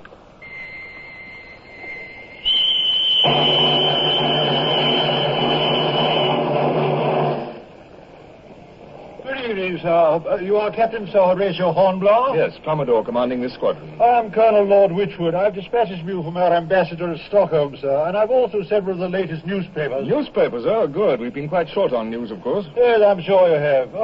Have you made the acquaintance of Baron Basse? Honored. He's a representative of Sweden. He also has some messages. Well, gentlemen, forgive me. Perhaps the best place for this discussion would be in my cabin. Captain Bush and I were just about to dine. If you'd be good enough to join us. Well, Our table can still boast a few small delicacies. There's cheese, Stilton, I believe, and, O'Brien. Yes, sir. There's cheddar also, and there's smoked mutton ham and jam, sir. Well, break it out at once, Brown. Lord Wychwood, I notice that these newspapers are in German and Polish. Quite so. You can translate? Aye. Barbarous tongues like that, sir. English good enough for me, sir. And you, Baron? Beg pardon. German I can to some extent, but the Polish, no. Oh, well, we'll manage, Baron. Bush, will you pass the word to my clerk, Sorga, to come to my cabin at 6 bells? He's a Finn, but he's told me that he speaks all the Baltic languages.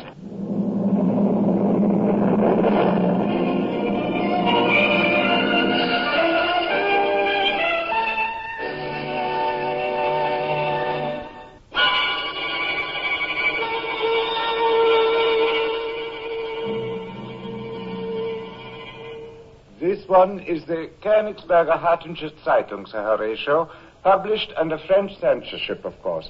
It reports on a meeting at Dresden. Bonaparte is there. At Dresden? Yes, Baron. Oh, go ahead, Sorga, go ahead. There are 9 army corps. At Dresden, at Warsaw, at Danzig. All aimed at Russia, it appears, Hornblower.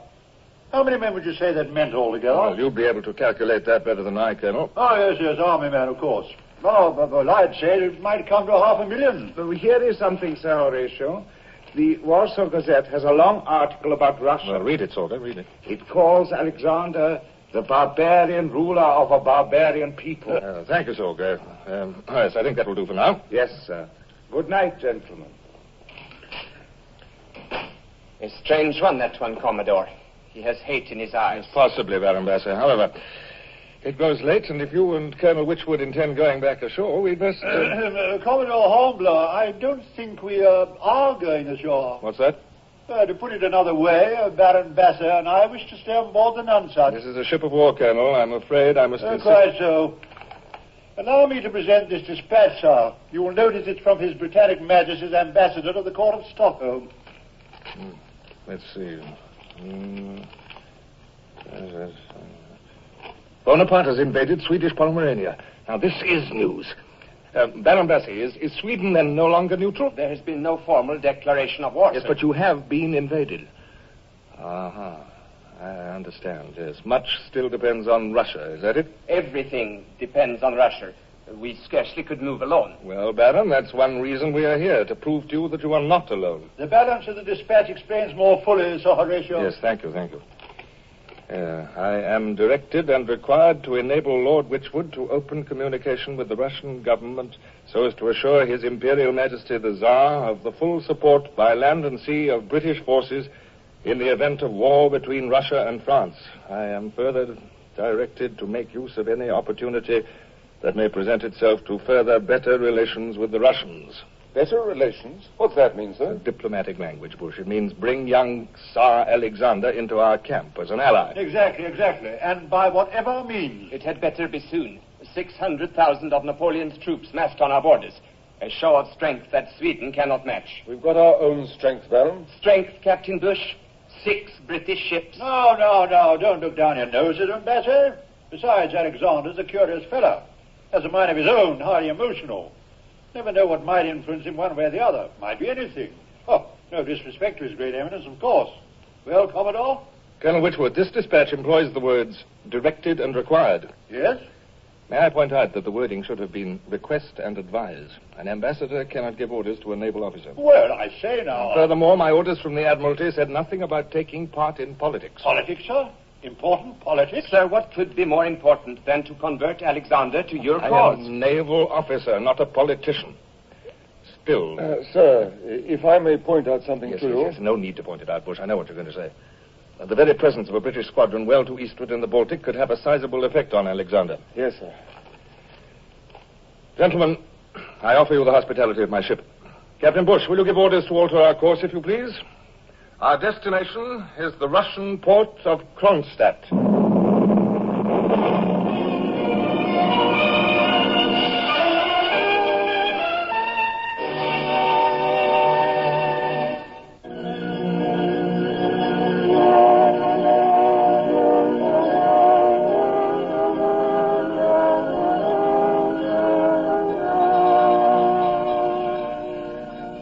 We had arrived in Kronstadt harbor. Not all night long, we lay under the guns of Russian fortresses. I tried to show much more assurance about this whole queer project than I felt. But at least the Russians had returned our entering salute. The following morning, we had only one visitor, the harbor doctor, to give us pratique. I accompanied him to the sick bay and between decks. No sickness, no plague, no pestilence? None. Yes, I have seen for myself. Only the wounded man. His name? Lieutenant Mount. Yes, he does very well. After you, sir.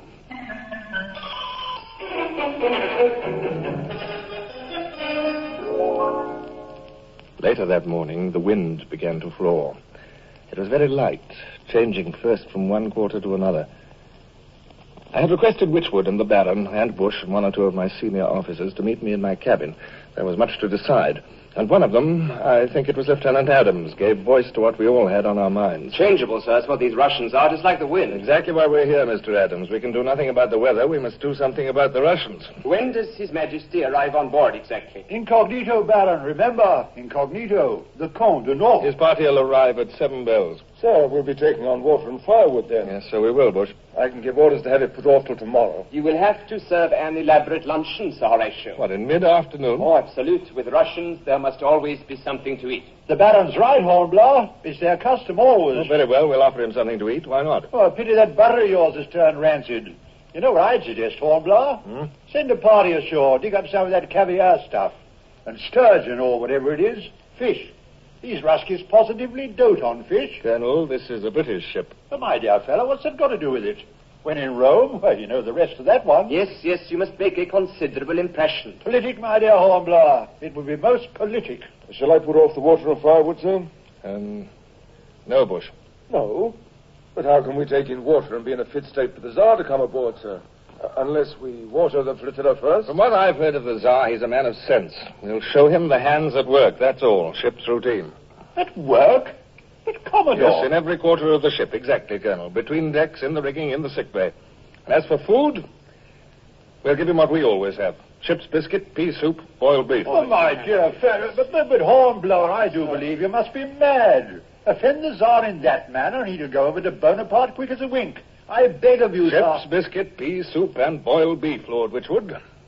Now, you've all been recommending that we put on unnatural airs. I don't believe in that kind of dissembling. He wants to see a British ship of war, does he? Very well, then. He shall.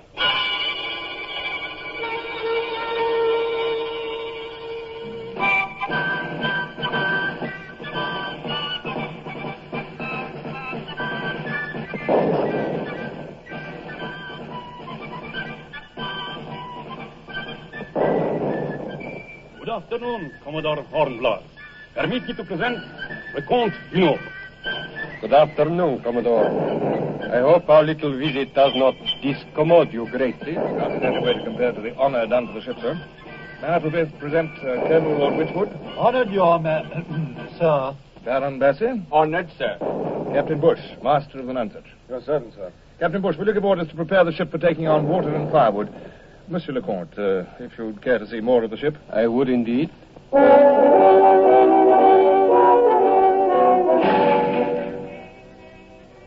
The gun deck, sir. Watch your head, sir. There's very little clearance for a man of your height.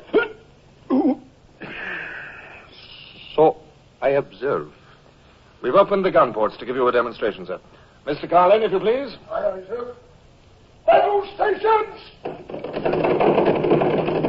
Hold your back! You'll notice the guns are loaded blank. Cannonballs are precious, not easy to come by when long at sea, sir. I think blank will suffice. Out, sergeants! Starboard battery! Fire!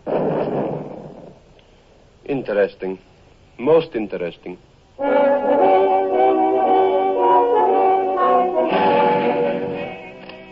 The midshipman's berth, Monsieur Leconte. This tiny space? Yes, sir. Commodore, you were once a midshipman yourself? For 4 years, sir. In the British Navy, everyone starts at the bottom. 4 years? You lived 4 years in a berth like this? Well, not quite as comfortable as this, sir. I was in a frigate. This is a battleship. It's not as crowded. Yeah, I suppose it is necessary. How long have you served? I've been in the Navy 19 years, sir. How long at your present rank? As Commodore, only 2 months. 9 years before that as captain, 6 years lieutenant, and 4 years as a midshipman. 19 years. And yet you seem none the worse for it. Sir, they've been the happiest days of my life. Monsieur Leconte, it grows late. May I suggest luncheon?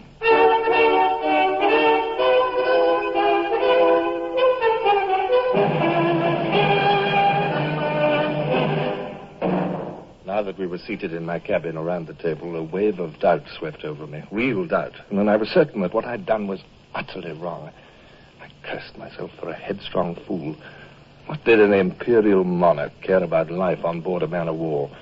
All he said was incredible, amazing. Then Lieutenant Adams reached for a ship's biscuit.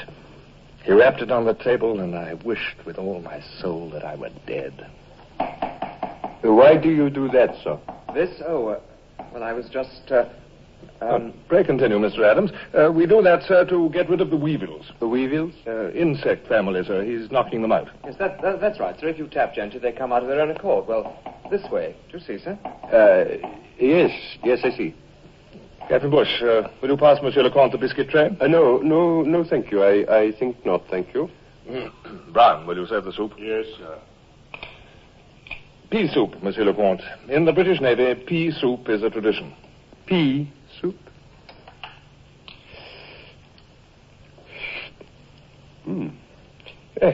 Why, this is extremely good soup. Yes, extremely. I commend it to your excellency. Well, I... Come, Brown, serve us all. His Excellency the Minister, Baron Bassett. I'm hungry as a bear.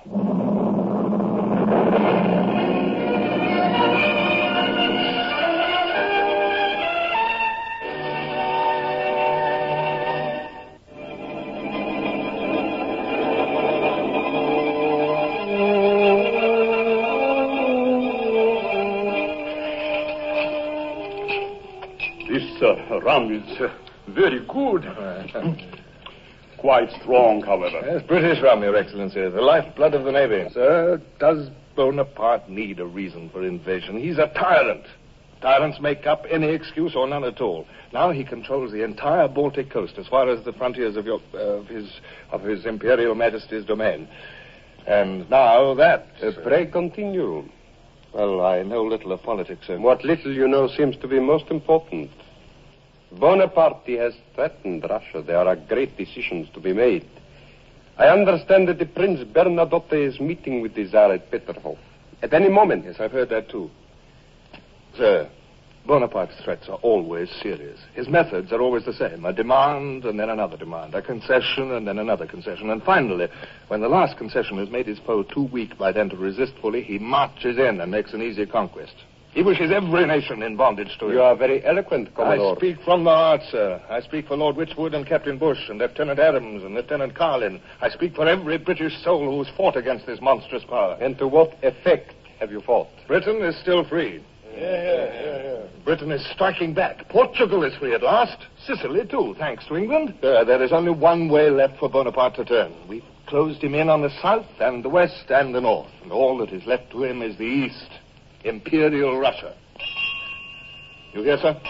The hour strikes. Gentlemen, may I propose a toast?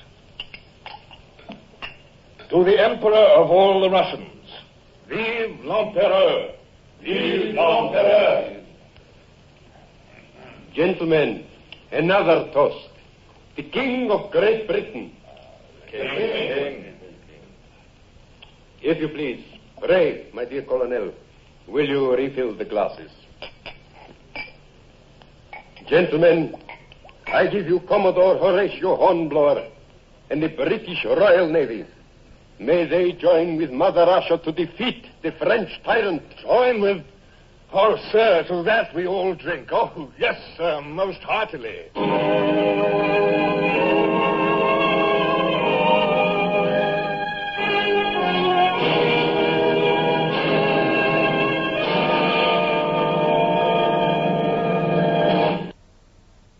Horatio Hornblower, starring Michael Redgrave, is based on the novels by C.S. Forrester.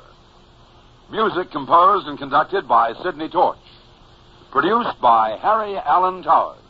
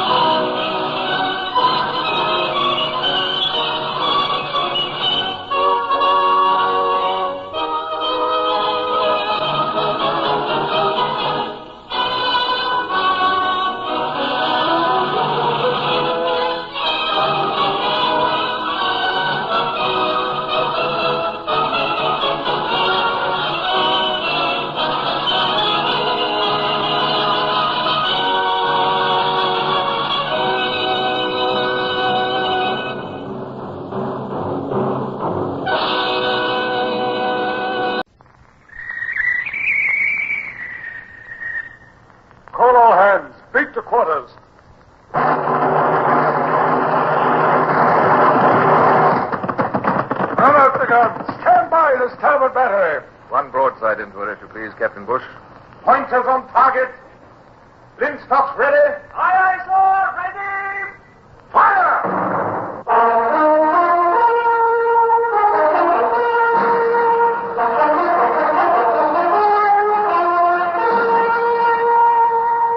Presenting Michael Redgrave as C.S. Forrester's indomitable man of the sea, Horatio Hornblower.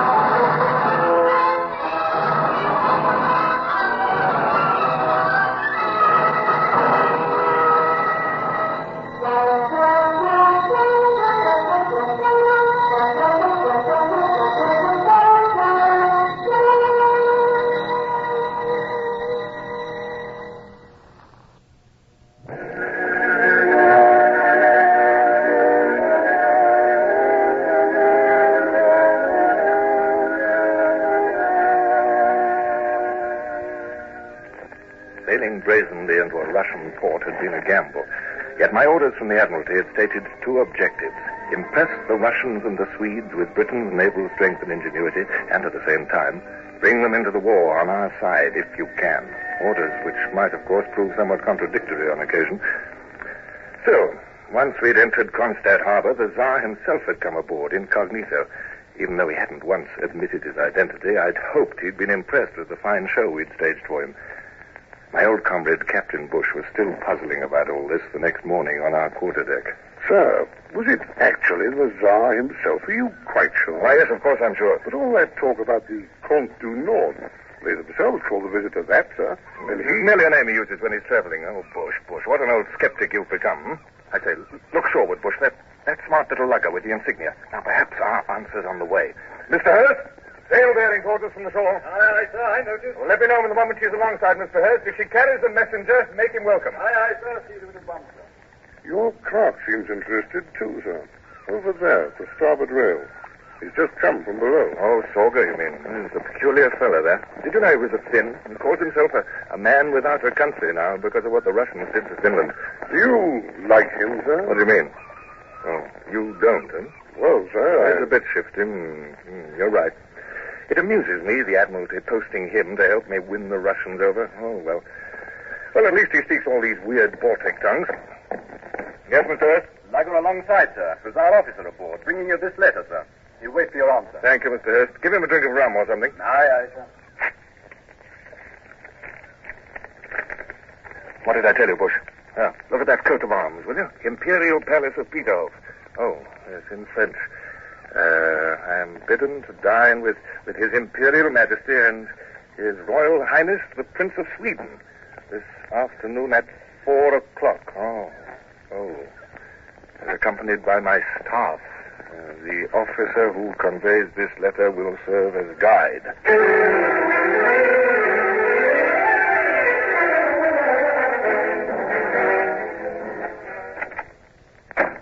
Mr. Mind.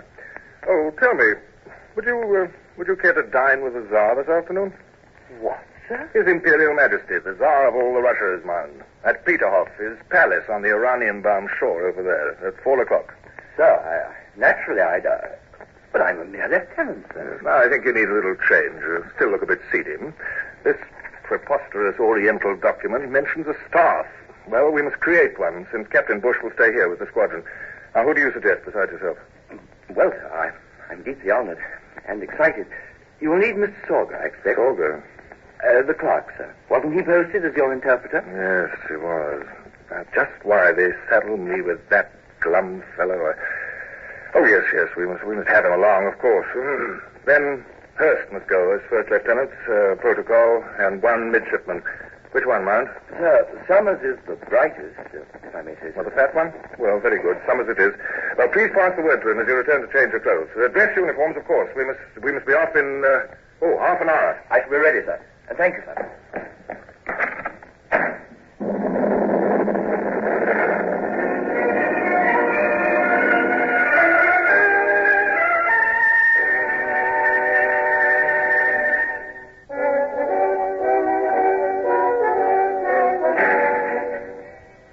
Peterhof Palace definitely was not near the water.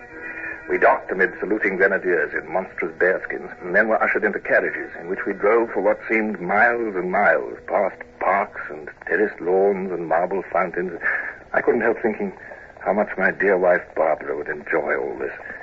And at every turn there were sentries on guard, stiffly presenting arms as we whirled by. Oh, there now at last. The Peterhof. Just round the next curve, you see? Richwood's casual remark about assassination had turned my thoughts uneasily back to Sorga and that pistol.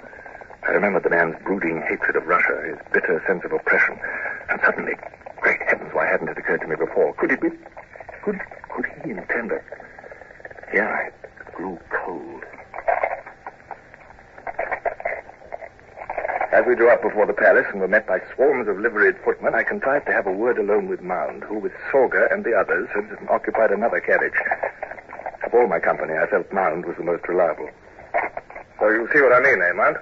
I do see, sir. Of course. Quite shocking, sir. Member of my own ship's company, my own clerk. It's inconceivable, and yet... Oh, well, perhaps I'm imagining the whole thing. I hope so, sir. Well, help me keep an eye on him. It looks as if there'll be a crush of people. Now, watch out. Here he comes now. Who's this with him, with all the gold lace? Please, you have the kindness to accompany me, Sir Hornblower? I trust that I see you in good health, Sir Commodore Hornblower. Thank you. I'm in the best of health, Your Excellency. And your squadron, which I had the pleasure of visiting but yesterday, in company with the Comte Junot. My squadron's in the best of health, too, Excellency. Yesterday, aboard your flagship, we discussed very briefly this man Bonaparte, his policies. Yes?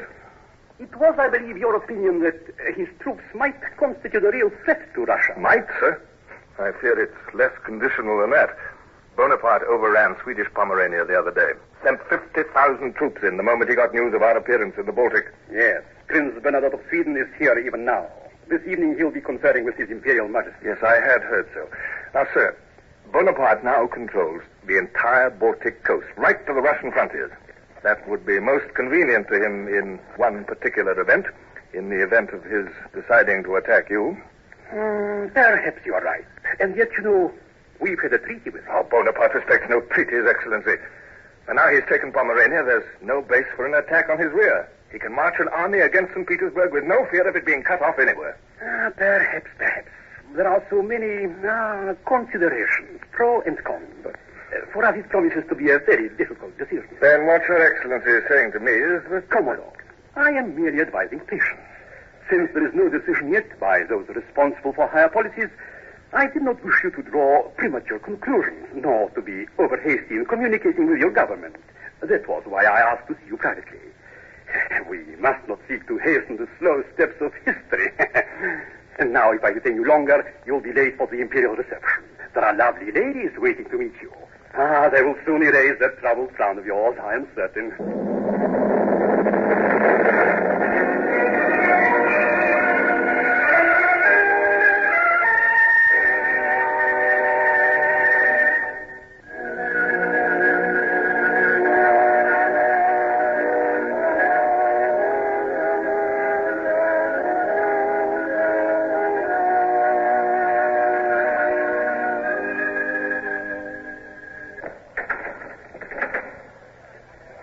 Countess, your dinner partner, sir. It's all arranged. Most charming lady.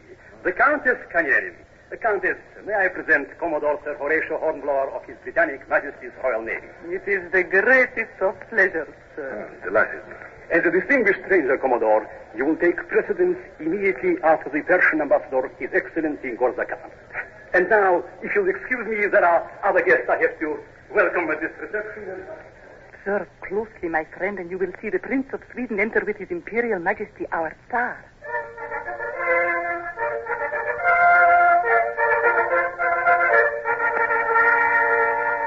Then suddenly I did see Sorga.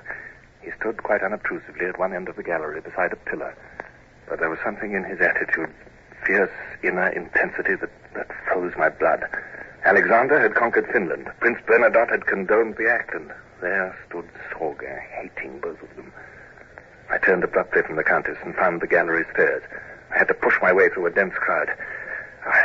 Where was Mound? I might need help.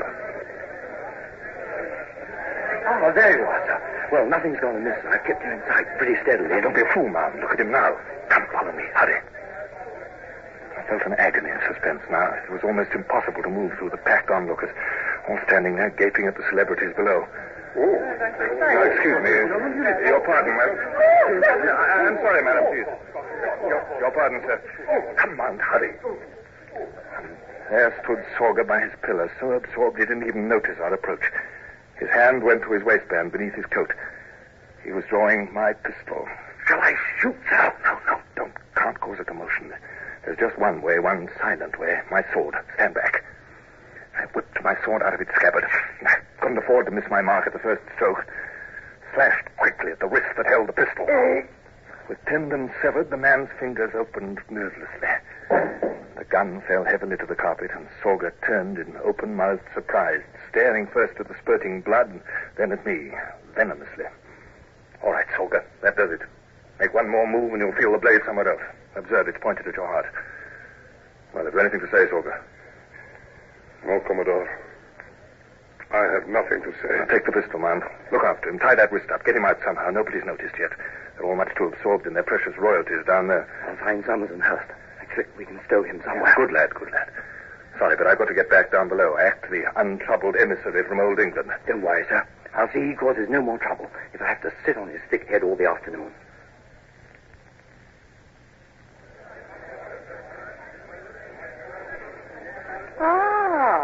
Welcome back, Sir Commodore. I'm extremely sorry, Countess. I had no intention Such a great haste you showed in leaving me, monsieur. I couldn't help but think I had offended you. Oh, no, nothing like that. You see, well... Ah, never mind. I have forgiven you already. And please do not look so austere. But see, here come the royal party. They make the tour of the great company, speaking a word to each. The Grand Marshal will soon present you to His Imperial Majesty. I've already met... No, my mistake. I wonder, is the Comte du Nord not to be here too this afternoon? The Comte du Nord? I do not know him. Your Imperial Majesty, this is Commodore Sir Horatio Hornblower. Your Imperial Majesty? His Royal Highness, the Prince of Sweden. Your Royal Highness? Imperial Majesty, Your Royal Highness. It is a privilege to meet Commodore Hornblower, of whom I have heard so much. Indeed, we have all heard of his exploits. Oh, Your Majesty is much too kind. We appreciate your dining here with us today, Commodore. It struck me as odd, everyone standing up to dine. But then one shouldn't question others' customs. The long tables literally groaned with food of all descriptions. Though it was quite odd, too. Perhaps I appeared a trifle mystified, especially when some grey, unappetizing-looking stuff was handed us by a footman. So the Countess came to my rescue. That is caviar. Try. You will approve, I think. And what's this in the glass? It looks like water. No. It is not water, you'll discover. Vodka, Commodore. Vodka, the drink of the people. That's very, very interesting. And this other stuff, this caviar. Delicious. It's truly delicious. You know, it seems a bit unusual to a stranger to eat standing up, but you know, this is one of the jolliest parties I ever attended, Countess. Laughter, bright lights, beautiful women, music. Oh, you know, I'm feeling quite exhilarated. And that innocuous-looking transparent stuff, what did you call it? Vodka, Commodore. Yes, everyone here seems to toss it down in quantity, most casually, I must say. Yes, I've been some time at sea, you know. It's a different kind of life, and then all this sort of thing. Well, you know, a bit harsh compared with this. I'm sure. Well, I think I'll have some more of that salad and some cheese. It's extremely good. Thank you. Your Highnesses, Your Excellencies, ladies and gentlemen, dinner is served. Oh, by all the... How many courses, Countess? Don't be concerned. At least you've now discovered you like Russian preliminaries. I shall gladly advise you on which courses to neglect. You have a kind heart, madame. Oh, yes.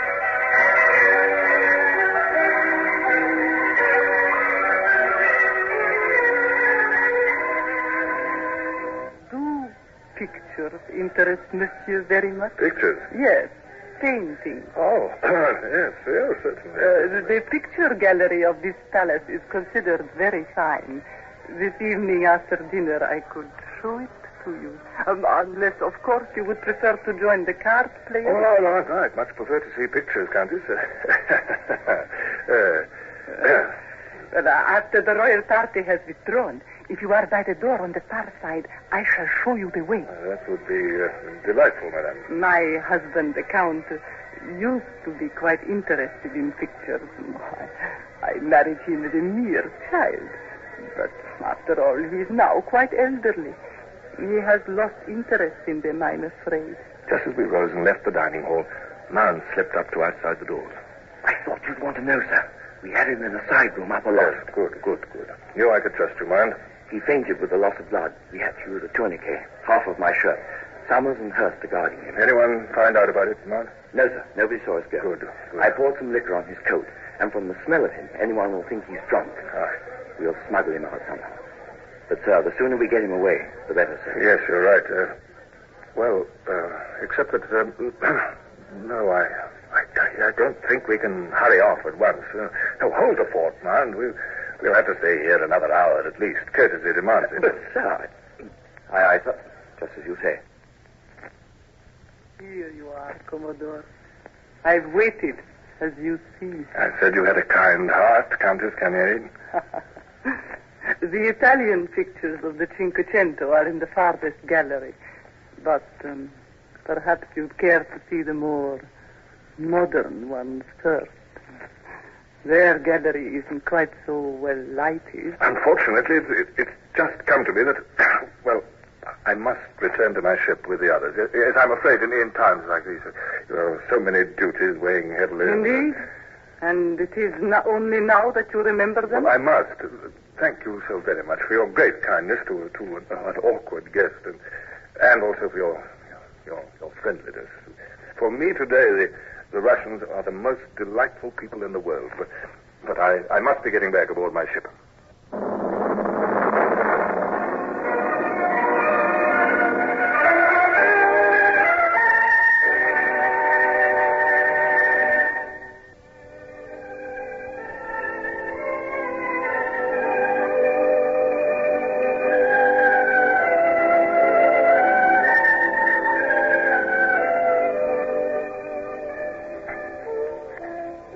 Dearest Barbara, dearest wife, I've only just returned from a rather extraordinary day at the Tsar's court. You would have been amused, I think, to see me determined to uphold the dignity of Britain amid all that gold lace and pomp and circumstance. A most amazing people, these Russians. Highly ambiguous as to their intentions in this war, yet going some lengths today to show me friendliness and sympathy.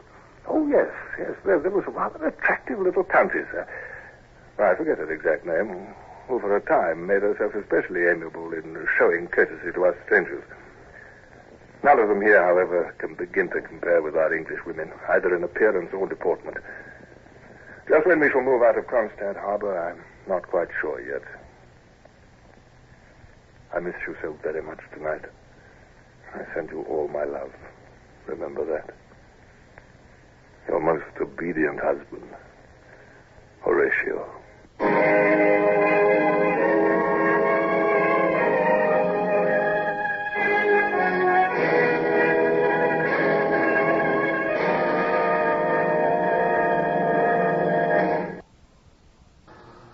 Horatio Hornblower, starring Michael Redgrave, is based on the novels by C.S. Forrester.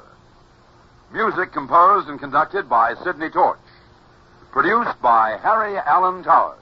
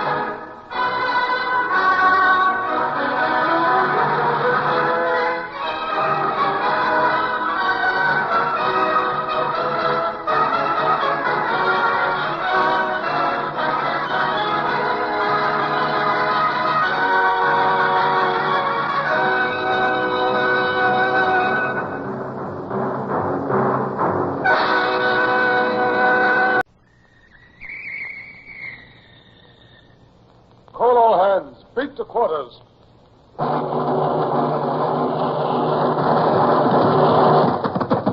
Man out the guns. Stand by the starboard battery. One broadside into it, if you please, Captain Bush. Pointers on target. Linstocks ready. Aye, aye, sir. Ready. Fire!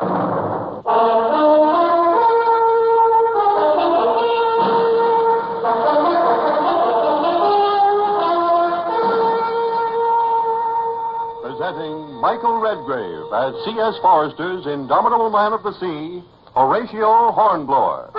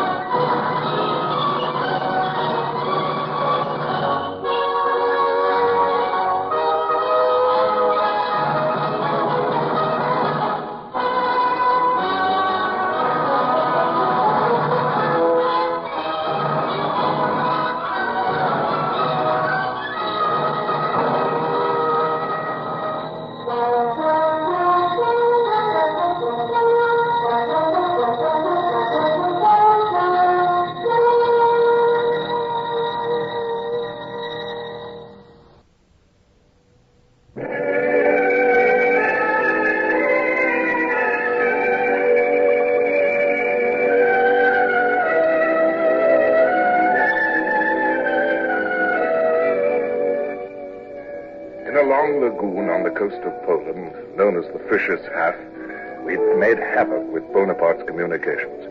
And this had, I hoped, delayed French preparations for a possible assault on Russia.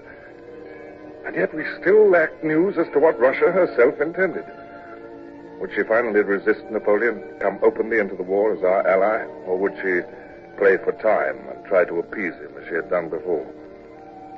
I had my old friend Captain Bush to dinner in my cabin on the Nonsuch, because I knew he liked sea pie, and my man Brown had prepared one for me with special care. And then, regrettably, I couldn't talk of anything but my impatience.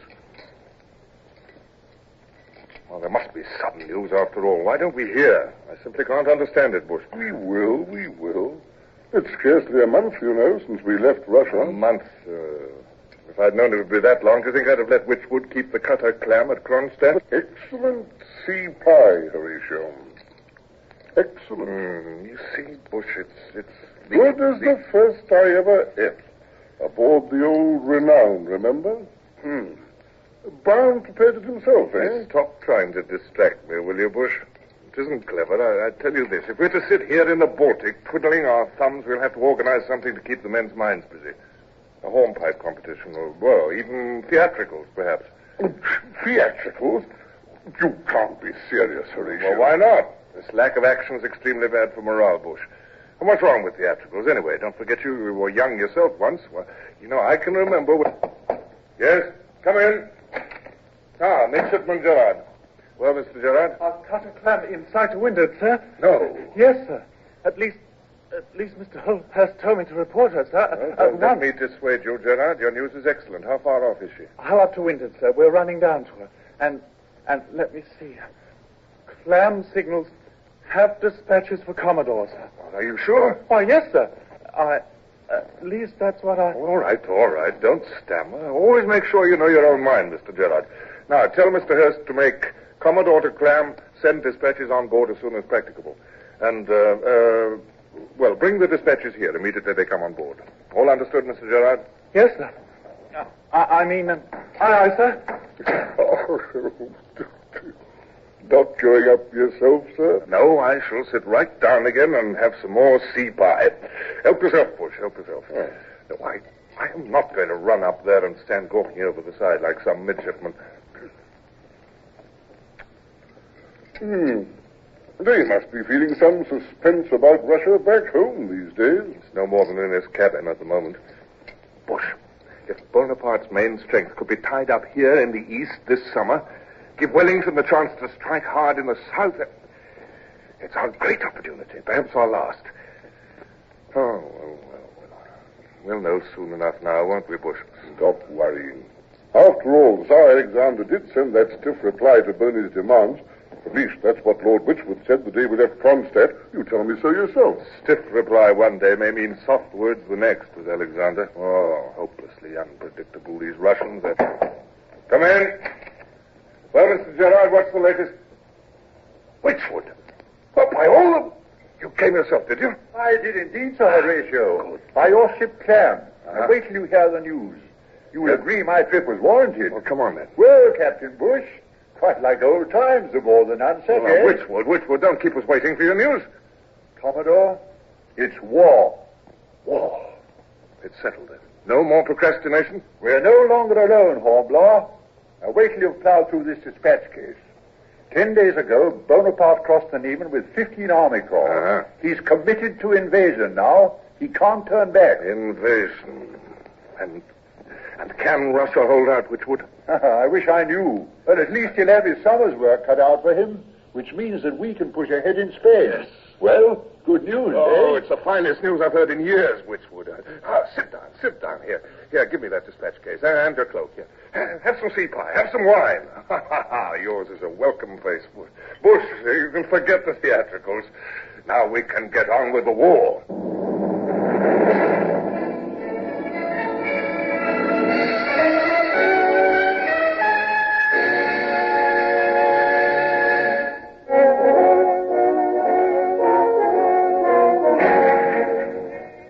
Witchwood, of course, had much to tell that afternoon. But I must say, for once, the man made highly satisfactory listening. Then there was the dispatch addressed to me by Lord Cathcart, our British ambassador in Russia. A few polite formalities, and then... listen to this, Bush. You will, of course, render all the assistance in your power to our new ally, Russia. The main body of Bonaparte's army is already marching on Moscow, but I am informed that some 60,000 men under the Duke of Tarentum are now on the northern route to St. Petersburg. The Russian Imperial Staff urgently requires your squadron's assistance at Riga, which, of course, the French must capture before they can move on towards St. Petersburg. Riga? There's a fine harbor there, sir. Yeah. The city's only a short distance up the river from the Gulf. Yes, I know, Bush, yes. The ambassador's tone is urgent, to say the least, Whitwood. With reason, Commodore. Frankly, there's a panic at the Russian court, and Riga is a vital spot, as well as vulnerable. Cathcart goes on to ask that I detach the cutter Clam, dispatch her back to England with the news. Yes, I don't like losing her. Well, we mustn't delay. Well, no doubt you wish to go with her, Lord Whitwood. Oh, naturally. When duty calls and all that, you know, Hornblower. I must ask you to wait while I complete my own dispatches for the Admiralty and a brief letter to my wife. Yes, they won't take long. Of course. Captain Bush, I suggest to tell the men that this is their chance to ride home, too. Oh, and one other thing, Whitwood. I shall send my secretary, Mr. Sorker, back to England in your charge to be tried by court-martial. I'll give you all the papers relating to his case. Very good, Commodore. I envy you, you know, Whitwood. Oh, yes, a glimpse of England at this time. Ha! Heaven alone knows when the rest of us will see it.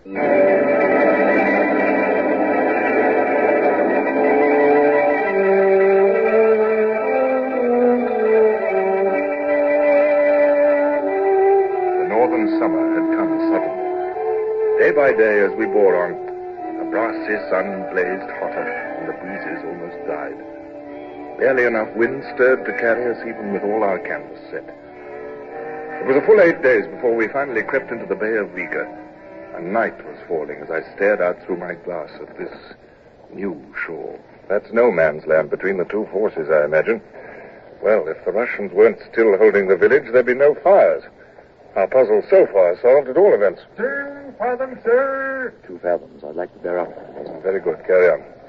Oh, well, the moon's rising. Boat ahead. On the port bow, sir. She's pulling off. We have to catch that boat if we can, Mount. Aye, eyes up. Starboard, 2 points. Clear away the gig. Don't shout, please, Mount. Perhaps they haven't seen us yet. Right, sir. Boat's crew, stand by. Whoever they are, Mount, they've not much skill. They should have headed for shoal water. Oars against sail win no races. We need prisoners for information. I'm hoping that boat holds the proper answers.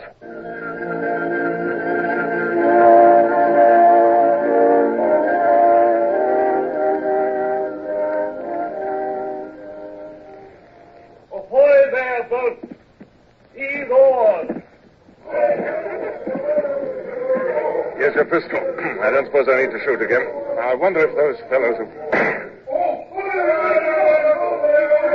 Well, rather a noisy night for our first visit, huh? We got them, sir! Excellent. They're Frenchies, sir! We got them all. 2 officers, 3 men. As the 5 prisoners were thrust up over the Harvey's side, I saw the star of the Legion of Honor glittering on the chest of one young officer. He would be their leader, I concluded. I would like to know Monsieur's name and rank, please. You see, Chef de Bataillon du Corps du Génie des Armées de l'Empereur. Major of Engineers, a good catch, Mount. You understand some English, I gather, sir. Oui, un peu. My mind was busy with the problem of how I could induce him to supply me with some facts that I sorely needed. And I had an idea. I much regret the necessity of taking you prisoners, sir, especially at the start of such a promising campaign, but possibly I can arrange an exchange at an early date. In case Monsieur has friends with whom he might like me to communicate, I shall do so at my first opportunity. Marshal Medon Duke of Tarentum would be very glad to hear. I am on his staff. Well, Commander-in-Chief's staff. Then you must be chief engineer. Yes, you are important. No, that's too bad. After all, you had no reason to suspect a British squadron in this bay. None whatever. We had been told the contrary. That these Russian villages are blockades. They've been supplying you with information, then? Oh, well, all Russians are quite useless, are they not? I suppose your emperor has met with very little opposition from the Russians. We have taken Smolensk, and the Emperor himself marches on Moscow. Our divisions will soon occupy St. Petersburg. Indeed. But possibly the Dwina River may become an obstacle. Riga, too, stands in your path. Oh, not for long. Just one bold push across the river mouth, and the Russians will dissolve the moment we have turned their flank. So that's what he'd been up to when we nabbed him, reconnoitering for a good place to land French forces across the mouth of the Dwina. A daring move, sir, worthy of all the great traditions of the French army. Of course, you have to cross the river before your operations can proceed. No doubt you have sufficient landing craft for your forces. Problems like that do not hold us, monsieur. We have barges, a score of them.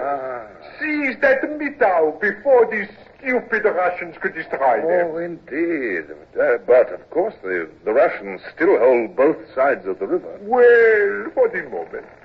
They hold on to our side, the western side, by nothing but their fingernails, however. But do not think me fool enough to reveal military information, sir. No chance of wheedling anything more from the cocky young major for the present.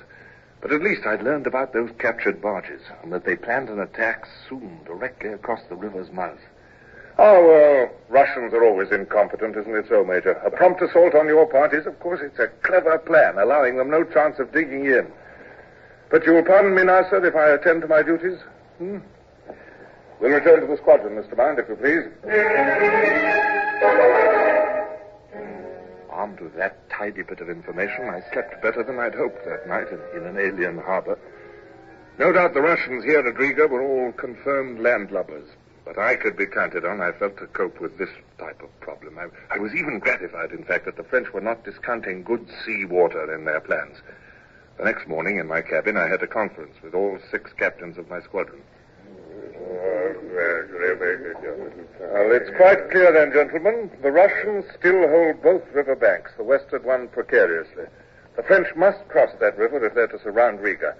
When they try it, we shall bag as many barges as we can. Yes, we will. We'll carry out the patrol I've outlined each evening at sundown. The French will scarcely attempt such a barefaced plan by daylight.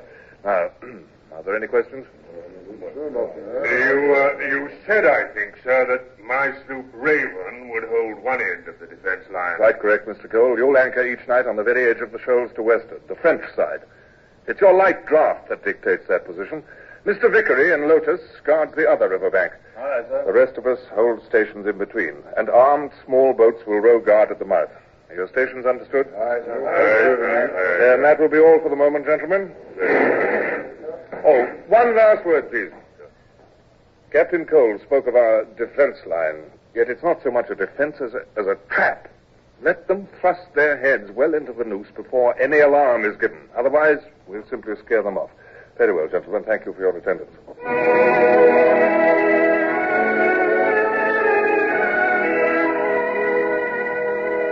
At dusk, my gig conveyed me up the yellow Dwina River, past the village at the mouth, to the bustling wharves of Riga.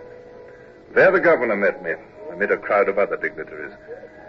By their demeanor, you would never guess they lived in a besieged city. My coxswain Brown was in charge of my boat's crew, and I told him to wait there for my return. But I soon realized it would be difficult to have a private talk with General Esnoff.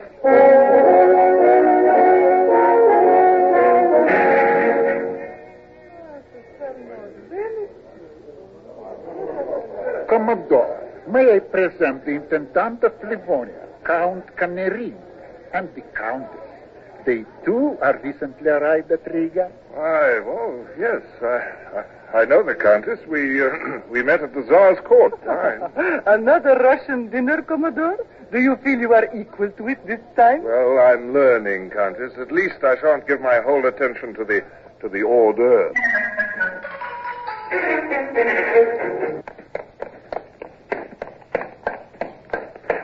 Commodore! Sir. Brown, is that you? What's that racket? Must be French barges at the river, sir, and our patrol's resisting them. Is our gig's crew at the wharf? Ready? I'm waiting for you, sir. Oh, come on then, Brown. What are we waiting for?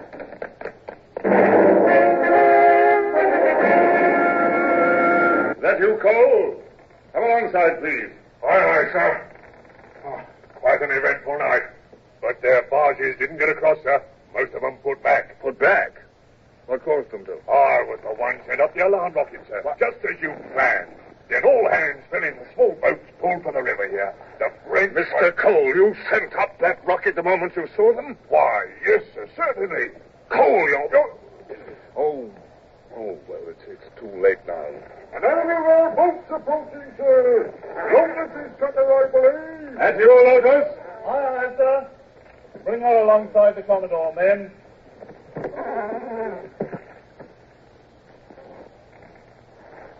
I thought I saw you, sir. Things aren't as bad as they might be. All right, you, Mr. Cole? We backed 5 barges on our side, sir. Cut them off before they could get back to their own shore. Aye, Vickery, that's more like it. How many prisoners? Well, I should say nearly 1,000, sir. Roughly 200 Frenchmen to a barge. The rest turned back at the alarm.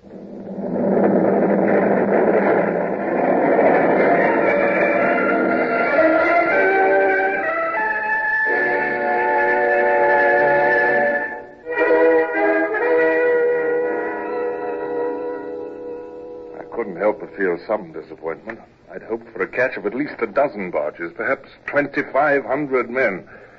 And yet, it was my own fault, too. Who else placed Cole in his key position? At all events, thanks to young Vickery, we'd headed off the crossing for that night. Strange people, Russians. That interminable ballet was still going on as I entered the opera house.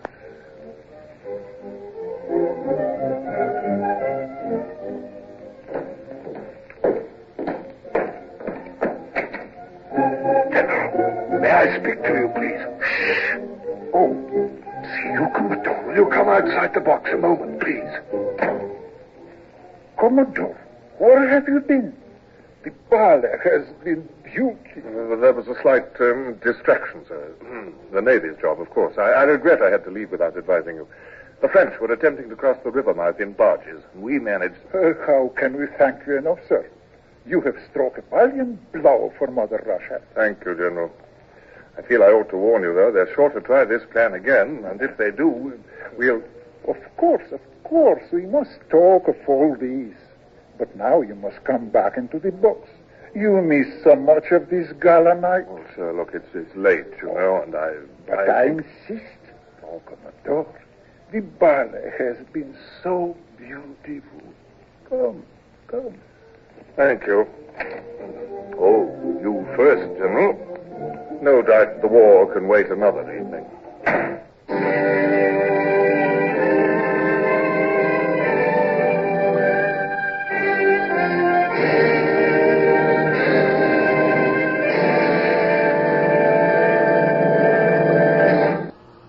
Horatio Hornblower, starring Michael Redgrave, is based on the novels by C.S. Forrester. Music composed and conducted by Sidney Torch. Produced by Harry Allen Towers.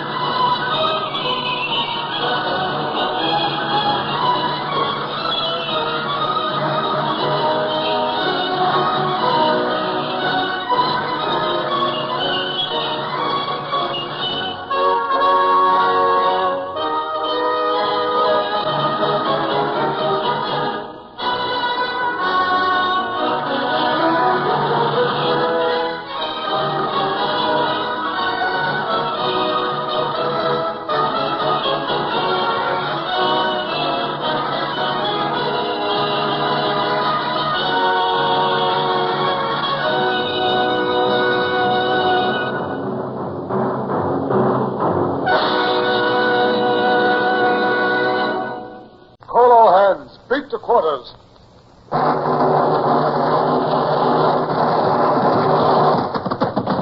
out the guns. Stand by the starboard battery. One broadside into it, if you please, Captain Bush. Pointers on target. Linstocks ready. Aye, sir. Ready. Fire!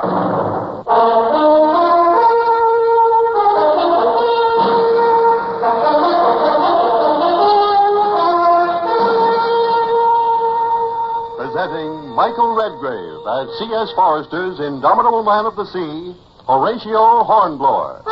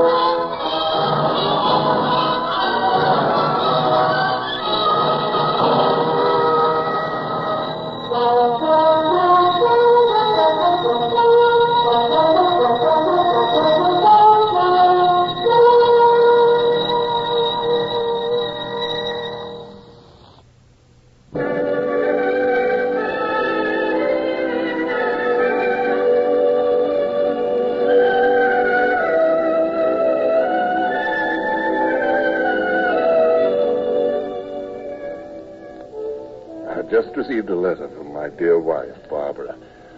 She was well, she said, and missed me. And my small son, Richard, was also well. Somehow I find it difficult to keep my mind on the pressing problems that faced us there at Riga. Captain Bush, my senior officer, paced up and down my cabin aboard the Nonsuch, and his face set in anxiety. He was talking empty to a fathom, yet my thoughts were still in England. It was not his words, it was that confounded pacing of his that finally brought me back to our immediate concerns. It's this naked ice, I'm afraid of. If we're not careful, we'll be frozen in for the winter. Oh, confound it, Bush. Can't you keep still, man? Sorry, Bush. To tell you the truth, old friend, I was thinking of home. So was I, Horatio. We could drop anchor in Sheerness, and that's but 30 miles from Smallbridge. Barbara would be there waiting, and my little boy, Richard. Or it might be even better to appear suddenly and surprise them, huh? Bush, those are dreams. Our duty remains here. That's not so, Horatio. You've paid no heed at all to what I've been saying. Yeah? Why? There's ice in the harbor. Thus far, it's thin, only a scum, and mainly at the shoreline. But each day it creeps further out. I know. We'll soon be icebound, frozen in. My first duty is to my squadron. Locked in, we're at the mercy of the enemy. Marshal Maydon may bring his foot soldiers across the ice and capture every one of us. I know. It was done 20 years ago at Amsterdam. History has a way of repeating itself, Horatio. It's dangerous to risk freezing in, extremely dangerous. Yes, that's true enough, and yet the Admiralty has ordered us to stay. Think how the news would spread through all Europe. Bonaparte's Second Army captures a British squadron. The Admiralty would have my head then, wouldn't they? Disgrace, dismissal? Yes, no doubt about it. I say up anchor and get out before it's too late. Well, General Esnov and his Russians would call us cowards, Bush. Horatio, the Russians are done for. There's no fight left in them. Well, they still hold here at Riga. And if they do, what of it? What of Bonaparte himself? His army has already taken Moscow. Aye, but there's some question that he can remain there. The Russians burned the city before he took it. What of that? He's there and he's victorious. Well, from all the reports General Esnov receives, Tsar Alexander... the Tsar hasn't yet lost heart. The Russians are still fighting, Bush. Reports more like rumors than facts. Horatio, you've done all that could be done and more. Without you, Marshal Maydon would have reduced Riga and marched on to St. Petersburg long before this. Well, we've helped holding him back, I'm glad to say. Besides, there's something else. You're not well, Horatio. Oh, nonsense. You're not. You've lost weight. You've had a cough for weeks. My advice is, take the squadron out as soon as... Find your advice. We have to stay where we are until we have orders to move.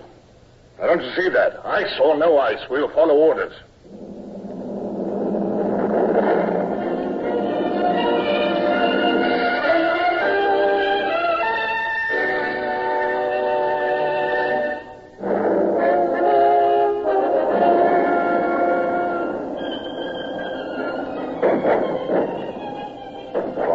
ground was extremely heavy. Brown had managed to find me a horse, and as I joined General Esnoff and Colonel von Clausewitz near the Russians' defense works, it was all I could do to keep the beast in hand. The uproar made him rear and snort, and the saddle heaved harder under me than any ship's deck in a hurricane. I strove to keep my voice calm and unruffled. Well, it appears you may be right, General Esnoff. The enemy is massing troops in their front line. Yes, I can see. Many troops, Commodore.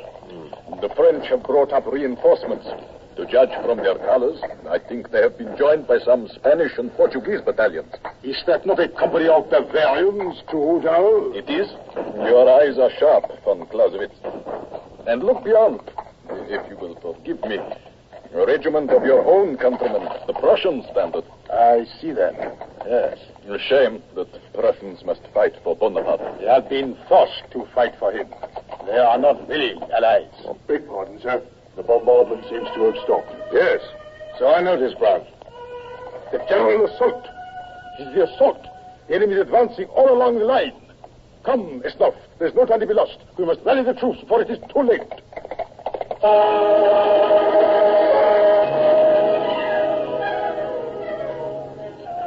Look there, to the left. Oh, I see nothing, sir. Nothing but open country. Well, exactly, and it should not be open. It's the enemy's flank. It leaves them exposed to a sudden attack from that quarter. It might, sir, yes, but who's going to lead such an attack? Sir, look there. The Russians are starting to break. They're being forced back. They're retreating.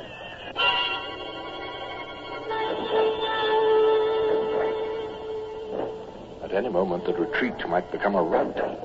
Close by me, near the ruins of what had once been a village church, stood a motley collection of Russian troops not yet engaged in the battle. They were all sorts, artillerymen, supply troops, and a few foot soldiers, all bewildered and leaderless.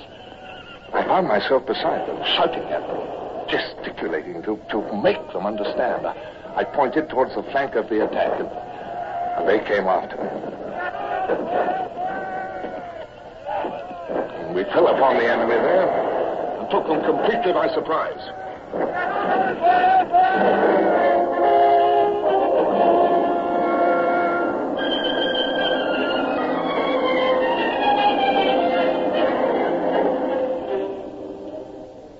Sir, Horatio, are you all right, sir? Here, let me help you. I'm confounded, Brown. Of course I'm all right. Simply because I had a horse shot on the rear. No reason to... Are you certain you're all right, sir? Yes, I'm quite, thank you. Well, it's all over, eh? They're beaten off. Aye, sir. Going back to their own lines with their toes between their legs. It was that flank attack that did it, sir. And by the time I'd set myself to rights, General Esnoff had galloped up with Colonel von Clausewitz. Here we are. Do you see them, Commodore? Are those troops? Prisoners? Look again, sir. Oh, of course, if they were prisoners, they'd be under guard, and they're not. It's a whole regiment of them, and beside it another. And their uniforms ragged and dirty. Wait, those standards they carry, can they be? Exactly. Those are Spanish troops and Portuguese, but before the battle they were with Marshal Medon's army. Oh, General, do you mean to say they've come over to our side? Exactly. They deserted en masse. Ah. I would be much obliged if you would question their commanding officer on my behalf.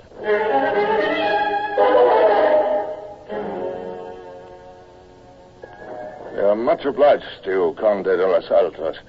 What you tell us about Bonaparte's main army is of great interest. Hunger and disease, eh? Even so, Senor Commodore. It has also been reported that nearly all his horses have died off. And what of Marshal Medon? If Bonaparte falls back, will Medon also have to order a retreat? This, too, I cannot say. Well, you've been part of his army. Does he lack food, supplies? There is no shortage yet. His troops are cold, and there is some disease, but... I see. In the lap of the gods, eh? Commodore Hornblower, may I speak of another matter? I have a favor to ask for my troops, sir. would it be possible to return us to our own countries? Back to the peninsula? We will fight against the tyrant, but we can fight better on our own soil. I have not seen my native Spain for 4 long years. If we could go by sea, if you could provide shipping for us. Yes, it will be arranged. It might have a great moral effect on other allies of the tyrant. Gracias, Commodore. You will not regret this. However, I ask one favor in return. Any favor that is within my power. Name it. Your signature to a proclamation, that's all. We shall endeavor to circulate among Bonaparte's other satellites the news of your joining the Allied cause. Your signature will attest to its truth. I will sign gladly. Thank you. Now, if you'll excuse me, Conde, I must return to my ship.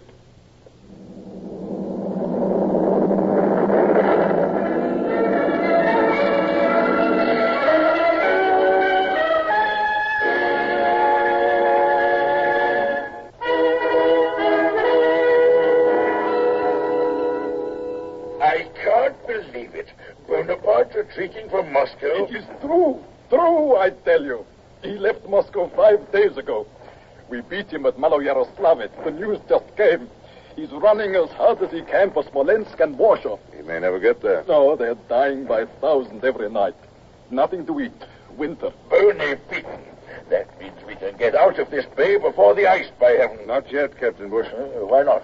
What about the enemy here? Marshal Maydon is still standing firm. He'll have to retreat. Well, there can be no sign of it. Otherwise, General Esnov would have mentioned it. I would most certainly have mentioned it.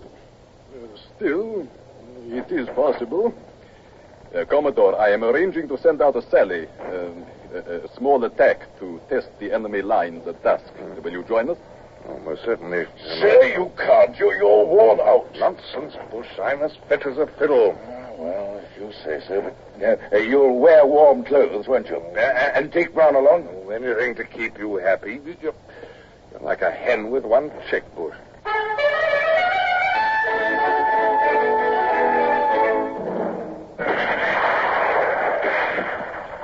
No sign of any retreat there. Hey, General Esnov. No, von Clausewitz. And here come their cannon. They seem to have plenty of ammunition to waste. It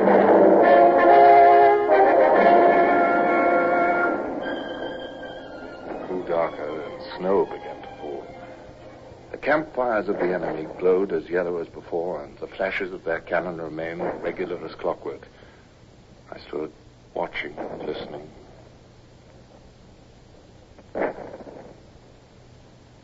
Then, after a bit, I began to doubt my vision. At first, I thought that curious lightheadedness was overcoming me again, making my eyes deceive me. But in a moment, they're destroying their guns, firing some shots at us, while at each salvo they fire against the trunnions of one of their own cannon. Do you see that first battery? Only one gun that time. By the great Dnieper, you are correct, Commodore. Disabling the guns, letting their campfires die. Maydon has given up. His army's in retreat. That must be it. Von Clausewitz, we must follow up at once. Order the foot soldiers to prepare to advance. I want the cavalry paraded 2 hours before dawn. Now, if all goes well, we should come within sight of their rear guard by daylight. Can you provide me with a horse, General Esnov? I want to go with you. It was all like a dream, only clearer somehow.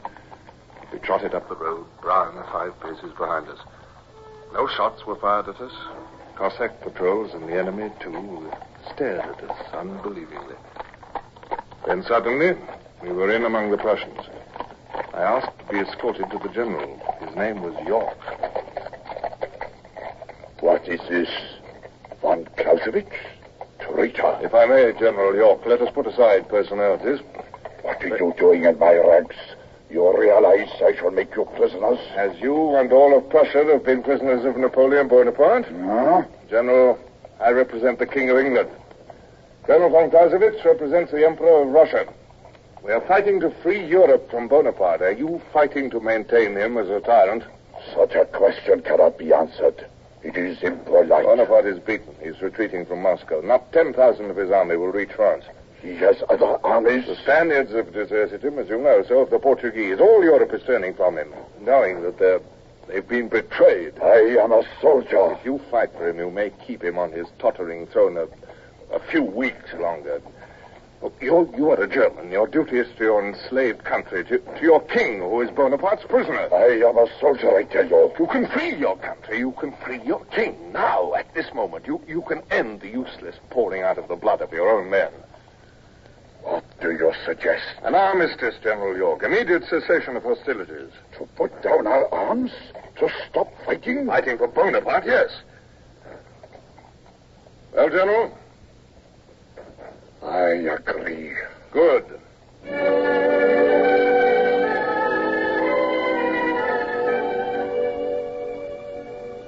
Brown caught me as I slumped forward from the saddle, and that scene of snow and desolation faded. I seemed to drift for hours, for days. I was in a bed. There were lemons around me, nothing but lemons. Again, a bed. Soft bed, soft.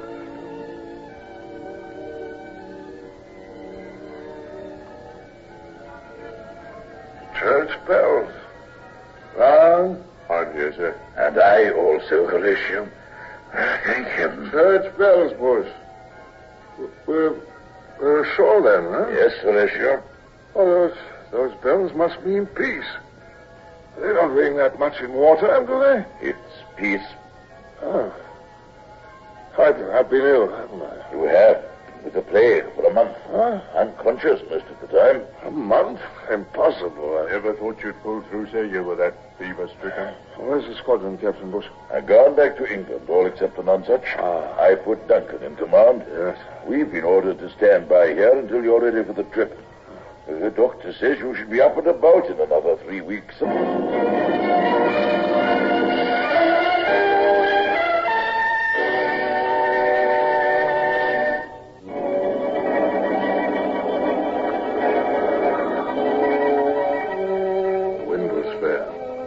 Cleared the Baltic and soon bore down the wintry North Sea. We raised land, the grey sands and green hills of England. We dropped anchor at Sheerness, where I was welcomed by the Vice Admiral.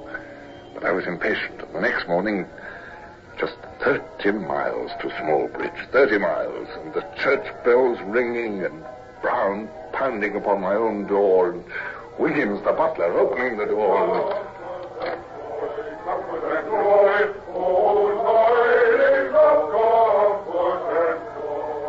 Comfort and joy. By heavens, Brown, it's Christmas.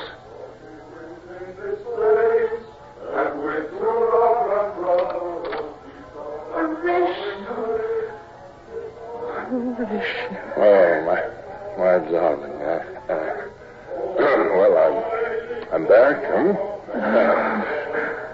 how's young Richard? Oh, he's wonderful, Horatio. Good.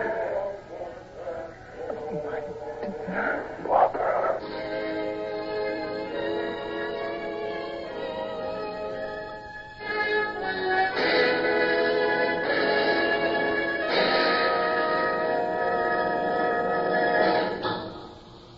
Horatio Hornblower, starring Michael Redgrave, is based on the novels by C.S. Forrester. Music composed and conducted by Sidney Torch. Produced by Harry Allen Towers.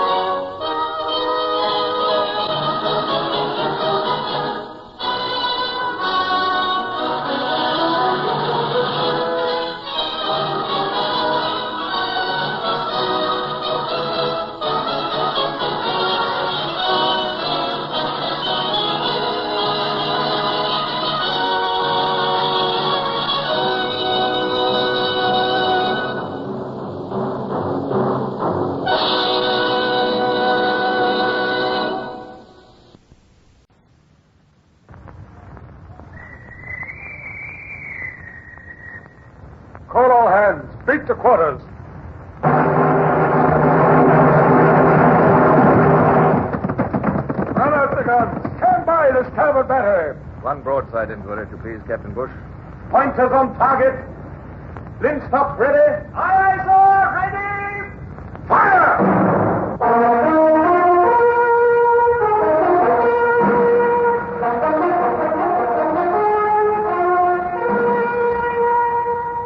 Presenting Michael Redgrave as C.S. Forrester's indomitable man of the sea, Horatio Hornblower.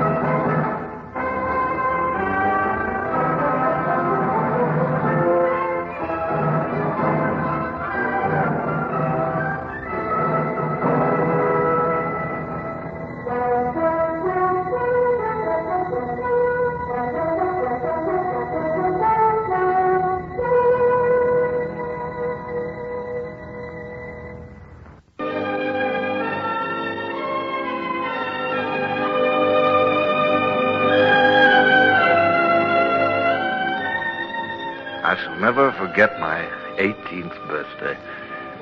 Usually, when a man's young, birthdays are joyous occasions. But there I was, in the year 1794, young midshipman Hornblower, and I was a prisoner on board a French privateer. It was the saddest birthday I ever had. And here's the way it began. A week before my birthday, I was adrift on the Bay of Biscay in an open boat with 4 British sailors and 10 captured Frenchmen. Midshipman Hornblower had lost his first command. Don't take it too hard, Mr. Hornblower, sir. We're bound to get picked up sometime. Might even be by our own ship, the Indefatigable, sir. Wish we'd never left the Indefatigable, Matthews. It wasn't your fault that blasted brass ship floundered under us. I'd only remembered to patch up that hole in the hull, Matthews, if I'd remembered in time. It was below the waterline, sir. Below or above, I should have had my wits about me. It was that cargo of rice done the damage, sir, soaking up every drop of water that come in. By the time we realized it had swelled all up, split that cargo ship apart like it was a pea pod. The Mary Gallant, my first command. Same thing could have happened to anybody. The old man, beg your pardon, Captain Pellew won't blame you for it. I blame myself. But don't you see, Matthews, I was ordered to take over the Mary Gallant after the Indefatigable stopped her. She was a prize of war. I had orders to sail her to England, not to the bottom. I blame myself, and I shall tell Captain Pellew so when I make my report. Yes, sir.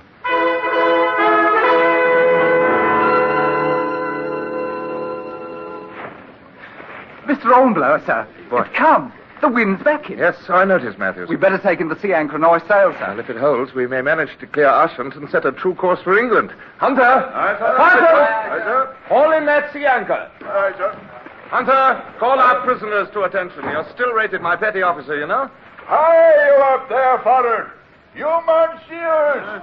Wake up on your feet. What is happening? We're hoisting sail. Have your men stand by the halyards. Lively now. Bien, monsieur. Hello, Pierre. Coco. Don't seem to want to, sir. They're arguing with their officers. So I noticed. Here he comes now. Now, that's far enough starn, monsieur. Sir, I ask pardon. In this small open boat, it is You speak from where you are. I ordered your men to make sail. We may, it appears you are setting a strange course. What's strange about it? You have turned the tiller to head west. That is no way to reach the coast. It is. The coast of England. Monsieur, to wait for England, this is insane. A small open boat, it is hundreds of miles. Yes, it is. The French coast is no more than 30 or 40 miles, Monsieur Lieutenant. I'm not a lieutenant, I'm a midshipman.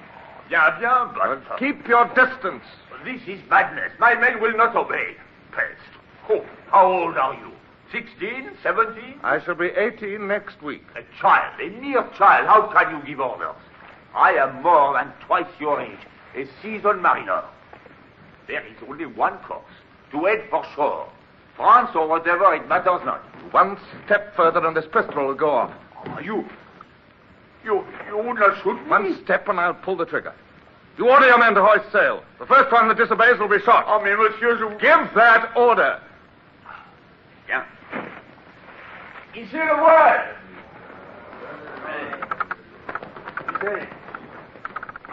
Well, that's that. Aye, Mr. Hornblower, sir. A proper ferocious you looked with that pistol. Mind if I make one suggestion, sir? Suggestion what? Next time, you better cock the pistol, sir. What? Way it is now, it wouldn't even fire.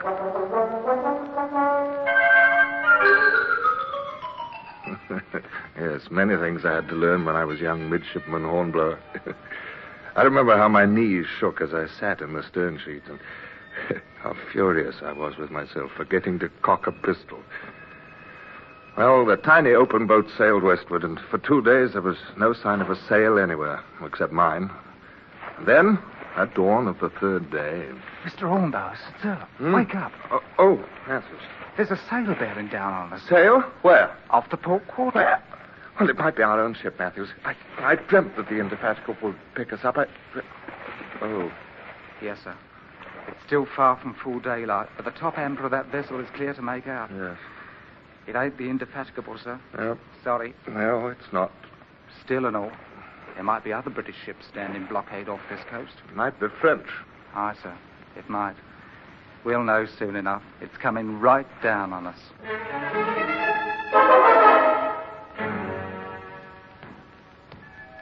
Welcome aboard, sir, to the French privateer Pique. I am Captain Neuville, and you? I am Midshipman Hornblower of His Britannic Majesty's ship Indefatigable. You were in an open boat? We captured a prize. I was put aboard in command. It sank. Regrettable. Now the tables are turned, eh? The crew of your prize are free. It is you who are prisoners. No. Your pistols, please. And that dirk. I shall show you to your quarters. Will you come?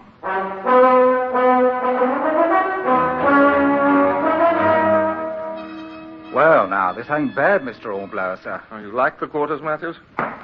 Come in. Oh, Captain Neuville. You are surprised, Monsieur Hornblower. There is a reason for my quick return.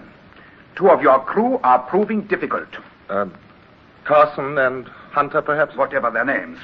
They have been ordered to do work aboard the Pique, and they refuse. And why in Bridesgate shouldn't they refuse? Oh, that's enough, Matthews. Captain Neuville, my men and I are prisoners by the international code governing treatment of prisoners. I am not concerned with the code. You forget I am a privateer. I set my own rules. But now there are no buts, my dear young man. They shall work, or I will have them thrown over the side. You wouldn't dare. I assure you it is highly probable. And this man also. His name? Matthews. Matthews. Well, Monsieur Hornblower. Matthews, you will go between decks and tell Hunter, Carson, and Smith to comply. And you also. Aye, sir. I make an exception only in the case of officers. My thanks. How old are you? What's that? Never mind. Very young, I am certain. But you will become more ardent with age. Now, my friend, is there any courtesy I can extend? I don't know what. Perhaps some, reading matter? I fear I have only professional books. Rangin's Principles of Navigation and Lebrun's Handbook on Seamanship. But they're French. You cannot read French? Badly, but, I might as well learn. Bien, you shall have them. And you shall also have the freedom of the ship, Monsieur Hornblower. But do not attempt anything. My crew have most sharp eyes. Shall I light the lamp, sir? Yes, I might as well read. Yes, my despair was as deep as the pit, as wide and endless as all the sorrows of youth. And I felt most particularly low-spirited on that one special day. Today's date, sir? Ain't it July the 4th? Well, congratulate me, Matthews. It's my birthday. No. Born 18 years ago, July the 4th, 1776. Did you ever have a birthday cake, Matthews? Me, sir? No. I did, every year that I can remember, until I joined the Navy. A cake now. Better than ship's biscuit any time, I'd say. Was it a good cake, sir? Oh, always. My mother baked it. Must have been then. And one year she put candles on it. Candles? It's on top, small candles, and lighted them one by one for each birthday.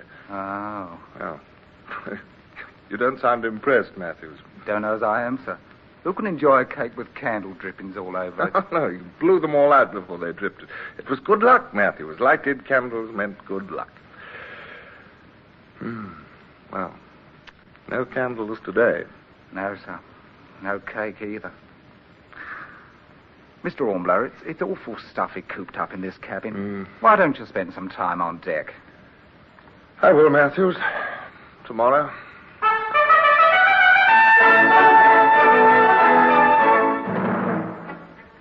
Well, on deck today, Monsieur Hornblower? Yes, sir? And how do you like our good ship, Peak? Oh, well, your ship's very yeah? Yeah? Yes, sir. It means she handles well, Captain. Oh, sir, she does, Monsieur Hornblower, extremely well. Fast and light. And there is none better before the wind. Now make yourself at liberty. Ahoy! Ahoy there, look out! Any sail? No sail! Morning, Matthews. Morning, sir. No, keep on working. Aboard this vessel, you take orders from them. Aye. Holystone the deck and pick oakum. Well, you had the same duties aboard the Indefatigable. Aye, and used to swear about them. I wouldn't swear now, even though our ship's got twice the deck this has. Well, at least you're kept busy. I don't know which is worse, being busy or just... Ahoy the deck! Sail! Ho! Sail! A sail! Well, how are you? Matthews! The lookout's pointing towards the starboard bow. Aye, sir. Up on the shrouds! Quick, man! Well, Matthews! Well, speak up, man. Is it British? It's heading this way. It's the Indefatigable, sir. What? Or I'm a blind man. I'd swear it's the Indefatigable.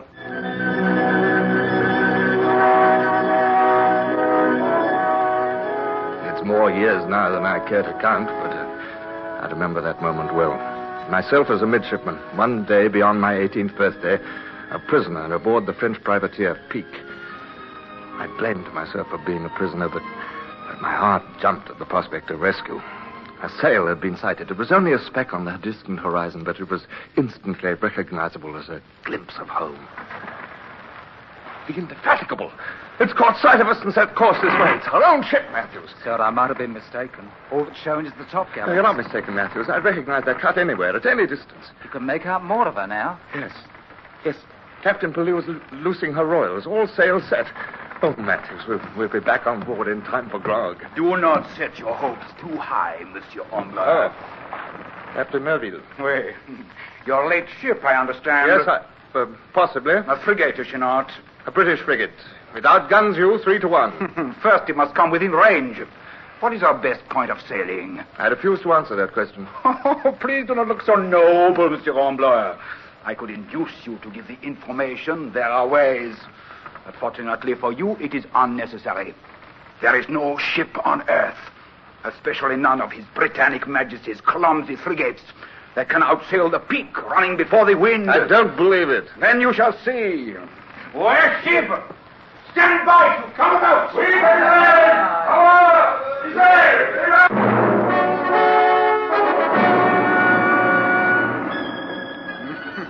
Well, you see, Monsieur Hornblower. Yes. Already your Indefatigable is falling far astern. Yes, I can see. Yes, 2 more hours and we shall have run her mastheads under. It's very likely. For certain.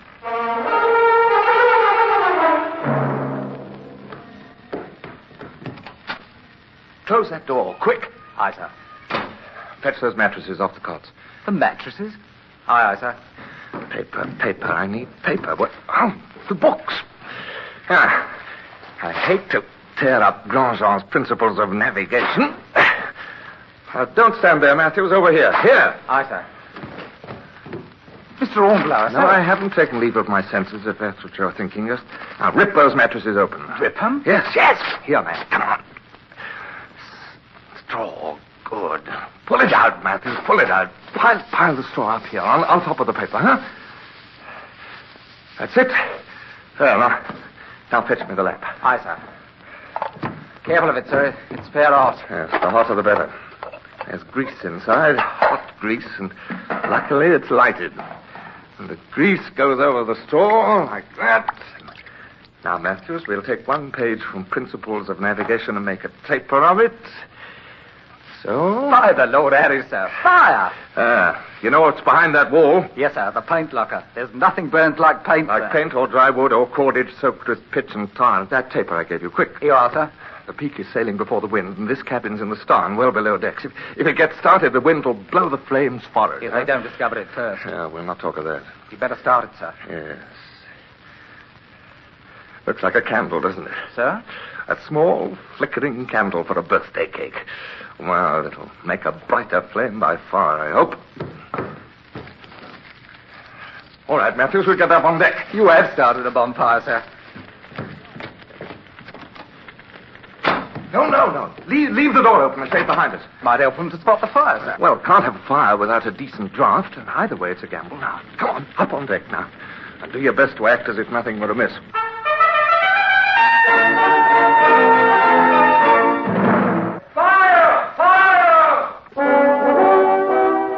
We ran forward, 5 desperate men. It was a reckless sortie, but, well, completely hopeless. The bow gun was well attended. As I led the way, I came full face against Captain Nerville. Sir, you cannot shoot us in cold blood. Cold, I boil with despair. My beautiful ship peak. You shall be thrown overside. You shall be... I advise you to put up that pistol and surrender, Captain Nerville. Those are the guns of the Indefatigable. They all turned and looked. And I remember how I looked. I stared with my heart in my eyes. The peak lay idle, wallowing in smoke and ruin, and bearing down with all sail set, a wave, creaming white under her bowsprit, came the Indefatigable. She rounded to, her cable's length to windward, her gun ports open at the ready.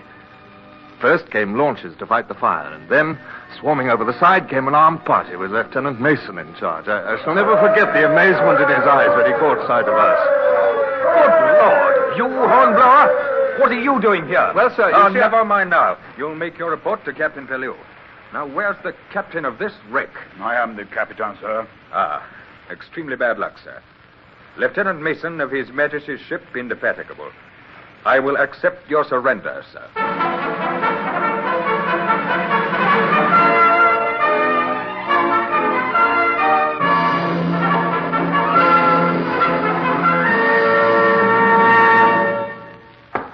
Come in.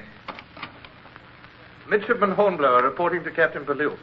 I called you in for some further questions. Hornblower, it's not entirely clear. What, sir? You devote most of your report to the Reich ship. The Mary Gallant? Yes. You appear to blame yourself for losing her. It was my fault, sir. I will assess responsibility. You mean I'm not to blame, sir? I believe I have already so stated. Go along.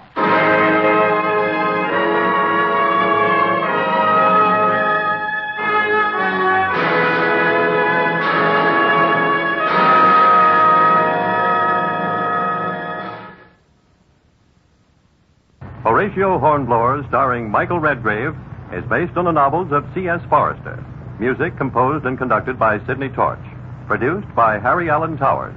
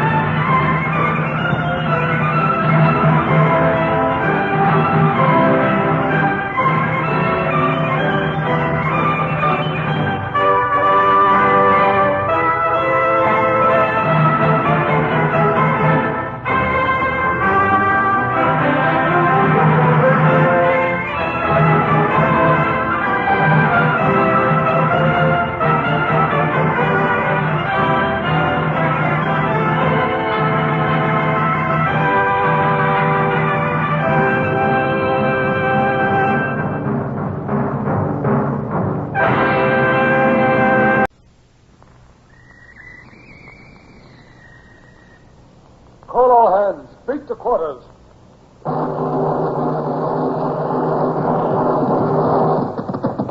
Run out the guns. Stand Stand by the starboard battery. One broadside into it, if you please, Captain Bush. Pointers on target. Flintstocks ready. Aye, aye, sir. Ready. Fire!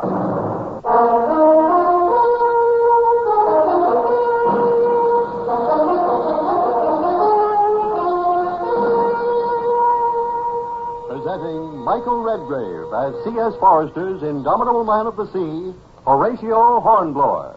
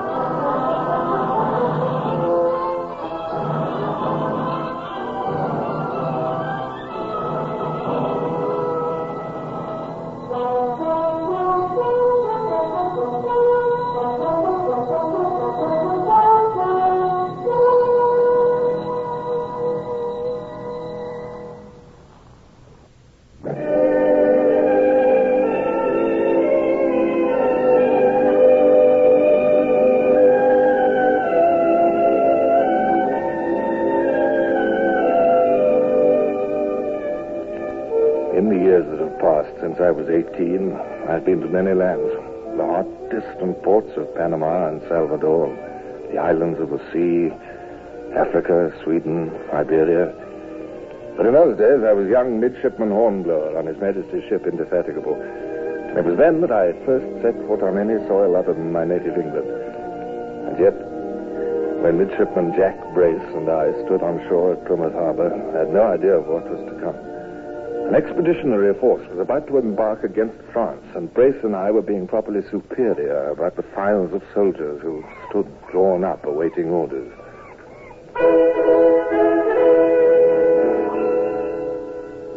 I remember how we nodded gravely to each other, Jack Brace and I, but even while we did, Lieutenant Mason turned and called to me. I crossed the quay and reported with no idea of what might be in store.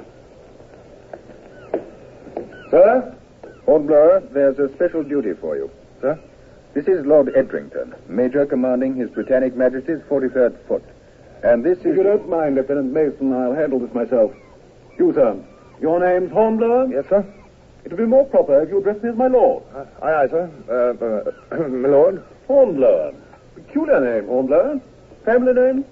My lord, the name Hornblower... No, don't get your back up. If it's your name, and you're saddled with it. Make the best of all things, eh?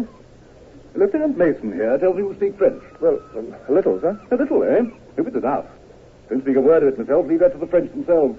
Mr. Hornblower, there's a problem of communication between Lord Edrington, commanding this expedition, and the French forces. Sir? This gentleman here, allow me, the Marquis de Pouzauges, Brigadier General in the service of His Most Christian Majesty, Louis XVII. Sir, may I present to Midshipman Hornblower? Enchanté. Oh, Monsieur le Marquis. Here. Never this folderol. Longer we stand here chattering, longer it'll take us to get on our way.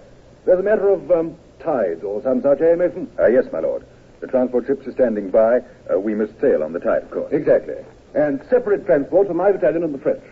Weeks the coast of France together, go ashore together, work together, all that sort of rubbish. Well, Mason, to the Navy's spare midshipman Hornblower? I'm certain there will be no difficulty, my lord. Sir, you mean I'm not to remain on board the Indefatigable, sir? You speak French, Hornblower. You'll be detached. You'll go on board the transport which carries the French troops. Well, sir, yes. Don't look so startled, Mr. Hornblower. It's a great opportunity. You'll not only go on board, you'll land with them, in France. It's a cross-channel invasion, may make history. Don't you know that England wants the Bourbons back on the French throne?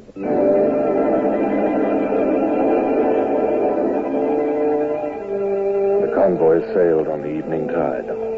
From the deck of the transport, I could see the Indefatigable leading the line. I felt very lost. But at least I preferred the French to Lord Edrington. I would never admit it, but Almost, I believed he'd make a botch of the whole expedition. We are not the only expeditionary force, monsieur. The main body will land at Quiberon. 5,000 men. Oh, well, that's a little better, sir, but I beg your pardon, monsieur. I overreached myself. No. Please to continue. Well, even 7,000 men, even 10 or 15. The French Republic has 100,000. But observe. The main army of the revolutionaries, where are they situated? They are here, in the south of France. To come north to attack our main force, by which way must they travel? All right. I see. Well, by way of this road. Precisely, the coastal road. And observe where we land, we, the small force of British and French royalists. There is a bridge, Monsieur Hornblower. And if the bridge is destroyed, the revolutionaries can be held back. Even so, held by a small force, while our main body raises the standard of His Most Christian Majesty, Louis XVII. Yes, I see. First through all of Brittany, and then on to Paris. We shall save France, monsieur. We, the few men who hold the bridge at Mouzillac.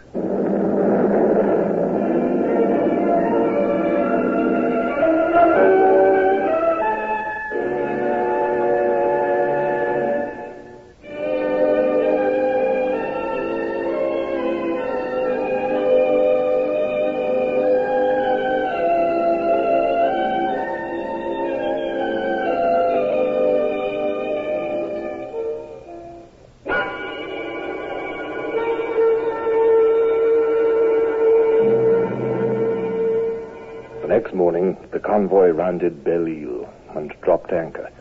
There was Mouzillac, and beyond it lay the Vilaine River, and there was the bridge.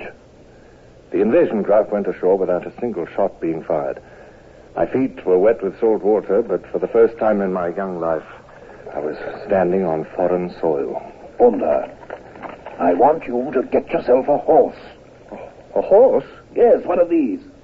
The French are going to set up their troops at the bridge. Yes. Blow it up and stay there. Yes. My troops, the 43rd, will be down the river half a mile. There's a ford, you see. Yes, sir. Shallow place where the enemy might try to get across. We'll have to keep both places secure, of course. Yes, but what do I do with the horse, sir? Ride it, man. You'll be with the French. But I can't say I trust them. Undisciplined troops, you know. Yes, sir. I want you to ride back and forth and keep me informed. Well, keep your eye on them. Let me know the moment they consider any monkey tricks. Heaven knows what they'll do next. My lord, I've never been on a horse before. And it should be quite an experience. Here. What in the name of Satan is that? What, my lord? It's down the beach. What are the French unloading from those supply boats? Some sort of contraption. It's a guillotine, sir. Guillotine? Yes, my lord. They're taking it to Mouzillac and setting it up in the town square, I've heard. Use it to knock the heads off people, don't they? Yes, I must say it startled me too, my lord. But the Marquis says some of the people in Mouzillac deserve it. Does he now? The revolutionaries began it, he says, and it's only fair that the royalists should give them a taste of their own medicine. I can't say that I like it myself, sir.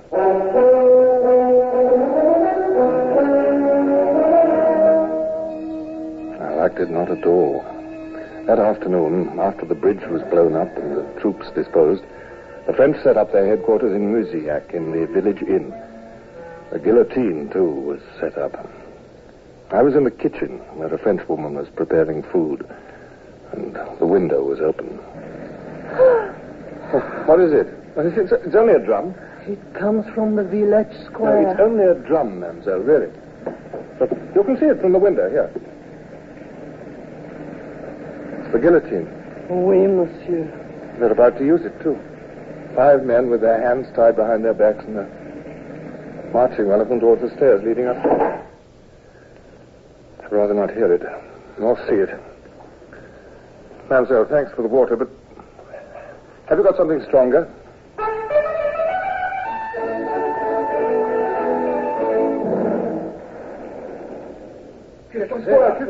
What was that? Gentlemen, quiet. Colonel, he comes from the village. Gentlemen, we must interrupt our breakfast. We must saddle up at once and join our troops. It would appear the battle has been joined.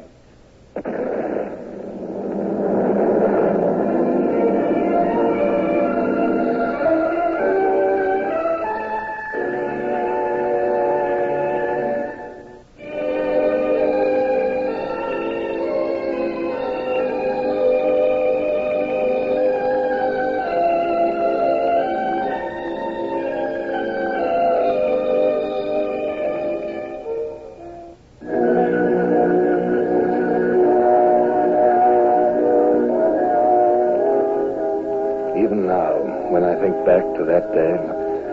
My legs ache at the thought. The horse I rode was worse than any heaving deck.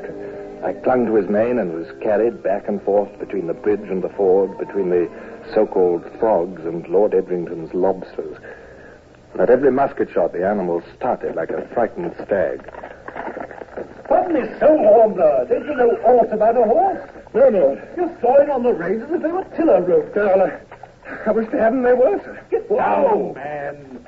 Get down before you have me stamped to death. Yes, Lord. That's better. To my mind, a sailor on horseback is more dangerous than a regiment of raw recruits.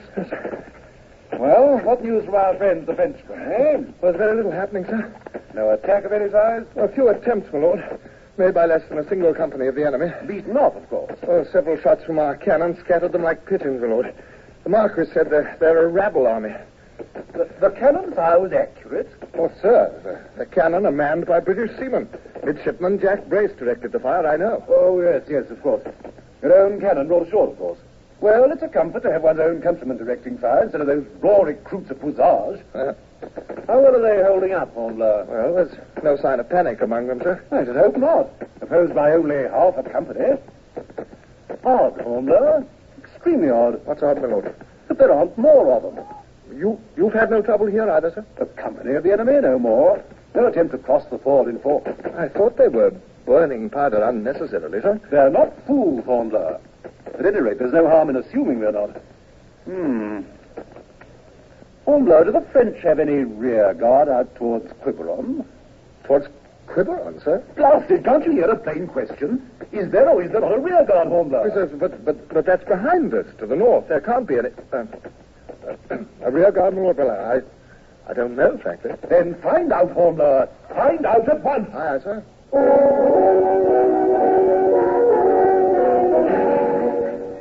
There was no rear guard out towards Quiberon, and when I arrived at the bridge, I reined up for a moment beside Jack Brace's position. Commander of the Horse Marines, Hornblower. Mr. Brace, I presume, huh? No, I put him for a field marshal, Horatio. Notice of what positive genius I've disposed my artillery. And how stands matters with our redcoat friends? Oh, the lobsters are still standing. They're fine at standing, jolly fine. Question is, can they unbend enough to fight? There's not been enough fighting to tell. True enough. The same thing here. So I'll tell you this, my friend. It may be treason, but I'm inclined to believe these Frenchies could give a better account of themselves than the 43rd Foot. I don't hold with these spit and polish lobster backs. One attack and they'd cave in, I'm sure of it. Edrington's worried about an attack on our rear. Is he now? I told the Marquis about it. Puissage, what did he say? Oh, he just shrugged. Answer enough, eh? One gesture from a Frenchman tells more than 1,000 words. Ask me, Lord Edrington's a silly fool. No, I'm not quite so sure of that, eh? Clear as a bony nose on his face. Rear guard. How can the enemy possibly attack from the rear?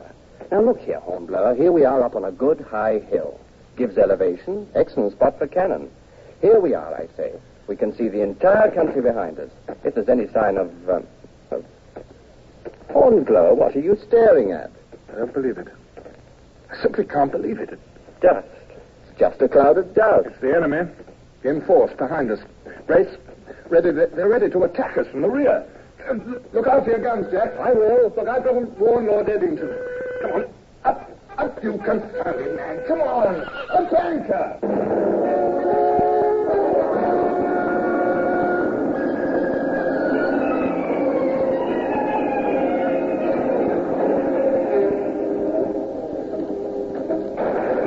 The enemy, my lord. The enemy, they're coming. I expected nothing else. From the direction of Quiberon, eh? I didn't believe it was possible. In war, all things are possible. Clever of them, I must say. A diversionary action in front of us, and meanwhile... Yes, but our main force is at Quiberon, sir. It was, Hornblower. Must have been overwhelmed somehow. How's the Marquis' force holding out? Oh, it looked bad, sir. Panic? Oh, they seemed badly disorganized when I left them. No training, no discipline. I expect they'll run like rabbits. Oh, no, sir, they won't. What's to stop them? Undisciplined troops, no time for training, sudden attack from an unexpected quarter. They're brave soldiers, sir. I've observed that. What's bravery got to do with it? Discipline, Hornblower. That's the requirement. Discipline. What did I tell you? Here they come running like rabbits. We shall have to cover their retreat. Retreat, sir? Of course, man, to the shore. Back to your ships. But we shall never make it, sir. We'll be overwhelmed. I think not.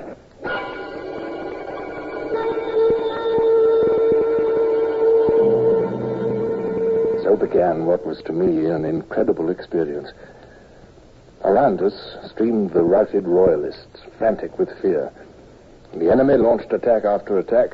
A troop of cavalry bore down upon us. But meanwhile, the British soldiers formed ranks as calmly as if on parade. Mr. Carruthers, the 43rd Foot will form a square, if you please. Yes, my lord. 43rd! Hold! 43rd! Form into square! Company A, right flank, wheel! B company, by the left flank, wheel! Such slow, deliberate movements, and yet, in a moment, it seemed, there we were, inside a hollow square of red-coated backs. And the cavalry came on. Again! Fire!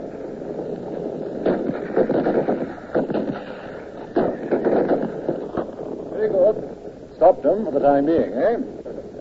Mr. Carruthers, the 43rd will resume columns and advance.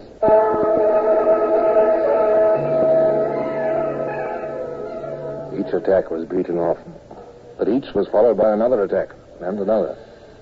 The sun beat down, hot and heavy as a hammer on an anvil. It seemed as if we would never gain the shore and our waiting ship. Well, there it is, in sight at last. The beach, Mr. Hornblower. Yes, my lord, down below us. I see your boats are busy taking off the royalists. We'd best get down there at once, my lord. Nonsense, Mr. Hornblower. If we do, we shall have the Frenchies on top of everyone. It's up to the 43rd to contain the enemy until the beach is cleared of everyone else. I see. And then, sir? Then we shall see about getting ourselves out. Mr. Carruthers, if you please. My lord. Good spot for a stand, would you say, Mr. Carruthers? Yeah, my lord. It's the only clear approach to the beach.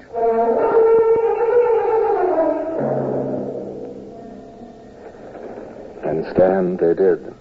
The enemy attacked wave after wave until only to break and shatter on the firm lines of the 43rd. Men went down. The ranks closed up and stayed closed. Behind us on the beach, the evacuation proceeded. Finally, the last of the royalists was taken off in our ship's boats.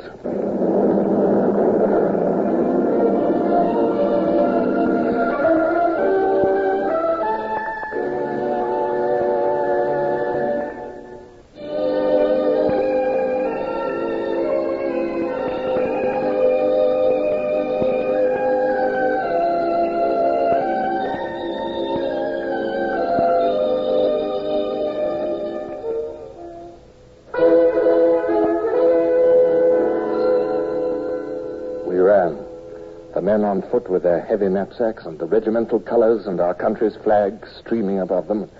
And my Lord Edrington and I and his staff on horse, sawing at the reins to keep our beasts from falling down on the steep slope and the trampled stretch of sandy beach. And then there we were at last at the water's edge. And we were in it, scrambling through the surf towards the ship's boats. Oh, there! Do we stay on this confounded shore forever? Aye, sir, my lord.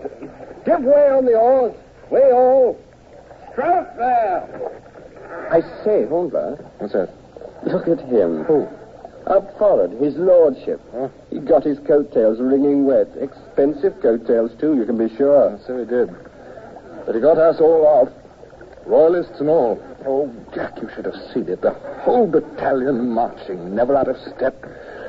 Form square, aim and fire, you know. March again, form square and fire, and over and over again. Stood like a rock, eh? Yes. You know, Jack, those lobsters of ours, they're not bad in a pinch. Not bad at all.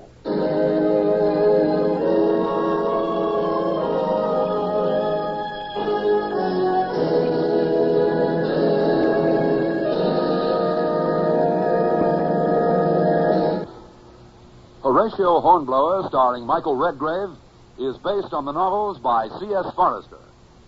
Music composed and conducted by Sidney Torch. Produced by Harry Allen Towers.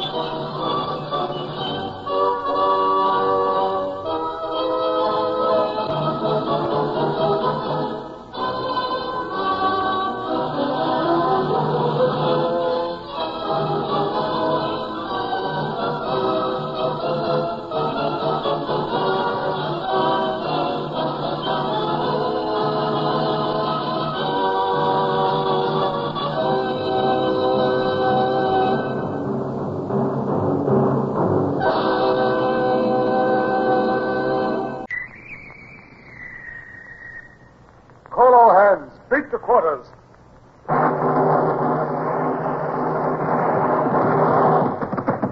Run out the guns. Stand by the starboard battery. One broadside into it, if you please, Captain Bush. Pointers on target. Linstops ready. Aye, aye, sir. Ready. Fire!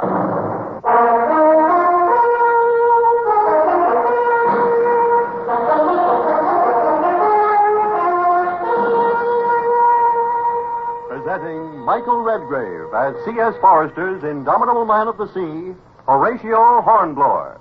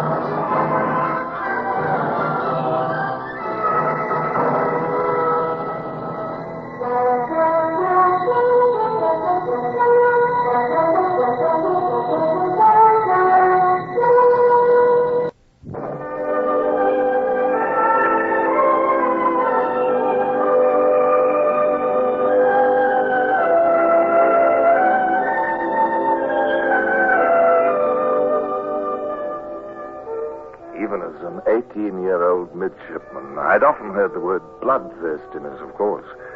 I'd read of the blind hatred that was said to seize on fighting men in crises. But, well, I don't suppose I'd really quite believed in it. I was rather a mild young man, I think, country-bred, not long at sea. So it was something of a shock to me to find that I could have this feeling, too, at least on one occasion long ago. The story of this unexpected piece of self-discovery began quietly enough, just off the coast of Spain, less than 100 miles from our own British port of Gibraltar. Mr. Ross, call up side boys and Marine Guard. All honors to a captain who's an ally. Very good, Mr. Jet. And pass the word to Captain Pellew. He'll probably want to be at the gangway. Yes, at once, sir.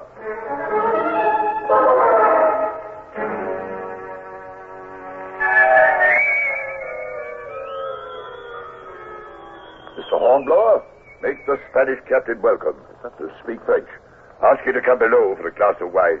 Well, Captain Pellew, sir, I've only got school friends, sir. I know, but I can only read the stuff. Some of it. Well, I'll try, sir. Monsieur le Capitaine, voulez-vous descendre au cabin de notre capitaine? Il désire que vous buvez du vin et... Merci, non, monsieur. Je désire qu'il lui serve la table. Ça maintenant. Immédiatement. Merci.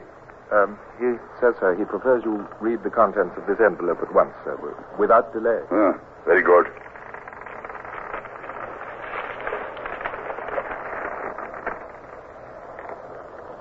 Well, now... Oh, it's in French. Here, read it, Hornblower. Yes, sir. Well, it's mostly compliments addressed by His Excellency the Duke of Belquite to the most gallant ship captain, Sir Edward Pellew, Knight of the Bath, and so on. Yes. But, well, sir, the real nub of it seems to be that Spain is now neutral, no longer at war with France, and must enforce her rights. It says, sir, that we have been at anchor here 24 hours, What? and that if we... The Spaniard's leaving us in the lurch? Doesn't he know we've been his ally, a faithful friend? Why, it's go on. Yes, sir. 6 hours from now, sir, if we are still within range of the shore batteries, they will have orders to fire on us. The gall of it. I've a mind to. Hornblower. Sir? You tell this fellow. No, never mind. I must let him see he's made me angry. Mr. Hornblower. Sir. Tell Mr. Chat to see him over the side with all the honors. Side boys, bosun pipes, drummers. Yes, sir. Yes. Everything we can muster. Then I'll go below and do my swearing. Tell Mr. Eccles I want to be underway within the hour. Yes, sir. Infernal impudence.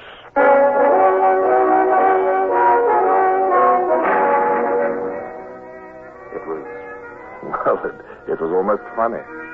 I poured out complimentary farewells to the best of my ability, and while I was doing it, the two captains stiffly exchanged bows of every phrase, hats across stomachs and so on. But Captain Pellew was as good as his word, or even better. The cable was hove short in less than an hour, and as we slowly got underway, I stood in the waist with Mr. Wales, our carpenter, looking across at the distant white town, which would soon fade. Two long, sharp prows had emerged from the inner bay and were pointing towards the Indefatigable. They were a sort of ship I'd never seen in my whole life, at least outside my history books at school. Hi, Mr. Wales, what are they? Galleys, Mr. Hornblower. Galleys? But like ancient Roman triremes, is that it? That's it. And manned by slaves. Straight out of the ancient world, and yet here beside modern craft like ours. Oh, this is something to see, all right. How many does the Spanish have in commission, Mr. Wales? Couldn't help hearing you, Mr. Hornblower. A dozen, I should say. 4 men to the oar and 50 oars. That means 200 galley slaves per ship. Oh, and now our last salute. I see we're getting it.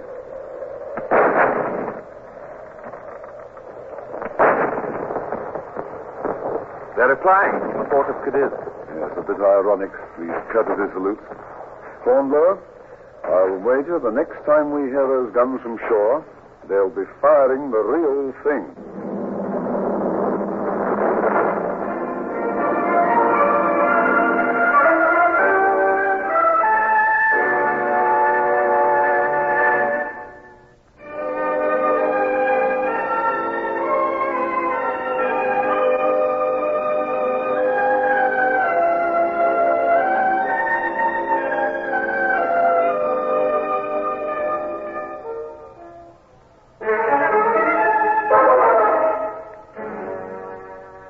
Lieutenant Ross was quite right in their prophecy.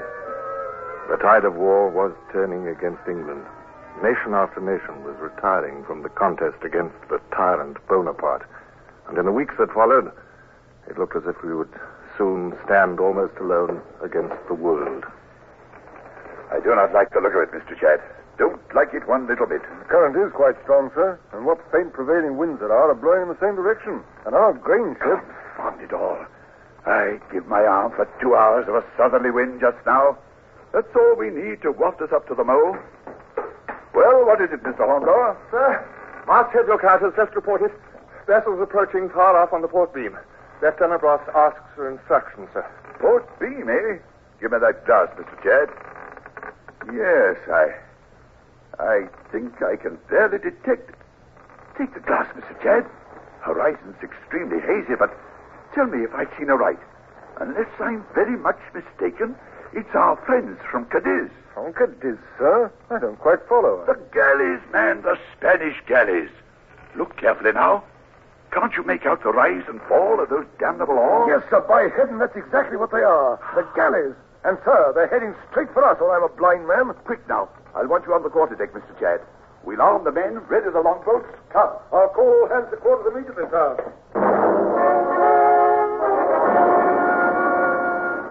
Apparently, the galley's intention was to fall upon the merchant ships lying farthest behind in the convoy. 3 grain ships lay within half a mile of us and might be covered by our gunfire, but the others could expect no such protection. And a pair of galleys sped towards these, looking like ghosts, sinister ghosts of long-dead cruelties and injustices. Are all boats assembled, Mr. Chad? Aye, sir. Mr. Soames will command the cutter. Mr. Mason, the longboat. I want 6-pounder carronades lowered into both boats. And grappling irons, of course. Yes, sir. They're already equipped.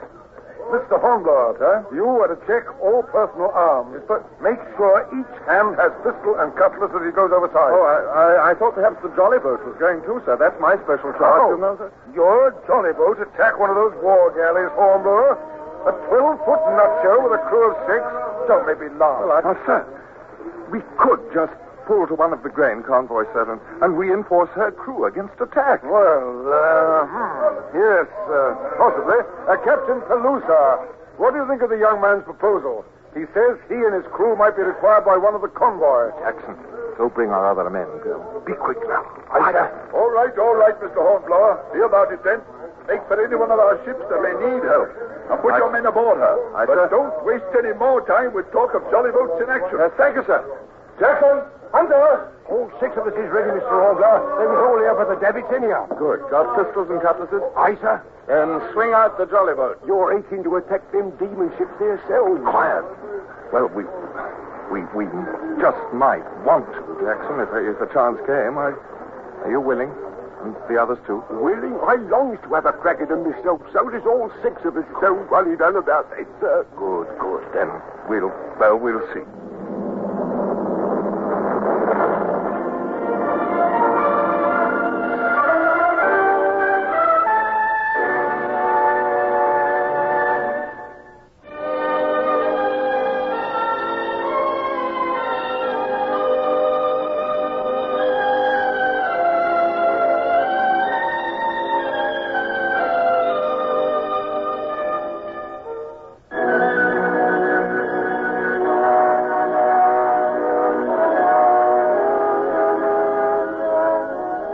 Quite true, as Jackson had said. Every man of the 6 in my crew was glaring in hostility at the 2 war galleys as we pulled away from the Indefatigable. As for myself, I'd never in my life felt the sudden, violent, personal hate that shook me now. The longboat and the cutter, both much larger than our little craft, had a good start on us and made fast headway. We lagged behind, and I found myself clutching the tiller and leaning forward in my eagerness to be at grips somehow with this weird enemy. Just look at them galleys oar blades fly. The way they come sweeping down is something. Why, sir, there'd hardly be time now to board a grain ship if you wanted to. I think you're right. I'm going to pull the tiller over. We'll follow the cutter, for better or for worse. Sir? Well, Hunter? I can see Mr. Soames in the cutter. Give an order, sir. She's pointing her 6-pounder at the galleys. She going to fire? I wonder. It's much too great a range for that 6-pounder pop gun, I'm afraid. All the same, I'm glad to see she's ready. Sir, look there. What is it? There's the other galley. Big as life. Driving right in between them 2 merchant ships. And our cutter's in her very path. Pull, man. Pull! We've got to get out there and help. Pull for your lives, I tell you. Pull! We're gaining on the cutter, Mr. Hornblower. She's fired. The cutter's fired. Straight at the galley's bow. This done no good. It's just splinters, see? This don't look good for the cutter, sir. Those oars are quickening now, and the galley's coming down to ram her. It's like the Greeks at Salamis or somewhere. Pull!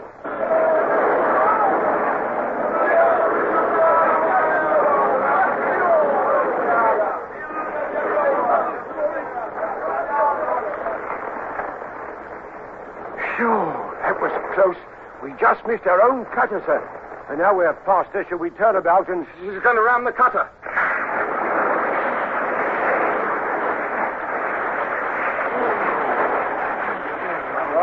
Why, the only they'd cleaved the cutter right in 2. And Mr. Soames was standing up in the stern sheets when she struck. Yes. I can't even see him now.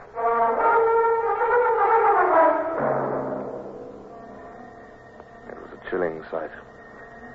One moment before, Lieutenant Soames looking straight at the death which cleaved towards him through the blue water. And now, no trace of him or half his men. A few men clung to the severed cutter's stern parts. But as the Spanish galley's starboard oars swept by us, just clearing us and our own oars, she rode them down relentlessly and passed over their bobbing heads. Give way, port! Give way! Use your grapnel, Jackson. Use it now. We're going aboard that devil ship. Jackson yelled an oath in reply and hurled our grappling hook on its long line. It caught in the florid gilt rail of the galley's quarter just before she swept out of our reach. I was wild with rage and horror now. Somehow we must avenge that cutter's crew. Our own men had been slaughtered by this ghost out of the past.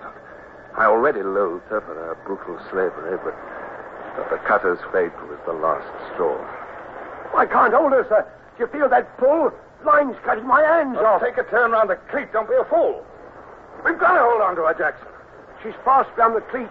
I swear it's like we'd harpooned a whale, ain't it, sir? Look, lively, sir. They've seen us. There's a Spaniard running aft on her poop. He's got a knife to cut our line. Well, then, shoot him, Hunter. Good shot, Hunter.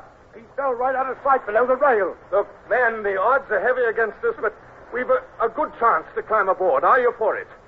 We're only 7. Aye, aye, sir. Aye, aye. Good, lads. All right, pull up then there. You, Davis, you, Carson, give Jackson a hand with the line. Haul us up in closer to our stern. They were as fighting mad as I, all of us shouting at each other, shaking with fury and excitement. Now, it was then that word I'd read came back to me, flared in my mind like fire. Bloodthirstiness. Well, finally I knew what that word meant. I was insane with it. Then 4 or 5 swarthy faces appeared above the galley's gilded stern, and muskets pointed down into the jolly boat. Our pistols, lads, and fire! Them Spanish heads went out of sight right quickly, sir. Carson's near conscious. Reload. Watch out, Mr. Hornblower. Someone's pushed a musket barrel through the window in that after cabin up there. You got a nice aim, sir. I'm heading for that broken cabin window in the stern. Now, bring the men after me, one at a time. Aye, aye, sir. I flung myself at the grapnel line. My legs grazed the water as the line sagged, but my arms finally carried me upwards. I swung up my feet, kicked out what remained of the shattered window, and hurled myself through. I came down on the cabin deck with a thud and peered about me in the dim cabin. The Spaniard who'd aimed through the window lay there dead. I was alone. What? You needn't jump, sir. It's only me. Are we all alone in here, sir? Don't talk so loud. Are the others coming, Jackson? Hunter's next. They'll all be here, sir, except Carson. Good. Well, we can't wait for them now. But, sir, hear that commotion up above. Look, now, speed's the important thing, Jackson. Now, come along. Here's the cabin door. Find the officers first, Jackson. Got your cutlass ready? Aye, aye, sir. Good. Look, there's 2 big guns up forward. Yes. And 3 or 4 men on the forecastle. Yes, but there'll be more on the poop just above us.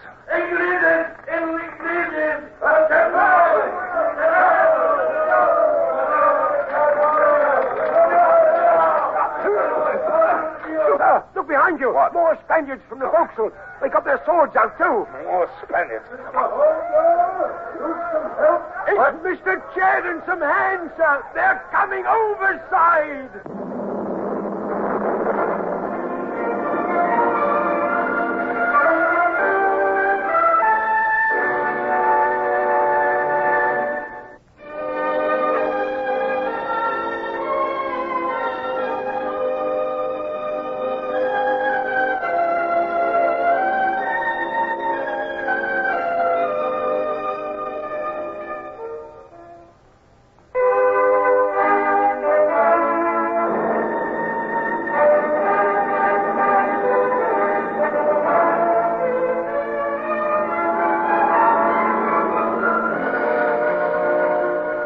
I'm very sorry that by inadvertence, we didn't follow instructions. You see, sir, it was... Oh, but the Admiral will be pleased all the same, Mr. Hornblower. How's that, sir? And now that we've lost poor Mr. Soames in that accident with the cutter, I rather think you shall need another watchkeeping officer. I have it in mind to give you an order as acting lieutenant, young man. Acting lieutenant, sir? But, sir, I just lost my head, I think. I boarded the galley in a kind of fit of, I don't know, insanity, perhaps. It might be well if more young officers lost their heads in that way, then. But, sir, I hardly... I wouldn't like to make false pretenses, sir. Now I'm honored for it. I'm almost ashamed of that blind rage now, sir. I must be honest, I am. Never question the lucky things that happen to you, Mr. Hornblower. You'll learn more moderation in good time, unfortunately. Well, thank you, sir.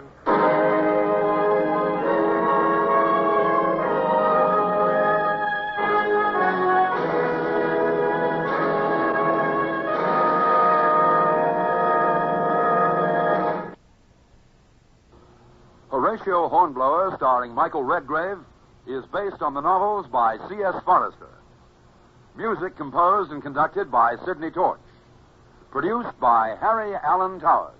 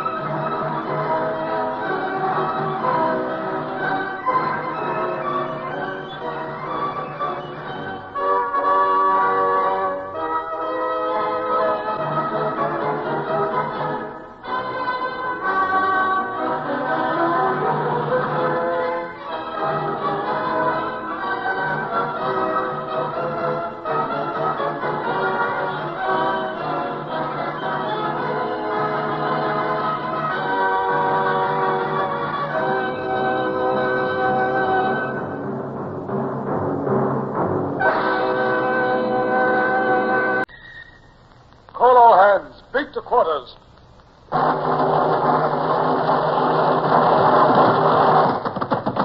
up the guns. Stand by the starboard battery. One broadside into it, if you please, Captain Bush. Pointers on target. Linstocks ready. Aye, aye, sir. Ready. Fire!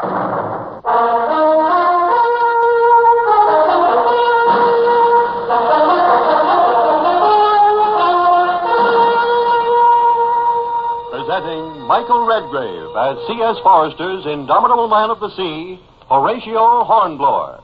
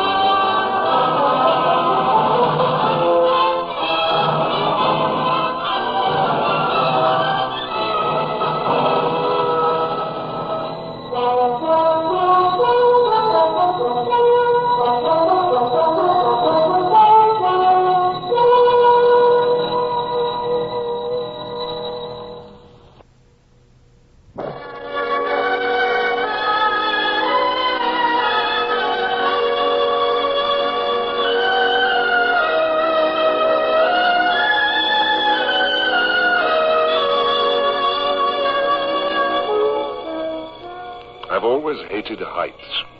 I still grow dizzy on occasion, much too easily.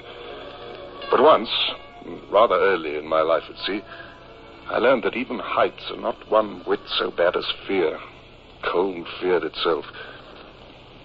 Our frigate, the Indefatigable, had chased the French corvette Papillon into the mouth of the great French estuary, the Gironde. And there we were, prowling like a wolf outside the sheepfold.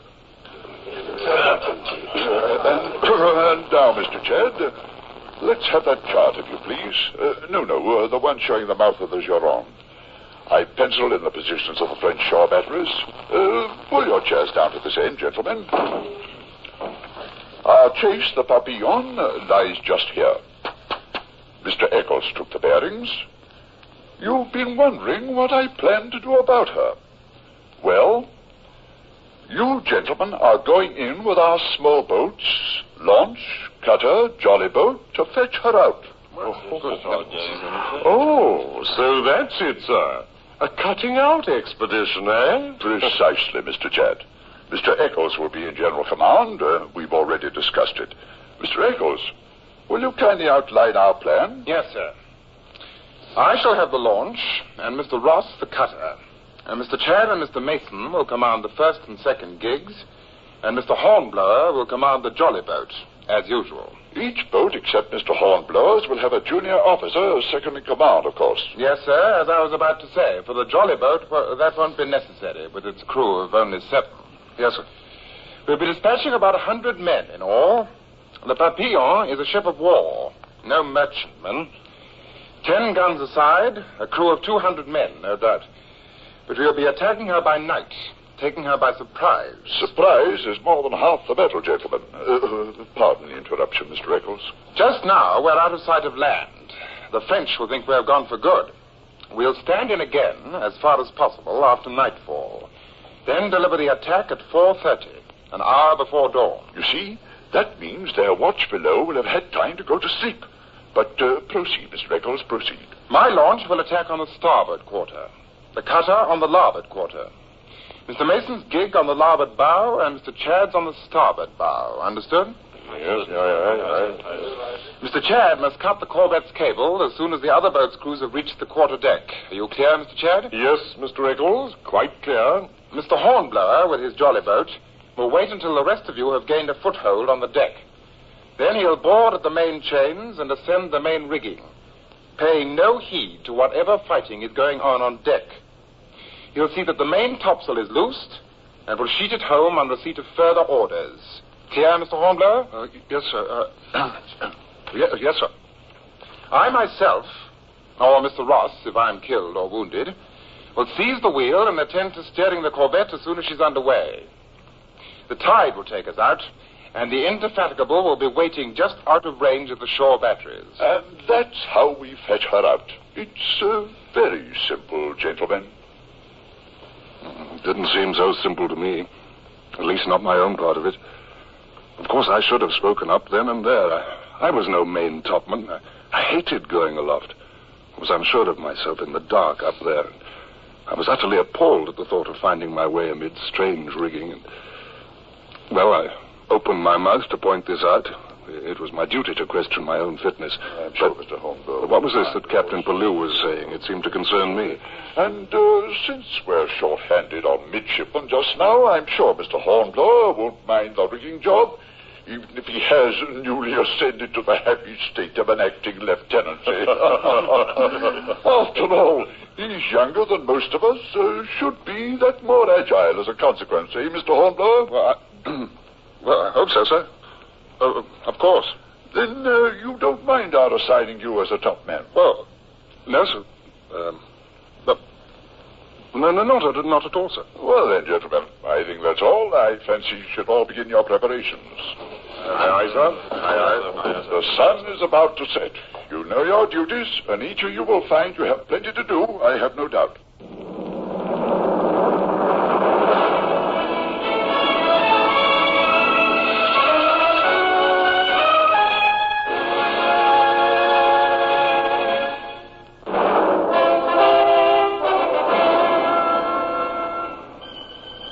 I should have had the courage even then to tell the truth, to admit my real unfitness for that duty.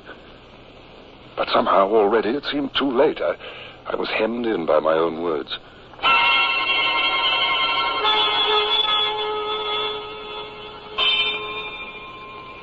The Indefatigable crept inshore through the darkness. The time for the attack came very slowly. Still, it came. The boat crews formed up at last, each man with arms. My jolly boat's crew stood in the waist, awaiting me. Well, are you all ready? That we are, sir. Are the oars of the jolly boat properly muffled? Aye, sir. And each of you has his own pistol and cutlass? Aye, sir. Very good. Then keep all pistols at half cock. Don't want them going off to warn the French because of nerves. Jackson. Yes, sir. As coxswain of the jolly boat, you'll leave it last. Aye, sir. I'll mount the rigging first, of course. But Jackson, be prepared to take command if I fall. I mean, you know, well, if I'm killed in this instance. Is that understood? Oh, yes, sir. Oh, good. Well, I think then that we're just about ready to pull away as soon as word comes down from the quarterdeck. Begging your pardon, sir, I don't feel quite right. What's that? Who was that spoke just then? Hales, sir. I'm a little worried about Hales, sir. What? He's been acting kind of odd. Oh, I see. Well, what's the trouble, Hales? I'm not sure, sir. I just feel a bit, queer-like tonight. Oh, indeed? Well, you're not the only one who feels a bit unsettled, Hales. Oh, I belay that, man. Oh, I don't mean I'm afraid, sir. honestly. Just keep your mouth shut, Iles. Mr. Hornblower's busy. Look, let's have no more of this chattering. We're about to take off in a moment. Wait for the signal.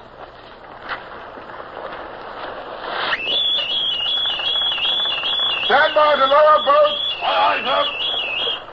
Lower away.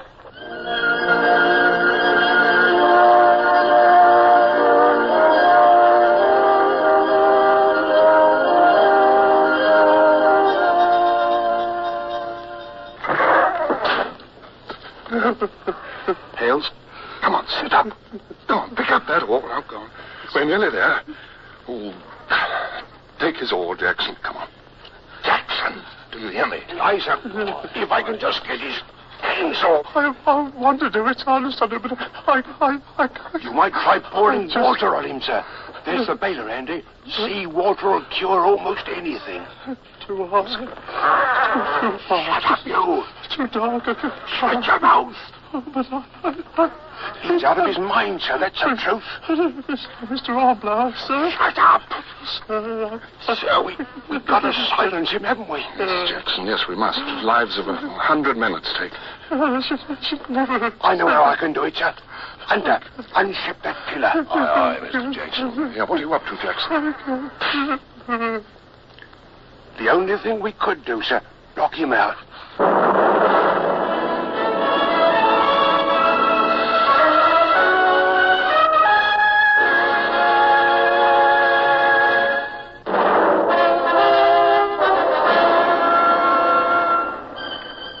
I had my orders to wait until the attack had gained a foothold on the deck of the Papillon.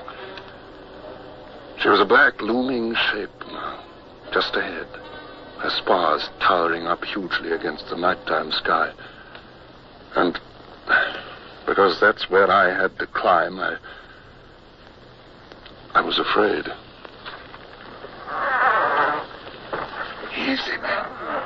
Easy does it. Wait until all 4 other crews board, I remember. Then all of us are detailed to the rigging. Uh-oh. Somebody's stroke is getting mighty careless up there in the lawn, sir. Who fired? Frenchman? I thought so, sir. Looked like that flash came from the corvette. Oh, they've seen us, sir. They've wakened up for shore. Give way, men. Give way. 4 muskets. Our boats are right alongside them now. And our boys yelling like devils. I steered the jolly boat towards the enemy's larboard mainchains, trying to make out what was happening on board as our other crews swarmed over her sides from 4 different quarters of the ship. In oars. In oars.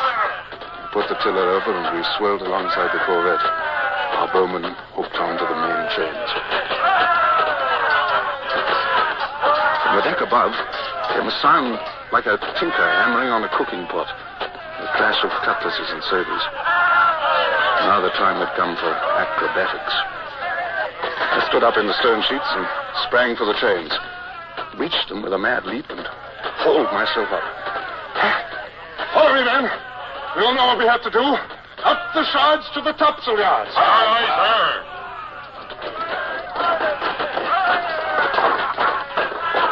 The shrouds came into my hands somehow. My feet found the ratlins beneath them. And I began that dreaded climb to the main topsail, locking fingers and toes into the ratlins with a thrust of desperation. The flash of pistol shots lit the seething scene on deck, but I didn't dare look back at it. I kept my eyes from my climbing. Jackson! Get in, Henry Jackson. Aye, sir. I can. I'm right behind you, sir. At my elbow, I felt the futtock shrouds. I transferred my weight to them. It was a long way down to the deck by now, I noticed. Then I hauled myself to the topmast shrouds and began the last stage of the ascent. The shouting on the deck fading a little in the distance. Then here I was at last, at the topsail yard itself. My arms gripped it. My feet felt for the foot rope. Felt again, and then... God. What's that, sir? Did you speak to me, sir? You all right, sir? Yes, but... Jackson, there's no foot rope here. There's no rope at all. Oh, maybe those Frenchies don't use one. Don't like that, no, sir. 100 feet above the deck I hung, kicking and squirming with no hold for my feet. Yet the gaskets had to be cast off and the sail loosed. Our whole venture depended on that. Are you there, Jackson? Yes, sir. Look, you one of those seamen who could run out along the yards, standing up like a, like a tightrope walker? Oh, sir, I have done it. Yes, in my younger days, sir. Yes, well, it's the only way to reach the yardarm now. I was nothing but a coward. Coward? What'd you say, sir? Nothing, Jackson. It was then that, suddenly, I remembered Hales, the man who felt, as he put it, queer-like. I'd been stern enough in dealing with him. I'd even condoned his being struck down. And I remembered my refusal to admit that I shared with Hales that panic and fear. And that thought I couldn't bear for one instant longer. It was even worse than the thought of falling through the night down to that deck. Well, here's for it, Jackson. Andrews and Carson, right behind you. Aye, sir. I brought my knee up onto the yard, heaving up till I stood upright. My instinct told me not to dally there for a second, though. Come on, man. Follow me out. Aye, sir. It was 20 feet out to the yardarm, and I covered them in a few frantic strides. My hands found the gaskets.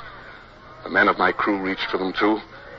Hunter had gone to the starboard yardarm, and the sail came loose like a charm. I felt a surge of triumph. Here was the brace right beside me, and I knew what I was going to do now. All right, Jackson. She's loose. And now I'll seat her home. You seem quite elated, sir. I am. Sir, you're not sliding down the brace. Oh, why not? Quickest way down to the deck. But, sir, watch it. Your hands are... Yes, see you below, Jackson. Goodbye!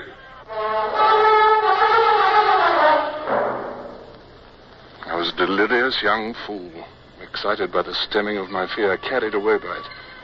And I slid so fast down that rope that I nearly cried out in pain. The rope stripped the skin from my hands like peeling off a glove. Well, Mr. Hornblower, you plummeted down here like a cannonball. Yes, sir. Let's get the topsail set, sir. Here now, you men. Stand by to give a hand with the sail. Lively now. All right. A faint grey dawn was showing now. The signs of battle had almost died away, and I'd been far too occupied to notice. Mr. Shadd, sir, is there fighting all over? Oh, just about. It was a well-worked-out surprise, I'm glad to say. We took it in a single rush before the watch below could give the anchor watch much help. We just cut the cable, and now we're... Why, what's the matter, Hornblower? It's only my hands, sir. Burned my hands a little on that brace.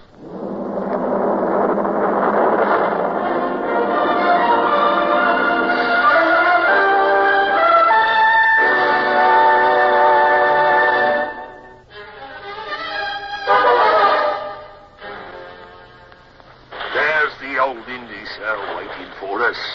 Sure enough, Hunter. She's lying to just out of shot from shore. Oh, I must say, she looks awfully good to me. I got a bandage from the surgeon, sir. Oh, sorry, sir. Did I hurt you? No. I was only looking up there at the main topsail yardarm, now that it's light. Good Lord.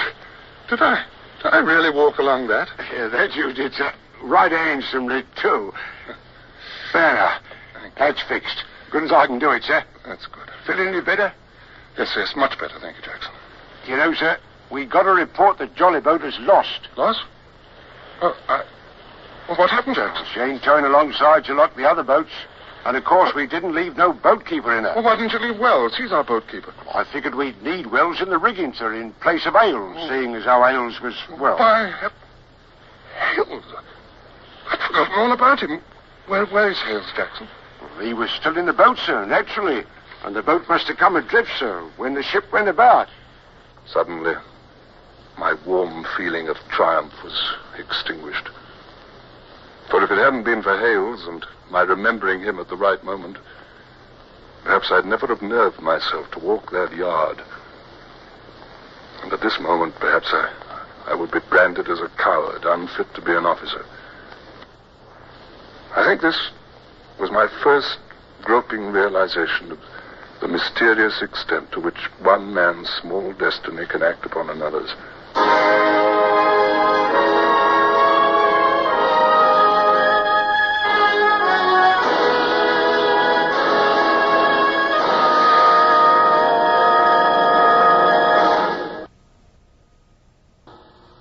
Horatio Hornblower, starring Michael Redgrave, is based on the novels by C.S. Forrester. Music composed and conducted by Sidney Torch. Produced by Harry Allen Towers.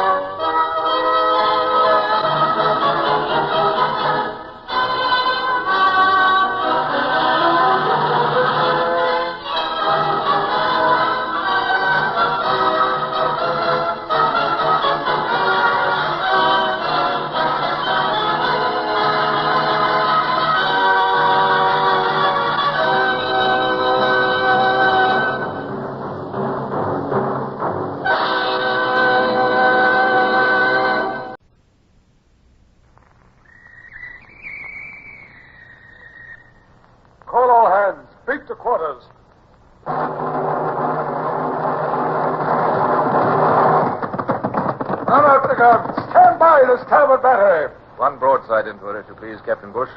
Pointers on target. Linstops ready. Aye, aye, sir. Ready. Fire!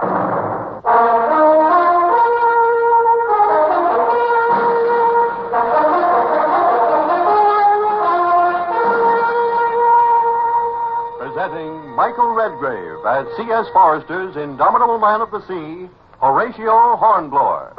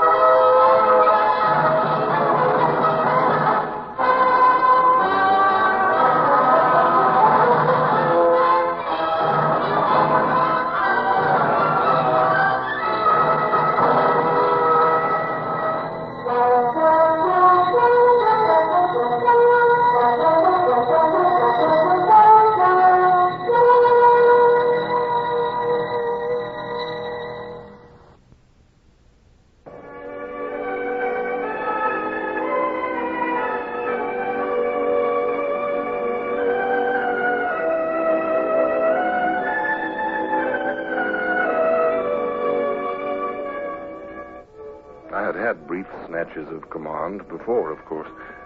A quarantined cattle boat, a cargo ship groaning with tons of waterlogged rice.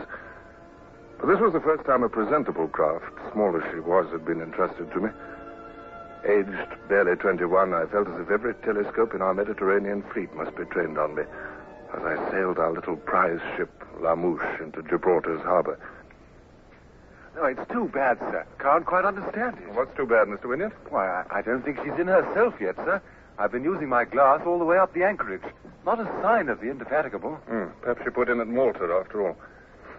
Well, anyhow, our crew won't mind a little rest. Oh, I know I won't, sir. That's certain. Oh, confound it. With Captain Pellew not yet returned, I suppose it's my duty to report to the Port Admiral fairly quickly. Well, I'd rather catch up on my sleep.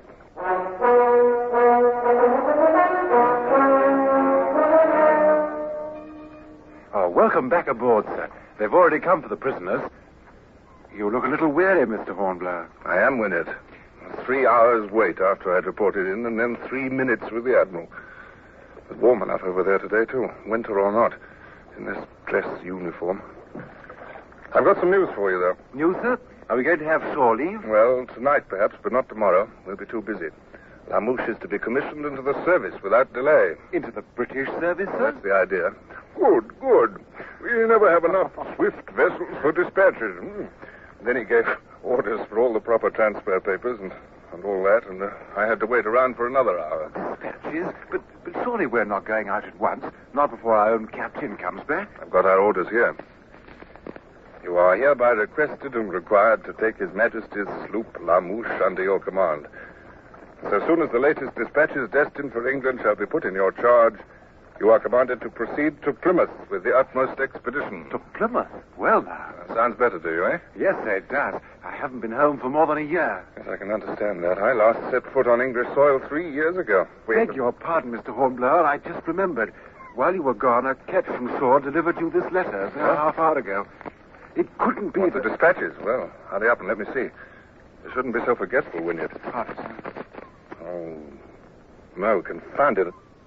I'd rather it were the dispatches with orders to sail at once than this sort of... Oh, God, listen to this. Their Excellencies Major General Sir Hugh and Lady Dalrymple request the pleasure of acting Lieutenant Horatio Hornblower's company at dinner today at 5 o'clock at Government House. My name is Alexander, sir. Lord Philip Alexander. And you? Horatio Hornblower, sir. Acting Lieutenant aboard the Indefatigable.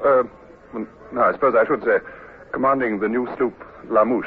It's my first independent command. I see. Their Excellencies are most happy that you could dine today, Mr. Hornblower. Well, thank you. Now, if I may present you, sir, will you come this way? Your Excellencies, this is Mr. Hornblower, the new captain of La Mouche. Ah, we're pleased to see you, Mr. Hornblower. Thank you, sir. It's very kind of you. And now, Mr. Hornblower, may I present to you the Duchess of Wharfdale? Your Grace, this is Mr. Hornblower of La Mouche. The Duchess of Wharfdale, Mr. Hornblower. Your Grace? So this here's the fellow in question, Your Excellency. Oh, now, really, my dear, are you going to entrust me to an infant in arms? Young fellow, you look exactly like a gander on the green. I expect you to hiss at any moment.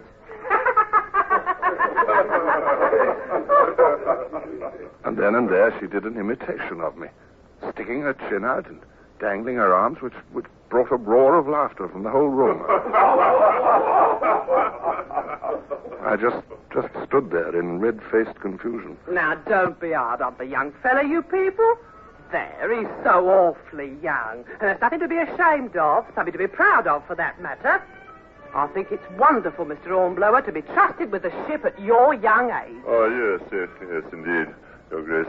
Dinner, yes, sir. Ah, may I give you my arm, my dear Duchess? Oh, charmed, I'm sure.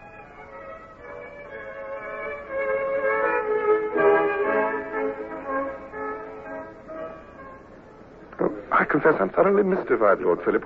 What does she mean about entrusting her to me, for instance? As usual, the man most concerned is the very last to know. What is it? Why, when you sail tomorrow with dispatches, Hornblower, you're going to have the honor of bearing Her Grace with you to England. But you're not... Oh, no, you're not serious. Oh, but who is she? I mean, she doesn't... You heard my introductions, didn't you? She's the Duchess of Wharfdale. Well, yes, but... I don't like to sound as if I... But she... You know, she doesn't talk like a duchess. No, the old Duke was in his dotage when he married her, you see. She was a tavern keeper's widow, so her friends said. You can imagine, if you like, what our enemies said. But what on earth is she doing in Gibraltar? Oh, she was at Florence when the French marched in. She got to Leghorn and bribed the coaster to bring her here. She asked Sir Hugh to find her passage home to England. Sir Hugh then asked the Admiral, and that's where you come in, poor fellow.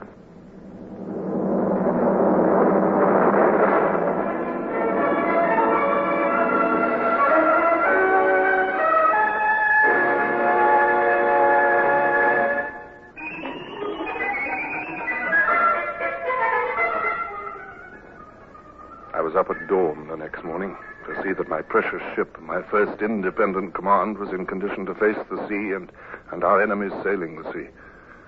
I had exactly 4 pop-gun 4-pounders as arms, and my crew numbered only 11. So I knew our only safety lay in flight if we ran into trouble. Towards noon, the dispatches arrived, and then came the Duchess and her maid, accompanied by Sir Hugh and Lady Dalrymple.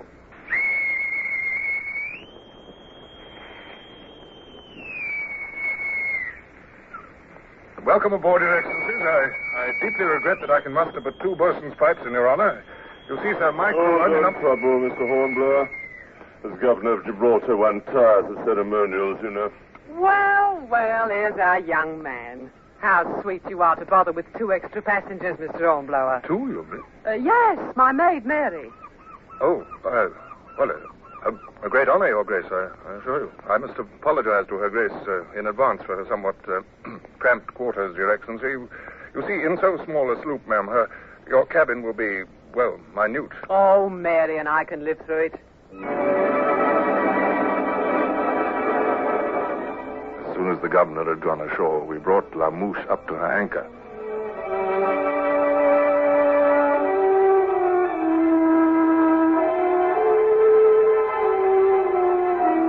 Anchor the ways up! Get halyards!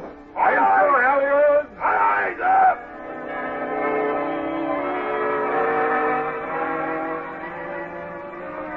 La Mouche came round before the wind and began her course for England. Several hours wore on. We rounded Cape Marroquet and set a course for Cape St. Vincent. That sun's near invisible on the horizon over there. Queer night, ain't it, sir? Yes. It's coming up quite thick. Well, that's the price you have to pay for a fair wind in winter time. The cool land breeze strikes the Atlantic, and a fog is the result. Be thicker still be morning, I wouldn't wonder. Yes, sir. Yes, I think I shall revise my night orders. We must be sure of keeping clear of Cape St. Vincent in the fog.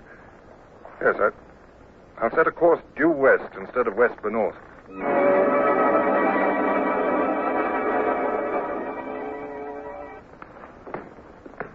Is that you, sir? I can't see for the fog. Well, what's wrong, Wynyard? Oh, don't speak too loud, sir, but simply listen. I don't hear anything, except the sea at our bows and our blocks clattering and... Wait. Wynyard, listen. Yes, do I hear the sea breaking under someone else's bows? Is that it? There's a ship close alongside in the fog, sir. I'm almost positive. What kind of ship? Have you got any idea?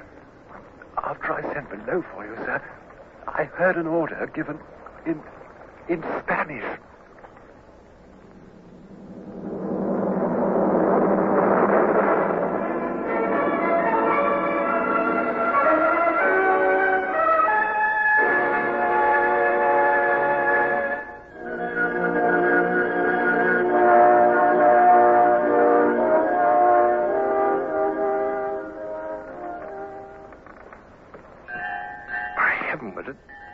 Well, listen to all those bells. We're in the middle of the whole fleet. Big ships, too, sir.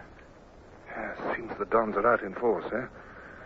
And my change of course have brought us smack into the midst of them in the night.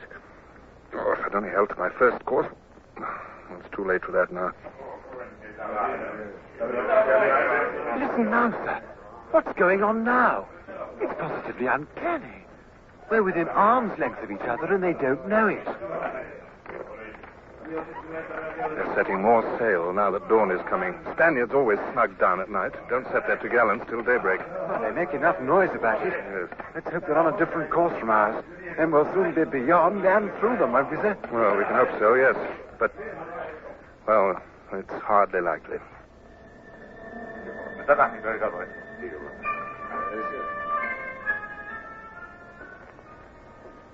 Wynyard was right. It was uncanny.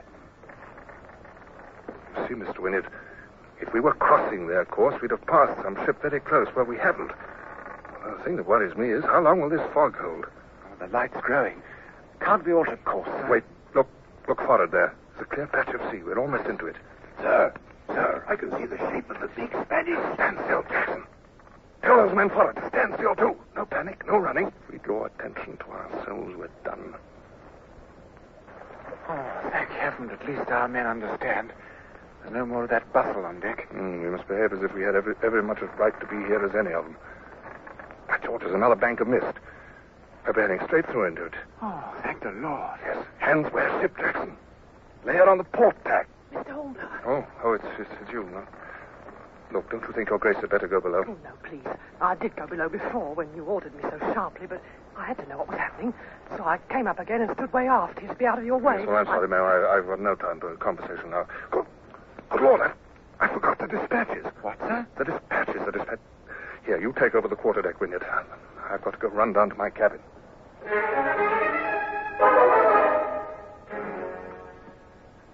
Find them, sir? I did indeed. Now, hand me that belaying pin, and I want a bit of line. When these go overboard, they've got to sink. Please, Mr. Hornblower, do tell me what you're doing. I'm sinking our dispatches, Your Grace. 2 envelopes of them. But then they'll be lost for good. Well, I've no idea what they contain, but I don't want the Spaniards to read them. I could look after them for you. Indeed, I could, Mr. Hornblower. No. They'd search your baggage, ma'am. If I'd put them in my baggage, I'll put them next to my skin. That's what I'll do. They won't search me in any case.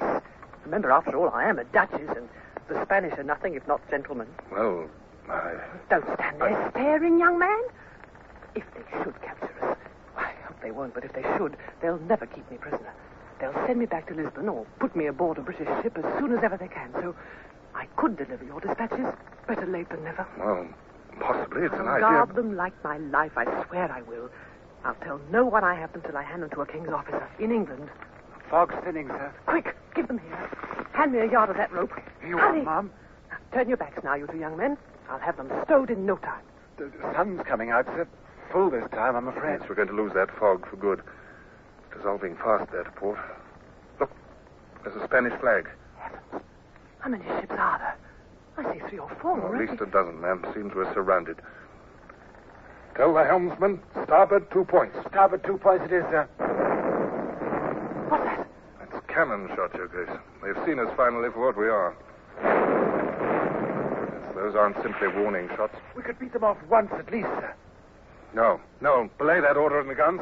Look over there. 20 guns trained on us to port and 50 more to starboard. And we're the size of a pleasure yacht. No, don't fire. But, sir... No point in dying uselessly, Matthews. We have women aboard, remember. They could sink us in 10 seconds. Sir, the frigate's putting 2 boats into the water to board us. Yes, Your Grace had better look to your baggage. You'll be leaving us soon for, other quarters with the Dons. I hope more comfortable. Your first ship. Oh, I wish I could tell you how sorry I am. If I'd only held to my course. You see, Don't ever blame yourself. Promise you won't, Mr. Hornblower. Come over here a moment. There's something I must say to you in private. Yes, Your Grace? Now, stop your gracing me. I'm no duchess. What do you mean? No time to tell it all now. Those Spanish boats are almost here. I'm Kitty Cobham. Ever heard of me? Kitty Cobham? Well, I may have done, ma'am. Somehow. Somewhere, I think. Never mind. You're too young for the name to mean much anyhow, but 5 years ago I was playing at Druid Lane Theatre, and Dick Sheridan himself said he'd never had a better Lydia Languish. An actress, then? Oh, that's it. Yes, Kitty Cobham. Oh. Sir, the Don's boats are hooking on. Yes. Come with me, please, Mr. Williams. Do you speak Spanish, sir? Perhaps 3 words. Vengo a bordo para prenderle, señor el teniente. Senor el teniente Espanol. We have ladies aboard.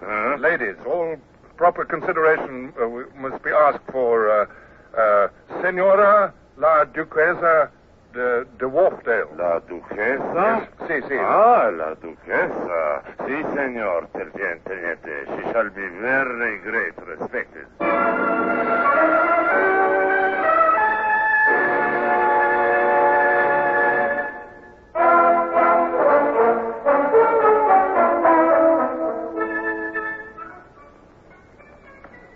captivity is at best a dreadful thing.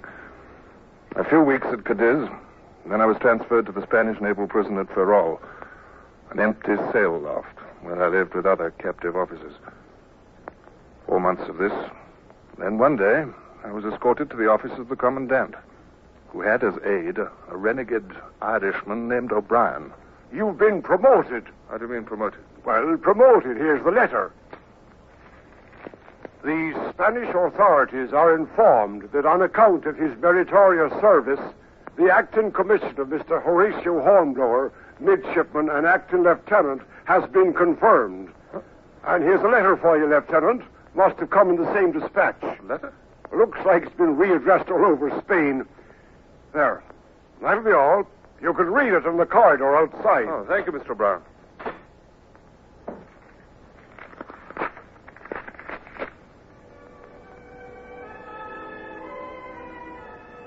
A letter.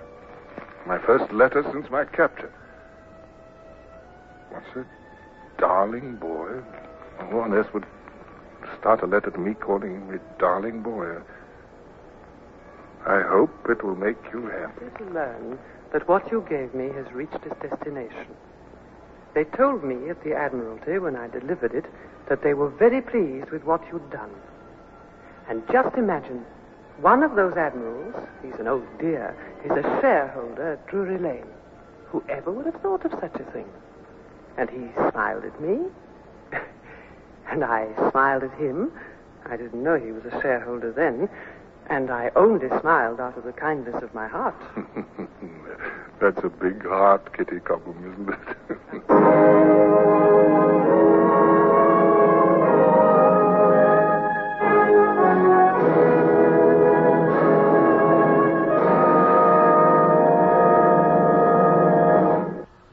Horatio Hornblower, starring Michael Redgrave, is based on the novels by C.S. Forrester.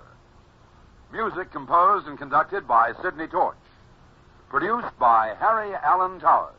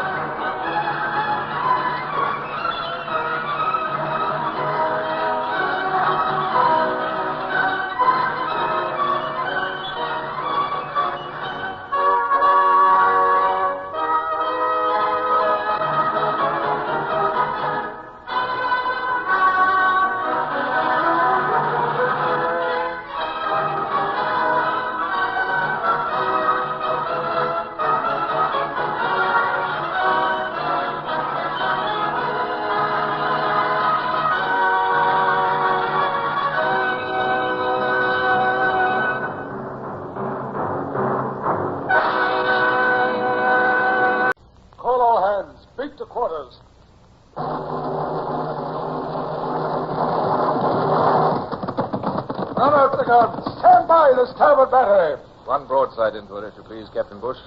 Pointers on target. Linstocks ready. Aye, aye, sir. Ready. Fire!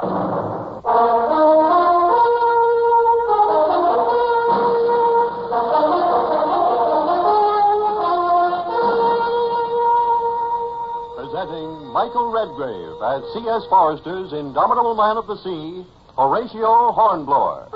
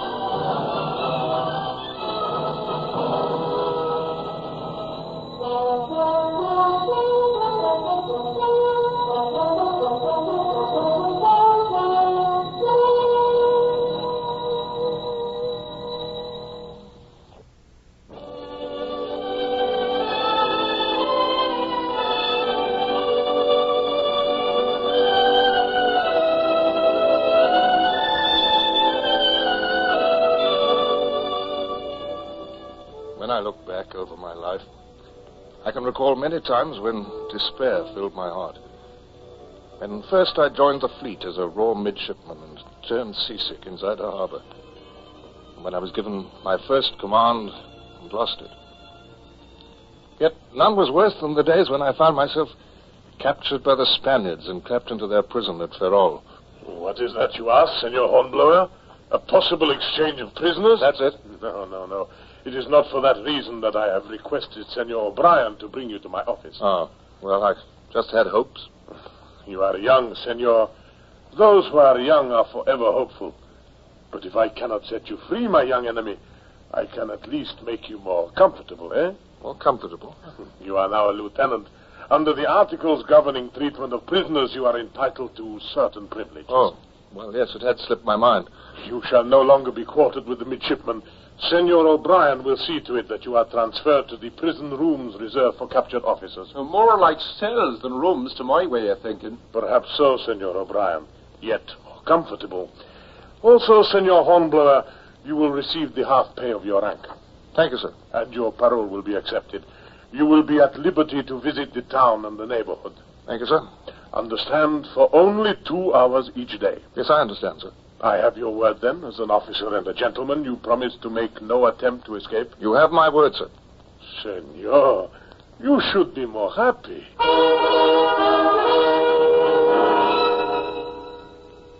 So I was on parole. 2 hours of freedom each day. And while it was small comfort against the fact that I was still a prisoner, I must admit that there was pleasure in it. Well, now, if it ain't Mr. Hornblower... Hello, O'Brien. Look there now, across Ferrol Bay to the entrance. Do you see that long, wicked reef that guards the entrance? The Dientes del Diablo, the Spaniards call it. The devil's teeth. They've taken the bottom out of many a ship. Ah, there's rough weather coming. Is there now? By tomorrow or the next day, the wind's shifting. So it is. You'd rather be alone, wouldn't you, Mr. Hornblower? Well, since you ask me, O'Brien, yes, I would. Ah, no, that's a pity. Because you're due back in prison, Mr. Hornblower. Your 2 hours parole is over.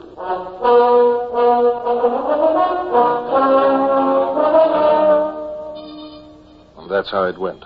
The same deadly round. The same sick misery of captivity, day after day and month after month. And the only time I felt free was during those precious hours when I stood above the harbor and watched the ocean. And then came a day when the ocean heaved up before a southwest gale, when the waves came crashing in white thunder against Dientes del Diablo, the devil's teeth. I stood there watching them. And suddenly... Senor! Senor, a ship! There is a ship, senor! Do you see it? Yes, senora, yes. Our captain's a fool heading this way in a gale. If he had any sense, he'd heave to and stay out to sea until the wind slackens. It is a Spanish ship, senor? Oh, must be. No British captain would be so insane. The devil's teeth will tear his ship to ribbons. Angelita! Carlos, what is the matter? The ship that now approaches. There is another behind it. An enemy. I must inform the commandant. What's that? A British ship? Si, senor. It cannot be seen from here, but from the very top of the headland. British ship? It must be a man of war. Look, there's the commandant for you. He's climbing up here now. I've got another hour of my parole. I must stay here and watch.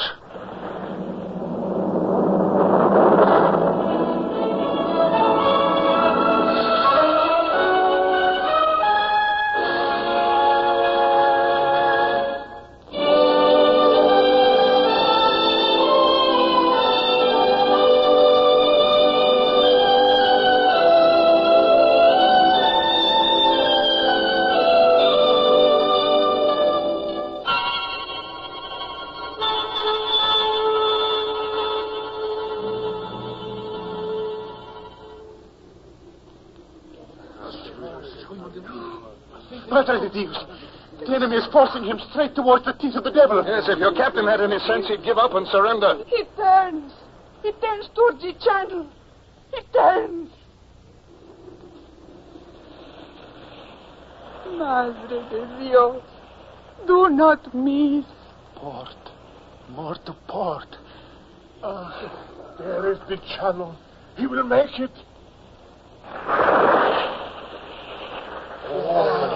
Muerte del diablo. Diablo! She's gone. A wreck. All of an instant. No, senor. No, she remains afloat. Afloat, is it, you fool? Fast on the devil's teeth, you mean? Every mast gone from the shock and the deck swept clean. And there out to sea goes the king's ship that drove her there. Carlos, how long will it last on the rocks? How long? How long, Anjarita? An hour, 2 hours. Look, another wave. Oh, they are gone. Gone. Commandant. Wait. Yes, I can see them. 2. No, 3. And what of it? If there were 100, we could do no good. There's no earthly way to get them off the teeth. Senor O'Brien is right. There is no way a boat could get through the waves from here. It would founder and sink. Yes, it would from here, sir, but look across the water there. Look at that little bay. Do you see? It's partly sheltered, and a boat might be launched from there. Senor, we do not have a boat there. And I, Carlos, ask how we first get a boat to there, eh? How can we get a boat there without crossing the water? Oh, by land, Carlos, by land. Senor? Yes. Commandant, a boat can be put up on wheels, and there must be a dray somewhere in the town, and we can hoist a boat up onto the dray, hitch up a team of horses, and go overland. And once we're at the bay, we can launch it, don't you see? It can be done. Senor Commandant, he is right. It is possible. It is dangerous, of extreme danger. Sir, Commandant, let me command the boat. You, Senor Hornblower? Yes, let me take 6 fishermen with me.